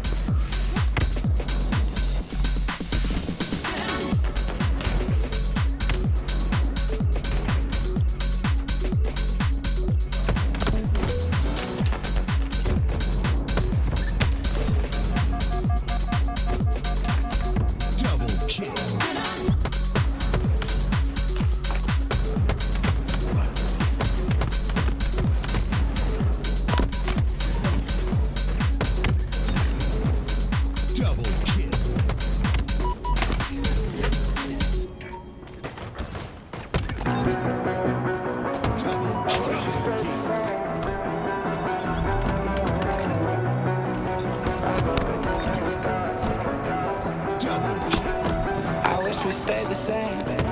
I got way too many thoughts in my brain, but I got memories that run through my veins.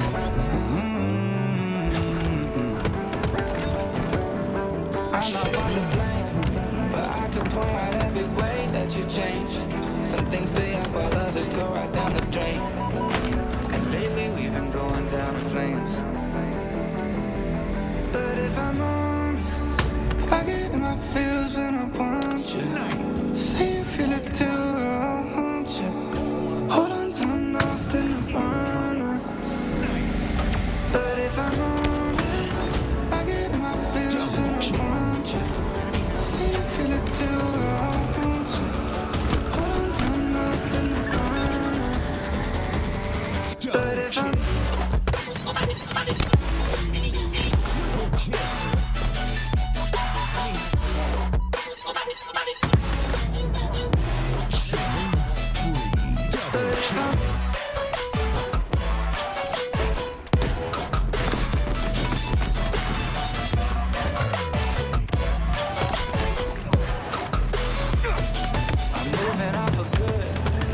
my therapist is saying that I should. I don't believe it, but I really wish I could. Instead, I guess I'll stay misunderstood. Oh, 'cause I'm stuck now, just dying to figure out way out. I've tried but can't seem to slow down. I don't know if I want to. But if I'm honest, I get in my feels when I want you. Say you feel it still, I'll haunt you. Hold on till I'm lost in the fun. But if I'm honest, I get in my feels when I want you. Say you feel it too, I'll haunt you. Hold on till I'm lost in the fun. But if I'm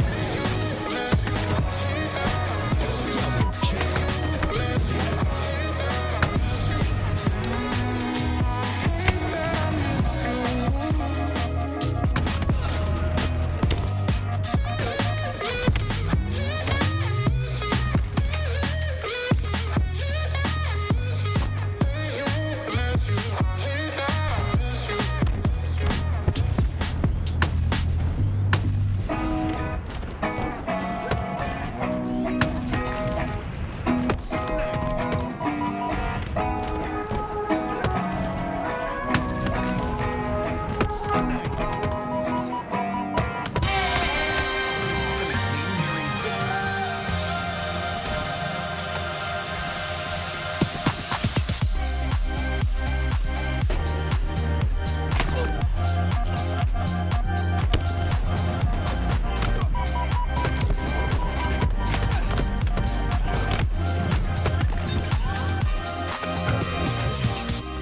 been waiting for somebody just like you. Seeing all the colors, no more shades of blue. You picked me up from nothing, and now I'm feeling something.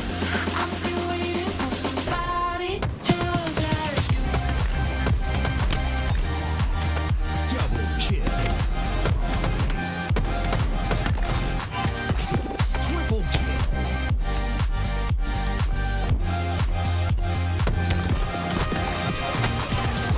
Triple kill. Killing spree. Double kill.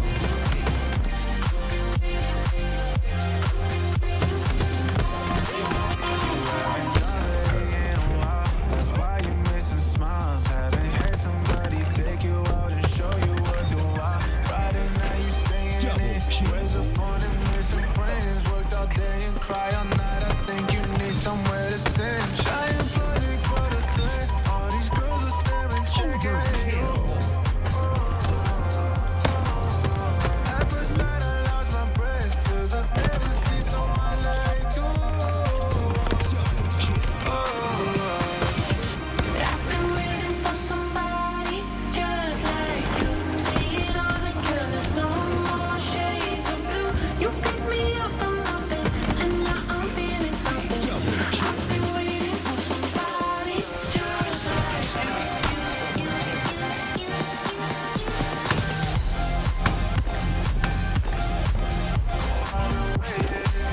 Double kill.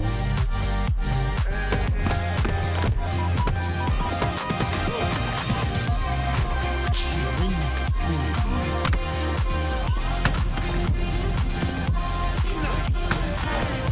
Double kill. Snipe.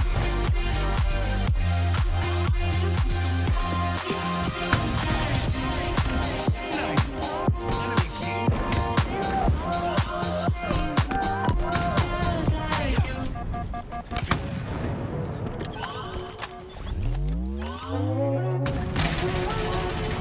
Snipe. Double kill. Killing spree.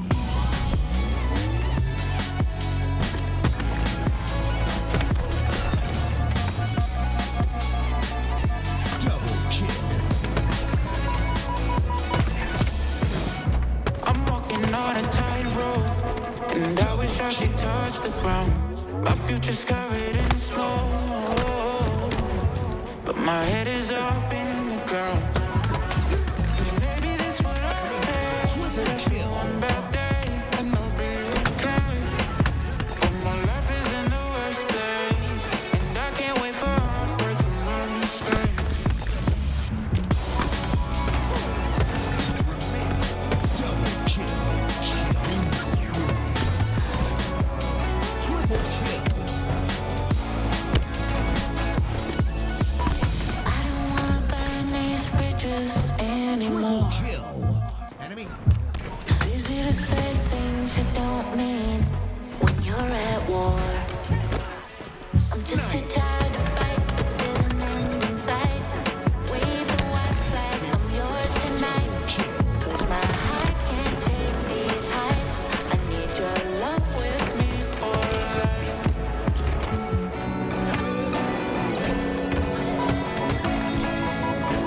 Triple kill. I need your love, I need your love with me for life.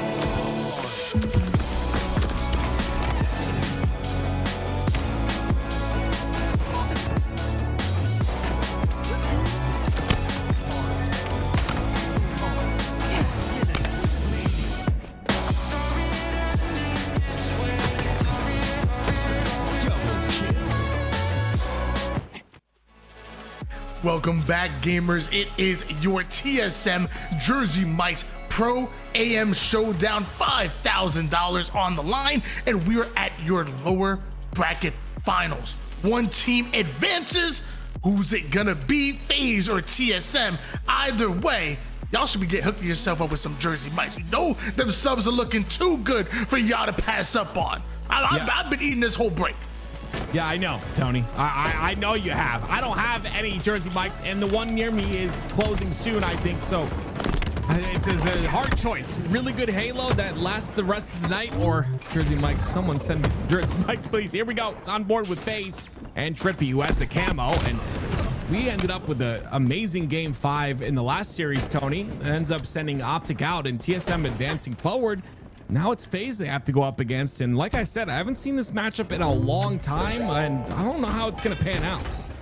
Well, apparently it's gonna be snakebite soaring through the skies. I didn't know snakes could fly like that. With the flag all the way through the mid-map, already has it towards his base, and before you know it, FaZe run one up. Wow, look how quick they're getting the second one as well. This is the structured phase that's so very scary. Look, they're gonna get this flag through as well. Snakebite's towards the top center. This flag gets it to the other side. It's gonna be the only person in position is Druck. He ends up getting that kill, but that flag is already on the side of FaZe's base. When you think of a FaZe clan, you think of a team that definitely feels a lot more comfortable when the game slows down, but when they're structured, when they're in their positions, I mean, with structure comes speed, and with speed comes FaZe clan.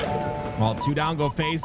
Soul Snipe's not able to get that flag outside of the base, so Penguin can play a bit of defense comfortably here. Here's that, right? No, he does not hear Talik. Talik gets 1.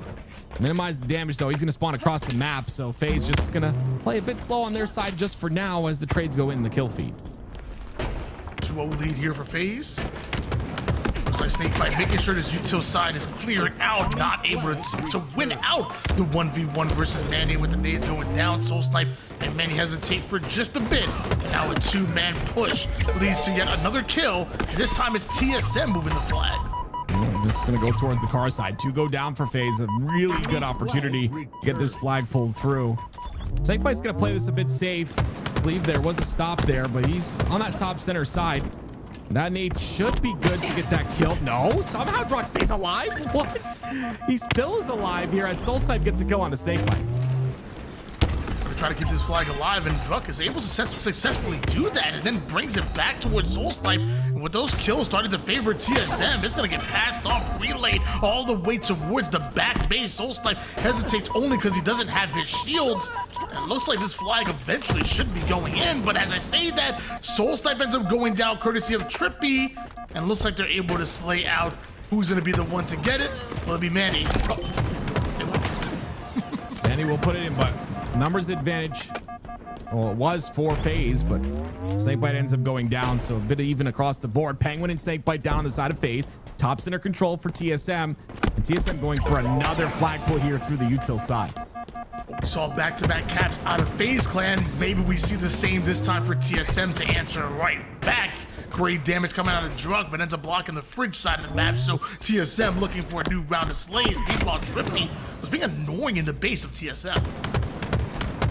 Talik still in the base of TSM. Trippy's gonna end up going down, so they deal with him, but it's kind of 1 by 1. FaZe going in, and this is where I think they're weaker, is in those individual one-on-one gunfights. I would expect them to be a little more collected like they were in that very first cap. That's the FaZe that I like to see, and unfortunately right now it's not looking like that's the case. It's a bit more mixy than it was at the beginning. 1 cap advantage here for FaZe clan. Lucid playing a bit defensive at the moment here. Snakebite doing everything he can to stay alive. Looks like I'm going to start this flag, and that'll turn the attention to TSM real quick. Or maybe just allow Soul Snipe to start a flag of his own, because back-to-back kills, and flag is on the move once again. Looks like they're even watching for the overextenders, but who snuck in but Lucid himself? Yeah, Lucid gets that util spawn, I believe, and wow, great shots by him as well. Those are clean shots, very difficult. Soul Snipe though gets a double. The flag still gets returned, and that's gonna be a dead flag here. FaZe still have the lead with 3 down. Penguin's over on the car side at the moment here. Meanwhile, Druck on the opposite side. Damage going down left and right. Druck gets the reinforcements with Manny trading out his life. Now we switch gears to Druck, who's just doing everything he can to stay alive and be unpredictable. And it is working for TSM. Wow, great strafe by Druck right there to go towards the weak side of that player bottom center. Trippy doing a great job as well, making himself a difficult kill. Being Mixy too. He's still alive, by the way, and he's gone inside the base here. That read of Talik being down to no shields. Unfortunately, not going to be able to hit that shot. Yeah, this push is pretty much over out of him, but if he was able to get that kill bottom center, it would have opened everything up. Well, eventually the cleanups do come in. Lucid with the double kill. Flag still out over on the mid map, and although it wasn't finished, it certainly was started and relayed forward. Snakebite gonna be the one pushing this flag, and looks like Lucid feeling confident enough to stay over in the base of TSM. It looks Snakebite that brings the flag over towards the base. Trippy now looking to relay that and keep it alive here, and Lucid still on the opposite side. This could be huge for FaZe. Yeah, great patience out of FaZe there. Get the third cap, put themselves in a great position. That's what you like to see out of this FaZe roster. Taking it slow. Play after play. Penguin with this. Be able to do some damage there. The camo's still in effect here. We can put this to use even more. It would be huge. You see 3 down for TSM. It's a good opportunity for Lucid to potentially get across the map with 3 go down for each side. Manny with a huge cross map kill right there, not done just yet. Wants to turn that into height advantage immediately, and now right back to the util side. TSM go, occupying space right now are TSM. The damage good, but Snakebite's shots even better. Druck comes in quick with the cleanup, but he's gonna get cleaned up himself, and that's FaZe Clan clearing things out and moving into their offense. Oh no. Oh, that's not good. Talik has to stay alive here. 2 go down for FaZe, so this is not going to be crazy bad. You see that flag just kind of stalls towards bottom middle. Manny looking for an opportunity to get the return. Or get the pull. And he'll get that towards his side. That's all he really needs to do, right? And he doubles back to get a beat down as well. That's a lot of work that's been done from Manny. Radar goes down as well, so now knows exactly where Penguin is at. Jiggle peeks his way into a 5-shot, perfect onto Penguin. 3 members of FaZe, though, are overextending over toward the base, so even if they keep this flag alive, it's not going to be free. As you see the damage now coming in from Snakebite, FaZe immediately pushing toward the 50% portion of the map. See what Snakebite's able to do here. He's got a very big job to stay alive in the back of base and do a lot of damage. You see how he doubles back, stays alive, plays his life, gets his shields back. He's still in a very important position, able to get a bit of damage that's capitalized on. This is great by Trippy. The follow-up is there, and this is what makes FaZe so strong. That follow-up is there time and time again. Last player alive is Talik. Talik's over toward the back base. Penguin confident enough to go in for the return, and with that, FaZe hold on to their 3-1 lead, and Penguin holding on to this green gun for dear life. Obliterates the shields of Talik, now attacks the flag almost immediately. He does. FaZe Clan 3 down, go TSM. Yeah, but there's one player that's on that card 2 side, and guess what that does? Is it influences the spawn on the util side, and Soul Snipe and crew are able to stop this flag once again. Great job by them to pick up the pieces and not allow much more damage to happen. 3-1 is already a really tough score to come back from. Talik over on the P side at the moment here. Good damage onto Lucid, but as he takes damage from Lucid and Penguin all the way from across the map, he just cannot stay alive. Does Talik. FaZe right now with that connective tissue, as tools like to call it. The teamwork just too much. Trippy on one side of the map, Lucid on the other. Right now, FaZe feel like they're everywhere. FaZe are everywhere. To Lucid's 20 and 15 in this game. He's slaying pretty hard here. 3 minutes and 20 seconds left on the neutral clock. Another return for TSM. You see a lot of resources sent towards that bottom center, though. Soul Snipe's going to pull that flag out, so TSM getting a bit scrappy, which is what you'd like to see, and that flag's going to make it past the 50% portion of the map. Flag still moving. So is Manny and TSM. Trippy knows that Manny's weak, so wants to try to activate on that. Still have 2 more members of TSM involved at the moment. Right over towards the mid side, using that flag as bait right now. 3 down, go TSM, and FaZe Clan just executing perfectly. Yeah, they played that so well. They only lost 1 in Snakebite, but they get 3 down. The last player alive is going to go down as well on a staggered spawn, so this is just good. Look how everyone's staggering 1 by 1, right? That's 10 seconds on each of those spawners. That's 10 seconds plus 10 seconds of just numbers advantage for FaZe. Snakebite ends up falling once again. It's going to make this flag cap a little bit tough. We'll see if Lucid's able to put this one in. I'm gonna be honest with you, I'm not good enough to do math on that, but something tells me it don't add up to a successful stop for TSM. FaZe continue to push the flag forward, but SoulSnipe, he doesn't care about math at all. He puts down the damage, lays down the nade, now he's going after Snakebite, but Snakebite punches it in. He punches it in and turns around and gets the last shot as well. I mean, that was beautiful on the SoulSnipe. Stays alive. Has the BR to work with too. And again, these are the plays that don't show up on that stat sheet. So many people point out the stats. It just anytime you bring up a stat in a game, it just tells me you don't know ball. When players like this are making plays like that, 4-1, FaZe lead. Snakebite with the camouflage. And with 1 minute and 30 seconds on the clock, I don't want to say it's impossible for TSM, but I mean, really are behind the 8 ball here. FaZe Clan continuing to be aggressive. We talk about it. Sometimes the best defense is a great offense. And offense is exactly what Snakebite's giving them right now. Great awareness by Manny, but Snakebite comes in, wins another fight. 2 shots. That should have been a clean melee, but Talik ends up winning that out. And with 1 minute left, it's going to be really tough for TSM to come back here. Talik getting aggressive through the B side of the map here. Goes at it with Lucid, wins that one, and Lucid even have enough shields to fight out with Manny. Leaves him 1 shot as Lucid does end up going down, but every bit of damage is just time going off the clock. Ultimately, time that TSM don't have. See what they're able to do in 48 seconds. It's going to be tough. Druck playing his life here, has to push forward, gets a couple cleanup kills. This is really solid out of him. Nice clean double. 3 down for FaZe, but 3 caps in 30 seconds. I don't know about that one. That's it's gonna be a tough one regardless.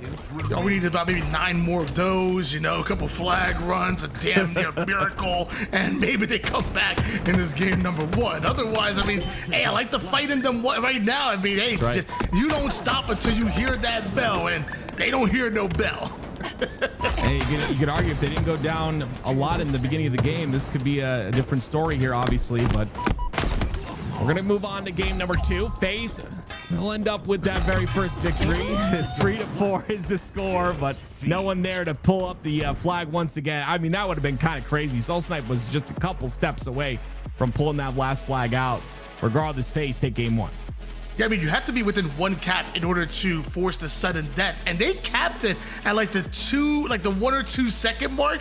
If there was a player on the opposite side, we could have saw sudden death. And honestly, that would have been crazy. But I'm sorry, going way out of the theory crafted here. Obviously, FaZe take that game number 1, but TSM, they ain't heard no bell. Yeah, I think it's a little bit of TSM kind of playing real aggressive there at the very end, and FaZe thinking the game was over, so maybe playing a little bit lackadaisical. But regardless, we go into game number 2. TSM look really solid. You can see it in the damage. Everyone above 6K, 6.5K, everyone above, that should be said. And on the other end of things, 7.5 out of Lucid as per usual. TSM looking to take this Live Fire Slayer in this game number 2. Live Fire Slayer is where we are landing, and whenever I think of Live Fire, love me some camouflage.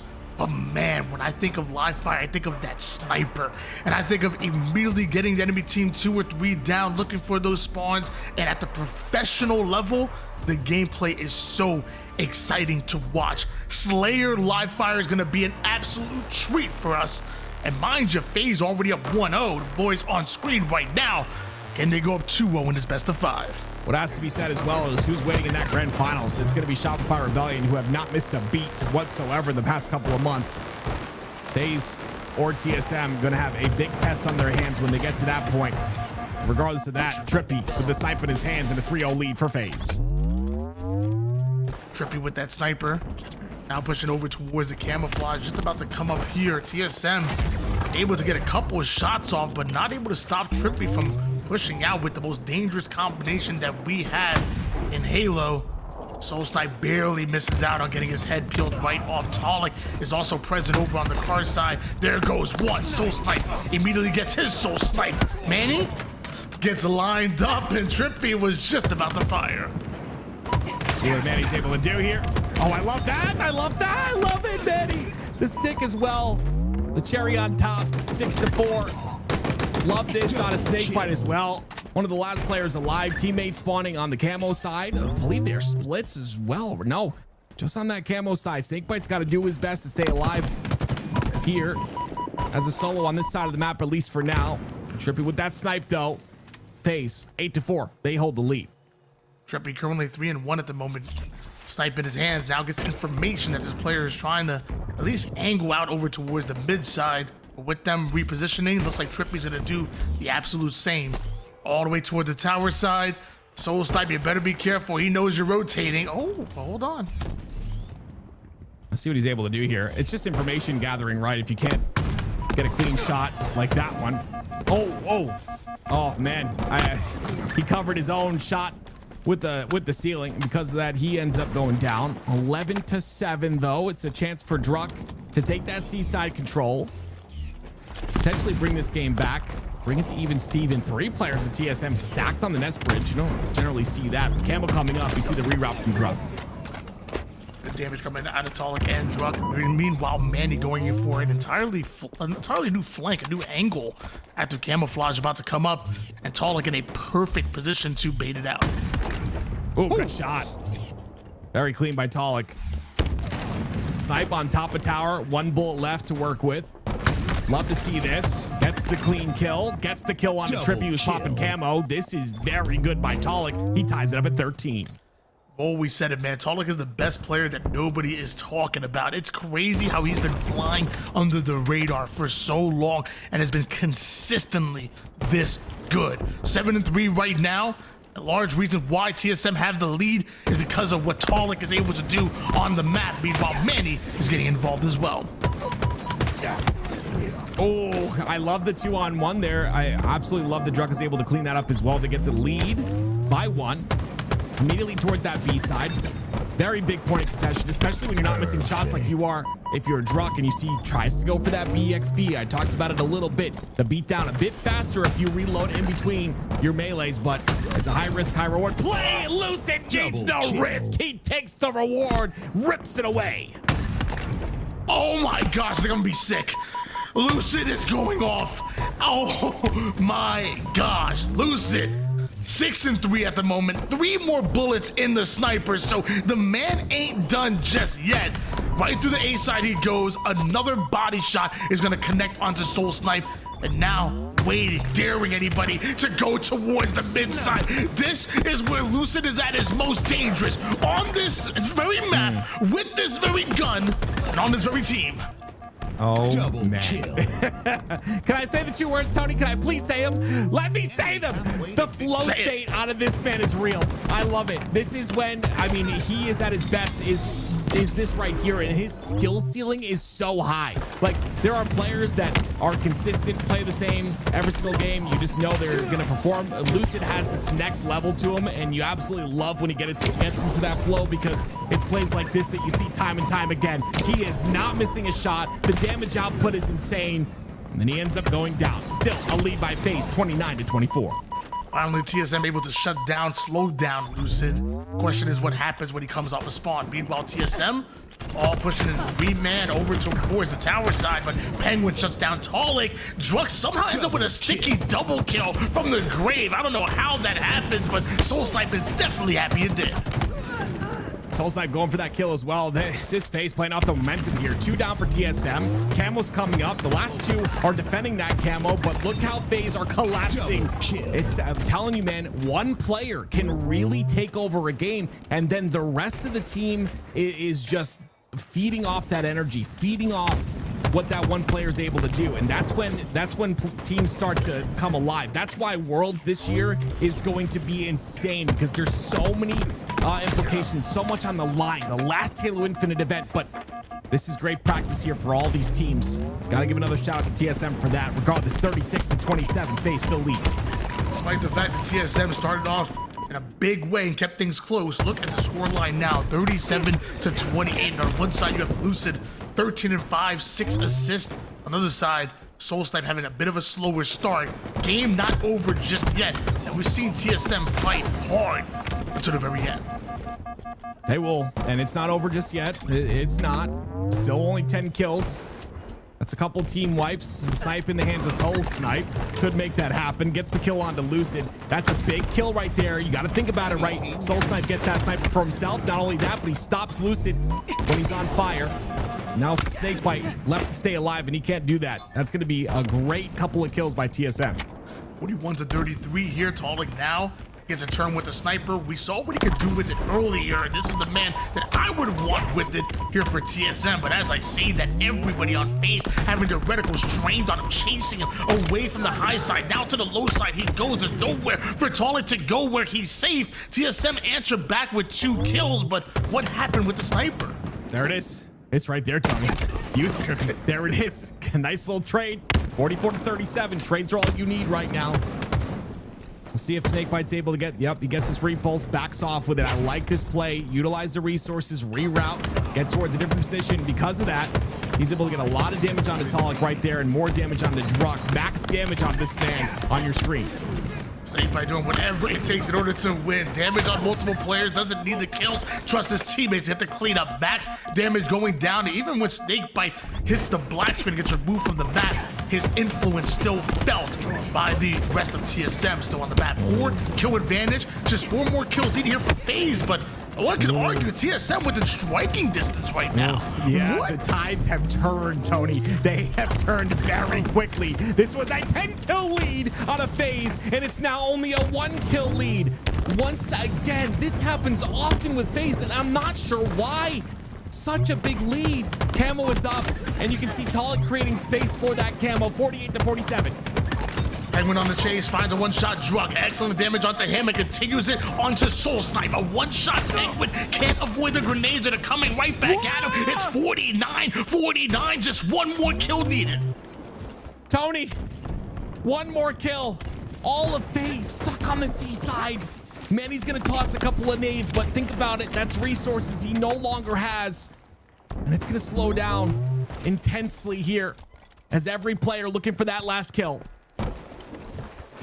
But things a little bit different here. FaZe, instead of waiting for the action to come to them, they're the ones getting aggressive from one side of the map to the other, all together right now. FaZe, almost a single file line, it feels like, almost military-like with the way they're able to go from camo to A. The damage goes down, but Soul Snipe with the carbine! Soul Snipe with the carbine! Oh man, it's just so devastating. They were up by 10 kills. But is it devastating? TSM come through. A massive victory, and we have to speak on it. Is this right here? Trippy saw Druck, thought he was the only player, but Soul Snipe swings out with the carbine you talk about, and then Druck comes right back out to give Trippy his 16th death of the game. An unfortunate turn of events there. But my goodness, what a way for TSM to lock it in. They all spread out towards the nest side. They set up perfectly for that bait and switch, and they execute on it. Talik, 17 and 11 out of the man. Lucid with a great performance as well, but unfortunately, it's not going to be enough this time. They called that the Mike's way, as Mikey Soul Snipe coming out with the clutch. Can you go back to the kill death screen for me, Callus, real quick? I want to point out, Soul Snipe was 1-9 with 5 assists at one point during that game.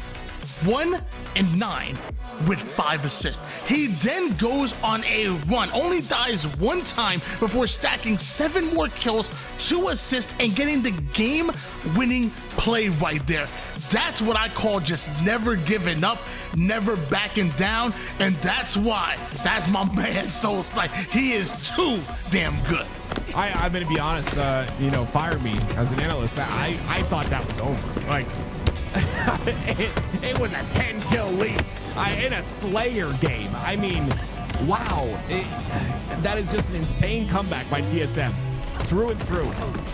Lucid was on a tear, wasn't missing a shot.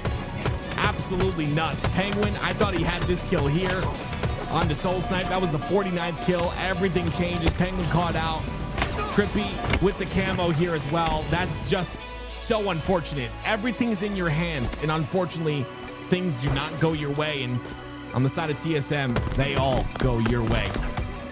That's going to be a momentum swing in this series as we go to swing game number 3. One thing that we love about this FaZe clan, they always come in prepared, they always come in ready, but also No excuses, because you know many people in a similar position are gonna blame connection and whatnot. They're gonna blame X, Y, and Z. When honestly, we all know that what the realness is that TSM obviously had their Jersey mics before the series, and they're ready to go toe-to-toe with this FaZe clan in order to make it into the grand finals. Elimination bracket finals, only one team can advance, whether it's hot or cold. I promise you, you know Jersey mics got your back. Well, Tony, I know you had your Jersey mics or a couple of bites of it. So I'm going to need you to lock in, because not only do we have this, we have the grand finals as well. Whatever team is able to win this series will move on to play Shopify Rebellion in that grand finals. And last TSM Pro AM showdown for $5,000, it was Optic that ended up winning. And this time it'll be a different team 100%. So let me see who that team is that goes up against Shopify up next year. I think TSM looking like the team that's got the momentum for now as we go into Lattice King of the Hill. Well, one can say that you can't have a great sub without some lettuce. That's exactly where you're going for our swing game number 3. TSM with a whole lot of momentum on their side after a 50-49 win. Meanwhile, FaZe looking to bounce back. Oftentimes, whoever wins that game number 3 in a tied-up series goes on to win the series. This game 3 gonna be so important. Tony, why are you like this? Why what did I do? What did I do? You're making these jokes. I'm trying to lock in over here like these guys are locked in on the side of TSM, and all you do is you're making Jersey Mike's jokes. No more, okay? You get one more this series. That's it. Speaking of Jersey Mike's, there it is. If you want catering, click the order now button and get your catering. Or you can download the My Mike's app and get that too. But look at that. You got a party? Tony's got a party. It's his birthday every single day. Maybe we'll get some catering and have your party with Jersey Mike's, Tony. Wait, the catering meant for parties? I just ordered that for dinner. I just go at it an entire catering order for dinner. That's only meant for parties? Wow. Yeah, I took that as a challenge. Oh, okay. Well, regardless of that, these two teams looking good. And again, you know what I keep saying out of FaZe is like they have these I use this, I gotta find another term for this, Tony, the sparks of brilliance, but like they just have these moments of like perfection, you know? If they could get that, somehow get that every single life, I think they could win Worlds. It's a crazy time. Everyone tells me like, you think you're gonna win Worlds? You're crazy. I truly think it's up for grabs. Anyone can take Worlds. It's a big tournament. Charlotte a little bit different, but regardless, this has been fun. As it always is, casting with you, Tony. Shout out to TSM, shout out to Jersey Mike, shout out to LVT. Always giving you, and please understand this, chat, always giving you the Halo action, okay? Always here, always covering it. Don't forget that, ever. Here we go. It's game number 3, Lattice, King of the Hill. I mean, hey, Halo's no stranger to upsets, so, anybody can come out with the win. In fact, this tournament is no stranger to upsets either. Optic ended up losing out to Judgment Day to get knocked out of lower bracket. Complexity lost to Unreal Nightmare. SSG lost to Dark Inside.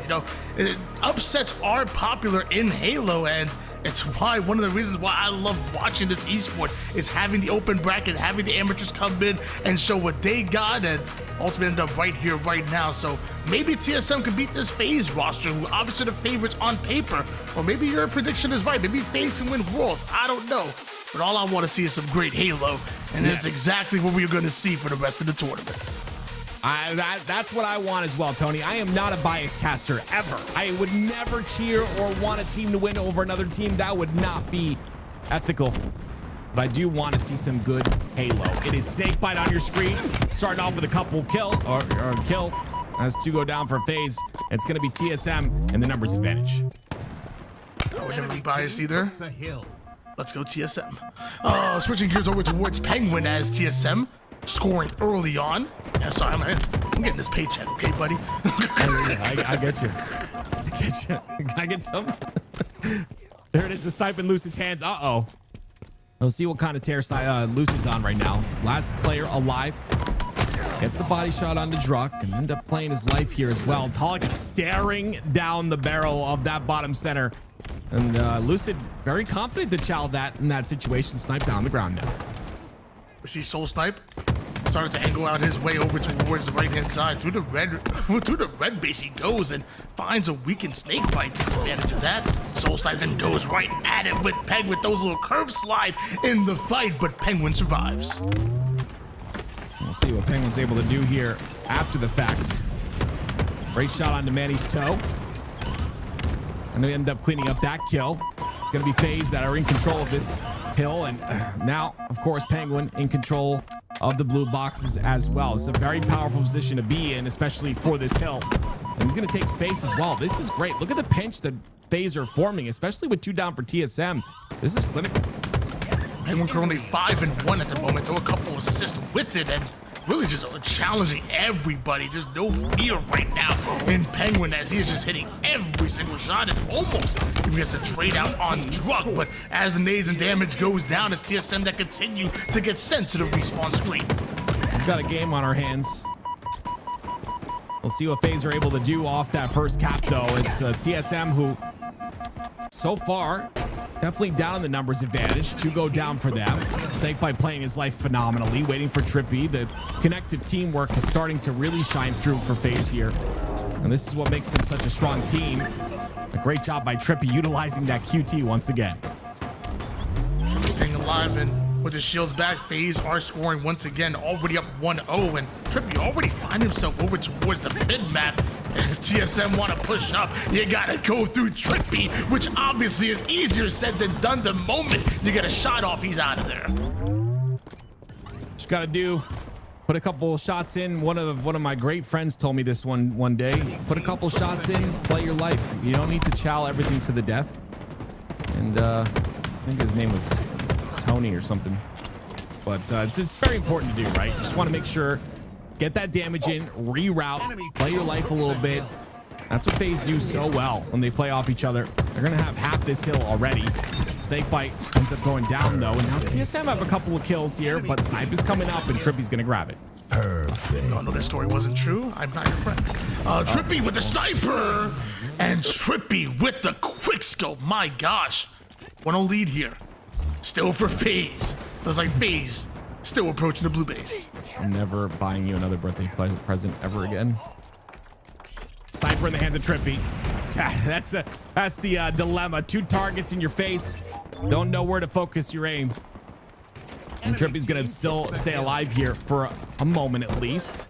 TSM are okay with this. They have 2 down. They can just play the time on this hill. They can eliminate some of that neutral clock. And all the while, they'll look for an opportunity to get time when they can. And with 3 down, it should be pretty simple for them. Trippy taking space once again, not missing a shot with his snipe. Had a little bit of a rough game last game, but look at him now, 11-4, shutting up the haters. Big game. Trip is back, and he's 12-5 and creating a whole lot of chaos, enough for FaZe to take advantage of and go up 2-0 here in this game. Less than 3 minutes on the clock. TSM, where you at? Well, they're in the hill for now. A little bit of hill time being gathered here. Talik towards bottom center. Snakebite with a beautiful nade to eliminate him. That's such an important nade because that bottom center area is so just elusive. So many players can break setups going into bottom center. Gets another kill as well with some nice clean shots, but now he ends up one of the last players alive on this side. I like this though. Look how he cuts the center of the map to be there for Trippy, who ends up spawning onto red, and he gets another one. This is a great sequence out of Snakebite so far. Snakebite and Trippy do a good job of working on Talik over on the mid-map, but you still got 3 more members of TSM in front of you. Some great grenades and great job activating on the damage that your teammates are able to put down and just perfectly executed his FaZe clan. I mean, Snakebite's not missing a shot right now. This is phenomenal out of him, out of FaZe as a collective. Trippy and a couple shots on the Talik. Lucid will clean that one up. 1 by 1, TSM fall. You can see the staggered spawns continue here as Trippy looks for another kill on his soul snipe. Just barely missing the head right there, but FaZe find themselves in the hill. Trippy finds himself down. Nice help by Talik there to make sure soul snipe doesn't go down. Looks like Manny gonna hop right up the crystal and just play the neutral game here. Stay alive as long as possible. Put down the damage, get the cleanup with the grenade. Soulstipe follows it up, and just like they drew it, TSM wipe out and looks like gonna take their first hill. Very nice. Yeah, very nice hill by TSM. Very scrappy on that hill. A lot to do with this man on your screen here. 14 and 11 now out of him. Put the slays down for his roster. Great double kill as well. The snipe's coming up. Lucid has to win this fight. He gets the trade. That's an overkill for Lucid. What a way to wipe all four. Exterminating the enemy team does Lucid here, and FaZe now starting to score because of it. Talik, early portal goes down, but ends up losing his teammate there, and I think he literally ported nowhere. Like legitimately, he just portaled on top of his current position. That's me when I'm running. 2-1 FaZe still lead, and they're halfway through this hill. And we'll see if they're able to continue this tear, though. 2 down for TSM. And you see they continue to push the spawns this FaZe. But right now, I like this by Lucid, right? Staying up top, waiting for information. Noisy out of Druck's feet. Ends up giving his position away. Lucid over towards low ground is one shot, but knows that Soulstipe is as well. Can't quite get the kill. Talik is there for the back smack. You see the nades going down. It's Trippy trying to activate on the callouts there. FaZe still scoring, and now up 3-1. Yeah, this is really solid. I mean, TSM to get that hill, a couple players had to go on a little bit of a tear, which is tough, and they have to be very scrappy. But now it's Trippy with Snipe. He ends up going down, though. This could be a snipe opportunity. Look at Snakebite, though, ready for Manny to peek his face. That's exactly what Manny does, but Manny ends up going for the snipe regardless. Jumps off with a great play. Get that snipe out of the off the map to no longer be a factor. Talik was able to get a huge double kill over towards the blue base here, but looks like FaZe still has some great positioning as they inch closer and closer towards this hill. One that TSM needs to hurry up and get in and stop the time from going down. Just over a minute and a half right now, and if FaZe are able to slay out, it's gonna be bad. 3 down go TSM. They get squad wiped, and FaZe are playing the shot clock. Look at this overextension too. Putting himself in a position to suffocate, but there's the spawn that we talked about with blue, right? That spawn on blue, even though Penguin was kind of influencing it just a bit, and Lucid wasn't very close to red, that spawn on blue still happens. I believe Trippy might have been towards that red side as well, so that's probably why that blue spawn happened. But blue is a very heavy spawn. We talk about spawn waiting. If you don't know what that is, no, I don't have time to explain it to you, but it's important to understand that blue is a very heavy spawn on this map, and these players are ready for it anytime that spawn comes up. Soulstipe with the cleanup here. 3 down go TSM.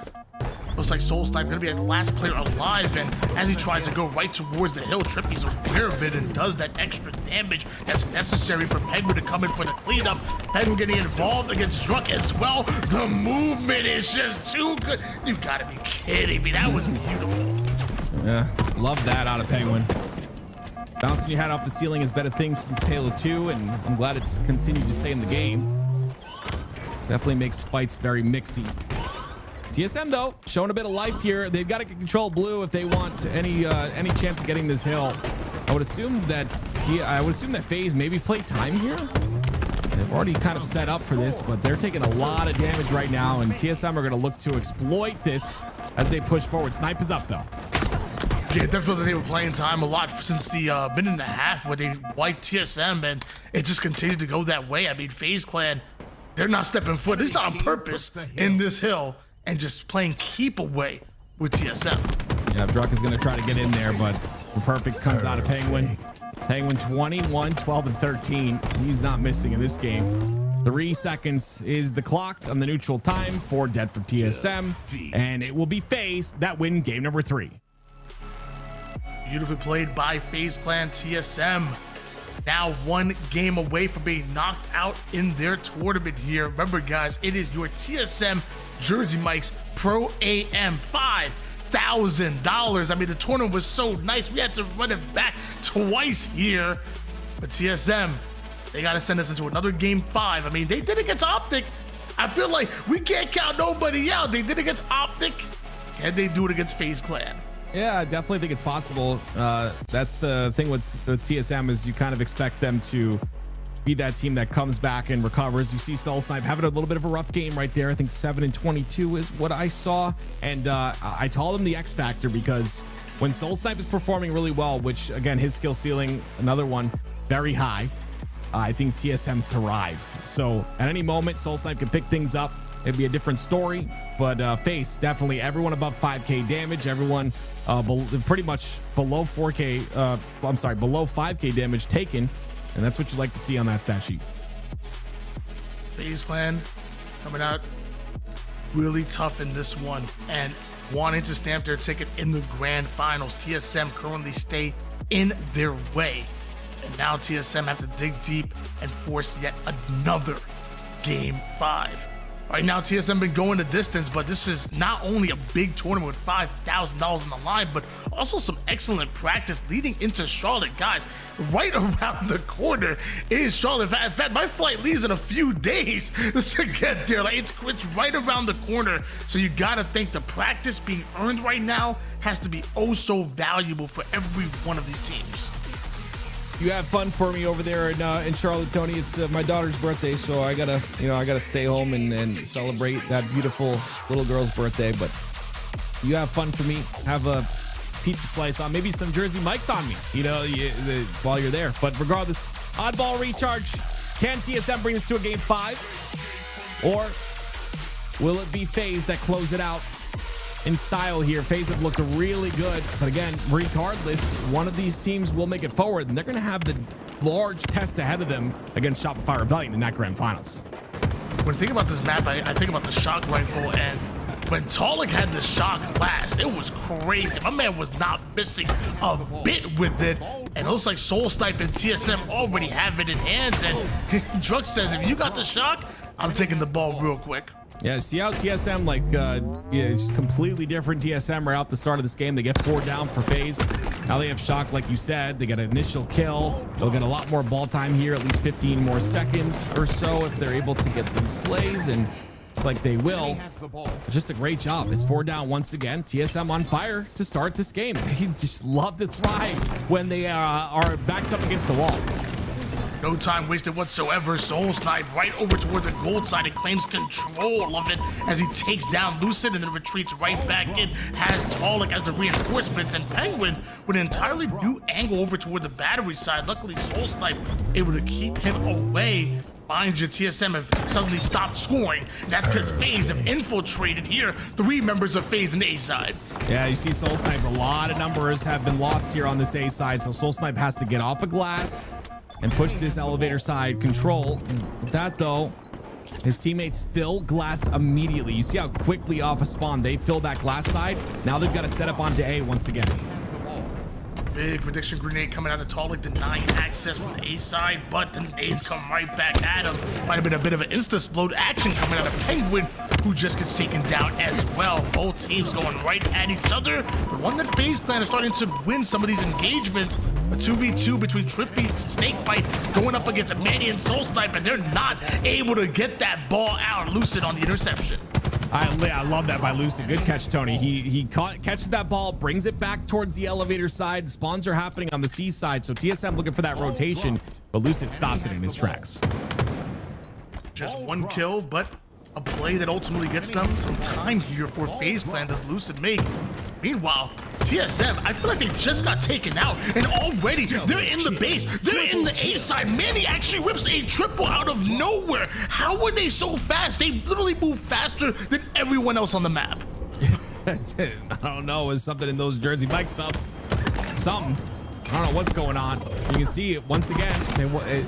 They come out with this different energy here in game number 4. It's incredible to see. We see it all the time. And that's going to be a play ball out of Manny. Gets another kill as well, though. And Trippy and FaZe are in position on the pipe side to get this play ball. There it is. It is grappled up by Lucid, who's the last player alive. Yeah, with them being 3 down, I don't know if that's even the play that he wanted. He throws it right back out, and it looks like TSM right back with the interception. Talik gonna take that ball. Meanwhile, Manny taking a whole lot of space. Manny going towards the back of Hydra was huge here. You open up the rotation, like you said, you create space on that side just in case that long hole rotation has to come through. You see all of FaZe pushing on the pipe side. There's not going to be a rotation quick enough, though, and FaZe will get the 3 kills they need, and they'll have pipe side control and ball as well. Highly unfortunate here. Now, Man, he finds someone on the opposite side of the map, but where that ball is, he gets taken out, staggered right now. Or TSM as Lucid continues to put the pedal to the metal. 3 down go TSM. Yeah, and he opens up the A spawns for that rotation. It's just a nice rotation around the map. If you can rotate towards A, and maybe a clean rotation towards the C side, that's what FaZe are setting up for. You see the curb slides out of Snakebite. He wants to get to the rotations fast. It's up to Lucid to hit a couple shots here and make this rotation a bit easier, but you can see the kill feed. The Soul Snipe's gonna get that kill, which now stops everything in its tracks. Did waste all the ammo from that shock, so nothing changing hands there. 3 down once again go FaZe Clan, so Pedwood gets his teammate to spawn in Trippy now attacking the back gold pipe side. Tala gonna find out the hard way as it looks like Lucid ends up with the cleanup. Meanwhile, Manny with a huge ball rotation. Yeah, as a distraction here, the rotation comes back. They only get a few seconds of ball time, but it's still enough. My question is, I was gonna wonder where are FaZe? Are they in a position to get this ball off of the play ball? And it looks like they are. They're gonna try and get this ball towards the long haul side. No one set up on the Hydro yet, so the double back towards his teammates is gonna be good. This will be some milky time here for FaZe. Switching over towards Lucid. Losing 2 of his teammates right now, but looking to push that ball over towards his teammates responding. See the shots going down, so did the nade. Ball in the face of Soul Snipe, but drops it momentarily to continue to slay out. Then right back on the ball is Lucid and FaZe down by quite a bit, but FaZe Clan really playing. I really like that play ball by Lucid, and you see he was just kind of waiting for an opportunity. He slayed through that player of pipes, wanted an opportunity to rotate towards A, but there was just a lot of pressure on that side, so opted to play it instead. They still get a lot of ball time here, 45-72. TSM still lead. So it's like was able to throw the ball away from FaZe Clan right there, so denying a lot of ball time. In fact, eventually FaZe Clan go 3 down. The final player is going to be Trippy over toward the low side, but somehow TSM are able to deal with them as well. And TSM are on the long haul side here. Look at Talik. He wants to go towards Hydro to clear that side, but FaZe are privy to it. They're going to make sure to get Hydro side control so there's no open rotation. Oh, privy to that nade to the face. It's going to go down. That's a team nade as well, but again, this rotation is going to be really tough just due to the fact that FaZe are reading it. Now you got to go back towards the pipe side. A great rotation by TSM. Time and time again, their rotations have been clean on this map. Lucid on the attack here. Manny trying to get rid of this ball. Nade's going down left and right. 3 down go FaZe. TSM not only surviving, thriving right now as they have the gold side of the map. There's only one more player left from FaZe, gonna be Lucid, and he's taken down. TSM taking round number 1, seemingly out of nowhere. Very clean out of TSM from the get-go. And I'm sure we're gonna see a little bit more here in round number 2. This time, TSM spawning on that C side. They've got a pretty clean access to the camo here. I'm curious how this first break's gonna happen. In the last break, TSM won that very cleanly. So far, it's gonna be FaZe that are winning this break. Literally saw that sticky grenade pop right in the face of Snakebite right there. Absolutely crazy, but FaZe Clan still having control, having the ball, and also having camouflage. Does Penguin, but ends up being spotted out quick as Druck immediately pushes goal. Yeah, Druck's going right for this shock rifle. All of FaZe are there, and they're very weak as well. So Druck, even though he's on that battery side, he can play this smartly and just stay alive. 3 go down. The last player to deal with is Penguin. Doesn't really have to worry about anyone else, at least for now. Lucy gets to spawn on the tower side, but I don't know if there's an opportunity to throw this ball up. I guess there is, but shock rifle's in the batteries still. Taller scoring right now. FaZe had a slight lead, but after this, we should see a bit of a lead change. Meanwhile, FaZe finding the kills necessary to try to push closer and closer to this ball. Nades coming down left and right. That'll slow down TSM just a bit, long enough for Lucid to get the trade, and that ball sits in the middle of the map. Yeah, Soul Snipe unfortunately goes down on the Hydro side, so things get a little bit mixy here instead. Now it's going to be a 1v1, a 2v1 in a moment, and Trippy's aware of that. Decided to get ball time. FaZe are being a lot more scrappy in this round. I like to see it. Double push here out of FaZe. Through the long haul side they go. Enough damage onto Talik to pull him out of that fight. Meanwhile, Soul Snipe getting caught trying to make a play through the gold pipes. And now, because of that, FaZe are going to continue to score, and Trippy continues to get aggressive. Trippy took a lot of damage there, but Talik is the last player alive. Soul Snipe just spawned. And so on the A side. Great job by Lucid. Just not missing a shot whatsoever. The triple's good. He wants it. He gets the stick. No. It's a lot of damage, and the assist comes out. There it is. Lucid starting to heat up. FaZe continue to score. Almost 50 points now for FaZe Clan. TSM have to come off a spawn and make a long push from the A side all the way toward the back blue. Lucid might get some pressure here towards the bottom control side. Couple of shots onto Manny. And now with active camouflage coming off, it looks like that's gonna pull the attention from TSM in 2 different directions. Or, nah, Lucid's here. Nah. Talik, last player alive. They're gonna get the A spawns. This is a really clean round by FaZe. And you expect the flip-flop inside of the oddball games. Round 1 goes to one team, round 2 goes to the other. We generally end up at around 3, which is why the duration of oddball is so long. But Lucid, he stays alive somehow. Ends up going down after a killing spree, but 77-16. FaZe lead round number 2. Camo eyes are on point for everybody in the lobby right now. 4 down, go TSM. FaZe scoring once again. TSM off a spawn, and Druk can't even wait for his teammates. He has to push up. Lucid is aware of it. He's watching the angle, and the FaZe are watching every last bit of the map. Druk is here, but he's being held out. There's no chance he gets to Trippy unless Talik gets a double kill, and now Trippy's by himself. What was that? They made it through, but that double beatdown is going to slow things down. 6 points is all FaZe need at this point. So one break, and they will solidify this round, and we'll go to a round 3. And TSM are going to try and bring this back a little bit. It's going to take a lot of effort, but it's from what I've seen today, anything is possible. Very resilient TSM right now, not giving up until the last second. 3 down, go FaZe, full squad wipe. TSM scoring once again. Hey, you do that, what, 3 more times, and you're back in the game. Yeah, 100% you are. They can't let this happen. They can't let this is such a large lead. They cannot let this happen here. They've got to collect themselves. 6 points. Soul Snipe still alive somehow. He gets taken out. 3 go down for TSM. There's another one. Do they have time to get this ball? Talik was the last player alive. The shroud screen goes down. We're going to a round number 3. Normally it feels like you wouldn't even be worried for FaZe Clan, but many times in this tournament, FaZe has been pushed to these clutch moments, and teams have gotten the best of them so far, so things got a bit scary. But so with those shots out of Lucid, not just the greatest hair in Halo, but one of the best shots as well. One of the best shots. Trippy with a camo. Round number 3, very important here. TSM can bring us to a game 5, or FaZe will 3-1 and move on to play Shopify Rebellion in that grand finals. But Druk has something to say about it as he gets ball time. Lucid gonna push up into 2 different players from TSM. Finds himself over towards the dead screen. Meanwhile, Snakebite finds himself a bit of a cleanup. Knows there's one more player left. Penguin right there, and the teamwork at times just look perfect from FaZe Clan. That's what makes them so good, is that teamwork.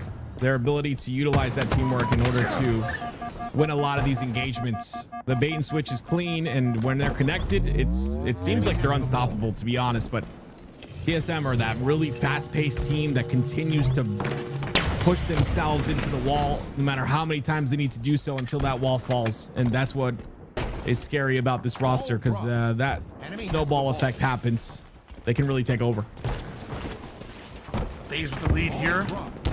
Looks like Druk and TSM trying to push up through the long ball side. Great awareness out of TSM, finding out that Snakebite is hiding over towards the blue side. As TSM get aggressive, they're decimating everyone in their path. 3 down, go FaZe, and now starting to get a little staggered. These are definitely staggered here. TSM have control as well, so top tower is where a couple of them spawn. Lucid wins a huge fight. That's a perfect on the Manny to open things up, and he's gonna press forward. He's got Trippy on the gold stairs. Look at how they're aggressing together here. You see the pre-fire coming out from Soul Snipe, but the patience out of Trippy is so good. Gets that kill as well. 24-18 lead here for FaZe, and as I say, that ain't gonna be long, because TSM wiped FaZe off of the face of Recharge, and with this run, they're gonna take the lead and rotate that ball away. I think Snakebite was expecting, he was definitely, I think he was the last spawner there, but he was expecting the rotation maybe to go toward the blue pipes, and he's just sitting on triple stack, just putting damage in across the map. Unfortunately, not able to get enough damage in, and that push not successful out of FaZe. TSM find themselves in the lead, 36-24 in round number 3. They win this, we go to a game 5. Taller trying to move this ball away from the long haul side. Manny has a lot of responsibility on his hands. Couple shots onto Trippy, but there's more players that should be funneling their way to the long haul side. Soul Snipe on the chase, gonna pay for that one. Both Manny and Soul Snipe goes down. That means Trippy gets a camo, and it might be a play ball. We'll see. Ball dropped. Trippy's had a couple of camos here. I'm looking for the value out of this one. They have information. They should know they're all on A. There's the anticipation grenade, the prediction grenade, we like to call it. That's going to be a clean kill. Lucid goes down, though, which makes things a bit interesting, as well as Snakebite. And unfortunately, with that, it's going to be really tough to grab this ball, and it's going to be TSM still in that lead. Shotgun camo in the hands of Trippy. Excellent damage onto Manny, but takes a lot of damage right back. Druk trying to get the cleanup kill here. The nades going down, but not exactly finding a home. In fact, Penguin has his teammates back. You gotta watch out. You think you're in a 1v1, but FaZe always have each other's backs. Yeah, a little bit of a rough camo for Trippy. Not really able to get too much. Ends up getting 1 kill, but you'd expect a couple of shots with the shock rifle. Solidify yourself a nice, comfortable lead, or I'm sorry, not a lead, but a comfortable comeback. Enemy has the ball. Still has shock rifle to work with, though. If you can hit a couple of shots here, it'll open things up pretty drastically. Enemy has the ball. He's going down here. Back-to-back kills once again. Favor FaZe. Looks like we're getting aggressive towards tower. 3 down go TSM. Soul Snipe. He can't even push up anymore. Yeah, because that'll happen. There we go. Trippy coming online here. 3 shots to work with still. FaZe just took the lead in round number 3. Trippy still holding his lane. Doing his job here. Watching that long haul side. Very important to do. FaZe Clan, if they're able to take this round number 3, they're going to the grand finals. TSM needs to wake up once again. And Trippy, though, he's about to take a very interesting angle, because I don't think TSM have any idea he's made it towards tower. Yeah, Taller trying to make that jump. The brand new jump added to this map. Lucid gonna get a little bit of damage in with this battle rifle. He'll spot Druk. That's information. Druk goes down. 2 down for TSM. Ball still in a neutral position. It'll be Lucid that takes that and runs with it, but he'll go down as well. Still FaZe have that rotation open, I believe, towards A. If they can get it towards that side, looks like they'll opt to get Slays instead, and they can't. So far, it's 2 down, go FaZe. Switching over towards Druk. Camouflage is popped immediately. Soul Snipe dives right in for that ball, puts it to work. 3 down for FaZe Clan. That's not good for FaZe. So TSM are definitely happy with that entire engagement. They're going to get the lead once again. They have the lead for a majority of this game, and now they've got a clean setup on to that A side. And Druk is going to be a really tough target, because he's the most important player on the map, but if he has camo, it's really tough to spot him out. They finally do aggress onto him. They're still trying to take him out. Look how important of a kill Druk is. And look at his ability to stay alive. 3 go down for FaZe. That was a game-winning sequence out of Druk. 72-68 lead here. TSM not only have the camouflage, but they also have the setup over on the A side. This is going to force FaZe to get active real quick. Commando out here for Druk, going right up high. This is going to be a great position for him to gain some important knowledge, and with knowledge comes power, but here come FaZe. That was such a good grapple, too. That was like picture perfect grapple. Gets him out of dodge. He ends up going down, though. FaZe are aggressing. FaZe get them 3 down. Wait a minute here. You would think that round was secured, but FaZe are gonna come back, break the setup instantaneously, and they've got it locked down on the gold stairs as well. There's one thing I learned about Halo Infinite: nothing is guaranteed. Now it's FaZe Clan in control at the moment here. Taller gonna try to find his way into A. He's gonna go right through the front door. Takes the challenge onto Snakebite, ends up with the trade. Numbers advantage favoring TSM momentarily. The play ball ends up going out. Meanwhile, Manny has his BR here. 1 minute and 15 seconds of neutral time left. 1 point lead for TSM so far, and Manny's still alive on the most important spot on the map, on the top of gold. They know they have to take him out, but that ball is in a neutral position. No one really worried about it. It's going to reset very shortly here if someone doesn't get a touch onto it. It doesn't matter regardless, because it is still a fight for the pipe side. Comes out for Penguin. Manny and Tolly now in double push. Penguin not able to get either one of those kills, but Manny with the BR gonna take full advantage of that. 85 points here for TSM. 3 down, go FaZe. It's TSM that get this ball back goal. Yeah, they got the spawns that force on the long haul side. Drux there ready for it. Chemo's up as well. TSM have no time. They've got to soar across the map here. 97, 98, 99. And there it is. Ladies and gentlemen, once again, TSM push us to a game number 5. TSM, fresh off of upsetting Optic the round before, able to push FaZe the distance. But only one team can win it out. Many times it looked like FaZe were going to close it out on recharge, but TSM resilient. And we've said this multiple times this tournament, they do not give up to the very end. TSM forced to game number 5. What are these stats telling you? I talked about it in the last game, Tony. What was the big factor in the last game? I called them out. 7 and 22. It was Soul Snipe having a rough game. He is the X factor. 14.3 KDA. Incredible amounts of damage as well alongside Atolik, but that is the man that when he starts to perform, this team is very comfortable. Soul Snipe, an incredible way to bring us to another game 5 in a minute 38 seconds with that much damage on the map is insane on Atolik. My gosh, big game out of Soul Snipe and big damage as well to both Soul Snipe and Atolik there. Over the 10K club. Lots of ball time as well on top of that. So definitely got to show some love there. And this game number 5 is going to be interesting. FaZe, they've been in this moment multiple times. Now we've seen some great clutches out of FaZe so far this season, but in this very tournament, we've seen some very close losses, which put them in this predicament to begin with here in the lower bracket, as opposed to maybe making it to the grand finals on the winner's side. Can FaZe hold on, or will TSM pull off back-to-back upsets? I mean, it'd be crazy, and what a way, right? This is I think the last Pro-Am, at least for now, that's been announced out of TSM, and it's a way to go out, right? You got to represent the org that's been showing lots of love to Halo. It's absolutely beautiful to see. Again, another shout out to TSM and Jersey Mike's for putting on this show for us, and a shout out to the teams for putting on a show as well. Another game 5 that we get to watch. I'm excited. Looks like all players are ready here. We should be seeing the R's in the chat soon. In that grand finals waits Shopify Rebellion for the winner of this matchup. Mind you, they'll have a huge advantage of only having to win one best of 5 series, where the winner of this will have to go in and win back-to-back if they want to be crowned your champion and take the lion's share of that $5,000 prize pool. You already know why we're here, TSM and FaZe Clan, and I can't wait. But I feel like before we get into the matchup, is there a player on your sights on either one of these squads that you're looking out for? I can give you both, on one on each side, if that's okay. Soul Snipe, of course, on the side of TSM.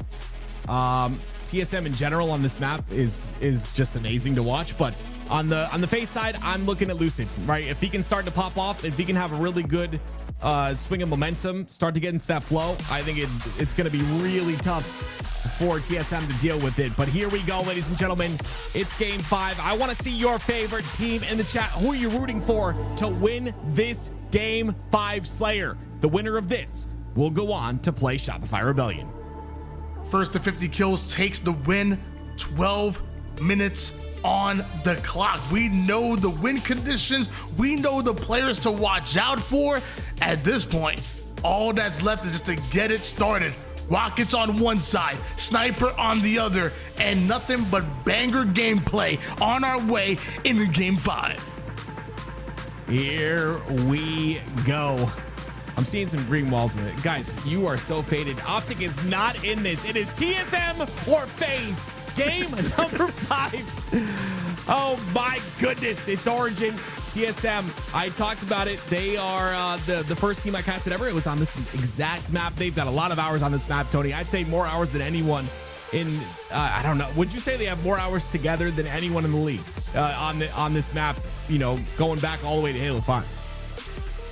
Especially together, yeah. I mean, the hours upon hours that were put in, and then at one point in time, Halo 5 went through like a bit of a low period where there was no HDS. There was, well, a lot of grassroots tournaments, and it went to a little bit of a slow period. And a team like TSM, they never stopped. Whether it was eights in custom games, or even small tournaments that organizations like Esports Arena something were throwing, they were signing up for every single tournament, and they were putting in that work. Meanwhile, on the other side of things, I mean, obviously, FaZe Clan, they ain't no slouches when it comes to this map either. Penguin, Trippy, and Lucid, when he was going back then as Saiyan back then, they put in hours upon practice in it. Meanwhile, Snakebite, I mean, what about that Dynasty roster that ran things? Talks eventually becoming FaZe. They obviously put in some work and put in some time on Halo 5's Coliseum, now going by Origin here in Halo Infinite. Origin. Another game 5. I got to talk about that, right? TSM making sure to clutch it up when it matters the most, bringing us to this beautiful game 5, 2 in a row now. It's a definite blessing that we get to watch these beautiful games, and it's also a blessing that Talik or someone disconnected. Regardless, we'll get back into that reset very shortly. Wait, don't stop talking. I'm trying to eat. Oh, sorry. Keep going. Here we go, guys. Yeah, game 5. Tony is eating a Jersey Mike sandwich right now. I can commentate your eating. Takes a big, huge bite of it, throws it down. Oh my. Guys, take a look, man. You like them cold? You like them hot? Or you like them Mike's way? Jersey Mike's, baby. Extra cheese. I mean, they really are that good. Made right in front of you and a sub above. What kind of bread are you? Are we a wheat bread? Are we a white bread? You go a little crazy with the rosemary parmesan. What kind of bread are you when you go to Jersey Mike's? I like that white bread. You know what I'm saying? Yummy. Give me that Chipotle.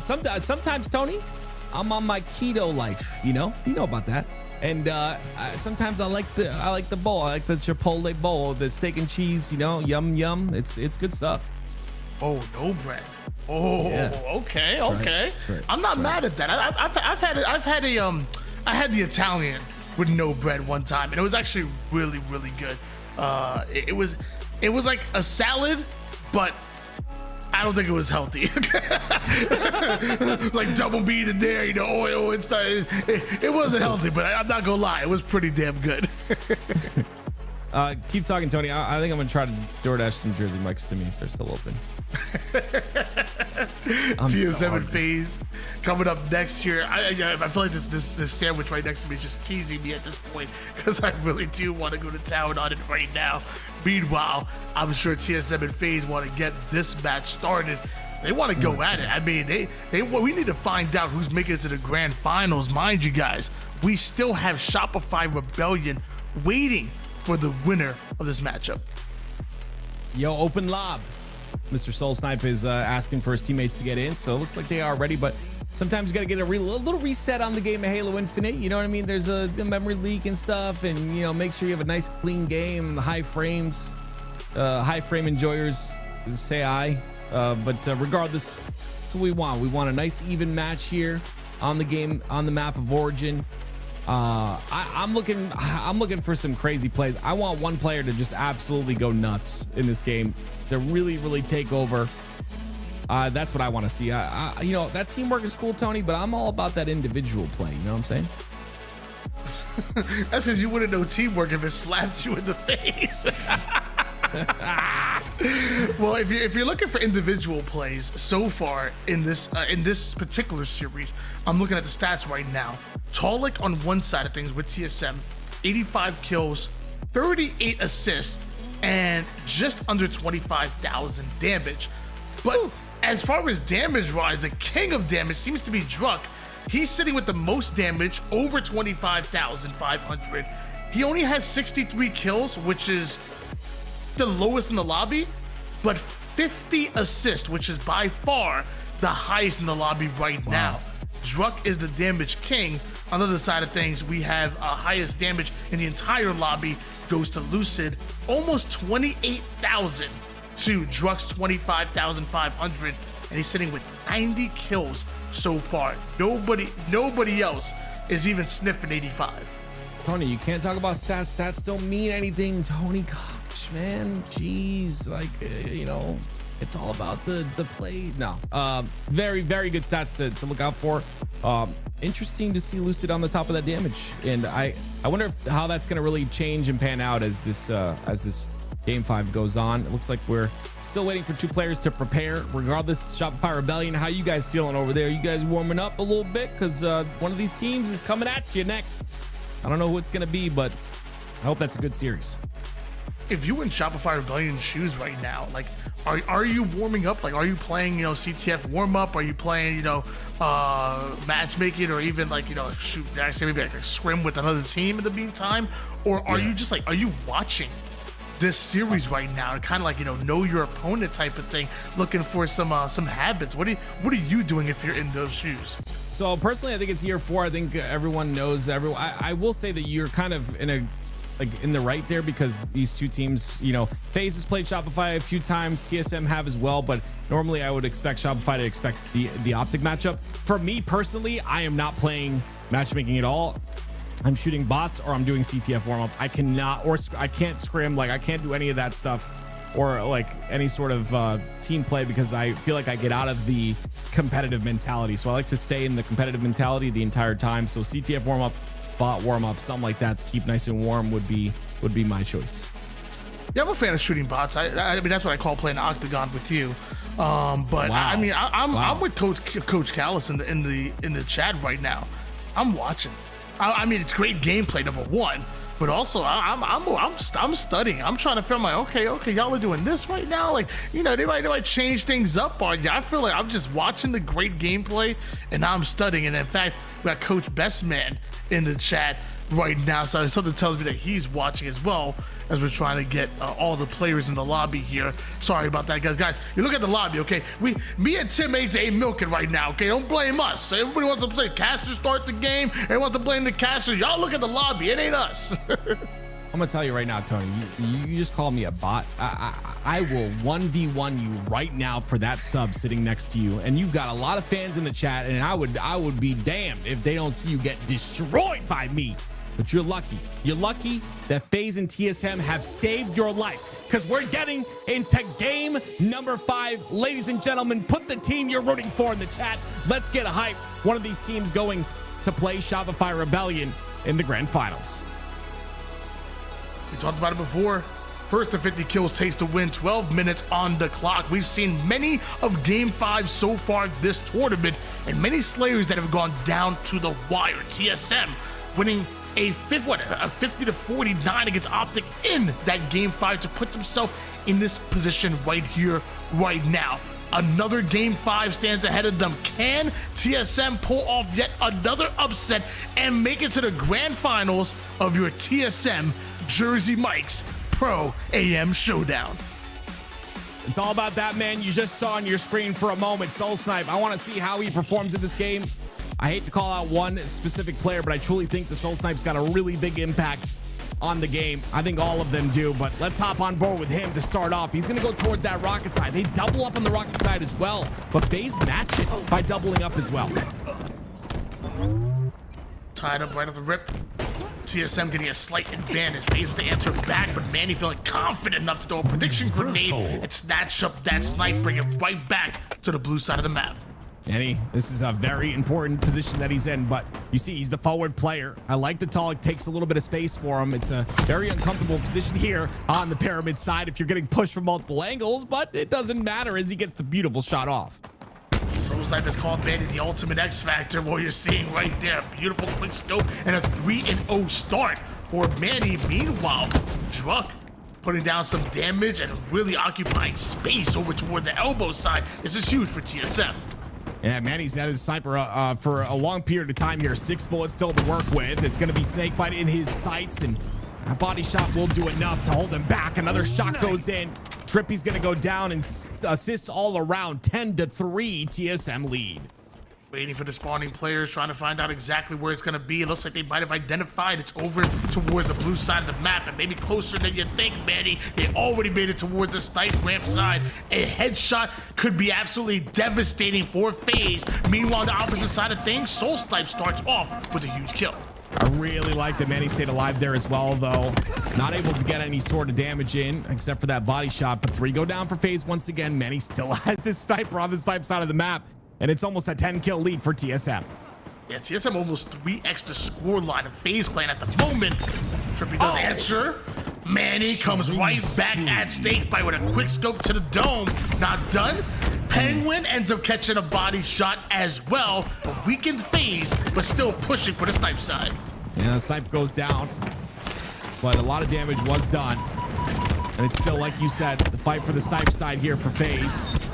Again, though, you let this lead get out of hand this early, it's going to be very tough to come back from here for FaZe. You got to pick things up very soon. Snakebite with a 5-shot from across the map there. Absolutely huge for Snakebite, not only staying alive, getting himself a kill, and now things get reset as another rocket is coming up. It looks like Snakebite's trying to use that as bait. Yeah, unfortunately, there's a lot of damage that has been done to the other side, but flank from Manny is going to be pretty good. Still, TSM have numbers on that rocket side of the map. Druck's going to try and put some damage into multiple targets here. Rockets acquired, I believe, for TSM. Those rockets will be put to work. Soul Snipe's going to get one. He's currently 1 shot, but gets his shields back and has 1 more rocket to work with. It even has the thrust in the back pocket. This is not looking good for FaZe, but as he's trying to take a round over towards the elbow side, looks like the nades force him to reposition. The cleanup goes down, and the rocket gets value. That's a double out of Soul Snipe, and whoa, Snakebite getting aggressive. He gets out. Things are getting a bit dicey here. This lead is growing and growing. Great shots again by Soul Snipe. 9, 7, and 5 out of the man. Great control of the snipe right now as well. And you can see the push going on the cave side. It's going to be Druck that tries to win the 1v1, but it's a trade. Regardless, it should be spawns near known for Soul Snipe. TSM still having a huge lead at the moment, and Soul Snipe still having just about a full sniper to his disposal. You have to think, if he goes down, he might want to try to play it off the map, but his teammates ain't doing him any favors with the damage going down, but still 3 down go FaZe Clan, and still the final player ends up getting taken out. Right now, TSM are running house. Yeah, I'm telling you, so many people are surprised by this team, but they should not surprise you that they can perform this way. 37-18. This is pretty much over. I'm guaranteeing the Shopify Rebellion players getting ready as we speak in the lobby. This is incredible work out of TSM off the break, and FaZe, I don't know what answer they kind of have here. Power weapons in the hands of TSM. Snipe side control as well as Lucid falls. It's been an up and down season here for TSM. In fact, not even qualifying for the LVT Halo Pro League land. But mind you, catching fire at the right time, the final major leading up to Worlds, this is when you want to heat up. And TSM 41-18, not just a dominant game, but a statement being made on the back of FaZe Clan as Druck drops another crazy kill, and they're just showing FaZe they will not back down to anybody, and that includes FaZe. This is just insane. TSM coming through with some dominance here. Tony, I think we have I'm smelling a steak, a Chipotle steak from Jersey Mike's here. 47-23. Wow, what a dominant statement by TSM. 3 more kills needed, make it 2 after Soul Snipe going right after Lucid. It looks like Soul Snipe looking for the 1 shot, able to get him. As Soul Snipe goes down, he's just looking for 1 more kill. Even a trade would be good enough to get them the win here. 49-27, 1 more kill. Penguin's gonna chow long range. As to say, I throw up the flag of surrender, and TSM will move their way to the grand finals as you see the Chipotle cheesesteak-tacular going in their favor. It's a damn good sub. And that was a damn good series. And back-to-back upsets by TSM. on their way to the grand finals to go up against Shopify Rebellion. Dude, I mean, that right there was just picture perfect. An absolute clinic was put on by Team Solo Mid. Team Solo, all three lane. They were just dominant, Tony. I'm telling you, man, this team surprises everybody. Oh, TSM's this good. Yes, wake up. They are this good. This is great to see. A dominant series. You can't really say dominant. Went to a game 5. FaZe definitely showed a lot there in that series. You see that 50-49 going TSM's way in game number 2 as well. But you can't ignore it. You can't ignore the 50-28 in game 5. My question is, and I've got to ask this question because it is the elephant in the room. Tony, are you okay? Did you fall? The elephant in the room. It is incredible, but it is Shopify Rebellion that are waiting in that grand finals. And that is my question. Can they take the Shopify Rebellion? Wow. Tony? Are you okay? I'm perfectly fine. A big win out of TSM. Back-to-back game 5s. First Optic, then FaZe Clan. And next up is Shopify Rebellion. We're taking a look at some of the stats right now. I mean, 15-9, 9 assists. You got Solstice and Tolic dropping 9.0 KDAs or better. Absolutely huge. But before we go into our grand finals, why don't we hop on a short break?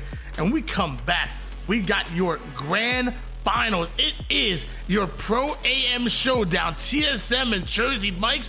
Thank you very much. And we got one more series ahead of us, baby.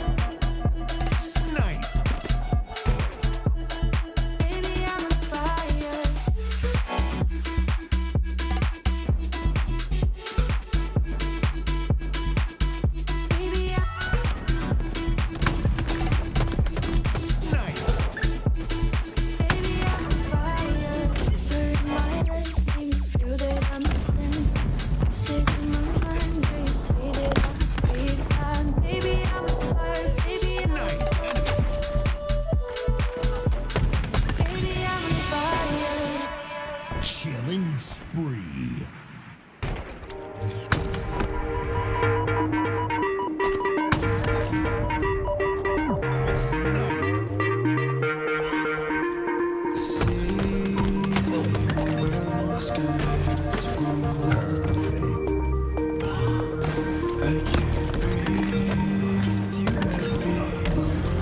Double kill. Double kill.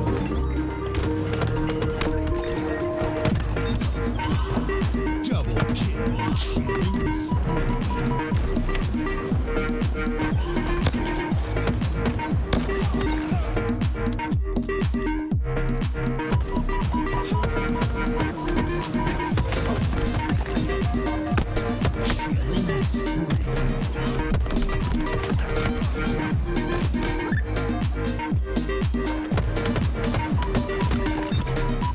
Killing spree. Double kill.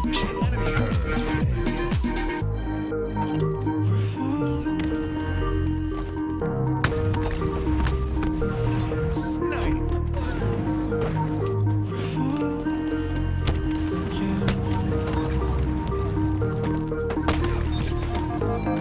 Triple kill. Killing spree.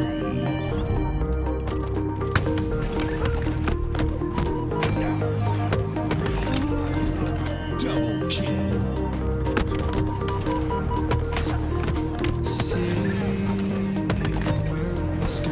Double kill.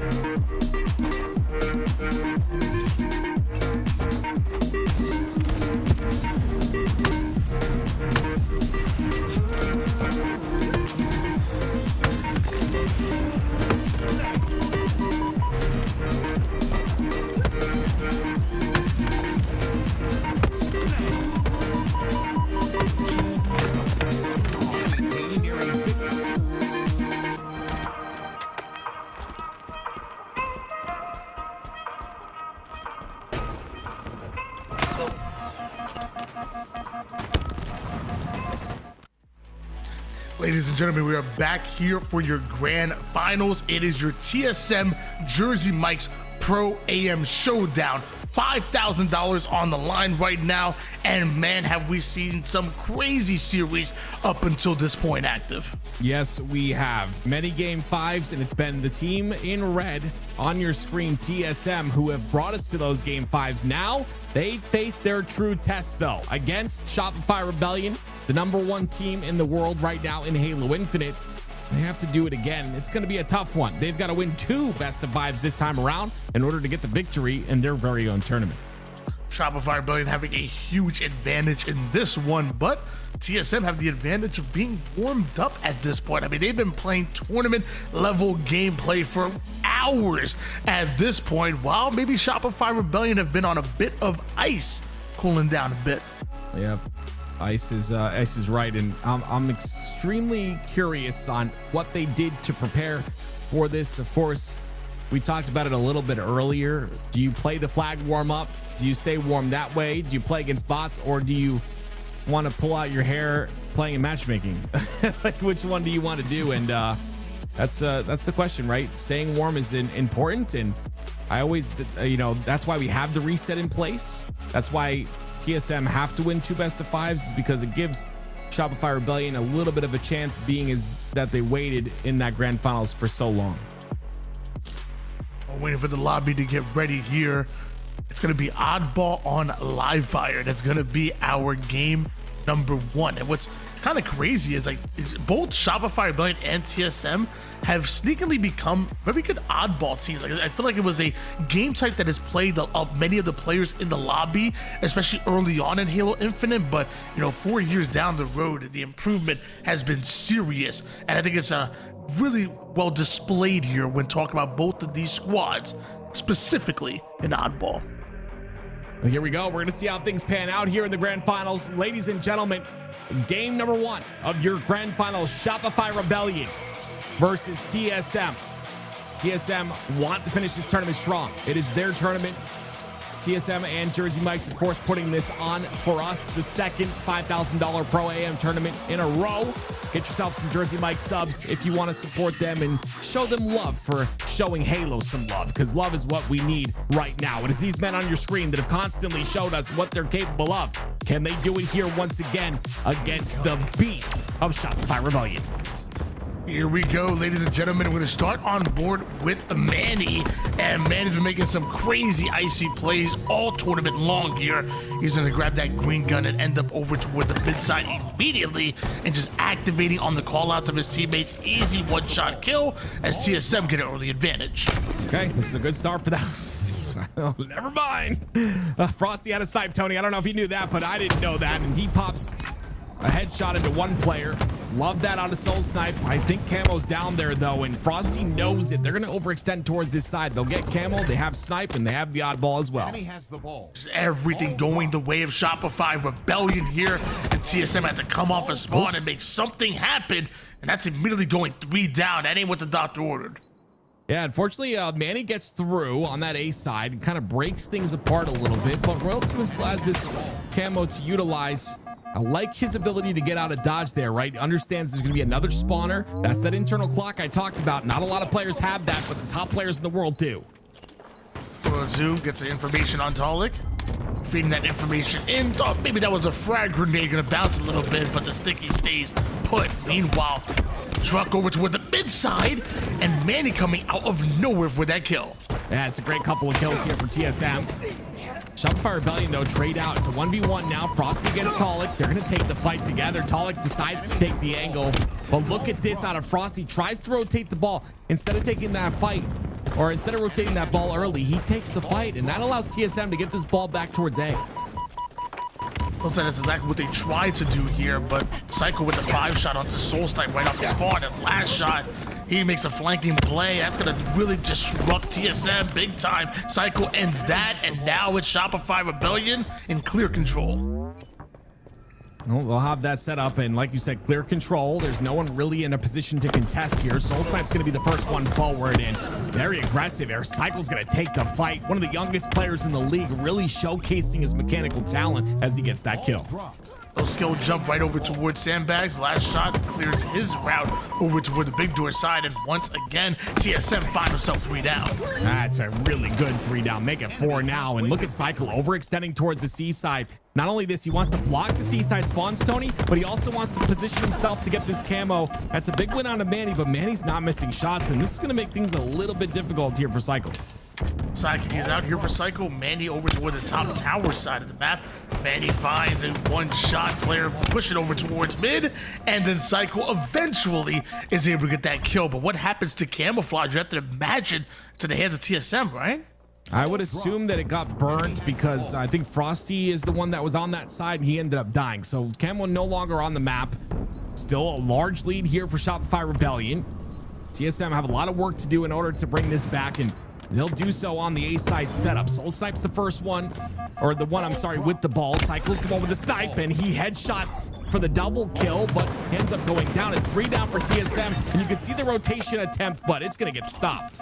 Manny does spawn over toward the back green. Might be a split spawn there. And Shopify Rebellion look like they have that surrounded. Manny goes down, and Druck and Talik now trying to funnel their way over towards the mid side.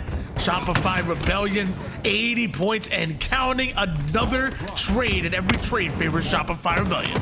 Yeah, there's no open rotation towards the B side, though. Frosty decides to take the 1v1, so last shot kind of stuck here to try and get these last couple of seconds. He's got spawners on the A side, so he should be okay. But Manny hits some good shots with the snipe. It's going to make things, once again, rough for the side of Shopify Rebellion. They go for the scrappy ball time regardless. Big 1v1 here, but it's Royal2 and Cycle. The 2-1 punch. They're going to secure round number 1. Final seconds going in, and my gosh, are we seeing Psycho's stat line right now? 13-2, 7 assists. I don't even care he only has 3 seconds of ball time. When you play it like that, I don't want you anywhere near the ball. That's right. That's right. That's why I never pick up the ball. And I give it to you, Tony. Sniper at top center. Frosty with it once again. Hits the body. Nice clean shot onto Soul Snipe. Even stays alive as well. This is beautiful. 3 down for TSM once again. That's immediate ball time out of Shopify Rebellion. And you see how I called that? It's because they're so quick to pick up the ball when they have that numbers advantage, and they do so. Drunk being a bit of a nuisance over toward the back green side. Looks like he's able to take down his former teammate in the last shot. Meanwhile, World 2 getting maybe a little bit too aggressive towards Camouflage. Shopify Rebellion may have the ball for now, but Manny and TSM have Camo, and they're coming in quick. Yeah, well, they have to take care of Manny very quickly. I would assume a play ball here out of cycle. Yep, he gets the play ball off, but unfortunately he ends up going down. And that means that Manny had that snipe and camo combination. The double kill rings out. It's a 2v2 on the map. Enemy has the ball. Looks like Manny with sniper and camouflage at the moment. Soul Snipe bringing that ball. Looks like he wants to go towards tower, but Shopify Rebellion trying to push up on the Manny, pushing him right back. Beautifully played by Manny, but it looks like he's not done just yet because Psycho chases down Drunk and is looking to stay alive here. Look how much work TSM have to do to even get that ball controlled, though. That's the thing. Like, Manny's done a lot of work with the snipe right here. But it just seems effortless when Shopify Rebellion get that ball in their hands and they get a bit of a setup. It's effortless on the amount of time that they can get. They've got the slays. It's 4 down. They're still at 8 seconds of ball time. Watch how fast this break happens out of Shopify Rebellion now off a spawn. Enemy has the ball. We'll say though, Manny was going quite off with that sniper. Oh, yeah. But like you said, Shopify Rebellion, they could be real quick to act. They don't waste any time whatsoever. Apparently not even the Soul Snipe. He's gonna fly on in. That's half the members of Shopify Rebellion. Okay, I like that. I like the defense out of TSM. Get a little belief in there. Cycle's the last player alive. They've got a nice stretch of ball time as well. This is the TSM I like to see. Got to continue on this tear, though. You're still down a round. Damage. Drunk with the window. Drunk now claims control of that tower side. And mind you, TSM continue to be slaying out. 3 down once again. Goes Shopify Rebellion. Yeah, they're playing this really well. They're winning the individual fights. They're catching Shopify Rebellion off guard in terms of isolated players. You saw Frosty all alone there as the last player alive. That's how they've been winning a lot of these fights. Great ball time as well. 40 seconds and counting here. Tolic gonna push the aggression onto Royal 2. Great kill again. And guess what? Another isolated kill for the side of TSM. But now it's Psycho with the camouflage and Shopify Rebellion pushing way past the player over toward the A side, forcing the early play ball real quick. New Shopify Rebellion, they finally found a way to slow down TSM.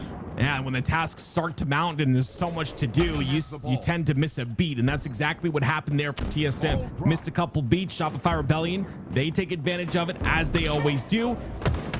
Can they get the ball time, though, is the question. Cycle's done a lot with his camo thus far. 2 kills and a lot of space being taken, but Soul Snipe takes him out with the sniper.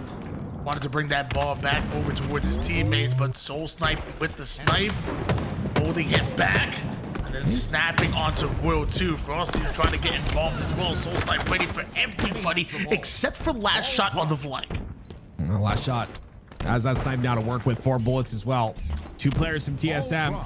They're in a 2v2 situation right now. Last shot has to let Cycle die there. Cycle's going to try to at least get 1. You see, he's still not dead. There it is. Finally takes him out. Royal 2's going to clean up a couple of kills. Royal 2 almost gets the 3rd. But it's a nice little setup here for Shopify Rebellion. And see, even though they're down 2, they're able to get ball time at the same time. This is what I like to see out of Shopify Rebellion. That objective efficiency as last shot cleans up another kill. Frosty with the carbine in hands at the moment here. He does have 2 players from TSM starting to approach from the camo side. Luckily, his teammates get the flank, and World 2 and Psycho are quick to act. Quick to act is right. They'll get that ball. They'll have the spawns forced on the B side as well. We'll see if they're able to do anything off of this, though. Still more time being added to the clock here. Cycle goes down. He's that player that's going to get on that outside perimeter. He's going to be the one that flanks. So when he falls, the push comes in for TSM. Now it's up to Frosty to try to win a very low percentage fight in the 2v1 situation. And he's still alive, but finally gets taken out. Frosty was holding on to that carbine for dear life. Meanwhile, TSM holding on for that ball and looking to take the lead right back. Camouflage in about 20 seconds here. Last shot over on the high side. Meanwhile, Soul Snipe about to chase 2 players over towards the jail side of the map. A 1-shot Frosty and a 1-shot Psycho. Finds Psycho and almost gets Frosty. Luckily, Manny's there quick for the cleanup in a 2v2 scenario. And TSM have scraped up enough time to have the lead here, which is really good. Question is, are they going to be able to get this rotation towards that C side? They have to do so because the spawns are on B. Very quick, though. are Shopify Rebellion to cut the center of the map. Great kills by Talik, a beautiful double kill. That should solidify a lot more time here for TSM with 3 down for Shopify Rebellion. That's a full squad wipe now. Royal 2, the first one to come off a spawn here. It looks like he breaks right out of green and rotates completely over toward the net side. Cycle already has presence over towards tower. Shopify Rebellion taking their time here with this push. Yeah, they have one last push, and they want to make sure it's a good one. Royal 2 is the first one to go. I don't understand how he won that fight, but he does so. Last shot goes down, though, in the trade. 95 points and counting here. They have to kill the ball player. Royal 2 ends up trusting his teammate to do so as he does damage to the player's top center. And now it's Shopify Rebellion's turn. If they can hold this setup, I mean, they could take this round and this first game, but TSM are only 3 points away. Cycle about to run into 2 different players here. Tries to use the tower to get away with his life, not able to do so. Now we see that ball in the hands of Frosty, and Royal 2 just guarding him, forcing Solstice to get right out and portal back toward the green side. Now it was Shopify Rebellion that were on their back foot. Now they're the ones in control. Now last shot is hitting Snipes left and right. And oh my gosh, threads the needle for that one. What the frick did I just watch? You've got to be kidding me. The QT allowed that spawn to happen for Shopify Rebellion. TSM had 2 players trapped inside of A. They QT back because the pressure was too much. They allow the spawn to happen, and then last shot just freaking destroys everyone on the side of TSM. Watch this. The first shot goes in, body shot. That's another one. Jumps up, anticipates Druck. Quick scope for the 4 dead. My word, last shot's on fire. My brain can't even comprehend how he lined that up and just snapped so quickly. The flick was absolutely insane on that one. Oh my goodness. Last shot. He is the real deal. And so is Psycho as well. This young duo throwing up 22 kills apiece right there on their way to winning out that game number 1. Game 2, Slayer Streets. Will we see the same? I'm going to be honest with you. That's got to be devastating for TSM. They had everything in the bag there. You know, they had that game. 3 points is all they needed. They had 2 players isolated on that A side. Unfortunately, the pressure was a bit too much. Great teamwork out of Frosty and Royal 2. They were the last 2 on screens and on A. They end up solidifying that victory along with the last shot. Just a beautiful job overall. And now we go to Slayer on the streets. Tony, what do you have here? I mean, TSM, can they recover? I mean, I definitely think TSM can recover. I think the problem is that when you're a momentum-driven team, it feels like, you know, when it's going good, it's going great, but sometimes it's going bad, it's going terrible. So after that game, they just sucked the air right out of the room. Do TSM have enough gas in the tank to be able to go in and bounce back? That's my question. I don't know. I got to give the answer to Shopify Rebellion. I gotta give a shout out to Last Shot's mom, who's in the chat supporting him. W Moms in the chat. You gotta love when the family's supporting. Last Shot, an incredible talent in the game. Can he continue on a tear here, though? That game number 1, beautiful out of him. And Shopify lead the game by 1. Last shot with the early nades, but the back smack comes in for Mandy. Mandy immediately takes height over toward the heaven side, and he was trying to watch out for Druck, but Druck catches a grenade he was not looking for here, and ends up just out in no man's land. Shopify Rebellion will make it pay every time. 1 down from the side of TSM. They have the numbers advantage for now, with Cycle and Royal 2 being down, and Talik comes in, clean pistol, clean sidekick kills. They'll tie the game at 8, and they've got a couple staggered players here. Last Shot and Cycle staggered on the feed, and they'll continue to go down, and this is where Slayers get very scary. It's up to Shopify Rebellion to recover. Last shot comes off a spawn and has Talik putting some cross-map shots down almost immediately here. Shopify Rebellion over toward the back C side, and obviously TSM know exactly where they're at. The game slows down just a bit, but it feels like the ones that have to make a move are the Rebellion. I like that they stayed back here for a little bit because, you know, they were on that stagger. TSM decided not to aggress. Double kill, though, comes out. Still 3 down for Shopify Rebellion. The last player is Cycle. Do they know where Cycle is? They do. Cycle ends up getting a kill, though. Really makes things a bit interesting, and it's going to be 2 spawners along with Frosty on that PD side. Shopify are very quick to take space on the map immediately off a spawn. They know they don't have the numbers advantage. Look how fast they are to get mid-map. 5-kill advantage here for TSM. Another camouflage coming up, and both teams not trying to make any mistakes whatsoever on their way towards this camouflage being used as bait for both of these squads, drawing the attention over toward the mid-map. 5 kills is still the lead for TSM. Great shots by Frosty, but Druk comes in to get that kill. 4-2 for him to start this game off. Soul Snipe wants a kill of his own, but Royal 2 is going to get that cleanly. He gets away with the camo as well, but I love that. Comes back, does at least 1 shot of damage in just to make sure that that player can stay back a little bit. And again, information is king. Gets the kill on Talik as well. One of the cleanest shots of the game out of Royal 2. Gets 1 kill with the camouflage, and now wants to turn it to 2, but there's actually 2 members of TSM over on the arcade side. Just barely gets out with his life, and the reinforcements are in. Little bait and switch action for Shopify Rebellion. I love this out of Shopify. Look how fast they've come back here. This is a 7-kill lead, now minimized to 2. Manny's gonna spot out Cycle, who's down to no shields now. Cycle ends up going down. It's a big kill. The last 2 players on the C side. Does Manny have any help? Yes, he does. Look at the collapse from TSM. This is what makes them so scary as a roster, is how fast they are to aggress. Well, Cycle and Royal 2, let's push out Talik here. Meanwhile, Manny, he's gonna find himself right behind him. Royal 2, the first one to go down courtesy of a trade. Cycle looks like he's being chased down as well, and Manny's just waiting, trusting his teammates, just waiting for the rest of the team to overextend. There it is. Manny, that beautiful kill, gonna get some damage onto Frosty as well. Lots of damage output on Manny here. Royal 2 down to no shields too. That'll get cleaned up by Talik. This is TSM are a scary Slayer team, man, and time again they've proven that here. 6-kill lead. 26-20 lead here. Manny already over toward that arcade side. Spots last shot over in the tires, but does he know that Royal 2 was setting up high, watching his back? Meanwhile, a double push over on one side of the map means a double push on this side, as well as Frosty goes right after the shield of the player over in the bottom subway side, and Talik got no idea. Frosty's already behind you. 3 down, go TSM. Yeah, this is really good. Shopify Rebellion constantly find themselves in a position where they're down 6-7 kills, and they always find a way to claw their way back and to keep themselves alive. You don't want these Slayer games to get out of hand, and these kills back and forth on the side of Shopify Rebellion are definitely helpful in that regard. 2 go down, though, for Shopify Rebellion. Still a 4-kill lead now for TSM. Camouflage comes up here, and Talik repositions with the Stalker.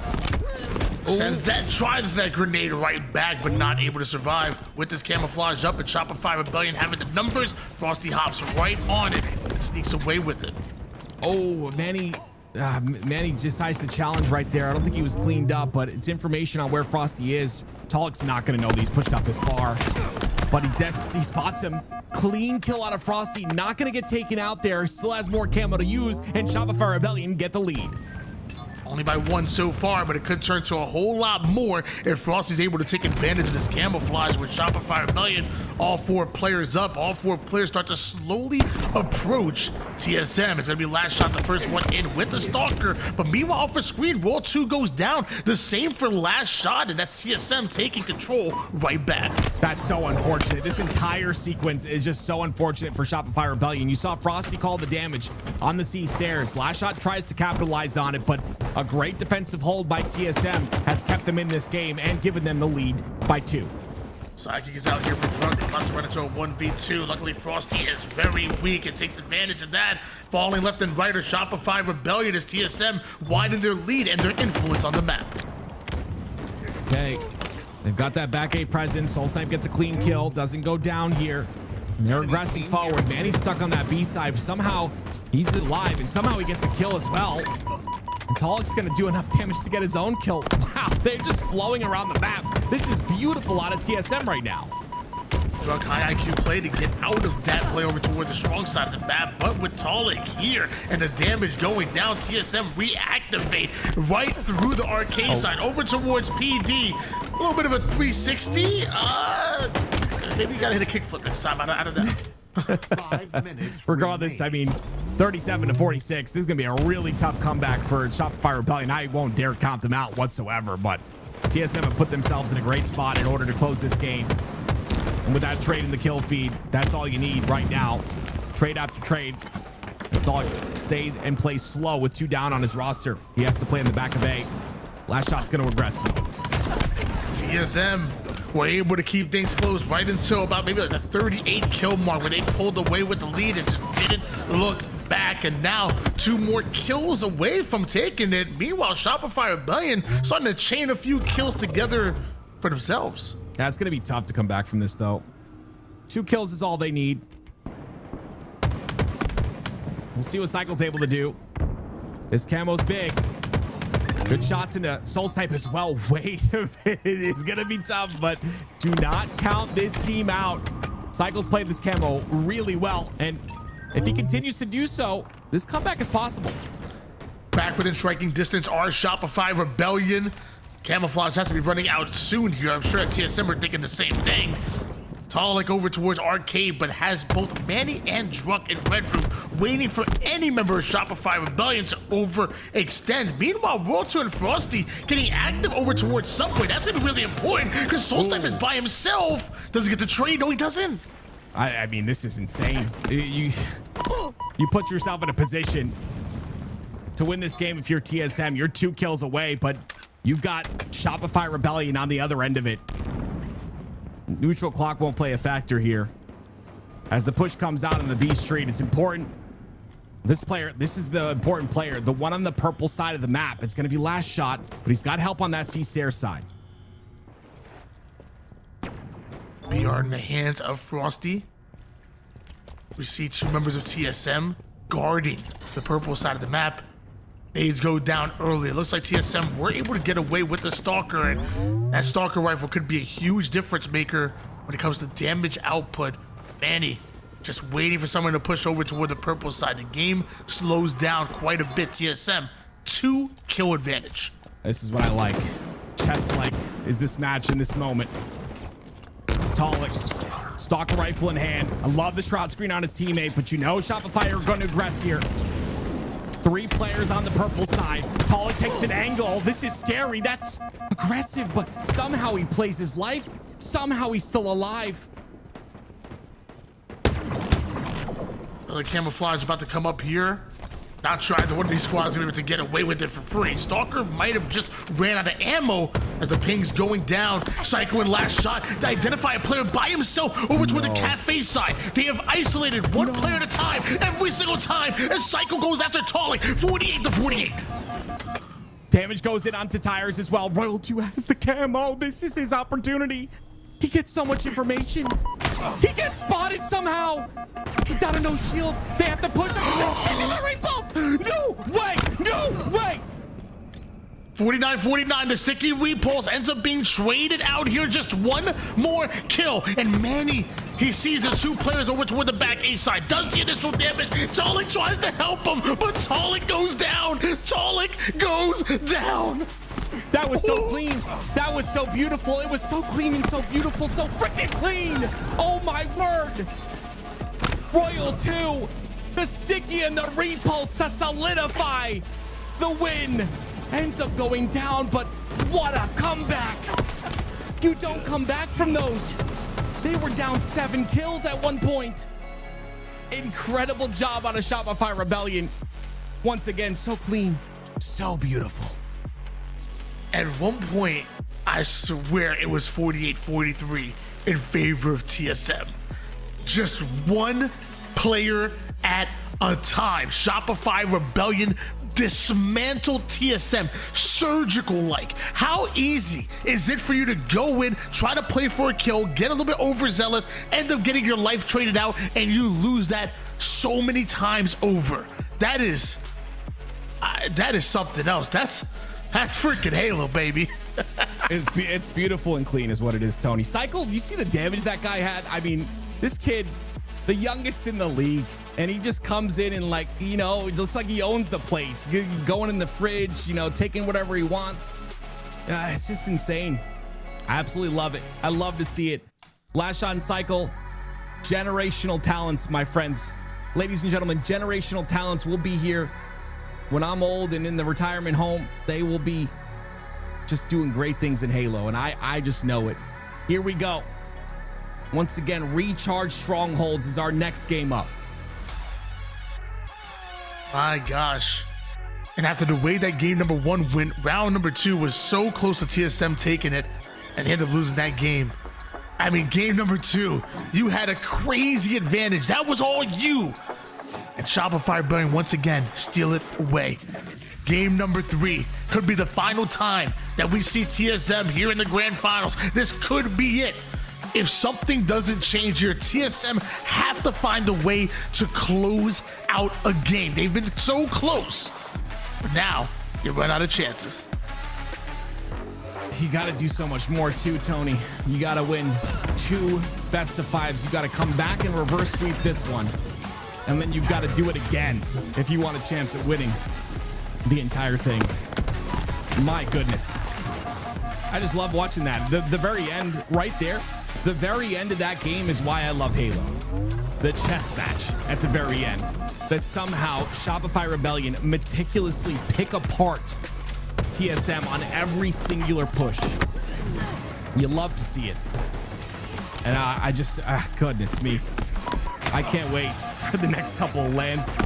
Got to give a shout out to TSM and Jersey Mike once again. If it wasn't for you guys, we wouldn't be able to watch this. A shout out to the pro players. I don't think they get enough of a high five.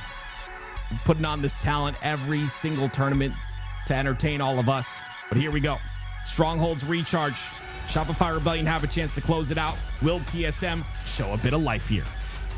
Just one more game needed here for Shopify Rebellion, and mind you, they're the ones that come out of the winner's side, so only having to win 1 series in order to become your champions. Ladies and gentlemen, this is your TSM Jersey Mike's Pro AM Showdown. $5,000 on the line, and if I told you once, I told you twice. I'm gonna tell you again. I support whoever supports Halo. So if Jersey Mike's is out here supporting Halo, I'm gonna support Jersey Mike's. You already saw me take a Chipotle cheesesteak to the dome. I still got half of one left. I'm ready. I'm ready for that. I promise you. So if you like me, you support people that support Halo, make sure that tomorrow you treat yourself something nice. I'm sure you deserve it. Get yourself a nice lunch or a nice dinner and make it Jersey Mike's. Make it Mike's way as well. On top of that, you know, LVT Halo got your back as well. So why not make sure that you're not only following TSM, but also following LVT Halo on all the socials, Twitter, Twitch. You already know what it's about. If you love Halo, you got to support the organizations that are willing to support Halo all day, every day. Absolutely love any org that supports Halo. I soft spot in my heart for them as well. And we got a beautiful game here, and anyone that believes in it, I'm a fan of too, Tony. Really well said. I'm also a fan of TSM, and I need them to give us something here. We know what you guys are capable of. Multiple 3rd place finishes at Worlds. Do it again. Bring this series back. We know you got more life in you. It's time to showcase it right now. Flip the switch. Show us what you're capable of. And if you're Shopify Rebellion, it's time to shush the crowd and end it here in a sweep. Here we go. We're on board with Last Shot. Last Shot looks like he's going to make his way right through the tower side, avoiding all the grenades that Talik and TSM putting down here. And looks like the damage is enough to not only get the kill, but also to push right over toward the Camouflage player, who actually doesn't pop it. So Camouflage not burnt. It's sitting in the middle of that spawn. And oh, Manny with a double. When Manny shoot like that against the strafe, just like Frosty just pulled, I mean, that's a good sign for TSM. They've got the 2-cap advantage. Now a bit of time here as well. As you see the aggression towards C. It's a BC setup, I'm sorry. And you see Last Shot, and I believe it's Frosty overextended on that B pipe side. Soulsnipe already made his way through the gold pipes, but as he gets caught out, still TSM that are able to steal away Alpha. Momentary triple cap coming out of TSM, but losing 2 bodies in order to do so. And Druck can't quite connect with the shock rifle. Great job by Manny here. I love that patience. Ends up getting taken out, and that's something you'll see out of Shopify Rebellion very often, Tony, is that 2-man push. When you just expect the 1v1, there's another one lying in wait for you. Speaking of that 1v1, Talik's gonna win out on that one, and Royal 2's there to clean up the kill. Was a good win coming out of Tolly there, but Royal 2 quick on the cleanup, and it looks like Shopify Rebellion quick on converting Alpha. As they do that, it looks like TSM are quickly moving over towards the gold side of the map. We could see them make a play on Bravo. Looks like they are. They've got the numbers advantage to do so. Royal 2, as the last player alive, somehow gets the kill, is able to live as well, and that's going to be A spawns here for Shopify Rebellion. So no necessary triple cap for the side of TSM, which is definitely what they want. They want that advantage early. They're going to have to settle for 2. Shopify Rebellion finding slays necessary here. Camouflage should be coming up very soon, and Shopify Rebellion ain't just happy with Alpha going after Bravo and Charlie at the same time, and they're going to convert both of them trip cap now in the favor of Shopify Rebellion. That player, I believe it was Talik on that long haul side, staying alive as long as he did. I was Manny. Staying alive as long as he did, Tony, pulled last shot away and allowed the spawns to happen on the back of Hydro. It's still Shopify Rebellion with that double cap advantage, but it could have been way worse if Manny didn't play his life like that. 71 points here for TSM, but it is Shopify Rebellion, the ones that are scoring, and Druck, the one that's able to get away with the camouflage. He might be one shot, but go ahead, there we go. Try again. There's a pivotal camo here for TSM. There was 3 down for Shopify Rebellion, so it's an opportunity as a solo player to get B and lock in this triple cap. Now it's the camo's job to watch the exits, and that's exactly what Druck will do. Looks like the shock rifle coming up as well. Last shot kind of stuck over towards gold, and looks like Druck hears the information here. He knows that multiple players are damaged. He's going to take advantage of it. Goes after Psycho. Last shot is still there. Last shot takes down Manny. He's going to survive, and Druck's going to get out of that battle. Oh, great stick by Royal 2. He tries to grapple him to take him down with him. But Royal 2 is able to live. And that's going to be the AB setup once again for Shopify Rebellion. And the numbers advantage for them as well as they get 3 down for TSM. Shopify Rebellion working on Charlie. Meanwhile, looks like TSM had to settle for Alpha while being 3 down. The nades aren't going to connect onto Druck. As he gets his shield back, he wants to get involved from across the map spots. Last shot, but Frosty is there as well. Manny gets taken out courtesy of a trade. Shopify Rebellion still scoring. Soul Snipe in a very important position here on the back of pipes. Double caps in for Shopify Rebellion, but they don't have the numbers advantage. Royal 2 is going to spawn right now, which means as last shot goes down, Shopify are able to solidify the defense. But C is all they have, and you know they want to overextend. And TSM, they want to go for that triple cap to get 2 points every second. Double push out of TSM is going to work lovely for them. 3 down for Shopify Rebellion. Last shot of Frosty trying to work together on Alpha. And TSM perfectly happy with trading out an A for C real quick. Soul Snipe gets his kill onto last shot. Talik right after Frosty. Back-to-back kills, making 3 down. Royal 2 going to be the final player alive here. And Talik is not having any of that mess. Triple cap for TSM. Lockdown on the long haul spawns is Shopify Rebellion. This is TSM's chance to right the wrongs of the last game and to go out with a statement here. So many points being added to their scoreline. Camouflage coming up here. It looks like Manny is in charge of making sure that the C side doesn't get pushed out. It is by both last shot and Cycle, but a 1-shot last shot. He's gonna try to go toward the blue pipes. A full shield Cycle is gonna try to get out with this camouflage. This is absolutely huge for Shopify Rebellion. Ooh, not getting that kill onto Manny is very bad though. They get A. That triple cap was in effect for way too long, and Cycle spotted and stuck. That is a big kill by Manny. Be able to get that kill on the camo player. It could have been way worse. TSM are rolling this map. This is very impressive to see. Over 200 points here for TSM.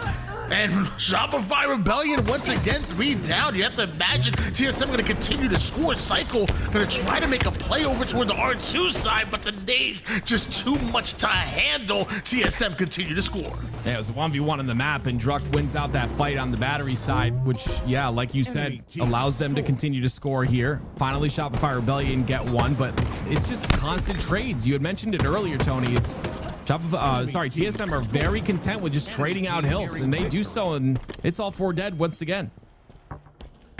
We see them already applying pressure here, taking space towards that blue pipe side is TSM. Another trade goes down, another trade goes the way of TSM. 240 points right now. Last shot, they gotta hop into something soon. And mind you, gotta hop into 2 bases because it looks like TSM are going after Charlie as well. Bravo is started, but Psycho has to get into C. He's able to, he just missed it. He's right on that corner, but I don't think they have the numbers anyway. Multiple players from TSM pushing on that tower side.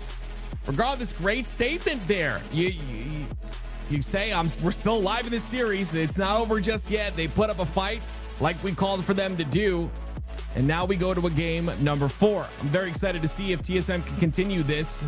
That was very impressive. I didn't expect them to roll that map and game type like that. Take a look at some of the stats here. A uncharacteristic like slower game for last shot. Only 3 kills in that matchup. But on the other side of things, you have Botalic and Soul Snipe once again topping things out as far as KDA. A 9.0 or better out of them. And a great performance out of TSM. Both slay-wise and objective efficiency. They got it done. Gotta love it. Objective efficiency is everything. And they're just so quick around the map. They're so fast. So quick. So clean. So beautiful. Forbidden CTF is our game number 4. And we've seen this match go the distance. We've seen these matches end very quickly. You're talking about TSM and Shopify Rebellion. There's a lot of quick pace going on here in these games. Will TSM continue on their tear? It's been great to watch thus far. Only problem is for TSM is that Shopify Rebellion on this very map and game mode combination, we've seen them look dominant. We've seen them make minced beef out of many in their path right now. I think this is going to be a really tough matchup for TSM. Not an impossible one, but one that Shopify Rebellion once again have a clear advantage. Then if we go to that game 5 again, Tony, this will be the 3rd game 5 in a row for TSM. That has got to be draining. Let me tell you, the endurance out of these guys, if they're able to go the distance, and then they got to do it again because it'll go to a grand finals reset if they're able to win this best of 5. That being said, Shopify Rebellion on match point here in game number 4. And yeah, I mean, I'm excited to see. We've seen Forbidden games go the distance, but a lot of them most recently have been very quick. So I'm curious to see how this one pans out. And also, can't wait to see who ends up getting snipes on both sides. But we'll see that in a minute because it's a reset. Yeah, I feel like normally I'd be worried about a team when it comes to just having enough in the tank and having enough gas in the tank in order to go the distance. I mean, we've already seen back-to-back game 5s where TSM pulled off major upsets. Optic and FaZe Clan on their way here to the grand finals. But I guess the one reason why I'm not worried too much about this TSM roster is I feel like I know that Jersey Mike's has their back. They're just a sub above. They're making sure that they are always fully nourished and ready to go the long haul. So again, normally I would say that I'd be worried for a team like TSM. However, Jersey Mike's got their back and they could have yours too. They definitely have yours, Tony, and you keep shoving it in my face that you got that Jersey Mike sub. I'll get one tomorrow. But, oh, look, box lunches too? Oh, baby, a little cookie in there? I want that cookie. Fresh baked cookies and brownies? Okay. All right, we need to take this off the screen, man. I'm going nuts over here. Come on! Forbidden CTF. Let me know what team you're rooting for in the chat. Can TSM bring this series back, but also bring the next one through as well? 2 best of 5s in order to close this one out. But they look good. I'm excited that we see this version of TSM prior to Charlotte. I'm curious to see how Charlotte will go for them, but this team never ceases to amaze me. They always do something to surprise me in some sort of way, just like they did today. Yeah, I mean, I think both of these squads are going to just have some valuable practice going into Charlotte. I think it's big expectations for Shopify Rebellion. I mean, think about what happened after SLC for Shopify Rebellion. They really started to run both scrims and even a lot of the online tournaments, maybe up until like a few days ago, where Optic caught them, played them really well in a scrim, beat them out in last week's tournament as well. So it felt like Shopify Rebellion were about to kind of run away with it a little bit, but Optic said, hold on, we still here. Obviously, this week didn't go the way of Optic Gaming. They bow out, and I believe 4th place courtesy of this very TSM roster, but it definitely gave us a reminder that nothing is cookie cutter around here. Nothing is guaranteed. Shopify, Rebellion, TSM, and everybody's had to earn their spot, and we can see multiple upsets in any given tournament. I agree. It's too many years into Halo Infinite. Anything could happen. That's why the Worlds implications are so large. Of course, Charlotte's going to be fun as well, but when you're talking about Worlds and you're talking about $1 million on the line, these players tend to come alive. It's life-changing money on the line for a lot of these guys, and you start to see some of the craziest gameplay you've ever seen. And of course, the last Halo Infinite official tournament. Just official tournaments, though. Next year could bring some surprises in terms of Halo Infinite tournaments. We'll see. But regardless of that, Forbidden CTF. I want to see TSM ride off that momentum here. There have been some resets in the game, but I believe we're in as Talik jumps on the branch. A more direct route here taken by Talik of TSM. Does that initial damage on the last shot. Looks like World 2 was already able to get away with the sniper and using it to deny TSM their sniper at the moment. Meanwhile, Overshield not picked up yet, and Druk finds himself as the final player alive for Team Solo Mid. Yeah, what an influence right there, too, to be in that position of Royal 2 to make sure you deny that sniper. Now you've given the sniper to Frosty, and guess what that means, Tony? That's 2 snipers in the hands of Shopify Rebellion into dead for TSM.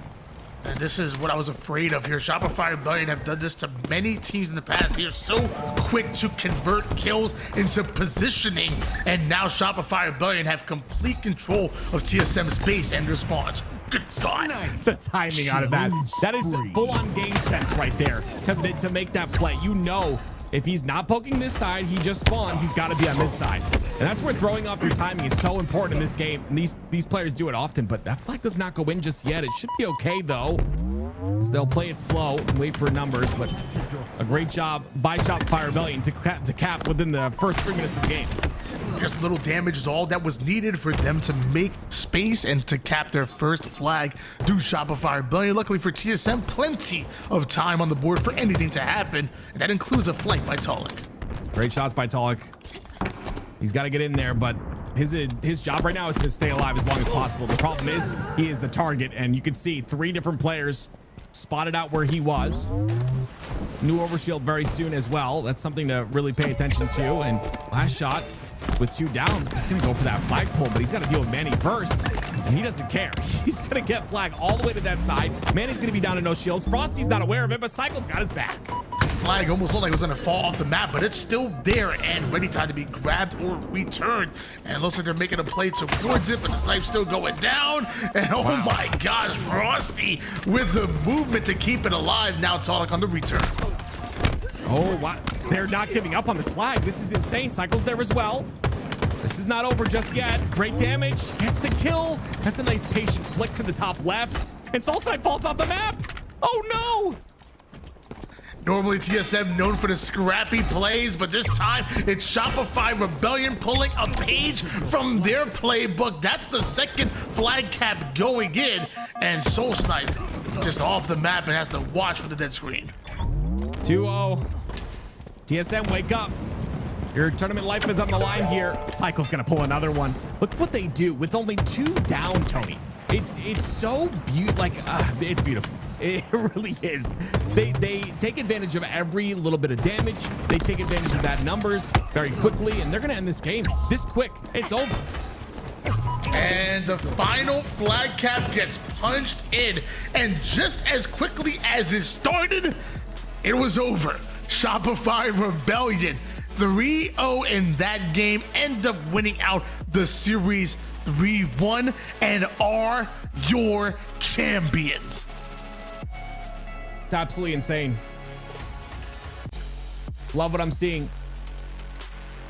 Can't wait to see them at Charlotte. TSM look great as well. They put on a performance today. I mean, you've got to give them a pat on the back. Number one for having a beautiful org that supports Halo, but also 2 best of 5s. Taking out Optic in one of them. I mean, going the distance, almost going the, going the distance in that game too. Really solid. Regardless though, they end up winning game 3. Really, really solid out of TSM. Can't wait to see what they do at Charlotte. Really impressed though by Shopify Rebellion. They have nonstop won. They won the LVT Pro League. They didn't win the last TSM tournament, but they came close. Regardless, this team is exciting to watch at all times, and it's the 2 young guns on the roster that really impressed me. But in that last game, it was Frosty. 2,400 damage out of the guy. That's nuts. Yeah, I mean, and with less than 4 minutes of gameplay, it does feel that damn good.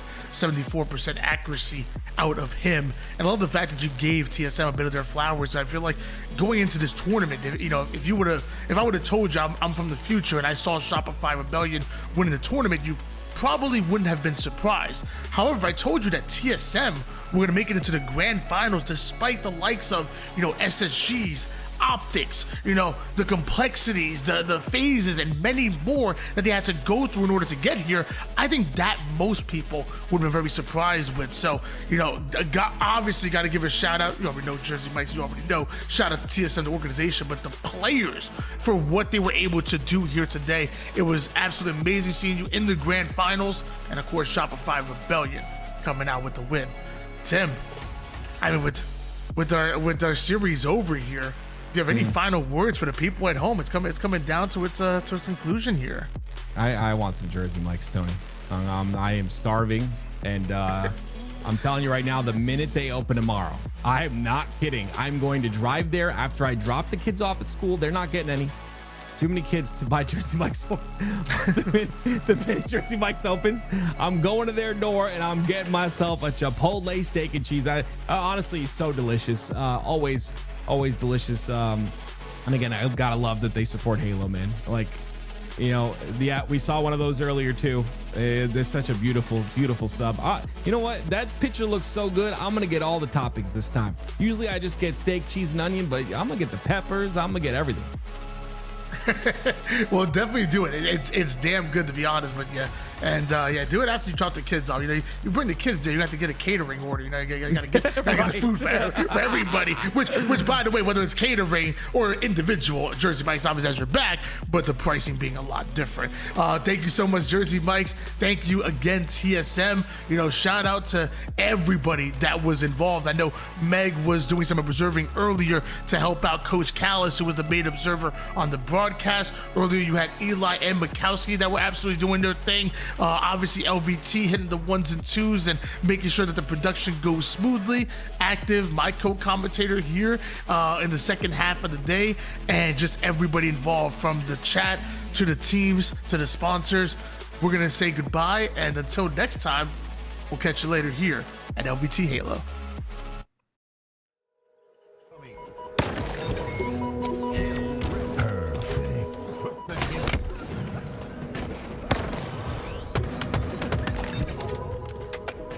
Double kill.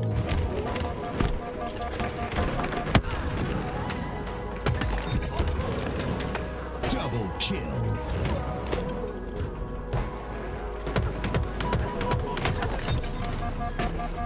Double kill. Perfect. Score. Double kill.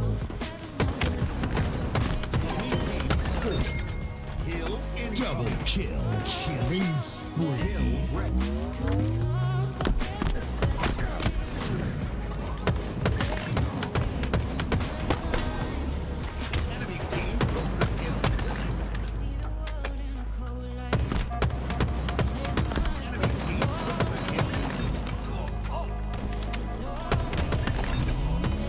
Double kill. Triple kill. Killing spree.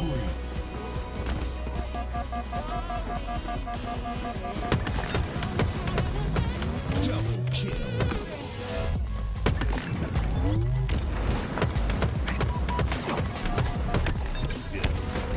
Double kill.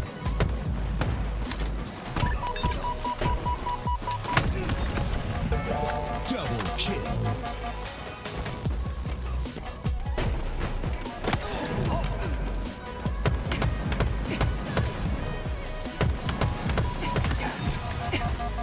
Triple kill.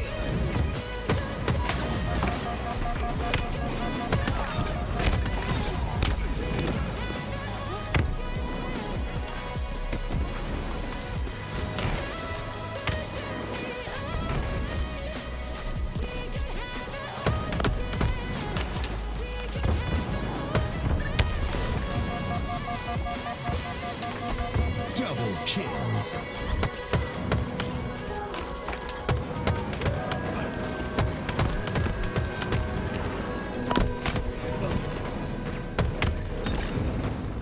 Double kill.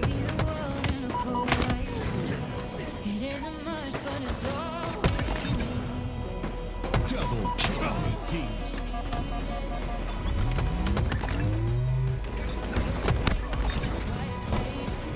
Double kill.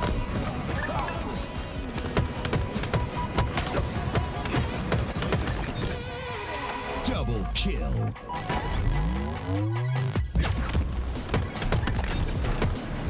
Killing spree.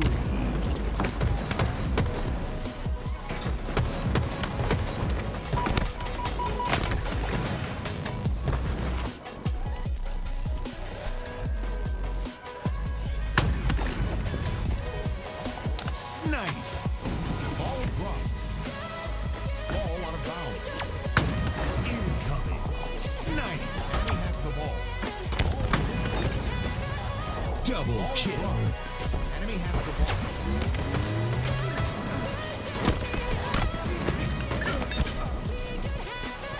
Double kill. Triple kill. Enemy has the ball. Killing spree. Double kill.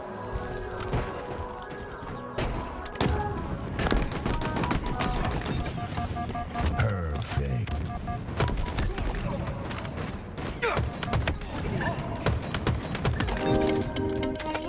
Perfect.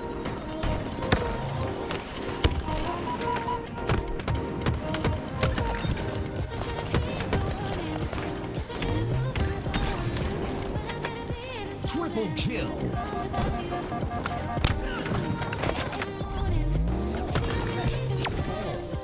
Triple kill.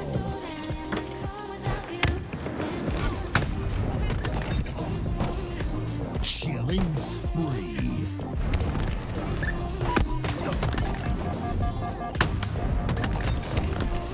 Double kill.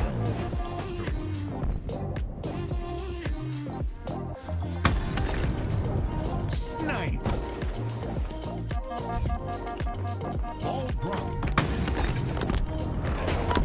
Killing spree. All dropped. Enemy has the ball. Snipe. Bombard.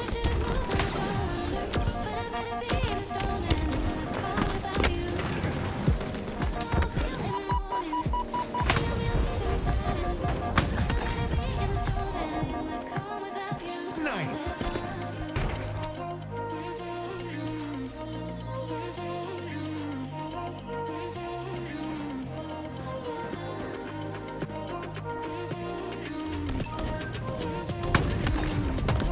Snipe.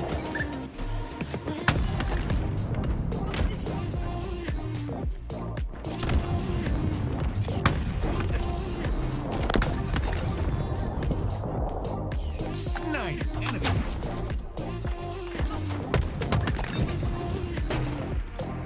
Killing spree.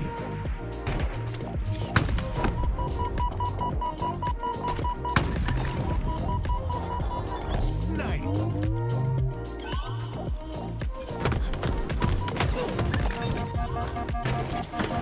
Perfect.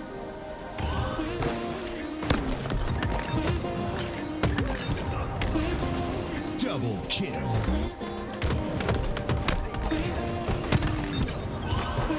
Double kill. Killing spree.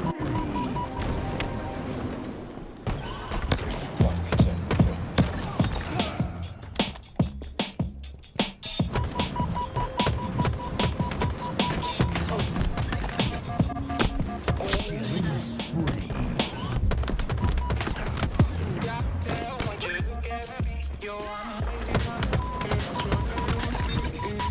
Double kill.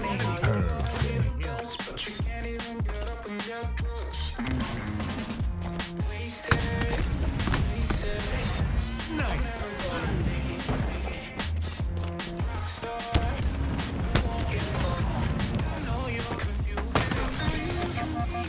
Triple kill. Killing spree.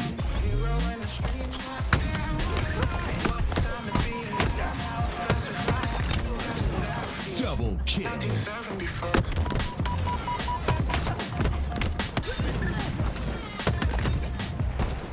Double kill.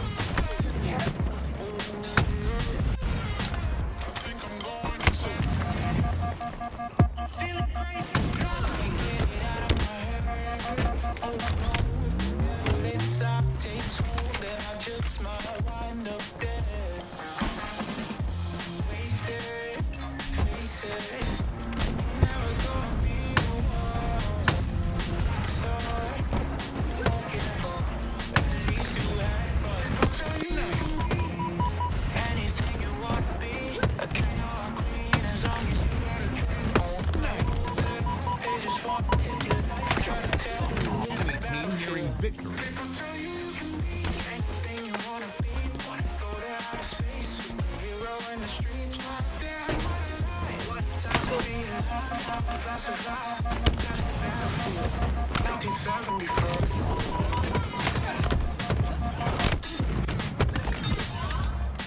Perfect.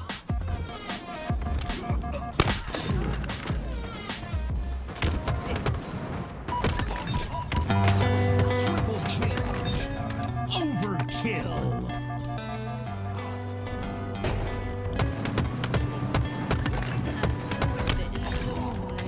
Double kill. Triple kill.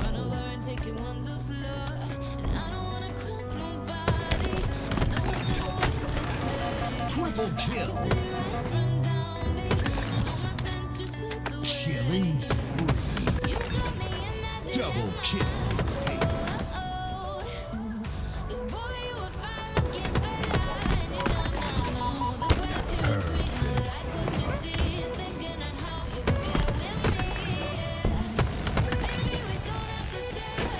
Double kill.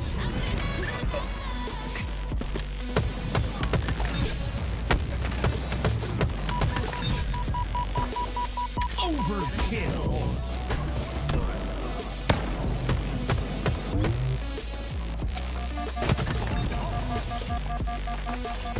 Double kill.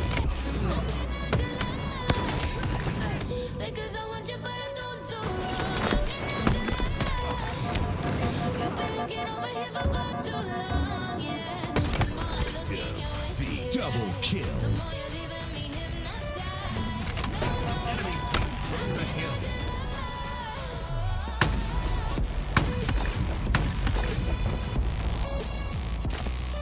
Double kill.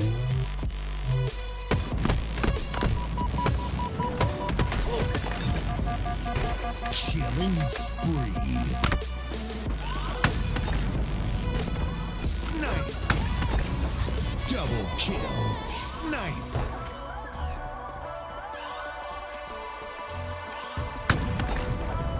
Snipe. Enemy team. Checking your physique, I don't think I do want you anymore.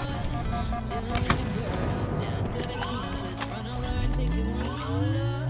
I don't wanna cross nobody. Snipe. I know it's never worth it, babe. Double kill. Run down, Killing all my sense spree. just slips away. You got me in that dilemma. Oh. This boy, you a fine Double kill.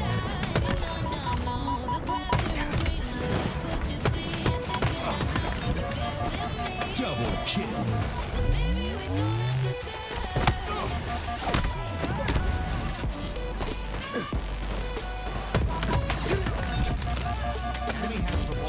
kill. Ball drop.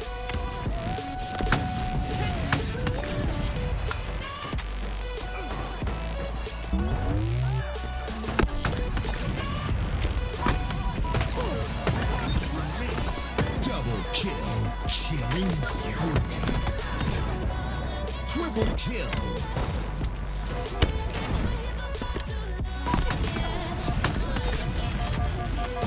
Triple kill. Enemy.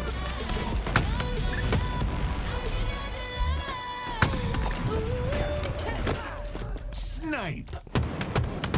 This feels a little too perfect how we are. Double kill. You think I thought a little caution, but I don't want this to change. Been waiting too long for a moment like this. Triple kill. Kind of feeling I can't explain. Like how it feels stretched in the moonlight. Like how it feels under the stars. A step out of bounds with our own flight. A push towards the peace in my heart. 1 minute remaining. Rains down on us. Double kill. Noise, and I'll try to stop. Double kill.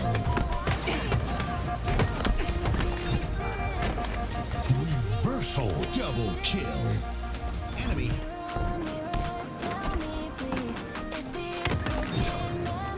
Triple kill.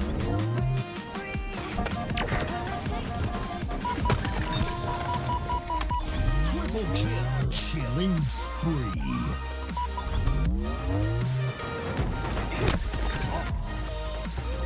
Killing spree.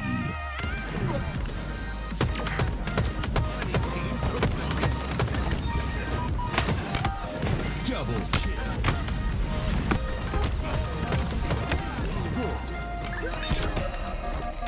Triple kill. Each day I'm moving on.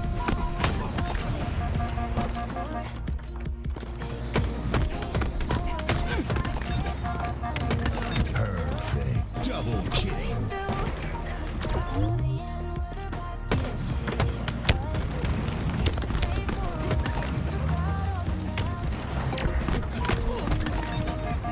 Double kill.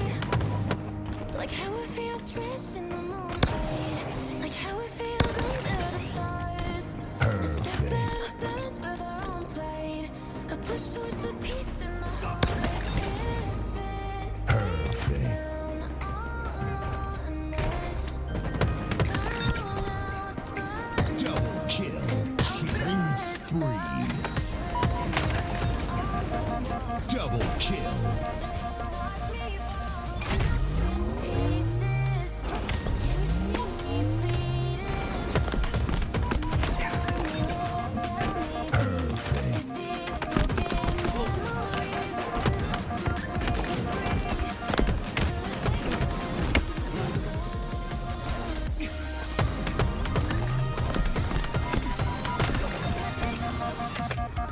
Double kill.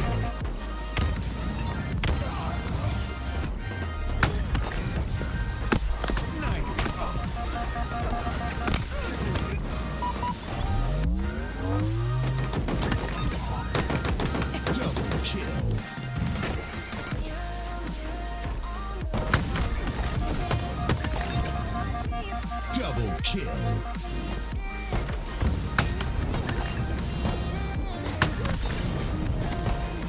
Double kill.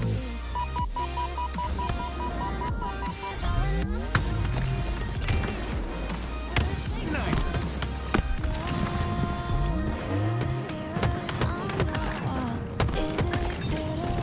Double kill. Broken up in pieces.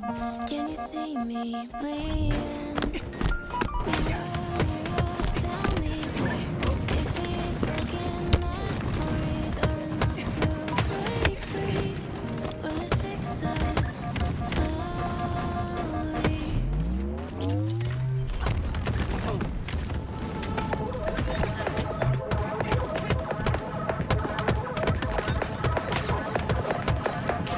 Seen the light in the dark, but it's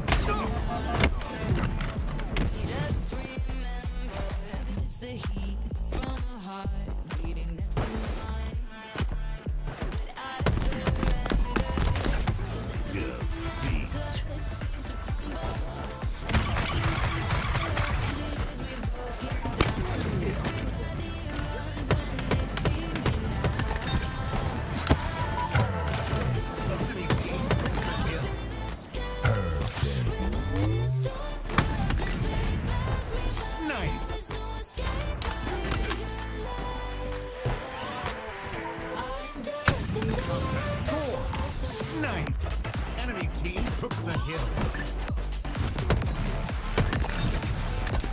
Killing spree. Took the hill. Double kill.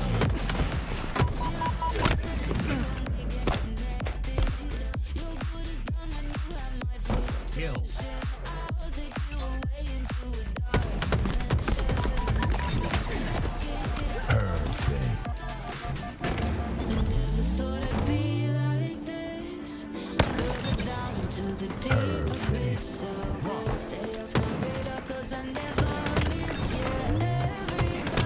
Double kill. Triple kill.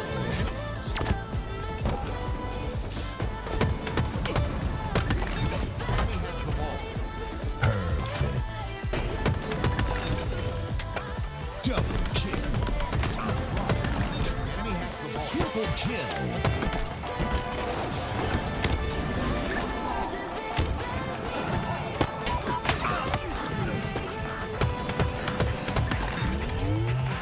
Double kill.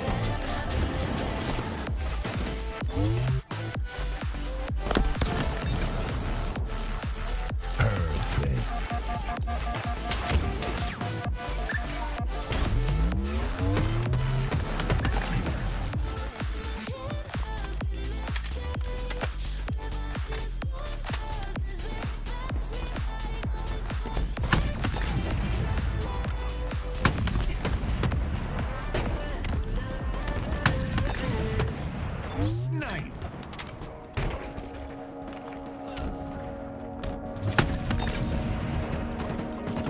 Killing spree.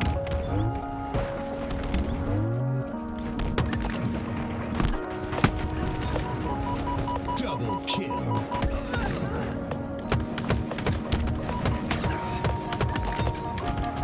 Killing spree. Ball out of bounds. Ball in. Double kill. Snipe.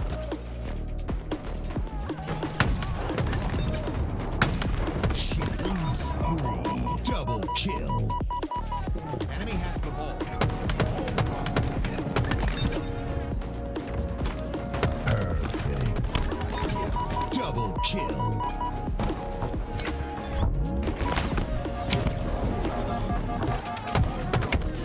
Enemy has the ball.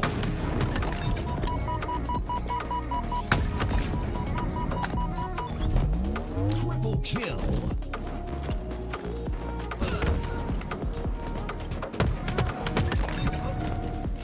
Perfect.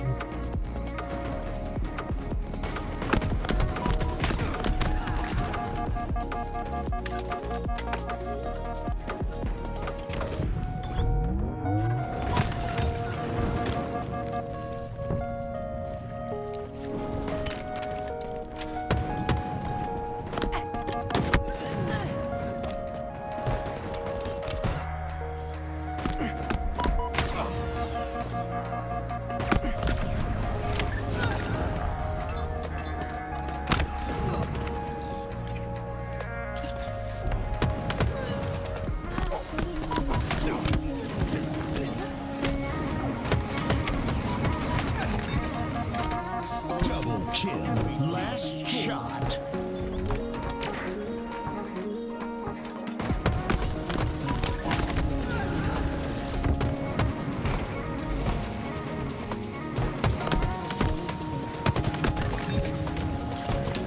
Reversal.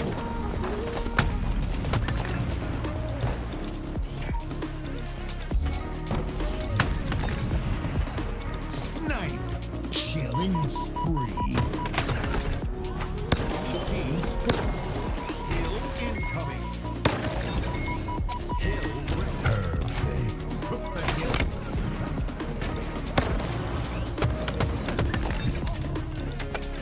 Double kill.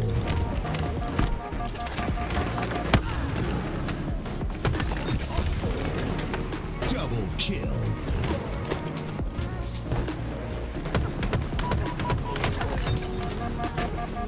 Double kill. Perfect. Score. Double kill.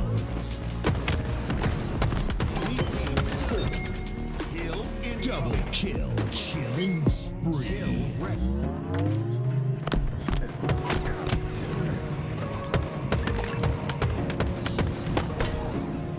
Enemy team with the kill.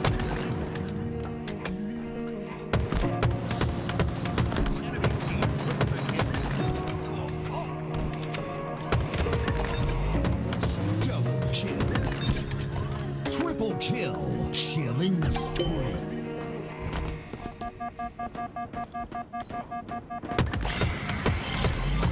Double kill.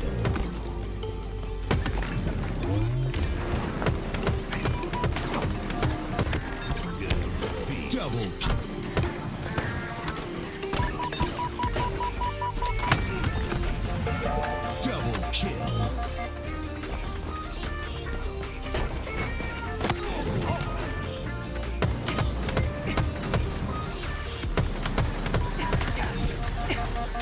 Triple kill.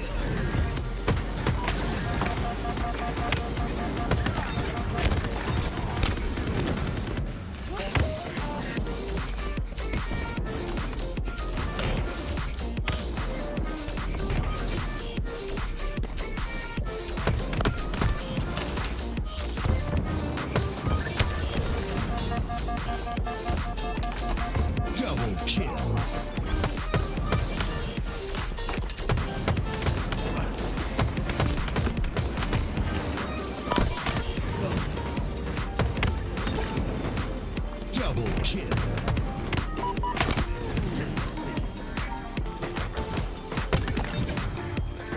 Double kill.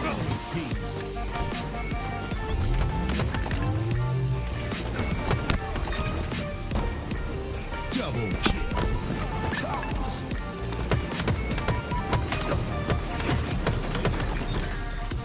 Double kill.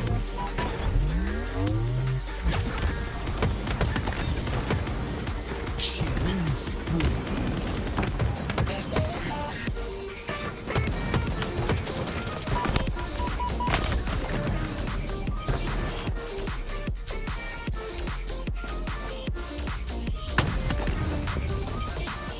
Snipe.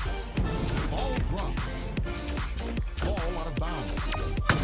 Incoming. Snipe. Enemy has the ball. Double Ball kill. dropped. Enemy has the ball.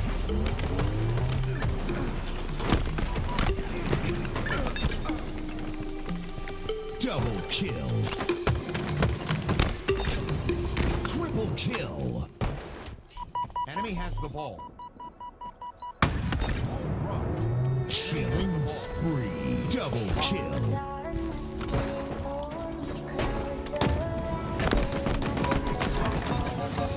Perfect.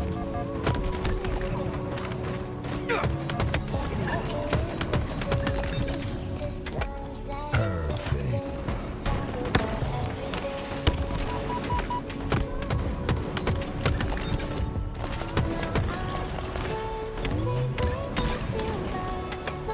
Triple kill.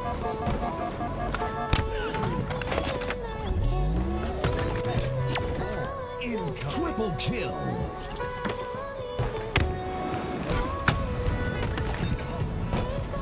Killing spree.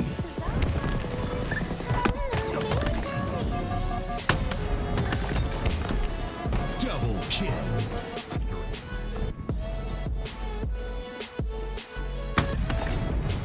Snipe. Ball dropped. Killing spree. Ball dropped. Enemy has the ball. Snipe. On farm.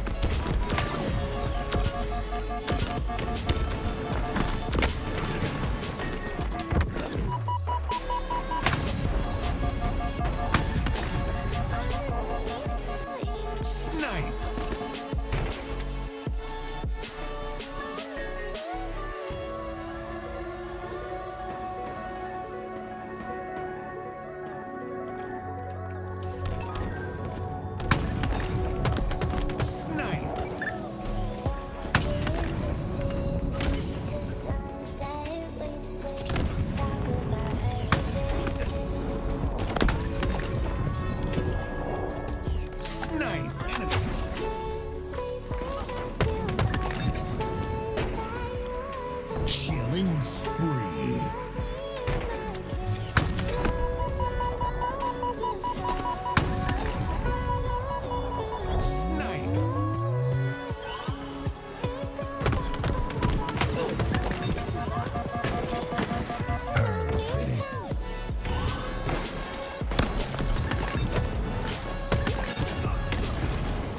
Double kill.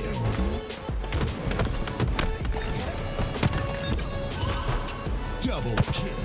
Killing spree.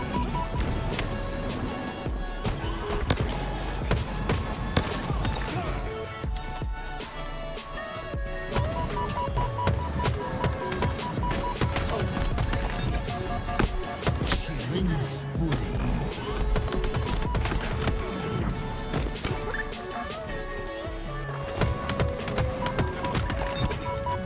Double kill. Perfect.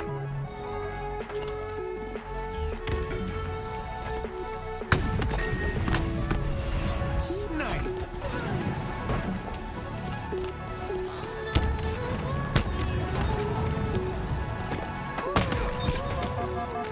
Triple kill. Killing spree.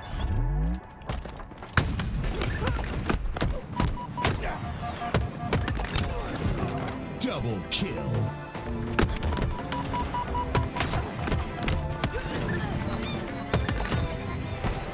Double kill. In the hills, I ain't got no service. In a white hood, I don't fuck with the Ku Klux. Old girl got mad and she switched up. So I went ahead, got me a new one. Down bad, so I had to move up. Old one like, hey, what you doing? CA plates in different states. Okay, she's like, I'm moving. Step to a bag, better get with the movement. When I move, you move like that. Do more, get more, say less. Fall, no, don't bitch, no stand. Speed up, now catch your breath. Good by you, ain't no stress. Out of town, no GPS. In the hills, can't call, can't tag. In the hills, I ain't got no service. Too high up, I don't think I heard you. Head high with a bird, be chirping. Going for speed, no freeway swerving. Enemy team nearing victory.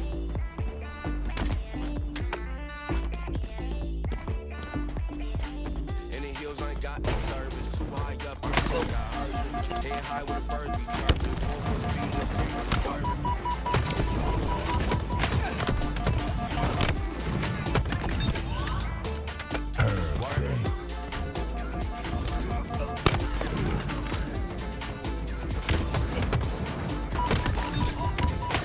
Triple kill. Overkill. I know you call, but I can't pick up. Locked in, my mind encrypted. I secure the bag like Double a box. kill. In my zone, I can't hear much. I don't flex, I just finesse. Make more wanna come Triple around kill. that. Out the way where I'm too next. Out of time, can't call, can't tag. In the hills, I ain't got no service. Too high up, I don't think I heard Triple you. kill. Head high with a bird, be chirping. Going for speed in the freeway, swerving. Killing spree. Double kill. In the hills, I ain't got no service. Too high up, I don't think I heard you. Head high with a bird, be chirping. Going for speed in the freeway, swerving.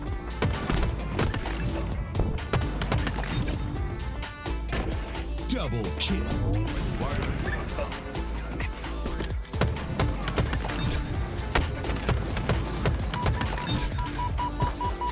Overkill.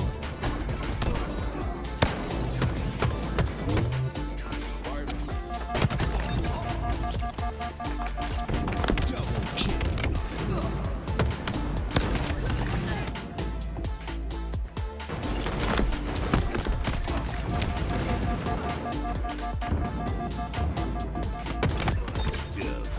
Double kill.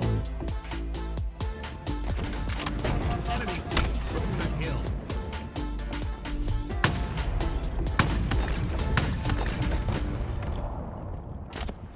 Double kill.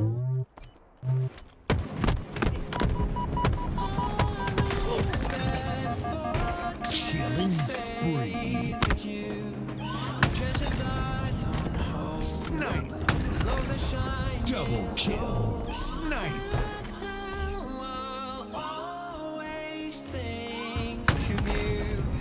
Snipe. Enemy team.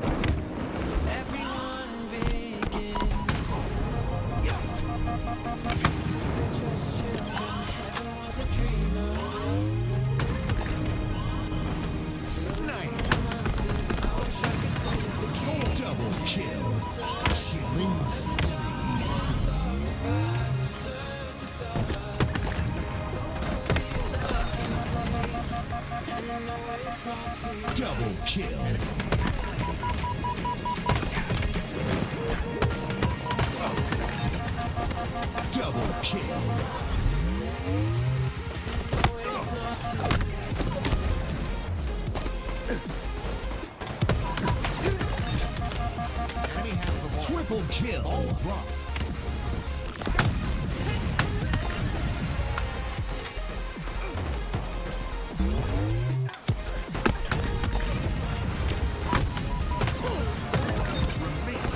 Double kill.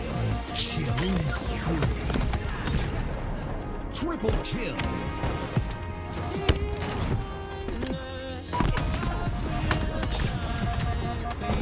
Triple kill. Enemy.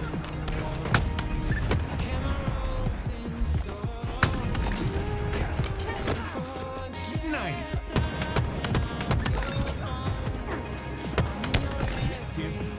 Double kill.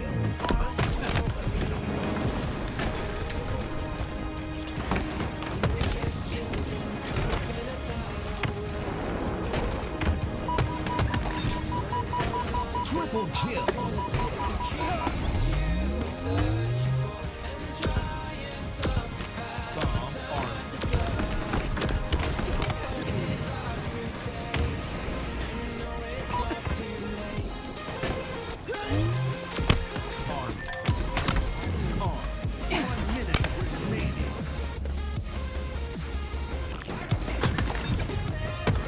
Double kill.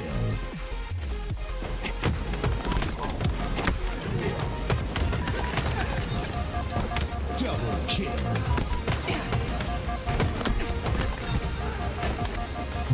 Reversal. Double kill. Enemy.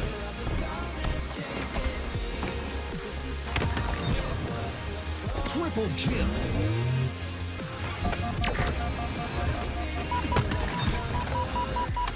Triple kill. Killing spree.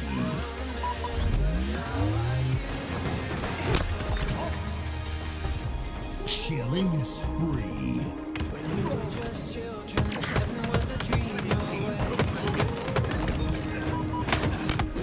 Double kill.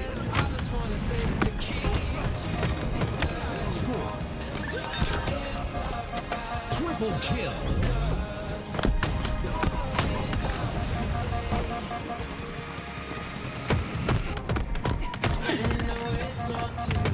Perfect. Double kill.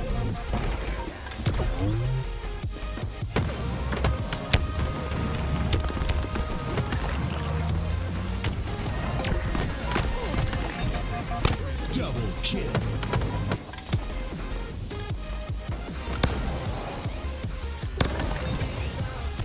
Perfect.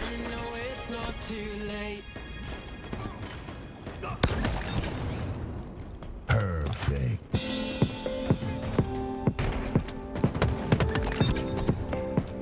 Double kill. Killing spree. Double kill.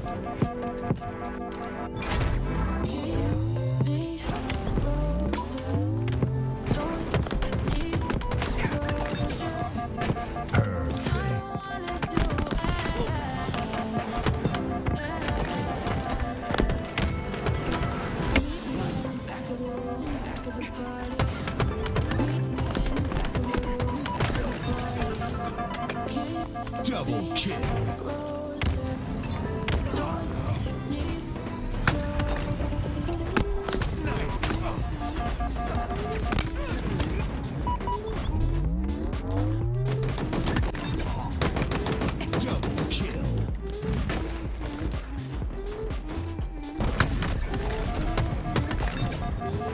Double kill. Double kill.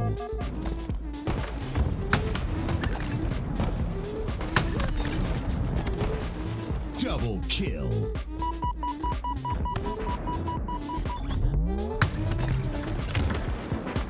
Snipe.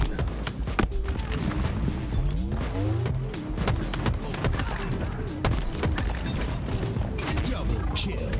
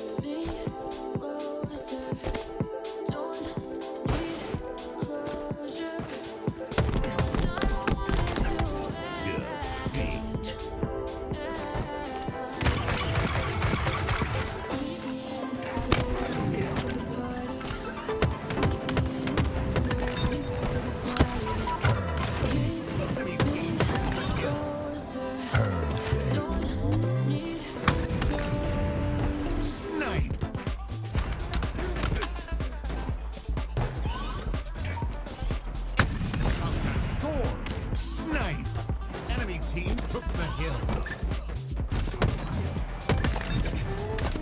Killing spree. Took the hill. Double kill.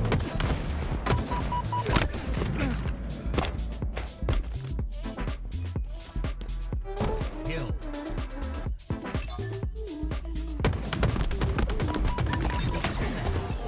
Perfect.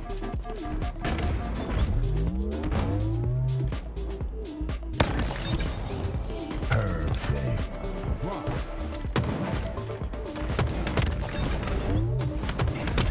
Double kill. Triple kill.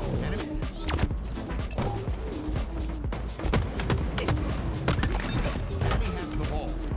Perfect. Double kill.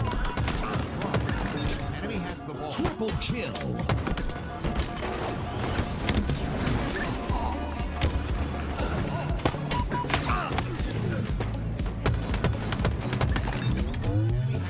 Double kill.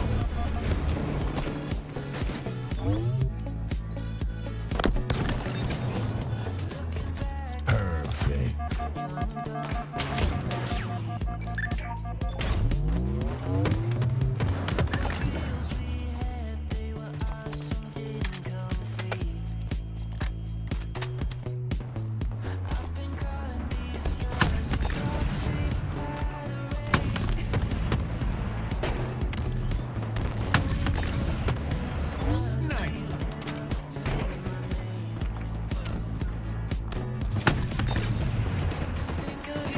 Killing spree.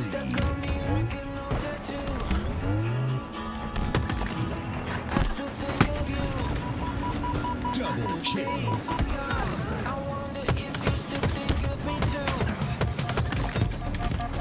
Killing spree. Drop. Ball out of bounds. Ball in. Double kill. Snipe.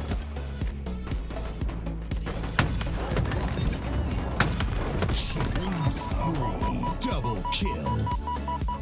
Enemy has the ball. Perfect.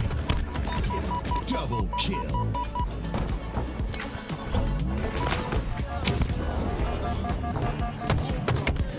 Enemy has the ball.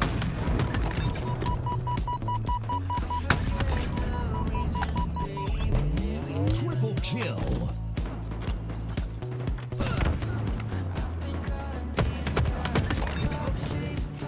Perfect.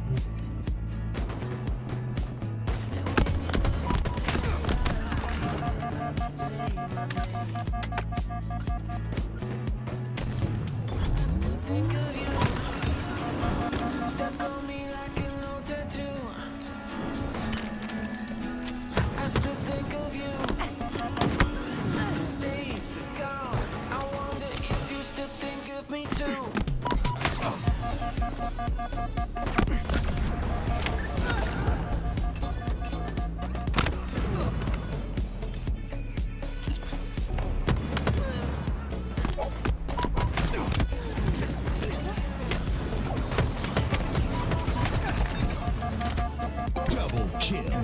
Last shot.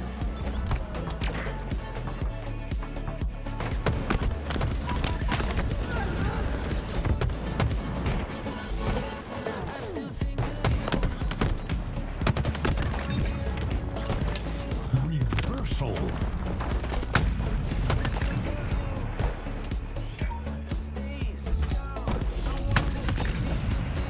Snipe. Killing spree. Team score. Hill incoming. Hill ready. Perfect. Took the hill.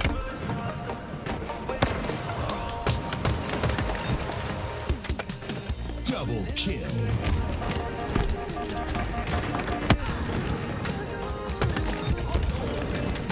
Double kill.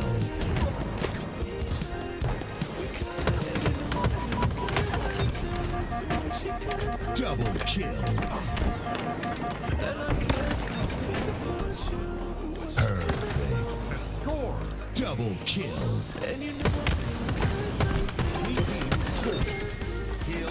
Double kill. Killing spree.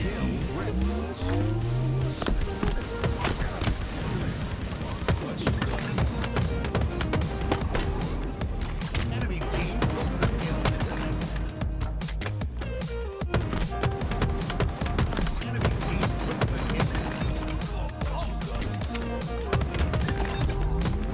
double kill. Triple kill. Killing spree.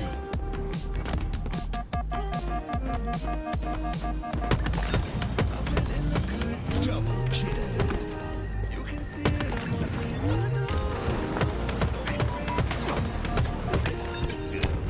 Double kill.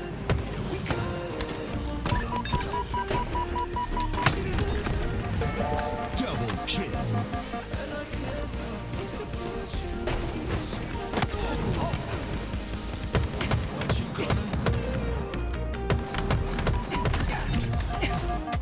Triple kill.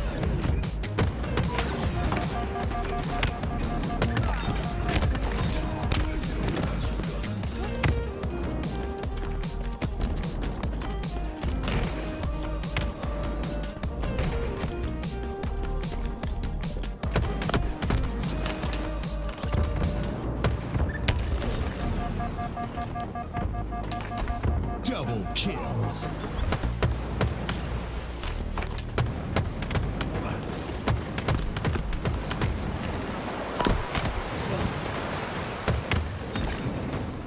Double kill.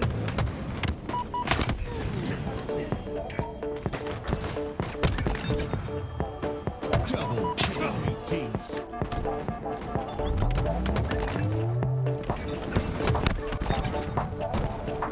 Double kill.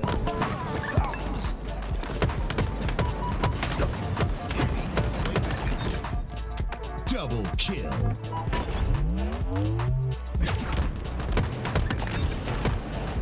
Killing spree.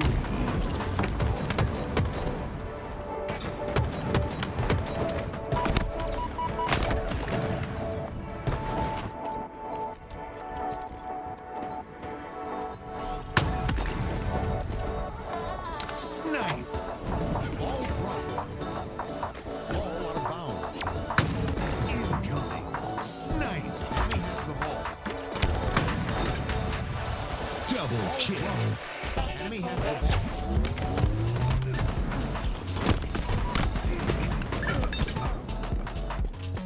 Double kill. Triple kill. Enemy has the ball.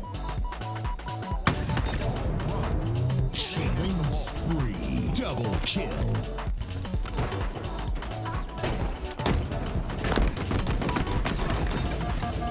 Perfect.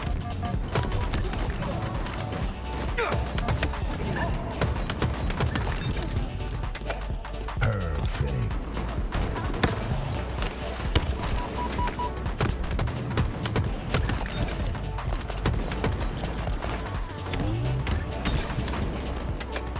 Triple kill.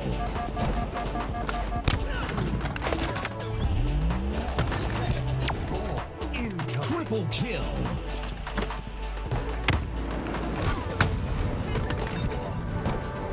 Killing spree.